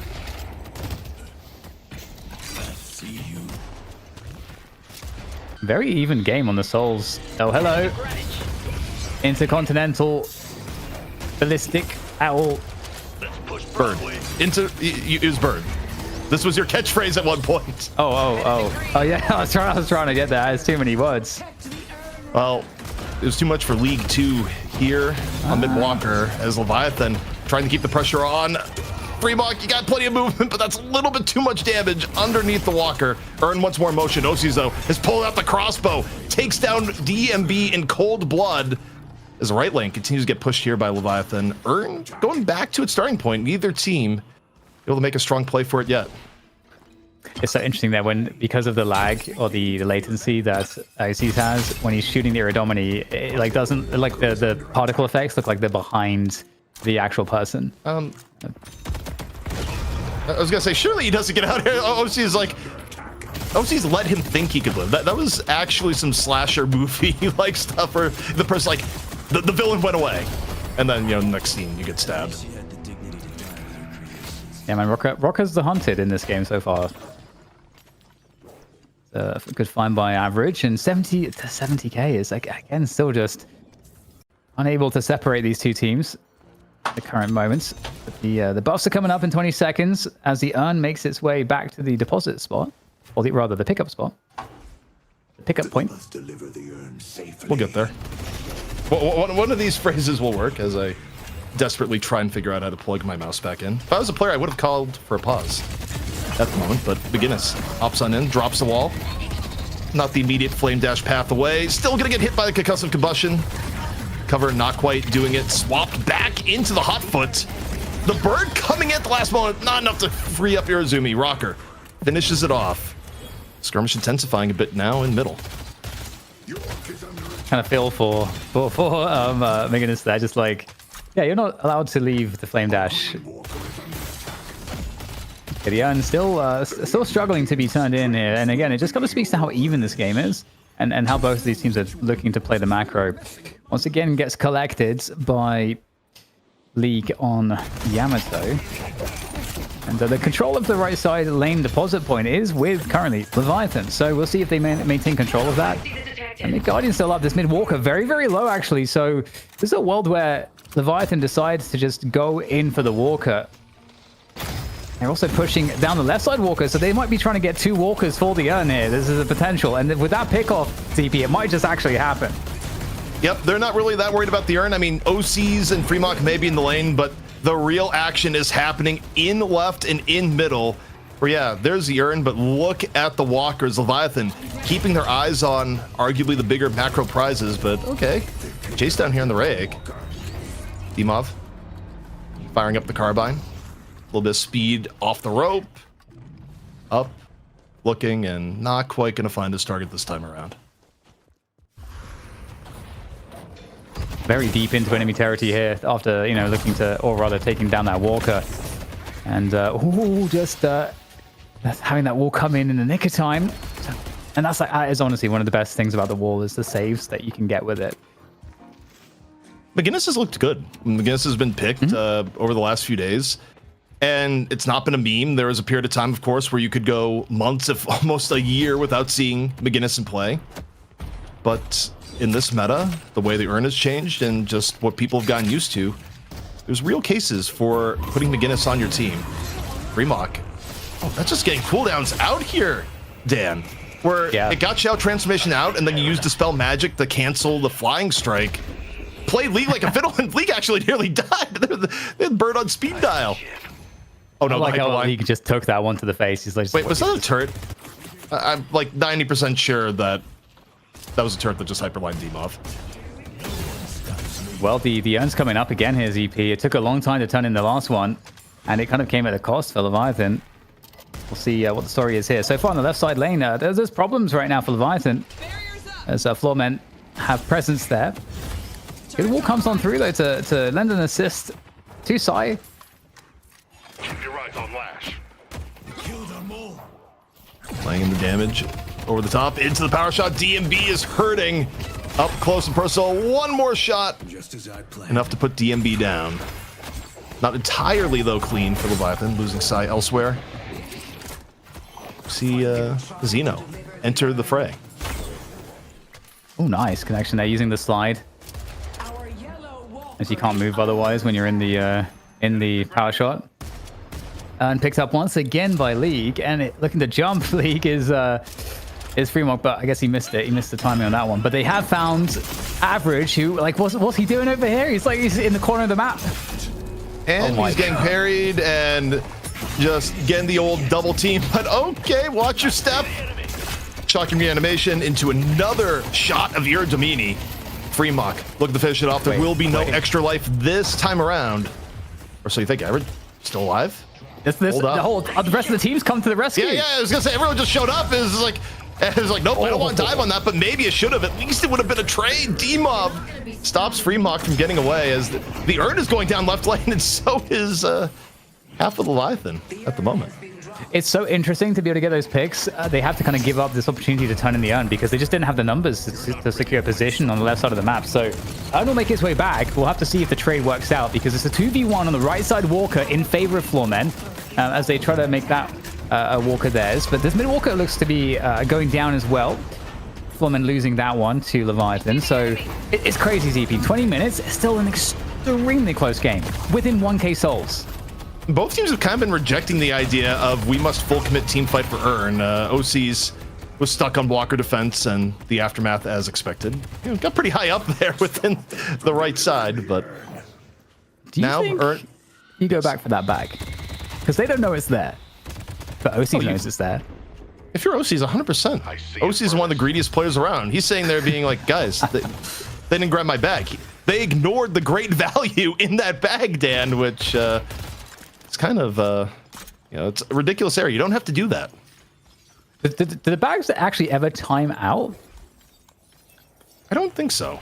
I may be wrong. I mean, I think rarely they last long enough for that to be a thing, but I bet you $1 that bag is there until the end of the game. We'll see. OCs may just go for it. Like, I'm looking at OCs on the minimap right now. My dollar.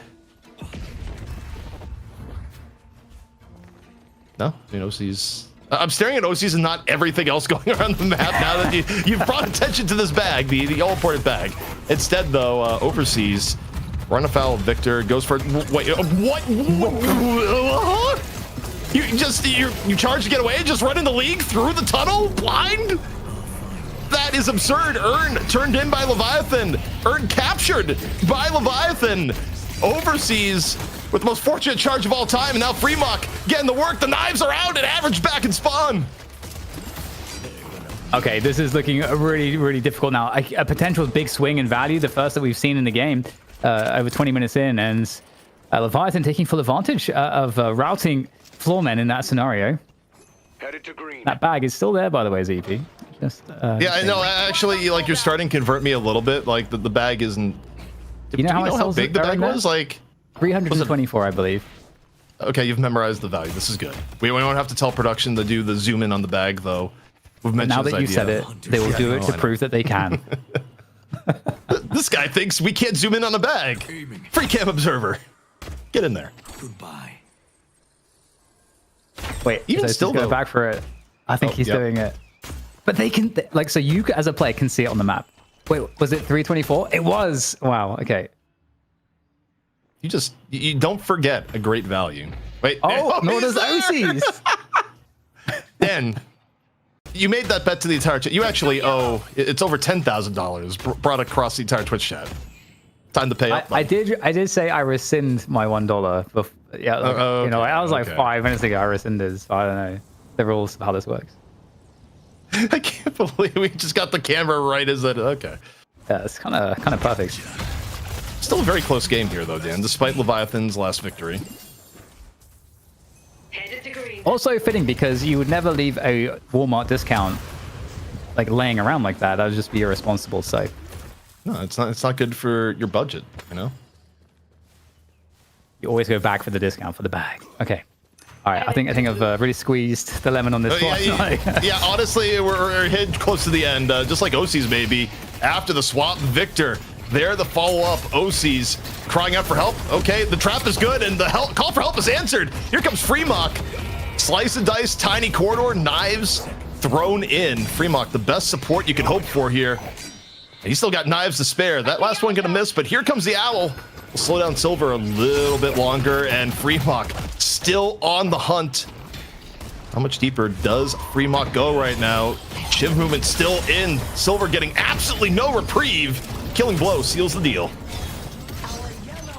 Yeah, just brilliant Shiv play right here from Freemock. He's had some insane performances if you were watching Night Shift earlier in the week as well. You see Freemock absolutely crushing it. And I like that. I like how cheeky it is, you know, with the spirit snare item where you can just like slap someone and just like reduce their spirit, resist even more. It's just so devious on Shiv. And the mid boss is now going to be challenged by Leviathan. They've got 2 players down. I mean, 4 men. 12k souls down at the moment. Feels marginal. But after this mid boss, if they can't get a single Rejuve Crystal Steel, they're in trouble. Rejuvenators coming on down. Make or break for Floormen. McGinnis Wall out early. Contest is in. Split 50-50. But 2 go to Leviathan. Victor brought out of it immediately. All rejuves, 4 Floormen are gone. Leviathan still on 1. Looking for the rest of that cleanup. Average gonna be first on the menu. The cleanup on the average happens, and the rest of Floormen quickly, Dan, trying to escape with their lives. And there you got Freemock again. Back at the chase down shenanigans. Can't get away from him. Knives, slice and dice, but as I say that, you know, so, you know, is trying his best to do so with a leap. Looks like it's going to be enough there, or maybe not. Actually, got the McGinnis on his tail as well, quite literally, as the chase continues. Full rage still here as well. I mean, the tail was touching. That is absolutely accurate. But in this case, enough clearance may have been made. I don't hear the sounds of a bird to ruin Xeno's day once more. But off the mid-boss stand, Leviathan with the first clear big advantage of the game. And, you know, for Floormen, they got to figure out a way of bringing this back. Arguably, Floormen, you know, their late game should be better. You know, things like Moan Krill tail off. But when you look at Leviathan and who actually has the farm, I mean, Floormen's going to need significant amounts to sort of make that prophecy reality. The control across the map here is a huge problem. This Walker under massive threats. Floormen looking to rally behind it. And Leviathan looking to find a catch here. Obviously, holding the end hostage is a little bit more difficult now. It does take 5% health, which is a lot worse. I think it was 1% before.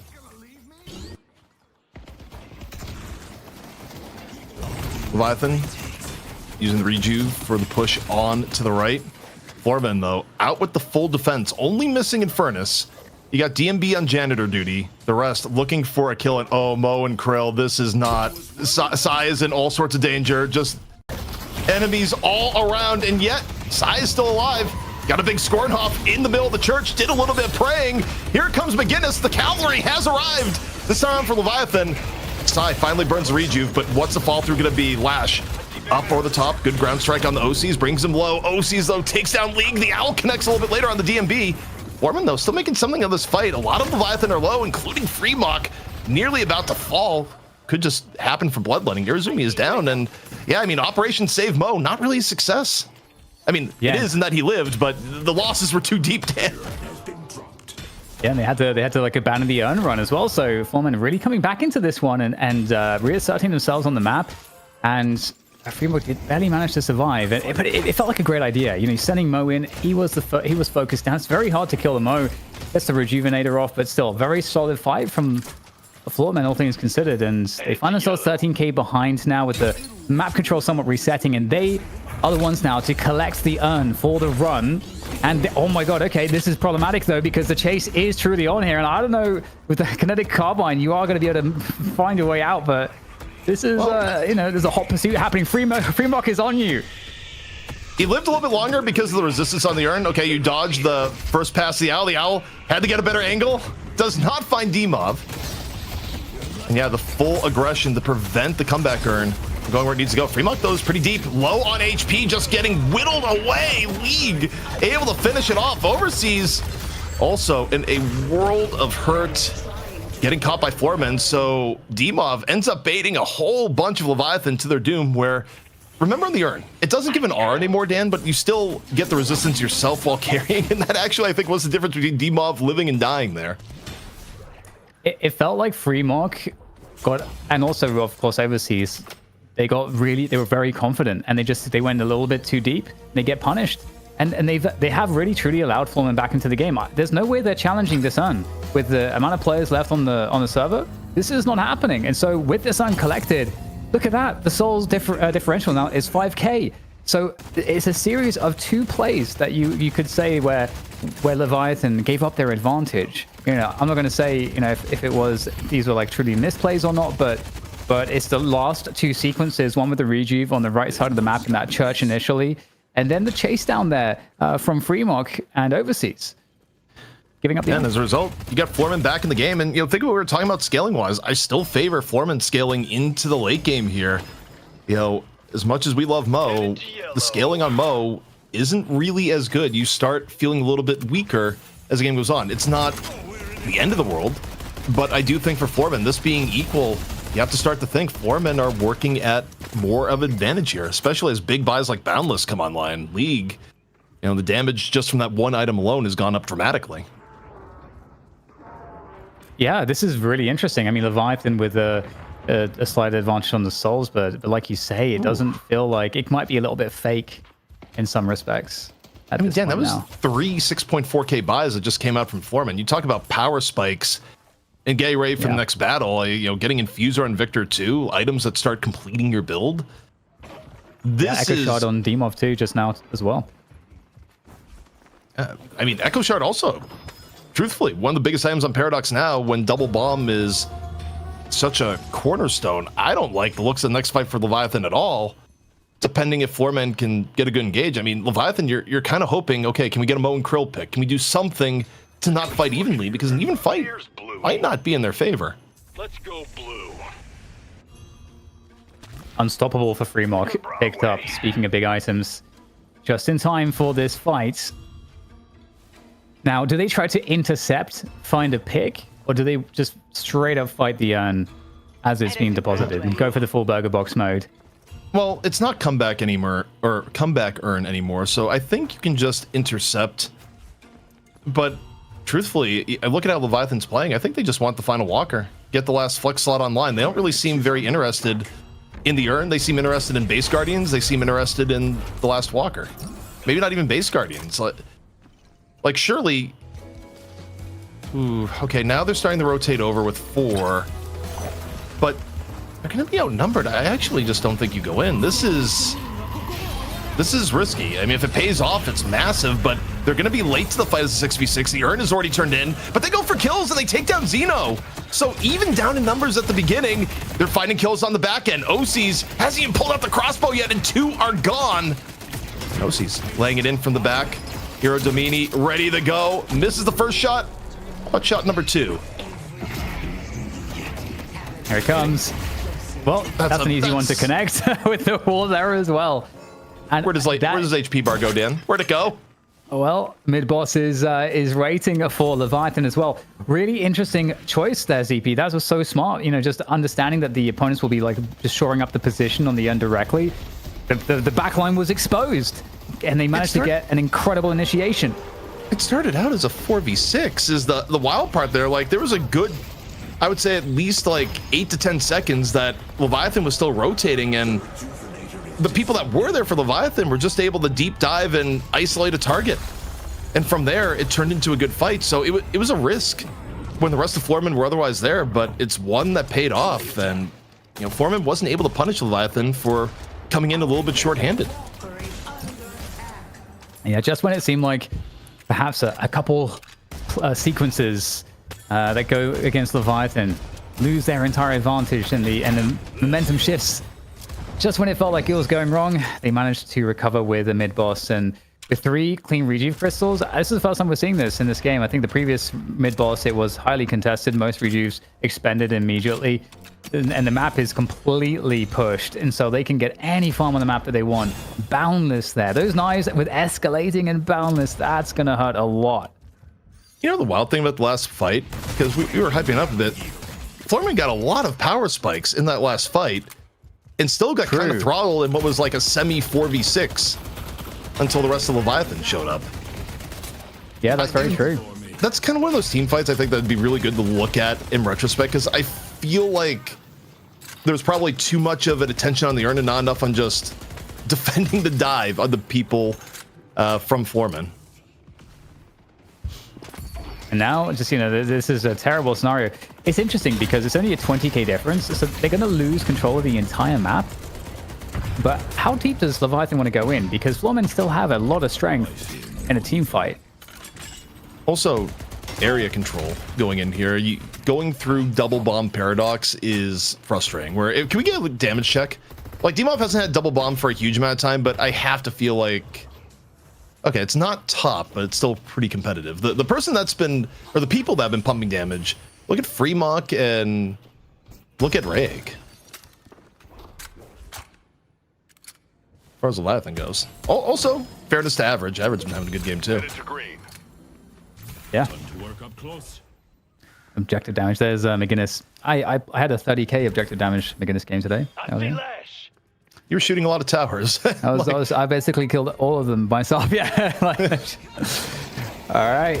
Into the shrines we go, and not a lot that can be done to stop this. Flormen have to pick the perfect moment. They can't have a bad fight get wiped here. Game could be over. They gotta give it a shot here. You just can't give up both shrines for free, although, again, it's a problem. Death Slam opportunity. Rocker. First to lead. Grabs 3.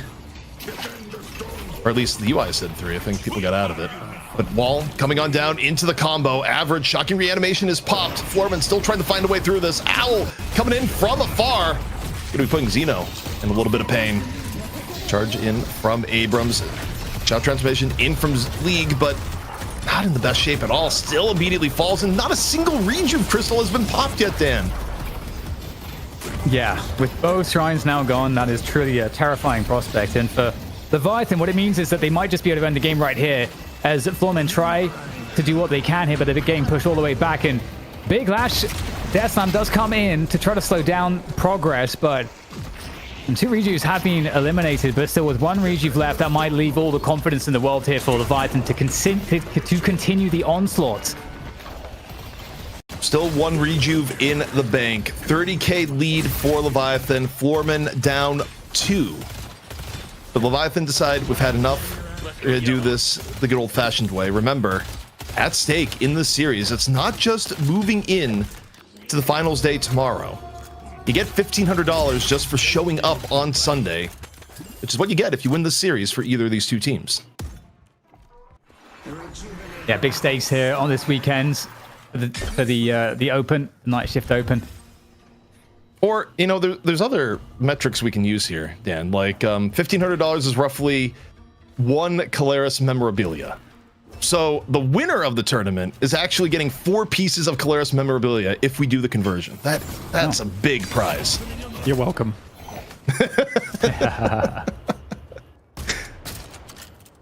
You think Caleris just stood up in his chair out of nowhere, like he was a little bit tired? He's like, wait, I've been mentioned? No, I'm being slandered. Either way, Sai running. That is one big mole, 6k HP just about. Shrugging off a lot of poke damage. Leviathan going in. Rejuves are gone, but the slam in onto Xeno. Taven taken for a ride here from overseas. Difficult fight to take though with that whole bit of support. Now Abrams finding himself getting ripped up. Freemark entering the battle. OC's falling into the back as Dimov does the swap. The bomb is out. The area control pretty significant here from Floorman. Leviathan about to suffer another casualty on the Freemark. Cannot get away from Rocker. And Floorman making a good show of it here, Dan, on the defense. Yeah, not over just yet. 20k deficit. We'll see what else they can pick up. It does seem like Leviathan have safely escaped. Oh my god, the troopers. Gotta respect the troopers putting in some work here on the Hidden King.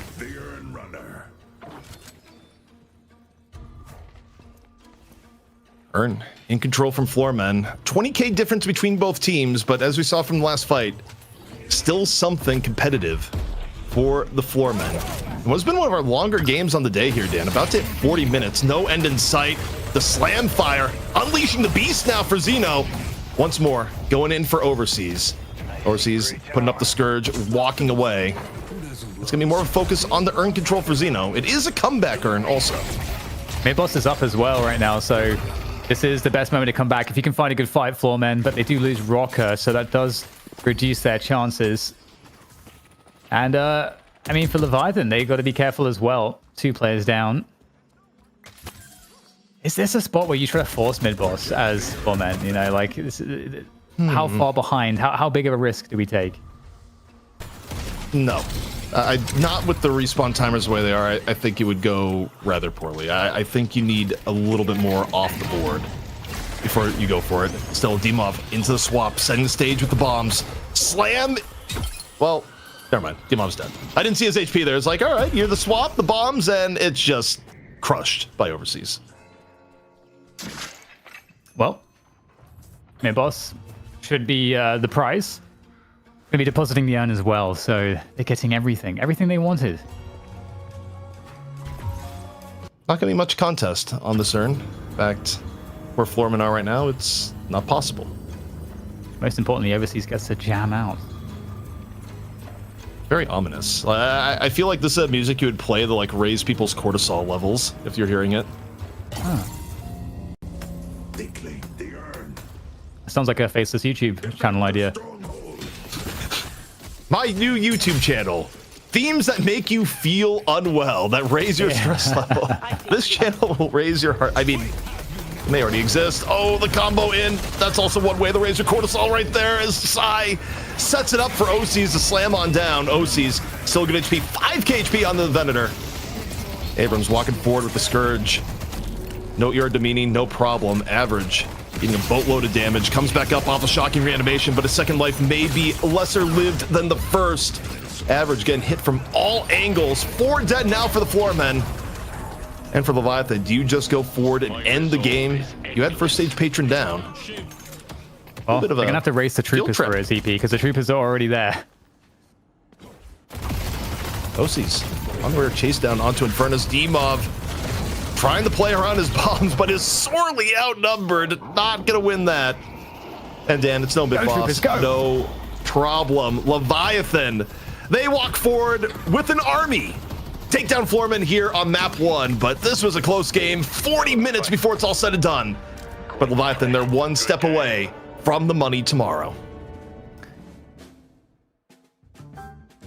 Well, that was not entirely what I expected here. OCs, apparently our resident chaplain, did indeed purge the Xeno towards the end and be able to shut down where Floormen was. That's Leviathan taking a 1-0 lead to get things going. Damn, that was quite the game, with EU continuing to look damn strong in this tournament.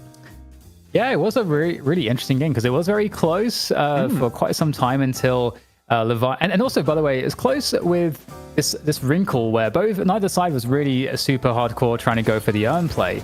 And so we had a lot more kind of split map macro play, which was quite refreshing and nice to see. But when it came down to it, obviously Leviathan able to get ahead. They did. It felt like they did make a couple misplays where they got maybe overconfident slightly. Oh, I forgot about this.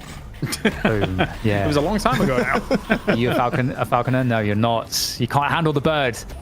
So that said, there are a couple of mistakes which Leviathan were able to recover from ultimately, but it was honestly very close, very tight the whole way, pretty much. Yeah, if I'm going down, I'm taking you with me. I like it. I like it a lot. But ZP, as we take a look at this game and as well, and I forgot about that storyline too.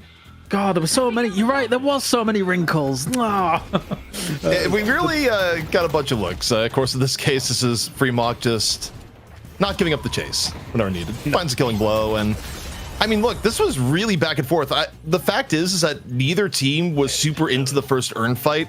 We had skirmishes on skirmishes on skirmishes, and arguably, it was leading to a storyline where maybe Floorman could have came ahead because of their comp, but they kind of ran the trouble where, you know, players like OCs and Fremont got ahead themselves, and they were never able to hit the point in the game where, you know, running something like a Mo that's a little bit better the early and mid game starts being more of a detriment. You know, Leviathan, even when it was close, kind of stayed a step ahead the entire game, and you know, Floorman, it was a battle. I mean, it went back and forth. Even when Leviathan was up 20k, Floorman was finding points to take down 2-3 players, but they were never quite able to hit that point of actually full wiping Leviathan and getting real progress on the map. And the stats here also got to tell a tale. Rayek was just pumping on GT the entire game.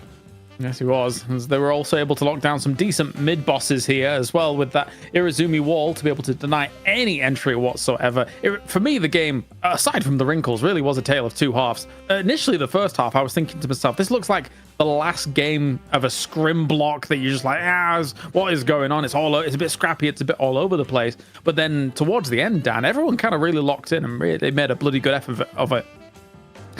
Yeah, I totally agree, and we had some really good moments there from Fremont. I think showing how important Shiv can be. I mean, I think Fremont likes to dance very close to the sun. I feel like there are certain times where he got burned for you know, just like abusing the Shiv movement to kind of like really limit test. But that's part of the value that we see with a great Shiv player. But I do agree. I think it was interesting because we have a lot of like very good objective fight heroes, but we didn't get a lot of that for the first half of the game. And then once it turned into more of an objective battle, I think one of the key moments we saw was how Leviathan kind of tricked Floormen a little bit, and you know, they allowed Floormen to go sit on the urn turn in, and then they swooped into the back line as a team, completely ignored the urn, and then kind of decimated, like team wiped Floormen. So they lost the urn, but they wiped the team, and so that was ended up to be far more valuable. How do you rank Fremont in terms of the Shivs of all time, ZP? Do you rank him high? Yeah, I mean, I'll stand by the part here. Jason may disagree. I think overall, because you have to take into account quantity of Shiv play and quality of Shiv play.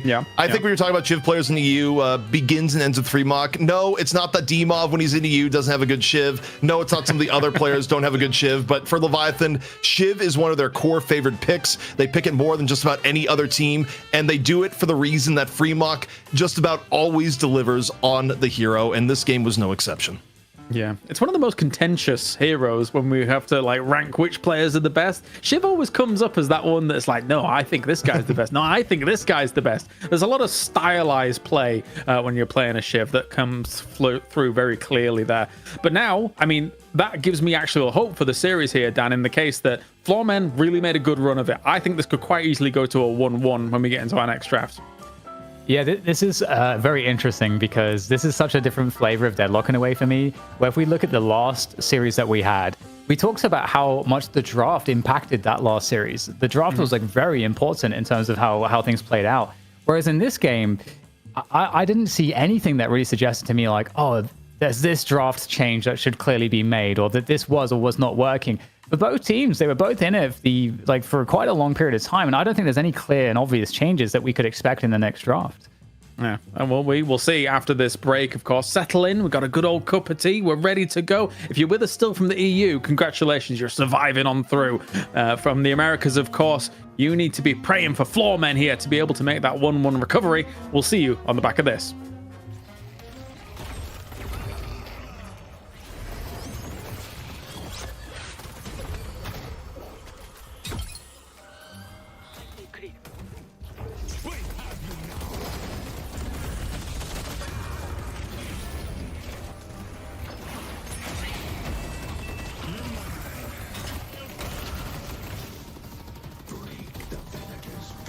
Hell of a fight. Quite the fight. Good game.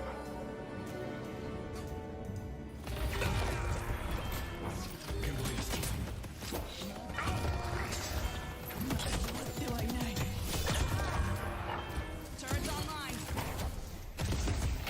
I can't let the turrets have all the fun.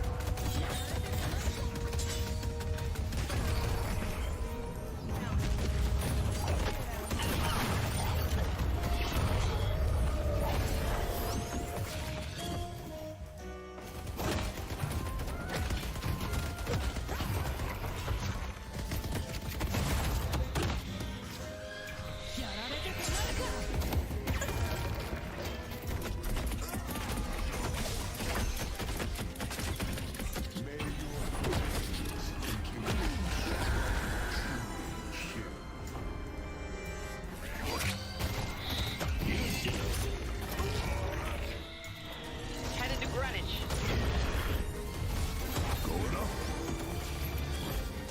Headed to Green.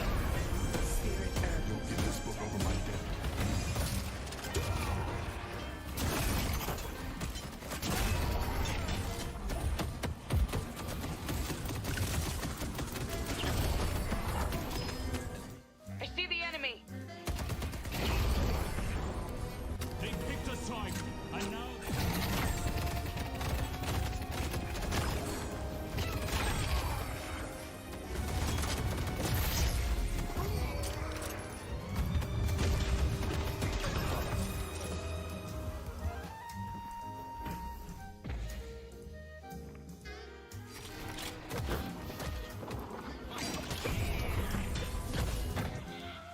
I see Yamato.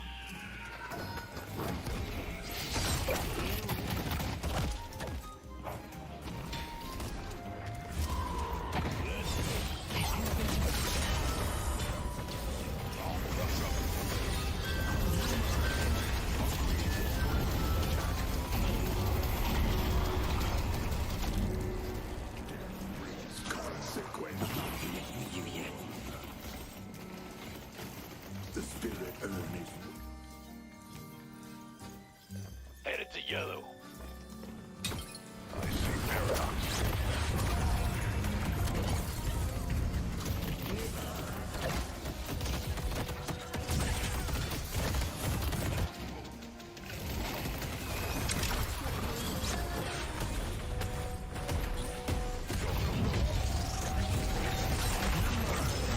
I see Yamato.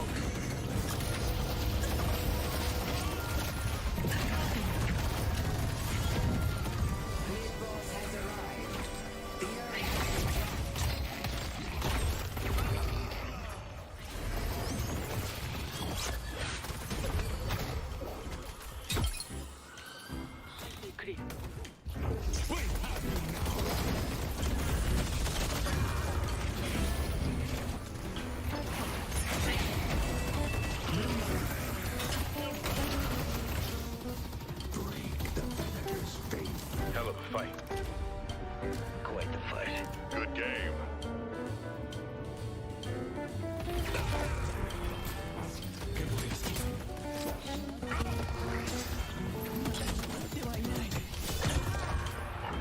Turrets online. I can't let the turrets have all the fun.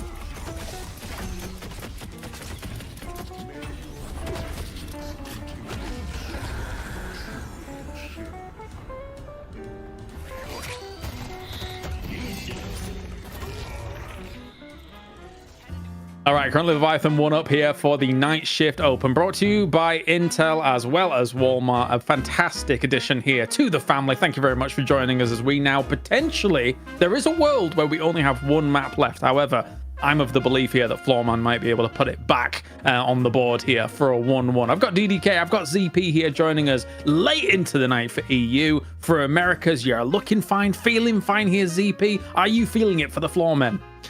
For Floormen, I think it's going to be difficult. I think Leviathan have looked really good over the past week. I mean, they're resurgent. There are people thinking Leviathan was on their last legs. They win EU this week. They look good in quals. And now they've taken the first map off Floormen. I'm not going to count out Floormen. I think arguably there's some things they could adjust draft-wise and be better. I'm not actually the biggest believer in Yamato. You take a look at the stats.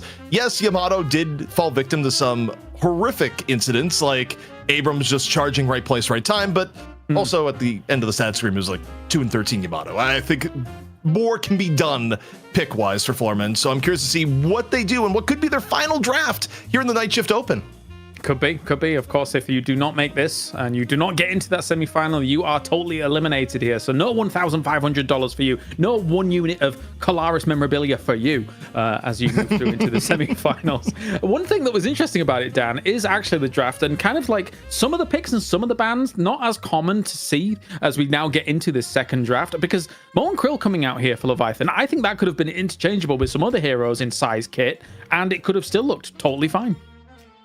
Yeah, I totally agree. It's actually it was an interesting pick for sure, because we're not seeing people really pick Mo. And this is one of the things I was mentioning about Leviathan stylistically maybe being a little bit of a different feel to some of the other teams. But as we get into the bans, Doorman gets banned immediately. Leviathan you'd expect to just get the pocket ban out the way with, and then we can proceed as normal.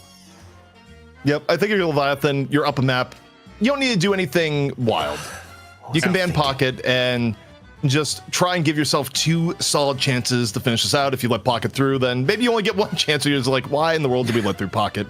Though he has lost today. It takes a lot of effort to make that happen. What do we get? Yeah. Oh, it's silver. Of course. You know, we asked Puckett the other day, Dan, if he did it at WoW, and he did at one point, and the rest of us all did when silver came out. Have we heard Colaris give us his best silver howl at any point? It's 3 a.m. My wife's asleep. Maybe tomorrow. Okay, we got you booked in for tomorrow. That's good. Yeah, and D's nuts. Anyway, keep going. We'll add it to the pile. But Venator in from Leviathan, and set the backup is along with it. I mean, I do again like the fact that Venator is like gone higher up in prio. They're gonna grab GT. I think if you're Floorman, you just had to deal with Freemock on Shiv and got reminded, oh wow, he's really good in this hero. Pick Shiv in the next 2 picks. Like, I actually think it's one of the best counter picks against Leviathan, and the hero was good to begin with. You got Demov on your team. You also got Average, who plays a pretty good Shiv. You have the people to play it. Take it away. They're already building a bit more of a front line that's not angling towards Shiv, though, so we'll see. We'll see. Yeah, I mean, the Victor's feels so versatile and just like has been really, really great. I think Floormen have played it super well, so I think it's a totally understandable pickup. And they can go Paradox, if they want, or they can take the Shiv. They do take the Shiv. And I think we were talking about what is the big what's the big move in the draft. I actually think this is the one big move. I think the Shiv. I think that's kind of what you're getting at ZP. Well, it's even deeper than that too. Now I think about it, is that you know what Freemock's other most played hero is when he's not playing Shiv? It's Silver. Oh, okay, Silver. yeah, true. So Freemock, most of the time recently when Leviathan has been winning, is either on Silver or on Shiv. And Floormen with their drafting has taken both these options away from Freemock. Now, Freemock has other heroes he can play in terms of frontliners or else, but either way, it's definitely going down into the dumpster for Freemock in terms of what he would actually like to play, generally speaking. Okay, so he's a little bit homeless. We'll see, what he finds. But the Ren Band comes in again, and I see the caress of the beard, the quizzical and perturbed look of Colaris. What about Lash? He tries to understand for Freemock. What he's seeing. What about Lash for Freemock? I can't remember seeing Freemock on Lash recently. I mean, maybe it's happened. I just take whatever they throw at it said you're gonna get Abrams, and but Overseas is probably the one to play Abrams here. Like, it's not. Freemock can play Abrams, so like Overseas could play something else, but I still think you're looking for something else for Freemock potentially. But we'll see Floormen. decide to return fire with on their pick. And well, if they were thinking of Lash for Fremont, that ain't happening either, Claris. Just no, indeed. The time Fremont played Lash, I think, was 13th of May during night shift. But yeah, not to be the case here for next. That was more recent than I thought. Now it's time to do something with it. Oh, Viper. Okay, we're back in the Terror. I was wondering if we were going to see a Viper today, and we're gonna see one there. I mean, Viper's pretty damn strong, to be honest. I'm surprised we haven't seen it a little bit more. Now, Leviathan picking up Ivy. Okay, interesting. Okay. I mean, Ivy obviously has all the circles to be tossing about the objectives. We just haven't been seeing people picking up supports. So, like, what's your feel on this, ZP? I don't even know how I feel about Ivy right now. Yeah, I mean, I think some of the support hate has been overblown, but okay, Billy coming in kind of makes sense, especially if you want a little bit more frontline and what was available. I still think getting Billy late is probably a bargain. Just the team meta shifted in a very, very strange way. But yeah, the support stuff is interesting. I mean, the people that have really fallen off is that, you know, the reason why we're going to have Claris as host is that Kelvin isn't getting picked at all in the tournament today. And, you know, on top of it, does Paige still exist? Like, Paige got lost to the library. Like, she went down into like some deep dungeon, got locked in like a library, can't find the hidden switch out. Like, put Paige on a milk box. We haven't seen her in a very long time. Yeah, she was played, I think, yesterday by, it might have been Abrams or Bird with Clock in that match. I can't remember who it was exactly, but I saw one yesterday and I was confused. I'm going to be real. So it did occur. It was just strange. It doesn't happen on broadcast no as often as it is. Yeah. Bit undervalued, I think, but yeah, the Billy, I was like, oh, Billy Abrams actually is kind of a nasty frontline, but the Graves right now, especially with you know, just how strong the team sim can be, especially when it's level, I think it's like level 3, right, when the zombies take like percentage of total health or whatever.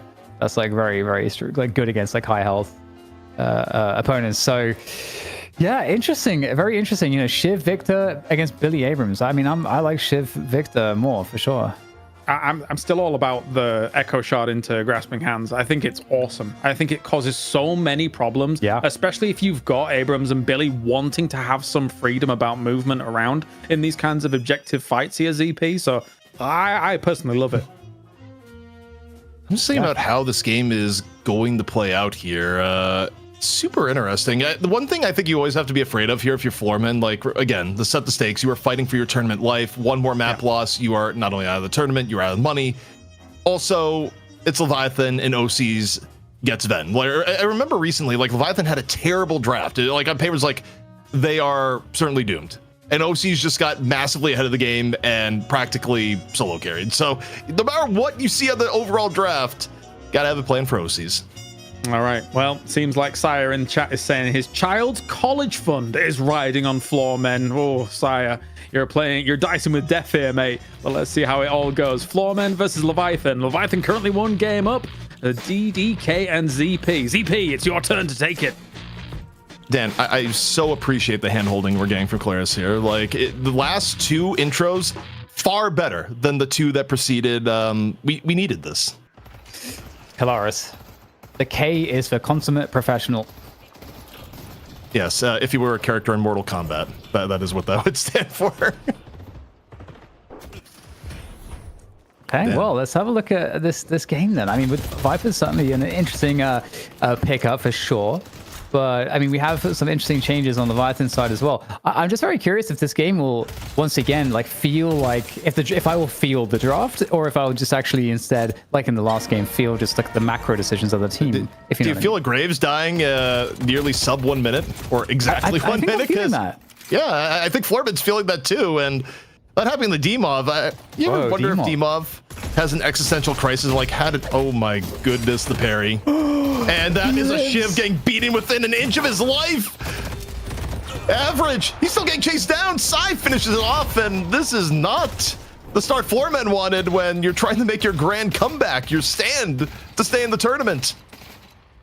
I think that's a record timing of Dimov dying, considering that he, for a night shift or two, did not die across multiple maps. You know, like that's a kind of record setting for him. Yeah, in this case, Dimov got the death out of the way early, but I was gonna say, you think Dimov has the existential crisis as being one of the most skilled players in EU of just like how to work out them playing Graves on NA? As far as mechanical shooting the gun goes, in actuality, they're sticking to go with Graves. A lot of good decision making, which also makes sense. Graves Army, don't hate on me. I'm just making fun of your mouse one. I was thinking about this too. Is that like, you know, you're like, I wonder how the latency is for Graves. Like Graves is probably like really awesome to play if you're dealing with latency because of the auto aim, right? Also, this pressure in mid is unreal. I mean, you get the kill, it ends up being a trade. The back and forth parry. Average. Oh, denied.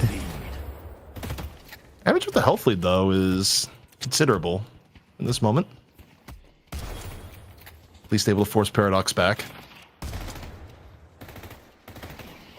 We didn't really talk too much, Dan, about late game versus early game in this match, and it's kind of tough to... Whoa, hold the phone. Fremont just wants to throw hands. He's like, you guys took my picks. All right. Yeah. I am coming for you. Well, yeah, in terms of hero pool priority, normally it would be overseas playing the Abrams, but the Billy was an overseas pick because the Abrams had to go to Fremont because his hero pool got decimated. I'm hoping we see a really cool Billy game here from overseas. Again, we haven't had too much Billy. I've actually seen some people doing. I actually tried it out myself. More of a spirit-based Billy build.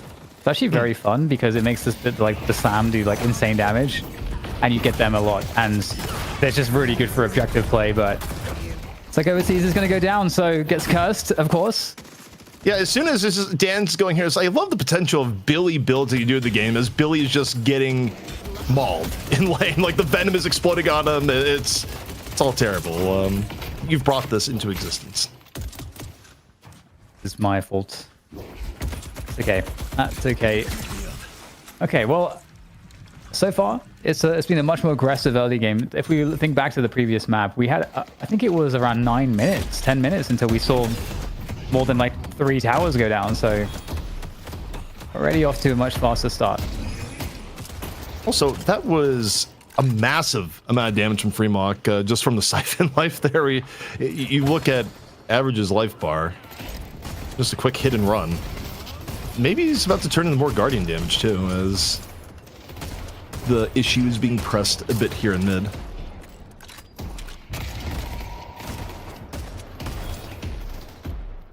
Interesting lane matchup.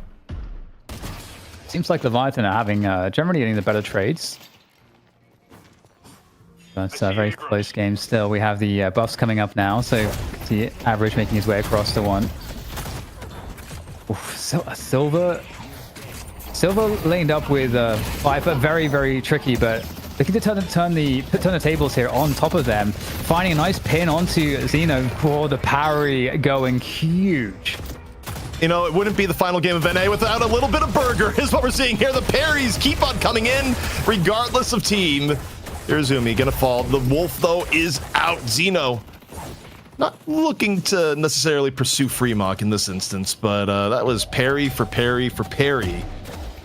Floorman nursing a 3k lead in the aftermath. Sai gonna have to go back to base, and the mid Guardian perilously close to falling as Floorman try and push their advantage. Yeah, Floorman with a nice edge in terms of the health of the 3 Guardians. Definitely across all the lanes, they're just like ahead. So, you know, good start from Floorman in that respect, despite getting some of those early deaths. There's been how many deaths has there been, actually? Can we get a quick tab, see how many kills or like whatever? There we go, that works too. 1, 2, 3, 4, 5, 6, 7 deaths. That's 6 minutes of death. It's kind of considerable, I would say. Or slightly over death a minute. What isn't great is the lane getting opened up a bit here for OCs, where we were talking in the draft about win conditions, and OCs is one of those win conditions, just things that he does. But for now, we're focused on some of the interchange here in middle. A little bit of dash through from Average as things reset a bit, but we got an Owl coming in. Cross lane Owl. And it's going past mid. It's going all the way to the side lane. This is a long distance delivery. And where's it going to end? Right on the Viper. Cena already causing problems. No, I just wanted to kill that guy. Oh, he's going to try to chase it down anyway. DMB's so low, but DMB will escape, slither away. And feeling bad for Overseas. I mean, generally, actually, it's not been the most ideal start for you, Billy. But as long as you don't get too far behind on souls, then you're all right. I think Billy is one of those heroes that feels really bad if you get behind early. Yeah, I think for Billy, you can be a little bit behind. You just can't be massively behind is where I would throw the threshold. But again, parries are out, melees are out. This lane has just been up close and personal, and this time around, it's Irizumi that just gets run down. Unable to find the movement to get away. Average dying elsewhere, but right Guardian going to be taken. The back and forth.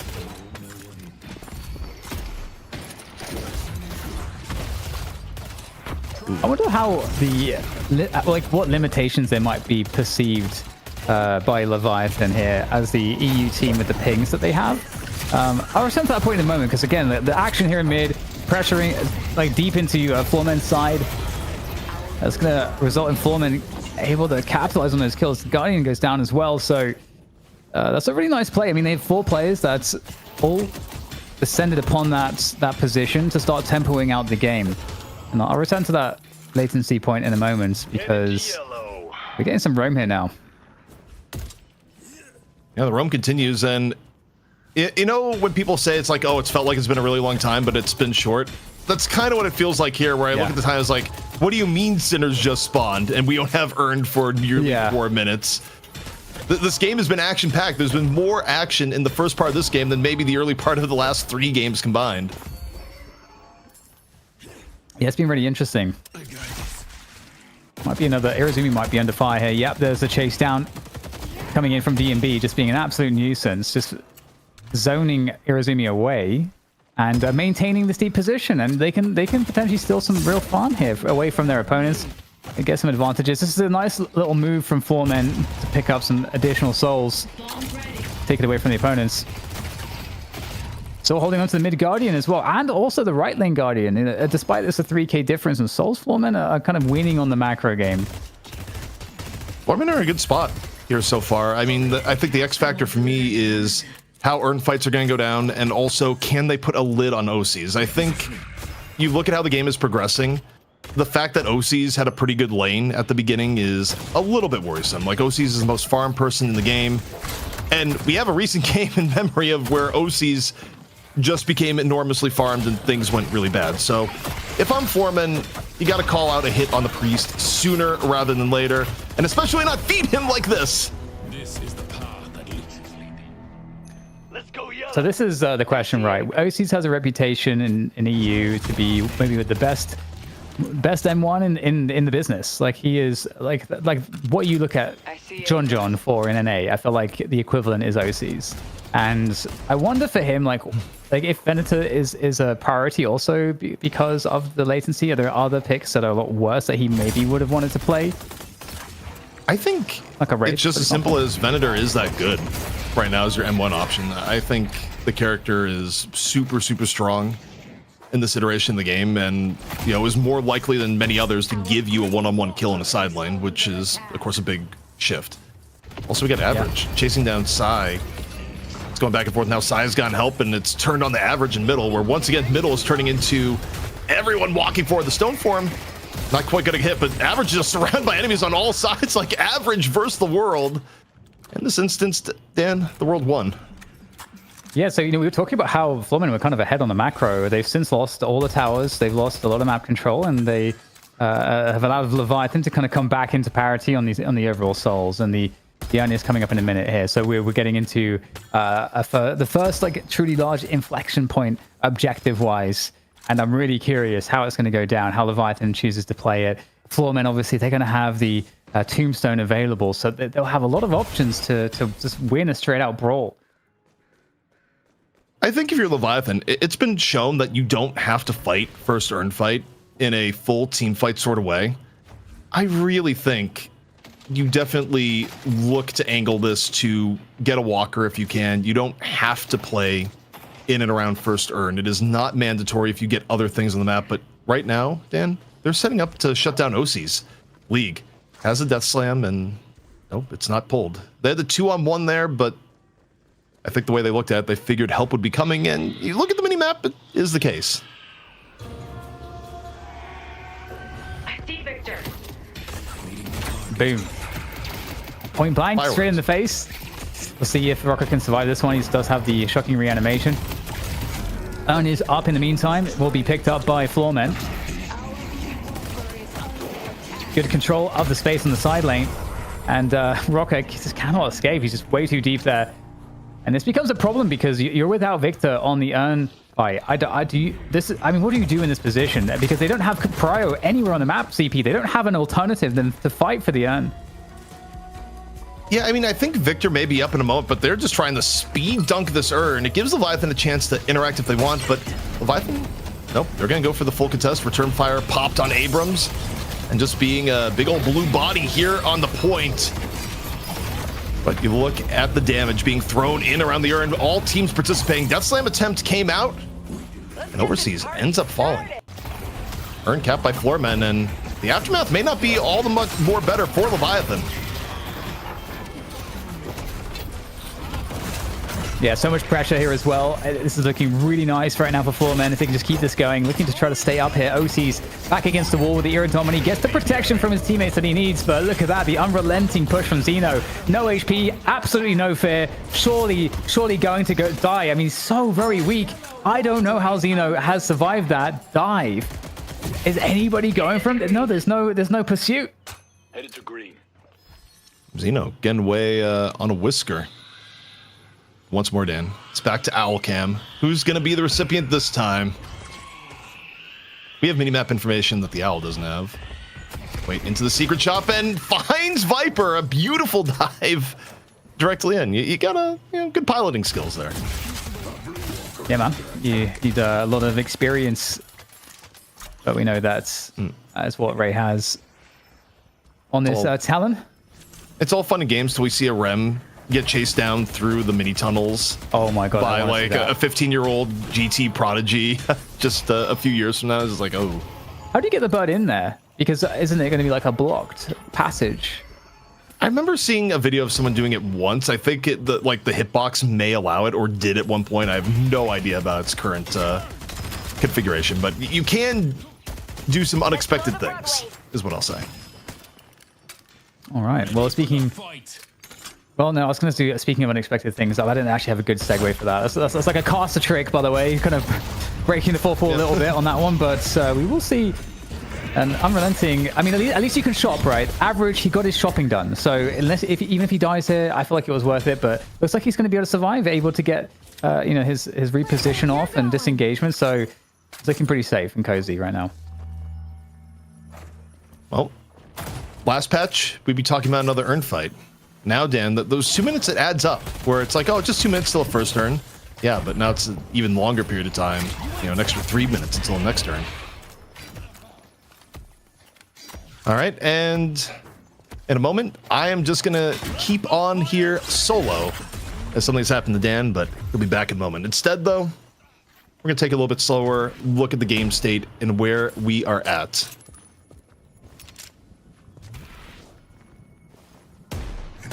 Okay, no, I see what's going on here. We're good. Dan will be back soon. I have firm confirmation of that. I thought something more serious had happened, and I just didn't know the full context. We're gonna relax, watch the left side as Rocker under a little bit of fire, but you got reanimation in reserve, and jumpstart. Things are fine. I think both teams reserving a bit for the next turn, where even if it's not an earned fight, it's still gonna be a moment where you go for a trade. A little bit quiet at this point. As I say that, charge in onto League. Percy Abrams, a quick escape.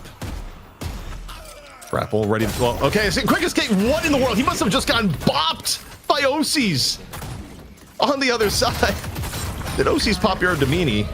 Guess we'll find out in a moment. Xeno, the wolf comes out, looking for a trade the other way. Able to take down, feeding OCs another kill, and Walker... maybe a bit questionable.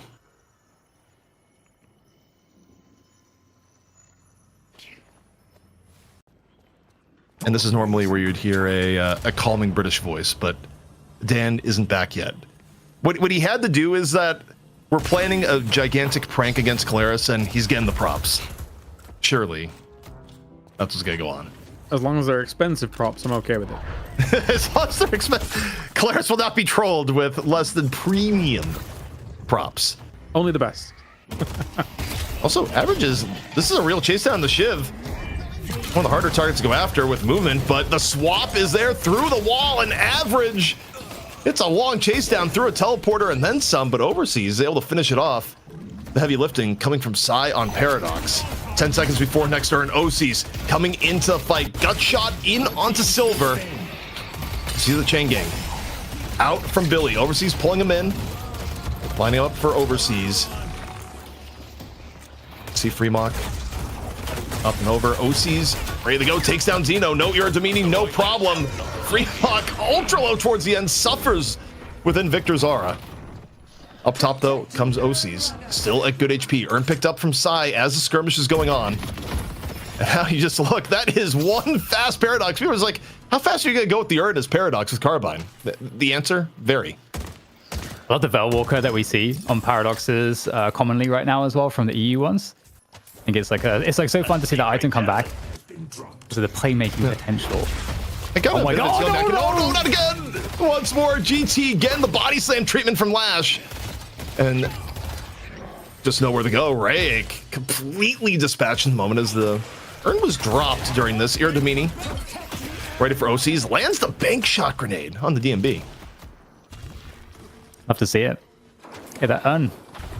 I'm not sure about this, and we'll see what happens to it because this Walker is kind of exposed as well. So I feel like if you're Floorman, you just like, okay, we'll just kill the Walker if you're going to go for that. In the meantime, also mid is being pressured by Floormen as well. So they've got a great command of the whole map at the moment. As we see the shotgun movements there from Average. Average does have a nasty Shiv as well. So I see the enemy. see if he can outperform Fremont. The only problem has been focus this game, and you know, while it's historically a nasty Shiv, it is also an unprecedented poor Shiv at the moment. Like the knives are a little bit duller than normal. He's not working with the best gear. He, like, literally, he is the most poor person on his entire team in this game. Well, maybe he can turn his fortunes around. Oh my, okay, the paradoxical swap. Somehow whiffing there, down a staircase. That seems very unusual. But I'm sure Arizona's happy. I think it just slightly clipped into the stairs rather than going down the tunnel Death Star style. I see Victor. Bird coming out, killing blow that gets some space, and all Average, I think, gets is a stone form in his face in turn. Shift off view in to the GT, dance around, rain of arrows, and yeah, I mean, Average dove in and just immediately gets punished as a result. Now, in the chaos of the mid fight, you're going to get a Urn pickup for Floormen as they rotated around to the left. And Floormen are still working with the lead here, Dan. Like, the scores have gone back and forth, but Floormen have actually gotten the better of a lot of them. The only thing that's kind of sitting out as a big threat is the fact that OCs has gotten a big deal farm and also hasn't died in a long time or ever. Can we get a death check on OCs? I'm trying to think if he died earlier in the game. I'm not sure. I want to say yes. I see the enemy. But either way, yeah, I was going to say OCs is definitely doing a good job there. But in terms of sources of damage, he has not. And nor has his, I suppose, well, one of the other carries on the team, DMV. So we'll see how that battle goes, because OCs is going to be pivotal in these fights. And, you know, Overseas, 19k souls, so not super far behind, like in a decent spot. But I kind of feel like in terms of scaling CP, it does kind of feel like Floorman might be looking a little bit better. Yeah, I think you can make the argument that the Floormen comp, as you go in the late game, there's more options there, although I don't think the difference between the two teams is big, and the threat of OCs, if OCs can get a little bit more ahead, be the first player in the lobby at 30k, just the ability to take down someone with the crossbow early into the fight and still be a threat with the grenades, it hurts. But swap in on the League. League is getting the treatment and then some. Absolutely pummeled in the alleyway. Fremont eating damage in turn, but your Abrams, you pop return fire, you got options for movement. Actually doesn't go into the underground. I thought that may have been the case. May have been a mistake. Xeno able to finish off with a bit of slam fire. Now let's loose the wolf in onto the Venator. Gut shot creates a little bit of distance. OC's though could be suffering that first step, but there's the burn. Is that enough to actually clear out OC's? He's so low HP wise. And Average, the knife, able to get the last little bit. Unkilled no more is OC's. Such a classic fight, the Venator against the Silver, the trap there. But getting run down by Victor, not too fun. Although unable to finish off Psy. We have a look at the current game state. The urn is about to be collected, just spawned.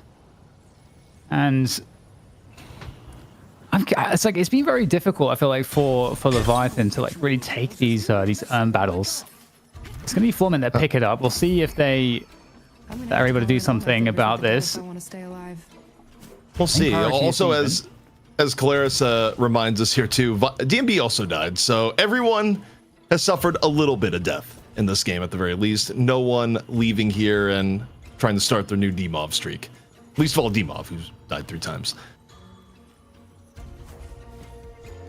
There are not the players here for Leviathan. They're going to have to go for the Walker instead in middle. It's very interesting, ZP. Leviathan as a team, they seem to generally not go for end fights near as much as some other teams we've watched.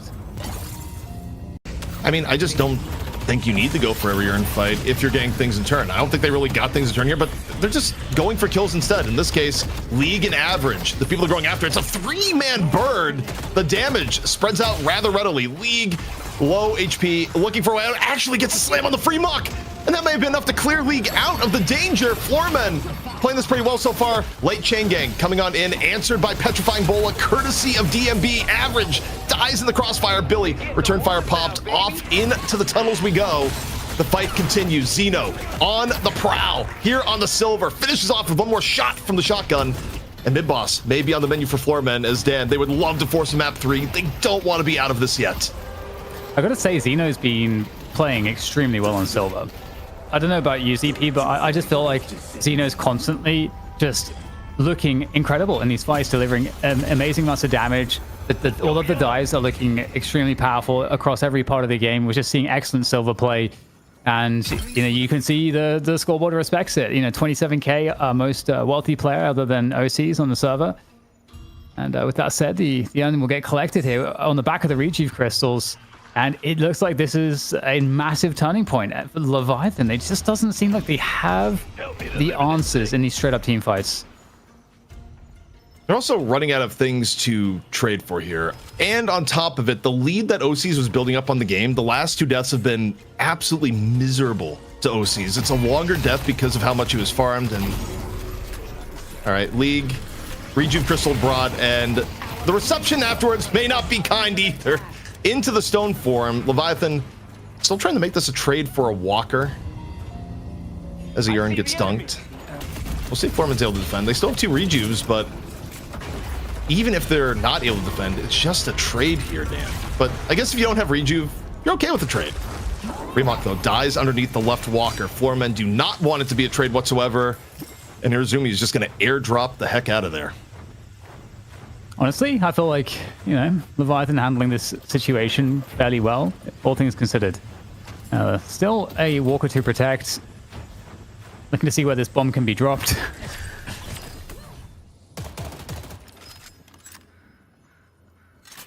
The lead is ballooned.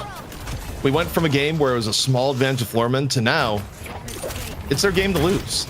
In fact, the sole difference graph, as if on cue from production, giving proof to my words as Xeno, once more, looking for a piece of Billy. Wolf comes out fast, goes back and forth, ends up getting hit with the knockdown, doesn't like the action, backs out, but was enough damage done to take down overseas? Maybe not. It's crazy how huge the barrier is when it procs. It was like an 800 barrier or something. Wait, for Xeno, that was insane. It's just gotta work. Average got caught towards the end, lost the Rejuve. Floormen, they look to be trying to make this mid-walker an issue and want to heavily push with Rejuve. This, I actually think this could be a mistake, depending on how they push it here. Like, it is a losable fight with Walker buffs, even with just one rejuve. Leviathan, we'll see how they respond. Remok trying to make space, return fire popped. Not really stopping Xeno from putting in the damage, but also is getting burned in turn. The Vend grenade ticking down while this goes on. League ends up dying again. This time it's permanent. Leviathan, they got 6v5. Now they look towards the victor. Can they continue this piece of the puzzle? Shocking reanimation is brought out. There's no more rejuves, no more extra lives. And surely you're going to wish for one if you're Rocker. Floormen, they've gone in for this mid-walker, Dan, but the results are not there. Yeah, the results are not there, but, at least for Leviathan's, or rather, Floormen's sake, there's no objectives up. There is a map full of farm. That's basically it. So they can't get none of this. They can't get a mid boss off of this. I mean, they can't even get a walker off of this because the lanes are so far pushed into their territory. So for Floormen, this wasn't like too bad of a. It could have been a lot worse. Yeah, but it also could have been better. I mean, I think Claire says it best in our chat. It says, like, they didn't have to do this. And I kind of agree. I mean, they only had one rejuve there. And so many times, rejuve is not enough to take down the final walker of the game if everyone's defending there. Like, the walker has more HP than any of the walkers you killed because walker HP increases with each one you take. And you have a bunch of players defending with walker buffs. I think Floormen really pushed that one. They already had a huge lead, Dan. Just be happy and take farm. No, ZP. I will not be happy and take farm. I will assert my dominance. That's Floormen, still working with an advantage. Will recover. We saw Leviathan, have a couple sequences in the previous match where they, I would say, allowed Floormen to kind of get back in the game. And I wouldn't say that this is even as bad as that situation was. They still have a sizable advantage. I mean, make no mistake, Leviathan are in trouble, but the way you get out of trouble is getting a little bit of a nibble at a comeback like we just saw in the mid-walker defense, because it's 2 for 1. They don't lose mid-walker, they get some kills, they bring the gap between the two teams less. In exchange, Floormen don't get the opportunity that they should have had to take more farm on the map. So if a comeback is a ladder that you have to climb, that was the first rung for Leviathan. When you said the comeback is a ladder, it just made me think of Littlefinger from Game of Thrones saying, chaos is a ladder. Yes, well, comebacks in Deadlock are a ladder too. They have this in common. Well, most of the farm has been cleaned up now, and all that's left is the buffs and the urn. So that's the next point of contention these teams have to fight for. And again, like 30k difference has been, or just under, has been held onto by Floormen. So not really feeling the pressure just yet. So, although there is some pressure on that left side walker. Bird comes in. Just hello. Quick little hello, Cursive Rake, into the let's go for the Lizard DMB, the airdrop chain gang, and what a bag! That's the greatest value we've seen all day long, as that is the great heist from overseas. Oh my god, how big is that? How big is it? 1600. 1600, Dan. It's considerable. And well, you immediately go to shop. Like when you secure the great value. Wait, no. Spend your money, Billy. It's 3,200. It's an ideal break point, man. Yeah, I'm a little bit afraid. I'm sensing. You can put this on the channel, the Faceless YouTube channel, of like the cortisol raising situations or whatever. Yeah. I'm just looking at this like, please spend your souls. Don't give back the bag that you earnestly won. What is he trying to build next? I mean, I would assume a 6,400 item if you're not buying anything yet. I don't know. We'll see. Or you just didn't buy. Speaking of buys, though. Crippling Headshot's a T4 coming up for Psy.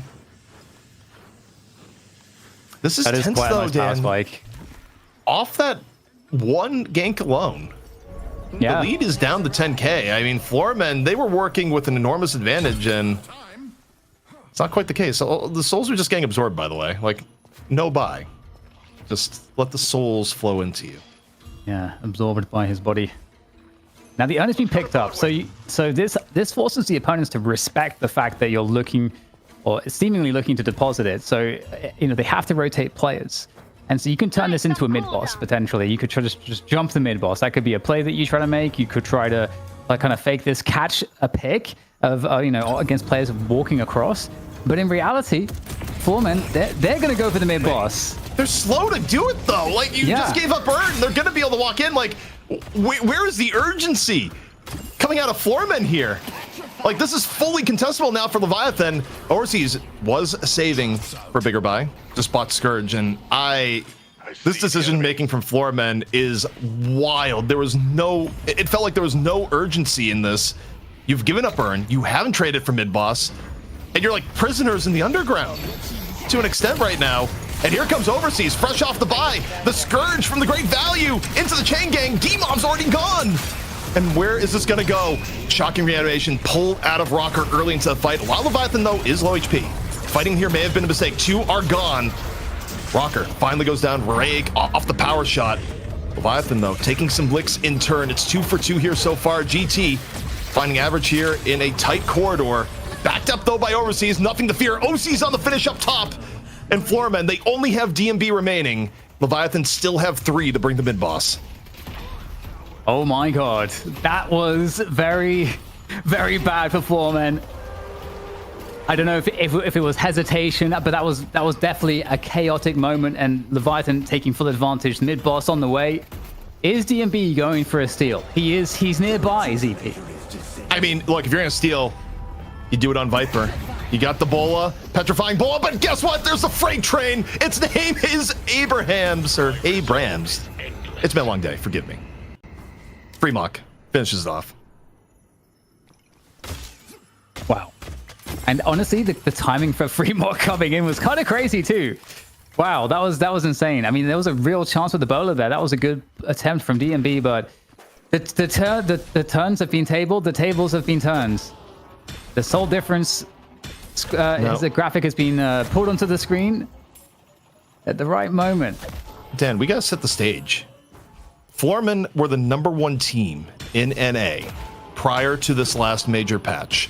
They had won multiple weeks in a row on Night Shift. But here they are in the final, what could be the final map of the day here in the Night Shift Open, not making it to day 2 against an EU team in Leviathan that was on the rocks a few weeks ago.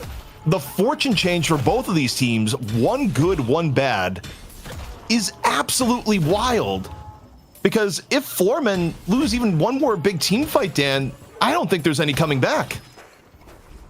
Yeah, I totally agree. They're in a very desperate position. They need the kind of mistake or overextension that they afforded Leviathan, and yeah, exactly. Wait, you know what? It's been a long day, CP. I'm gonna use that excuse, that cope as well.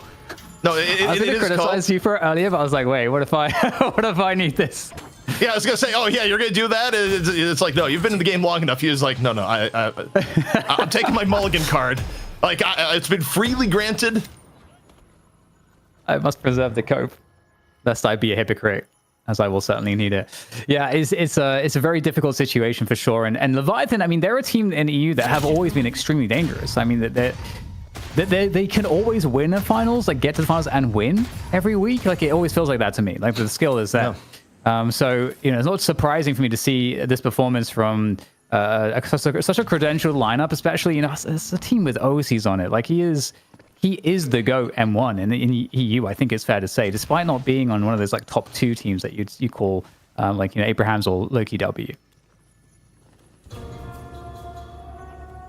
Kind of feel the tension here for Floormen, where if they were to lose this game too, I mean, when you look at the state they were at in this game, it's going to be brutal to look back at. I mean, this was arguably their game to lose. And unfortunately, they did find the way to lose, courtesy of Leviathan having some really good plays, helping it along. Still have Rejuve up for 1:15, which means this urn, not really contestable. I don't think you can, like, yes. Actually, was it even a comeback urn? I don't think it was. It spawned in mid, didn't it, just now? So, yeah, you can't even do, like, that's brutal that this is right on threshold that you can't even consider doing the 35% team fight. Oh my god, it was right on the threshold. It was like maybe 1 or 2k off, I think. Yeah. That's crazy, actually. Well, now if another one spawned, it would be a comebacker. Yeah, true. Ooh, look at the spike. Oh god. you don't see swings that hard where you see a team winning that much and then it's gone down. Like, you know, because we don't normally have the graph zoomed out that much. Oh man. Okay, well, here comes the push. The rejuice are about to expire, so they gotta make use of them. Or are they gonna play it so safe that they farm the map and don't go for a push? Oh, that's brutal. You're stewing in your desperation if you're Floorman. If you're Leviathan, I mean, I think this makes sense. Like, yes, you had rejuves. Yes, you could have pushed a little bit more. But you think about what's at stake. Not only is this match itself worth 1,500, but the chance to double it and then double it again if you're able to win your matches tomorrow. And Foreman is a scary enough team, Dan. I think when you have them down, you do everything possible to put the foot on the throat. You don't let these guys get another chance because they are good enough to win a map 3 should it go to it. So for Leviathan as a conservative, yes, but it may be the right play in this situation. Yep, I totally agree. Now, we do have mid-boss up in another minute as well. So, like, they'll be in a position where if they maintain priority and they, farm up, increase the differential, get the items in time, they can force a mid-boss. So there's the opportunity to do that. Because Floormen don't have good options. Because also, if everything goes missing on the map and they don't have info because they don't have any map control, and the other teams are going for mid-boss, you could walk into a trap. For all you know, like, it's just everything's unknown. You have to take a big risk somewhere along the line, and it's so hard to calculate what is my best worst play. My best worst play. Well, the game state may be declaring an end to this soon. We are 30 seconds away from the mid boss. Floormen, their tournament life on the line, in the balance. If they can't find a way to have what would be one of the greatest comebacks we've seen in recent history, down 50,000. You talk about Floormen throwing a lead earlier. Well, now, Dan, their only way of coming back is to hope that Leviathan take their throw and match it with an even bigger one. A hyper throw? A hyper throw, yes. That's a good. That's continuity there. The throwback for those who have been watching for a while. You got to get the callbacks in there. You got the Phantom Strike into the charge on average, in a spot where he's able to get away. But the fight is still engaging. Overseas gets on in there with the chain gang, followed up by the seismic slam. Charge one more time. Graves Tombstone again obliterated early into the fight. Floormen not looking particularly healthy. Shocking reanimation being pulled out. Demov in League on death's door, yet still alive as Leviathan try and secure these kills. Average though gets back in, takes down Psy. Life yet for the Floormen. Demov doesn't go down. The people that were low didn't actually die here, Dan, and Leviathan, they might have to back a bit. Yeah, really good engagement. I think that the million tripwires set down by Demov helped to set up the fight there, as they had to deal with all the Graves utility, and now just on the back foot and looking to press the advantage Floormen in. They don't have many opportunities. They have to press the issue. They take down OCs. There's a mid-boss on the line here. Yo, it was at the Game of Thrones music that just started playing. That show may have been bad in season 8, but let me tell you, season 9 here in the night shift, it's like an absolutely excellent. The game is real right now, Dan, and Floormen, they are back in it. Victor, though, Rocker looking awfully low. Leviathan, they have to try and make this happen 4v6. The mid-boss, it's not entirely free here just yet.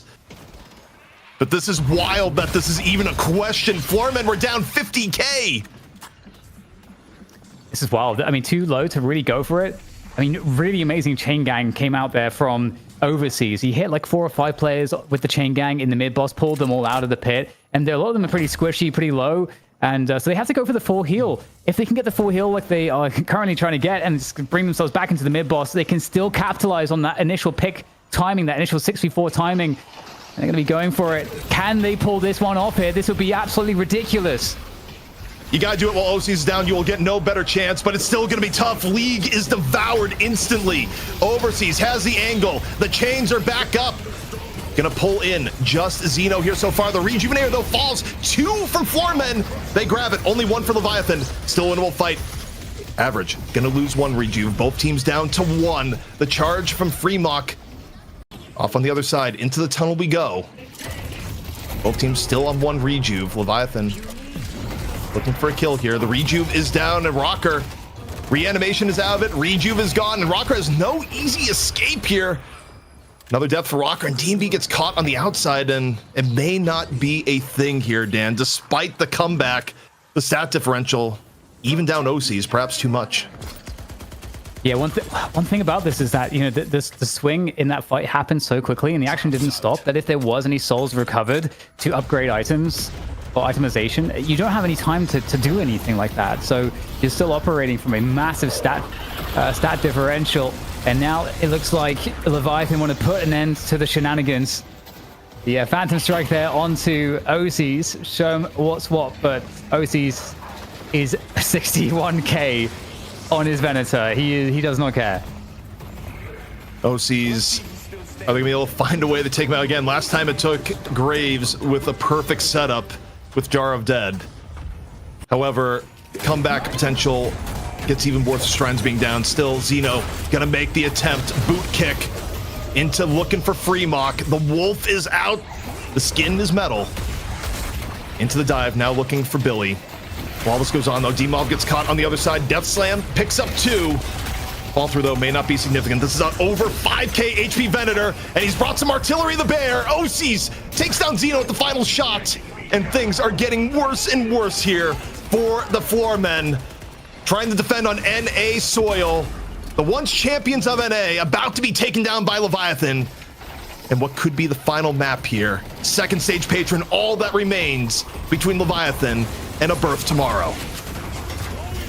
Yeah, looking to finish the job right now. Everybody up here for Leviathan. All the troopers have turned up for the party in the base. And the Hidden King in the final form is being battered from left, right, and center.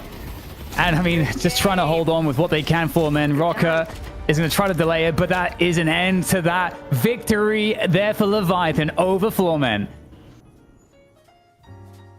There's no other word for it. Wow. What a game to finish off the night. Leviathan somehow makes it happen after Floormen in control from the very word go, ZP, and now Leviathan makes the swing back, and then suddenly Floormen comes back a little bit. This was what a cap off. What a cap off. I think about how this transpired, and I just keep thinking back to that Midwalker push that didn't need to happen, where Floormen didn't lose their lead entirely there, but yeah, you know, we got down the chaos is a ladder, you know, comebacks are a ladder. Well, that was the first rung that Floormen let Leviathan climb, and you know, it started the process where Leviathan was able to find a few extra fights in their favor, and it worked out. But man, even back to the beginning of the game, it was intense. You know, the word burger got thrown around for good reason. It was between the melees and the parries in that lane. I mean, this was a truly entertaining game from start to finish. I think that last mid boss, as you're watching it go down, yes, there was a window where OC was down, but even that, I think what had happened is Leviathan had delayed enough to allow OC's death timer to be low enough for him to then be on the back end of that fight, Dan. So he came along and he started rinsing people. That was I don't have many more words for this game. Yeah, it's insane. I mean, and it was, I think a lot of it was to do with Overseas connecting like a 4 or 5 player chain gang in the pit there, just like by himself, just trying any heroics possible. And I mean, this fight as well, we can't forget this moment. It's completely tied, and we had this spot where Floormen decided to go for the mid boss after Leviathan was kind of carrying the urn across, but then they kind of didn't go for it, and it kind of seemed like there was some hesitation, and then ended up taking a fight in a very bad spot, and they ended up coming off the back of it like a lot worse. And so many twists and turns in this one. Well, I think that's the key. That was the key moment. Like, we talked about the mini throw there, but sacking urn to go mid boss and then not really going mid boss and giving Leviathan the chance to walk over, that was probably the last decision Floormen had with an advantage, and it was not a good one. Some comms got messed up in the process, and Leviathan, they're too good of a team to make that sort of error against in your decision making. Yeah, you could see there whilst we were watching the paradox on the side of mid-boss ramp that OCs had come back in that mid lane and was annihilating Victor, unfortunately for Rocker there. So here are the numbers. Here is how they all break down. OCs takes 13 kills along with it. Rake in 59,000 damage. And I was curious to how DMB was going to be able to stack up against the situation of OCs and the guys here, DDK, because obviously we looked at DMB and OCs to have no deaths midway through that game, but then they both died at the same time. Then it felt like DMB couldn't quite get the momentum going back, whereas OCs was very much so able to. Yeah, it was very interesting actually from the in my mind, the presence of the Viper. I didn't feel the presence of Viper in the game as I obviously felt. I mean, it's a kind of undeniable presence from OCs on the Venator, but I suppose that's to be expected in some respect. But the thing that stands out to me more so is I guess, it's a good example on the stats page why GT is so high value at the moment. So the fact that Ray was able to outdamage OCs when we had a 44-minute game where OCs got all the farm on time, like that's, I think, really impressive because we had a pretty high kill game as well with respect to all of that. So massive work from Ray on the GT. Yes, it was. ZP, are you entertained? This has been one of the most amazing days of Deadlock I have seen in a long time. This has been great. It has been a fantastic day of matches. There's no question about it. We got here in terms of versions of the game. We had to go through a few iterations of the urn over the last week and a half with some trials and tribulations and multiple levels of urn gate. But what has been forged through the toils of battle of both dev and player, man versus machine, or whatever you want to call it, has created just a wonderful brew for us to consume here today. And it makes me super excited to see what's going to be going down tomorrow as we get into our final day, both semifinals and grand finals tomorrow. It's going to be awesome. I completely agree. And it's funny because we make light of it a little bit, but this is the kind of scenario that we'll be telling stories about in a couple of years' time, Dan. The fact that this is what actually led up to what is so far been a fantastic start to a tournament. Just amazing. Yeah, I totally agree. It is, again, I think we talk about this on Night Shift from time to time, but it's kind of special because we're in this closed alpha state. So it's like, only the cool people have figured out that Deadlock's sick, so we're all here, we're all the cool people. And like, you'll remember as well, Claris, from like the beginning of like, let's say StarCraft 2, for example. There's all like these moments where like at the first, like the few years, it feels a lot different to like later on when everyone else catches on to it. And so, yeah, I agree. I think this stuff is really memorable and it's really cool to see all the teams turning up, all the storylines that have been kind of developing. And the fact that we've been doing this multi-region thing very recently, I think it's been awesome because I didn't even really like, there were so many broadcasts where we were like, we can't wait for the first LAN where we can see this, like the EU teams play the NA teams. Like, we can do it now. Let's do it now. Yeah. And it really feels like, yes, okay, there is a little ping here and there, but both regions are able to kind of hang with one another. Regardless of that, people are being able to overcome that. That's awesome as well. They're fighting through those trials and tribulations. But anyway, gentlemen, let's find out the MVP from this game. Who's it going to be? Well, when Leviathan's doing well, it's usually because OCs is having himself one heck of a game, and you cannot deny the impact of the position 1 for Leviathan. He who gets farmed more than anyone and also brings down a pretty big boom when he's playing Venator. OCs, once again, had himself a day. Yeah, terrifying. Like, you guys were talking about it midway through the game there, about like what makes Venator good. And I think OCs exemplifies it so much because Venator, Dan, just has a great base kit. And then if needs be, he has the button of Iridomini, right? And which just is able to get him out of some scary situations. Yeah, and it's also insane because if your Venator player's done a good job and has that farm, I think ZP mentioned this. If you can find the right fight or get the right initiation, Domini can delete people like just very, very quickly because of the nature of the burst damage. And then on top of that, Venator's very good at this brawly style around corners because of the gut shot. And so there is suddenly like a lot of danger once Venator really comes online. And also the anti-heal that you get from the grenades as well gives a really huge edge in some of these battles. So yeah, totally a rock star when the kit is just undeniably amazing, and we really see it really emphasized heavily in the hands of perhaps one of the like I don't know if it's debatable, but I think many would consider OC's the best M1 in the game. What do you think, ZP? Yeah, I think Ven is that hero. Like, quite simply, I think like the priority is strong. It's like you look at some of the matchups, like the Melee Creeps matchup, where it's like, oh, just take it away from John. It's like, no, the character is actually quite strong. I think the changes that have happened where, you know, he has more HP than, you know, he's had in the past. I mean, look, he is a carry type hero that has 5.5k HP in the end game. Like, it is a journey to try to take down a Venator. And yeah, I mean, you got OCs on it, so you know you're going to be farmed, you know you're going to get good execution, and Leviathan was able to rely on it in a game where they were very far behind at points.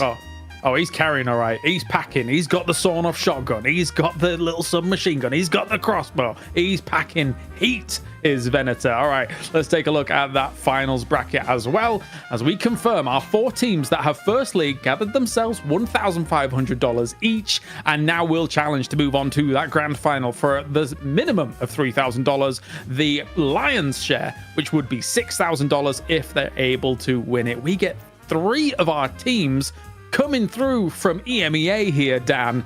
They've been able to put on quite the performance today alongside Melee Creeps.